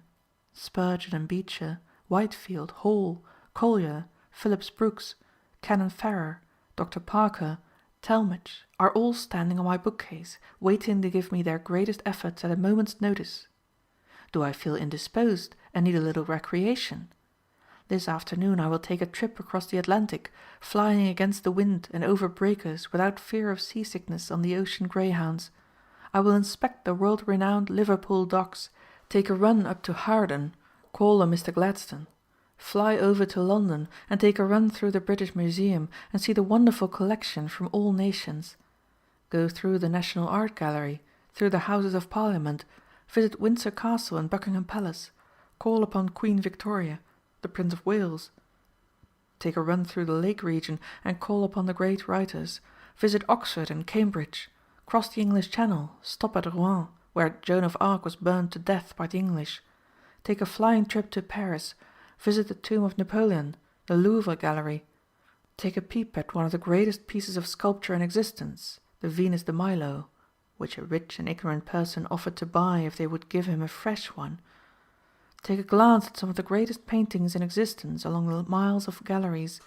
Take a peep into the Grand Opera House, the grandest in the world, to make room for which 427 buildings were demolished. Promenade through the Champs-Élysées, pass under the triumphal arch of Napoleon, take a run out to Versailles and inspect the famous palace of Louis XIV, upon which he spent perhaps $100 million. Do I desire to hear eloquent speeches? Through my books I can enter the Parliament and listen to the thrilling oratory of Disraeli, of Gladstone, of Bright, of O'Connor. They will admit me to the floor of the Senate, where I can hear the matchless oratory of a Webster, of a Clay, of a Calhoun, of a Sumner, of Everett, of Wilson. They will pass me into the Roman Forum, where I can hear Cicero, or the rostrums of Greece, where I may listen spellbound to the magic oratory of a Demosthenes. No matter how poor I am, says Channing, no matter though the prosperous of my own time will not enter my obscure dwelling, if the sacred writers will enter and take up their abode under my roof, if Milton will cross my threshold to sing to me of paradise, and Shakespeare to open to me the worlds of imagination and the workings of the human heart, and Franklin to enrich me with his practical wisdom, I shall not pine for the want of intellectual companionship, and I may become a cultivated man, though excluded from what is called the best society in the place where I live. With the dead there is no rivalry, says Macaulay. In the dead there is no change. Plato is never sullen. Cervantes is never petulant. Demosthenes never comes unseasonably. Dante never stays too long. No difference of political opinion can alienate Cicero. No heresy can excite the horror of Bossuet. Heed not the idle assertion that literary pursuits will disqualify you for the active business of life, says Alexander H. Everett. Reject it as a mere imagination, inconsistent with principle, unsupported by experience. The habit of reading may become morbid. There is a novel-reading disease. There are people who are almost as much tied to their novels as an intemperate man is tied to his bottle. The more of these novels they read, the weaker their minds become. They remember nothing, they read for the stimulus. Their reasoning powers become weaker and weaker, their memory more treacherous. The mind is ruined for healthy intellectual food. They have no taste for history or biography or anything but cheap, trashy, sensational novels. The passive reception of other men's thoughts is not education. Beware of intellectual dram drinking and intellectual dissipation. It is emasculating. Beware of the book which does not make you determined to go and do something and be something in the world. The great difference between the American graduate and the graduates from the English universities is that the latter have not read many books superficially, but a few books well. The American graduate has a smattering of many books, but has not become master of any. The same is largely true of readers in general. They want to know a little of everything. They want to read all the latest publications, good, bad, and indifferent, if it is only new. As a rule, our people want light reading, something to read that will take up the attention, kill time on the railroad or at home. As a rule, English people read more substantial books, older books, books which have established their right to exist. They are not so eager for recent publications. Joseph Cook advises youth to always make notes of their reading. Mr. Cook uses the margins of his books for his notes, and marks all of his own books very freely, so that every volume in his library becomes a notebook. He advises all young men and young women to keep commonplace books. We cannot too heartily recommend this habit of taking notes. It is a great aid to memory, and it helps wonderfully to locate or to find for future use what we have read. It helps to assimilate and make our own whatever we read. The habit of taking notes of lectures and sermons is an excellent one. One of the greatest aids to education is the habit of writing out an analysis or a skeleton of a book or article after we've read it, also of a sermon or a lecture. This habit has made many a strong, vigorous thinker and writer. In this connection we cannot too strongly recommend the habit of saving clippings from our readings wherever possible of everything which would be likely to assist us in the future. These scrapbooks, indexed, often become of untold advantage, especially if in the line of our work. Much of what we call genius in great men comes from these notebooks and scrapbooks. How many poor boys and girls who thought they had no chance in life have been started upon noble careers by the grand books of Smiles, Todd, Matthews, Munger, Whipple, Geikie, Thayer, and others. You should bring your mind to the reading of a book or to the study of any subject as you take an axe to the grindstone, not for what you get from the stone, but for the sharpening of the axe. While it is true that the facts learned from books are worth more than the dust from the stone, even in much greater ratio is the mind more valuable than the axe. Bacon says, "Some books are to be tasted, others to be swallowed, and some few to be chewed and digested. That is, some books are to be read only in parts, others to be read, but not curiously, and some few to be read wholly and with diligence and attention. Reading maketh a full man, conference a ready man, and writing an exact man.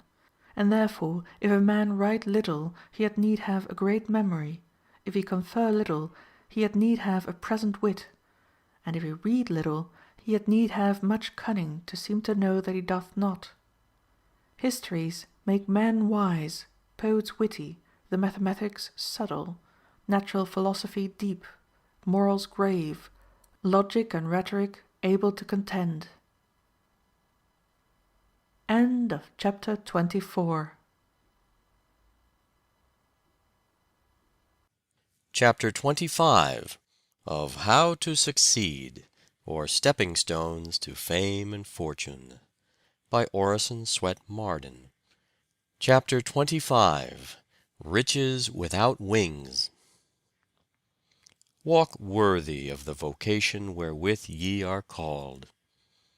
Ephesians chapter 4, verse 1. Abundance consists not alone in material possession, but in an uncovetous spirit. Selden. Less coin, less care. To know how to dispense with wealth is to possess it. Reynolds. Rich, from the very want of wealth, is heaven's best treasures, peace and health. Gray. Money never made a man happy yet. There is nothing in its nature to produce happiness. The more a man has, the more he wants. Instead of filling a vacuum, it makes one. Franklin. There are treasures laid up in the heart, treasures of charity, piety, temperance, and soberness. These treasures a man takes with him beyond death, when he leaves this world. Buddhist Scriptures. It is better to get wisdom than gold, for wisdom is better than rubies, and all things that may be desired are not to be compared to it. Better a cheap coffin and a plain funeral after a useful, unselfish life, than a grand mausoleum after a loveless, selfish life. I ought not to allow any man, because he has broad lands, to feel that he is rich in my presence. I ought to make him feel that I can do without his riches, that I cannot be bought, neither by comfort, neither by pride. And although I be utterly penniless, and receiving bread from him, that he is the poor man beside me. Emerson. I don't want such things, said Epictetus to the rich Roman orator who was making light of his contempt for money wealth. And besides, said the Stoic, you are poorer than I am, after all. You have silver vessels, but earthenware reasons, principles, appetites. My mind to me a kingdom is, and it furnishes me with abundant and happy occupation in lieu of your restless idleness. All your possessions seem small to you, mine seem great to me. Your desire is insatiate, mine is satisfied. Lord, how many things are in the world of which Diogenes hath no need, exclaimed the Stoic, as he wandered among the miscellaneous articles at a country fair. One would think, said Boswell, that the proprietor of all this, Kettlestone, the seat of Lord Scarsfield, must be happy. Nay, sir, said Johnson, all this excludes but one evil, poverty. What property has he left behind him? People ask when a man dies. But the angel who receives him asks, what good deeds hast thou sent before thee? What is the best thing to possess? Asked an ancient philosopher of his pupils. One answered, nothing is better than a good eye, a figurative expression for a liberal and contented disposition. Another said, "A good companion is the best thing in the world." A third chose a good neighbor, and a fourth a wise friend. But Eleazar said, "A good heart is better than them all." "True," said the master, "thou hast comprehended in 2 words all that the rest have said. For he that hath a good heart will be contented, a good companion, a good neighbor, and will easily see what is fit to be done by him." "My kingdom for a horse," said Richard III of England, amid the press of Bosworth Field. "My kingdom for a moment," said Queen Elizabeth on her deathbed.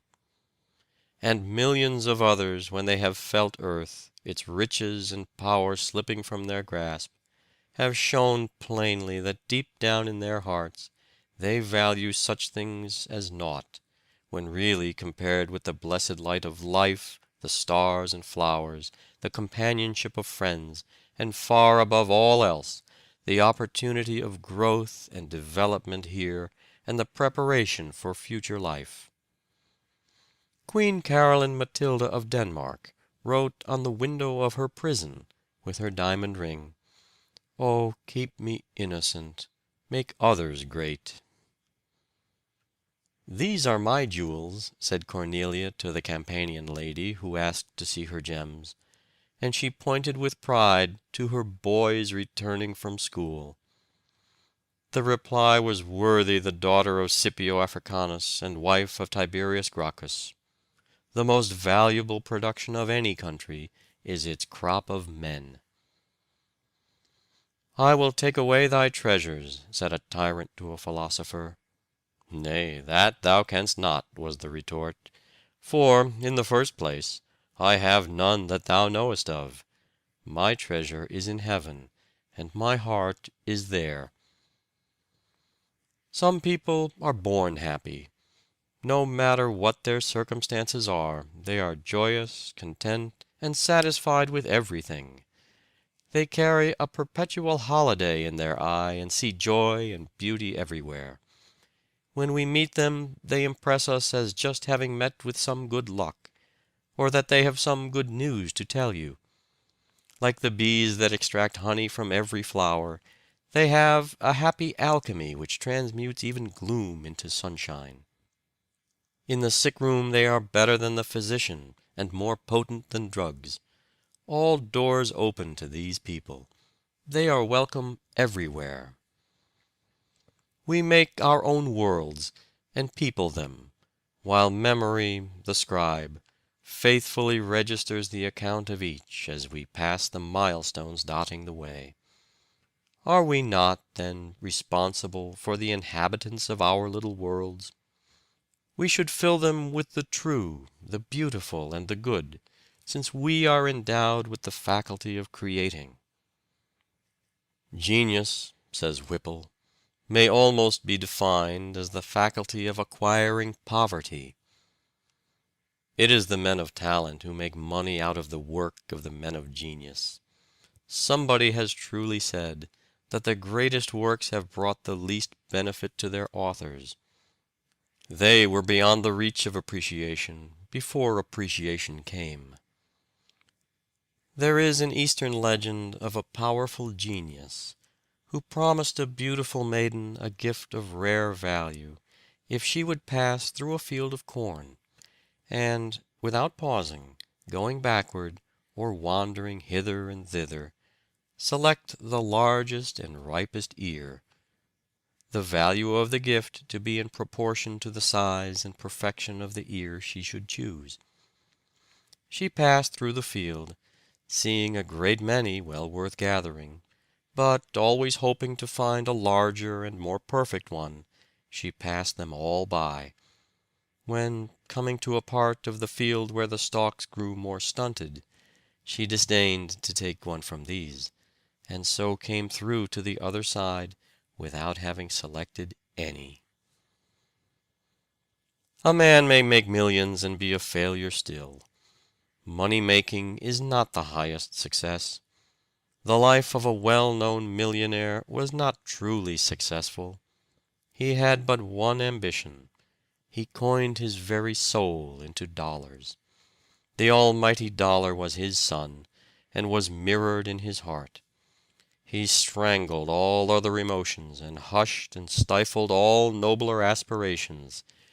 He grasped his riches tightly till stricken by the scythe of death, when, in the twinkling of an eye, he was transformed from one of the richest men who ever lived in this world to one of the poorest souls that ever went out of it. Lincoln always yearned for a rounded wholeness of character, and his fellow lawyers called him, quote, "perversely honest." Unquote. Nothing could induce him to take the wrong side of a case, or to continue on that side after learning that it was unjust or hopeless. After giving considerable time to a case in which he had received from a lady a retainer of $200, he returned the money, saying, "Madam, you have not a peg to hang your case on." "But you have earned that money," said the lady. "No, no," replied Lincoln, "that would not be right. I can't take pay for doing my duty." Agassiz would not lecture at $500 a night, because he had no time to make money.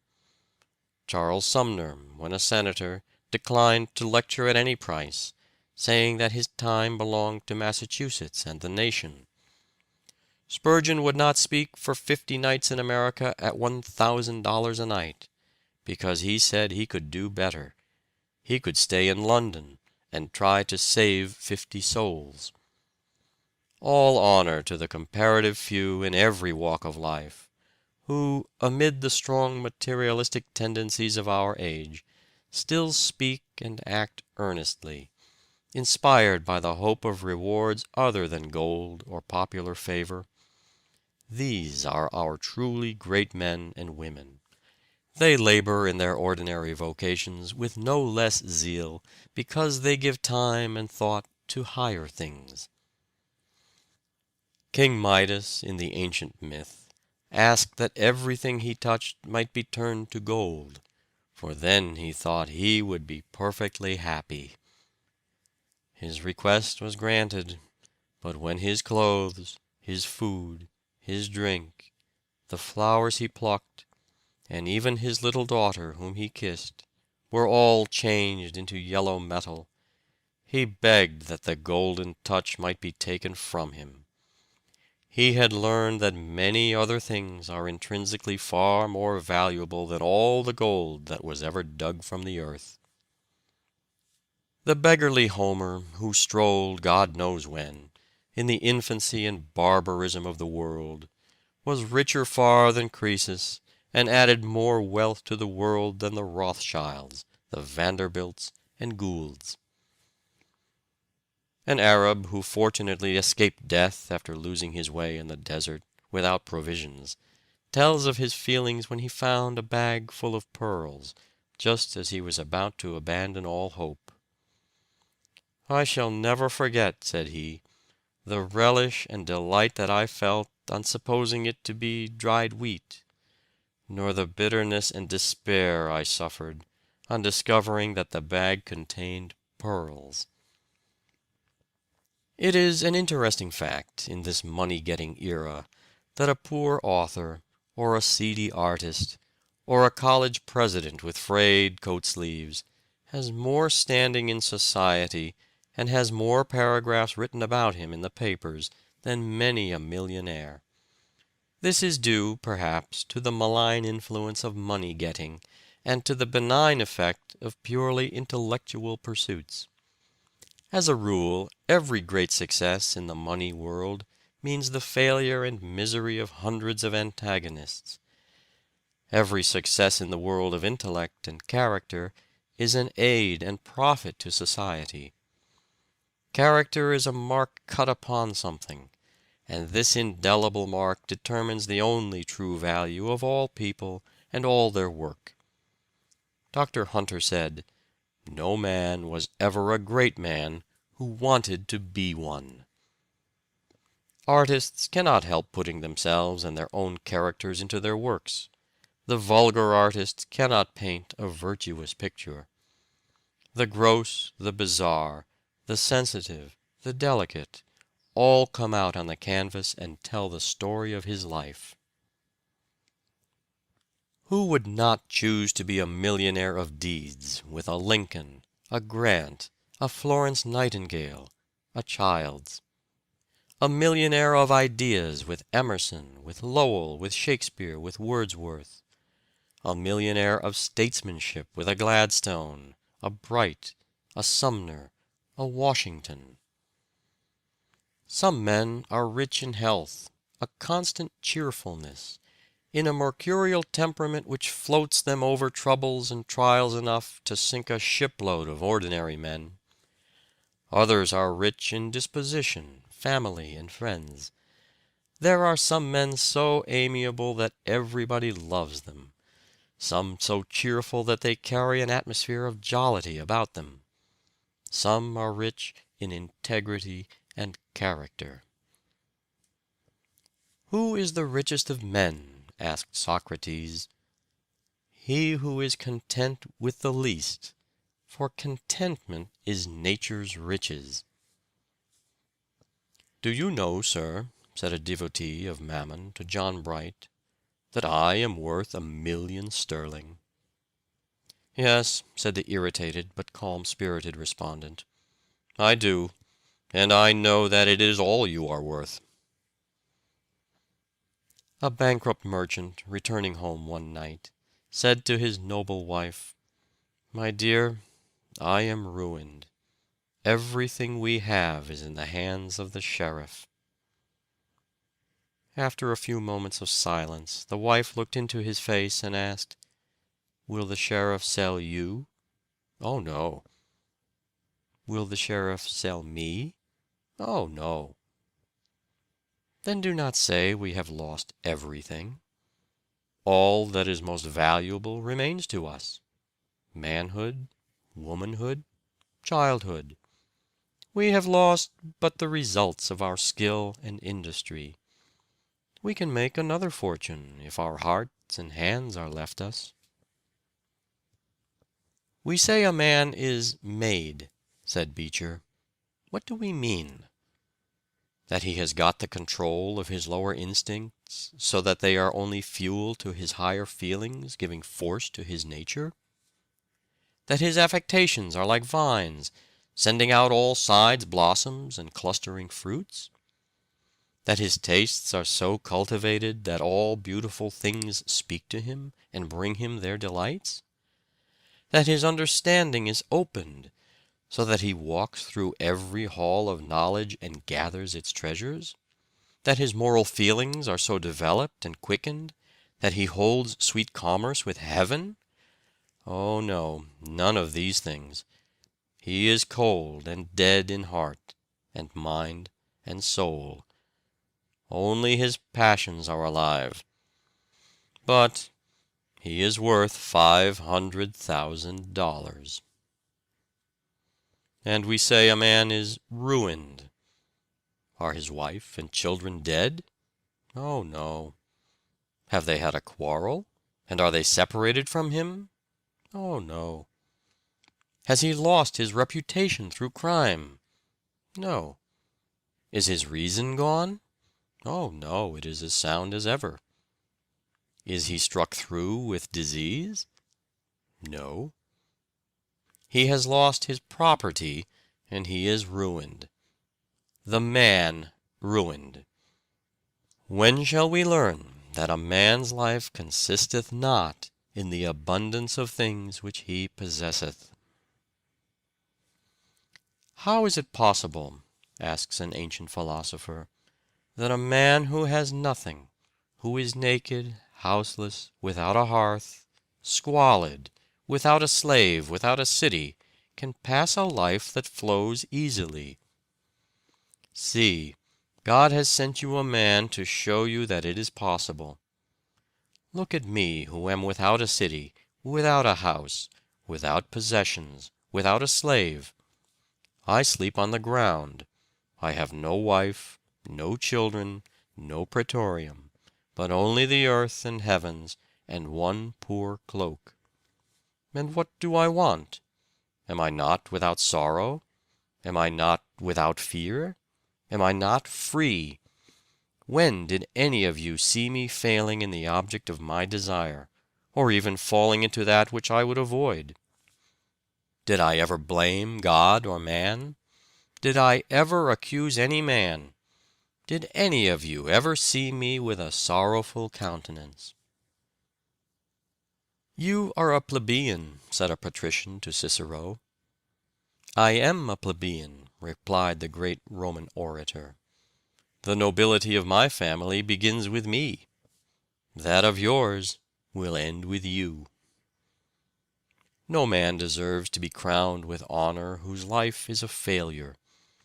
And he who lives only to eat and drink and accumulate money is surely not successful. The world is no better for his living in it.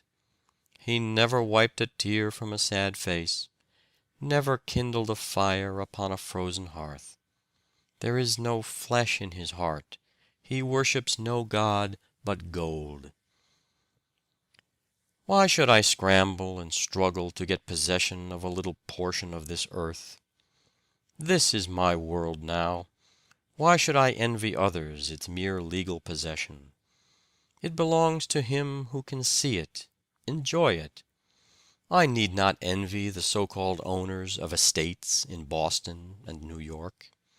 They are merely taking care of my property and keeping it in excellent condition for me. For a few pennies for railroad fare whenever I wish, I can see and possess the best of it all. It has cost me no effort, it gives me no care. Yet the green grass, the shrubbery, and the statues on the lawns, the finer sculptures and paintings within, are always ready for me whenever I feel a desire to look upon them. I do not wish to carry them home with me, for I could not give them half the care they now receive. Besides, it would take too much of my valuable time, and I should be worrying continually lest they be spoiled or stolen. I have much of the wealth of the world now. It is all prepared for me without any pains on my part. All around me are working hard to get things that will please me, and competing to see who can give them the cheapest. The little I pay for the use of libraries, railroads, galleries, parks, is less than it would cost me to care for the least of all I use. Life and landscape are mine. The stars and flowers, the sea and air, the birds and trees. What more do I want? All the ages have been working for me. All mankind are my servants. I am only required to feed and clothe myself, an easy task in this land of opportunity. There is scarcely an idea more infectious or potent than the love of money. It is a yellow fever, decimating its votaries, and ruining more families in the land than all the plagues or diseases put together. Instances of its malevolent power occur to every reader. Almost every square foot of land of our continent, during the early buccaneer period, some call it the march of civilization, has been ensanguined through the madness for treasure. Read the pages of our historian Prescott, and you will see that the whole anti-Puritan history of America resolves itself into an awful slaughter for gold. Discoveries were only side issues. Speak, history, who are life's victors? Unroll thy long scroll and say, have they won who first reached the goal, heedless of a brother's rights? And has he lost in life's great race, who stopped to raise a fallen child and place him on his feet again, or to give a fainting comrade care, or to guide or assist a feeble woman? Has he lost who halts before the throne when duty calls, or sorrow, or distress? Is there no one to sing the paean of the conquered who fell in the battle of life, of the wounded, the beaten, who died overwhelmed in the strife? Of the low and humble, the weary and broken-hearted, who strove, and who failed in the eyes of men, but who did their duty as God gave them to see it? We have yet no man who has leaned entirely on his character and eaten angels' food, said Emerson, who, trusting to his sentiments, found life made of miracles, who, working for universal aims, found himself fed, he knew not how, clothed, sheltered, and weaponed, he knew not how, and yet it was done by his own hands. At a time when it was considered dangerous to society in Europe for the common people to read books and listen to lectures on any but religious subjects, Charles Knight determined to enlighten the masses by cheap literature. He believed that a paper might be instructive and not be dull, cheap without being wicked. He started the Penny Magazine, which acquired a circulation of 200,000 the first year. Knight projected the Penny Cyclopedia and the Library of Entertaining Knowledge, half-hours with the best authors, and other useful works at a low price. His whole adult life was spent in the work of elevating the common people by cheap yet wholesome publications. He died in poverty, but grateful people have erected a noble monument over his ashes. How many rich dwellings there are, crowded with every appointment of luxury, that are only glittering caverns of selfishness and discontent. Better a dinner of herbs where love is, than a stalled ox and hatred therewith. No man can tell whether he is rich or poor by turning to his ledger, says Beecher. It is the heart that makes a man rich. He is rich or poor according to what he is, not according to what he has. If our thoughts are great and noble, no mean surroundings can make us miserable. It is the mind that makes the body rich. However it be, it seems to me, 'tis only noble to be good. Kind hearts are more than coronets, and simple faith than Norman blood. Tennyson. Be noble, and the nobleness that lies in other men, sleeping but never dead, will rise in majesty to meet thine own. Lowell. End of chapter 25. End of How to Succeed, or Stepping Stones to Fame and Fortune, by Orison Swett Marden.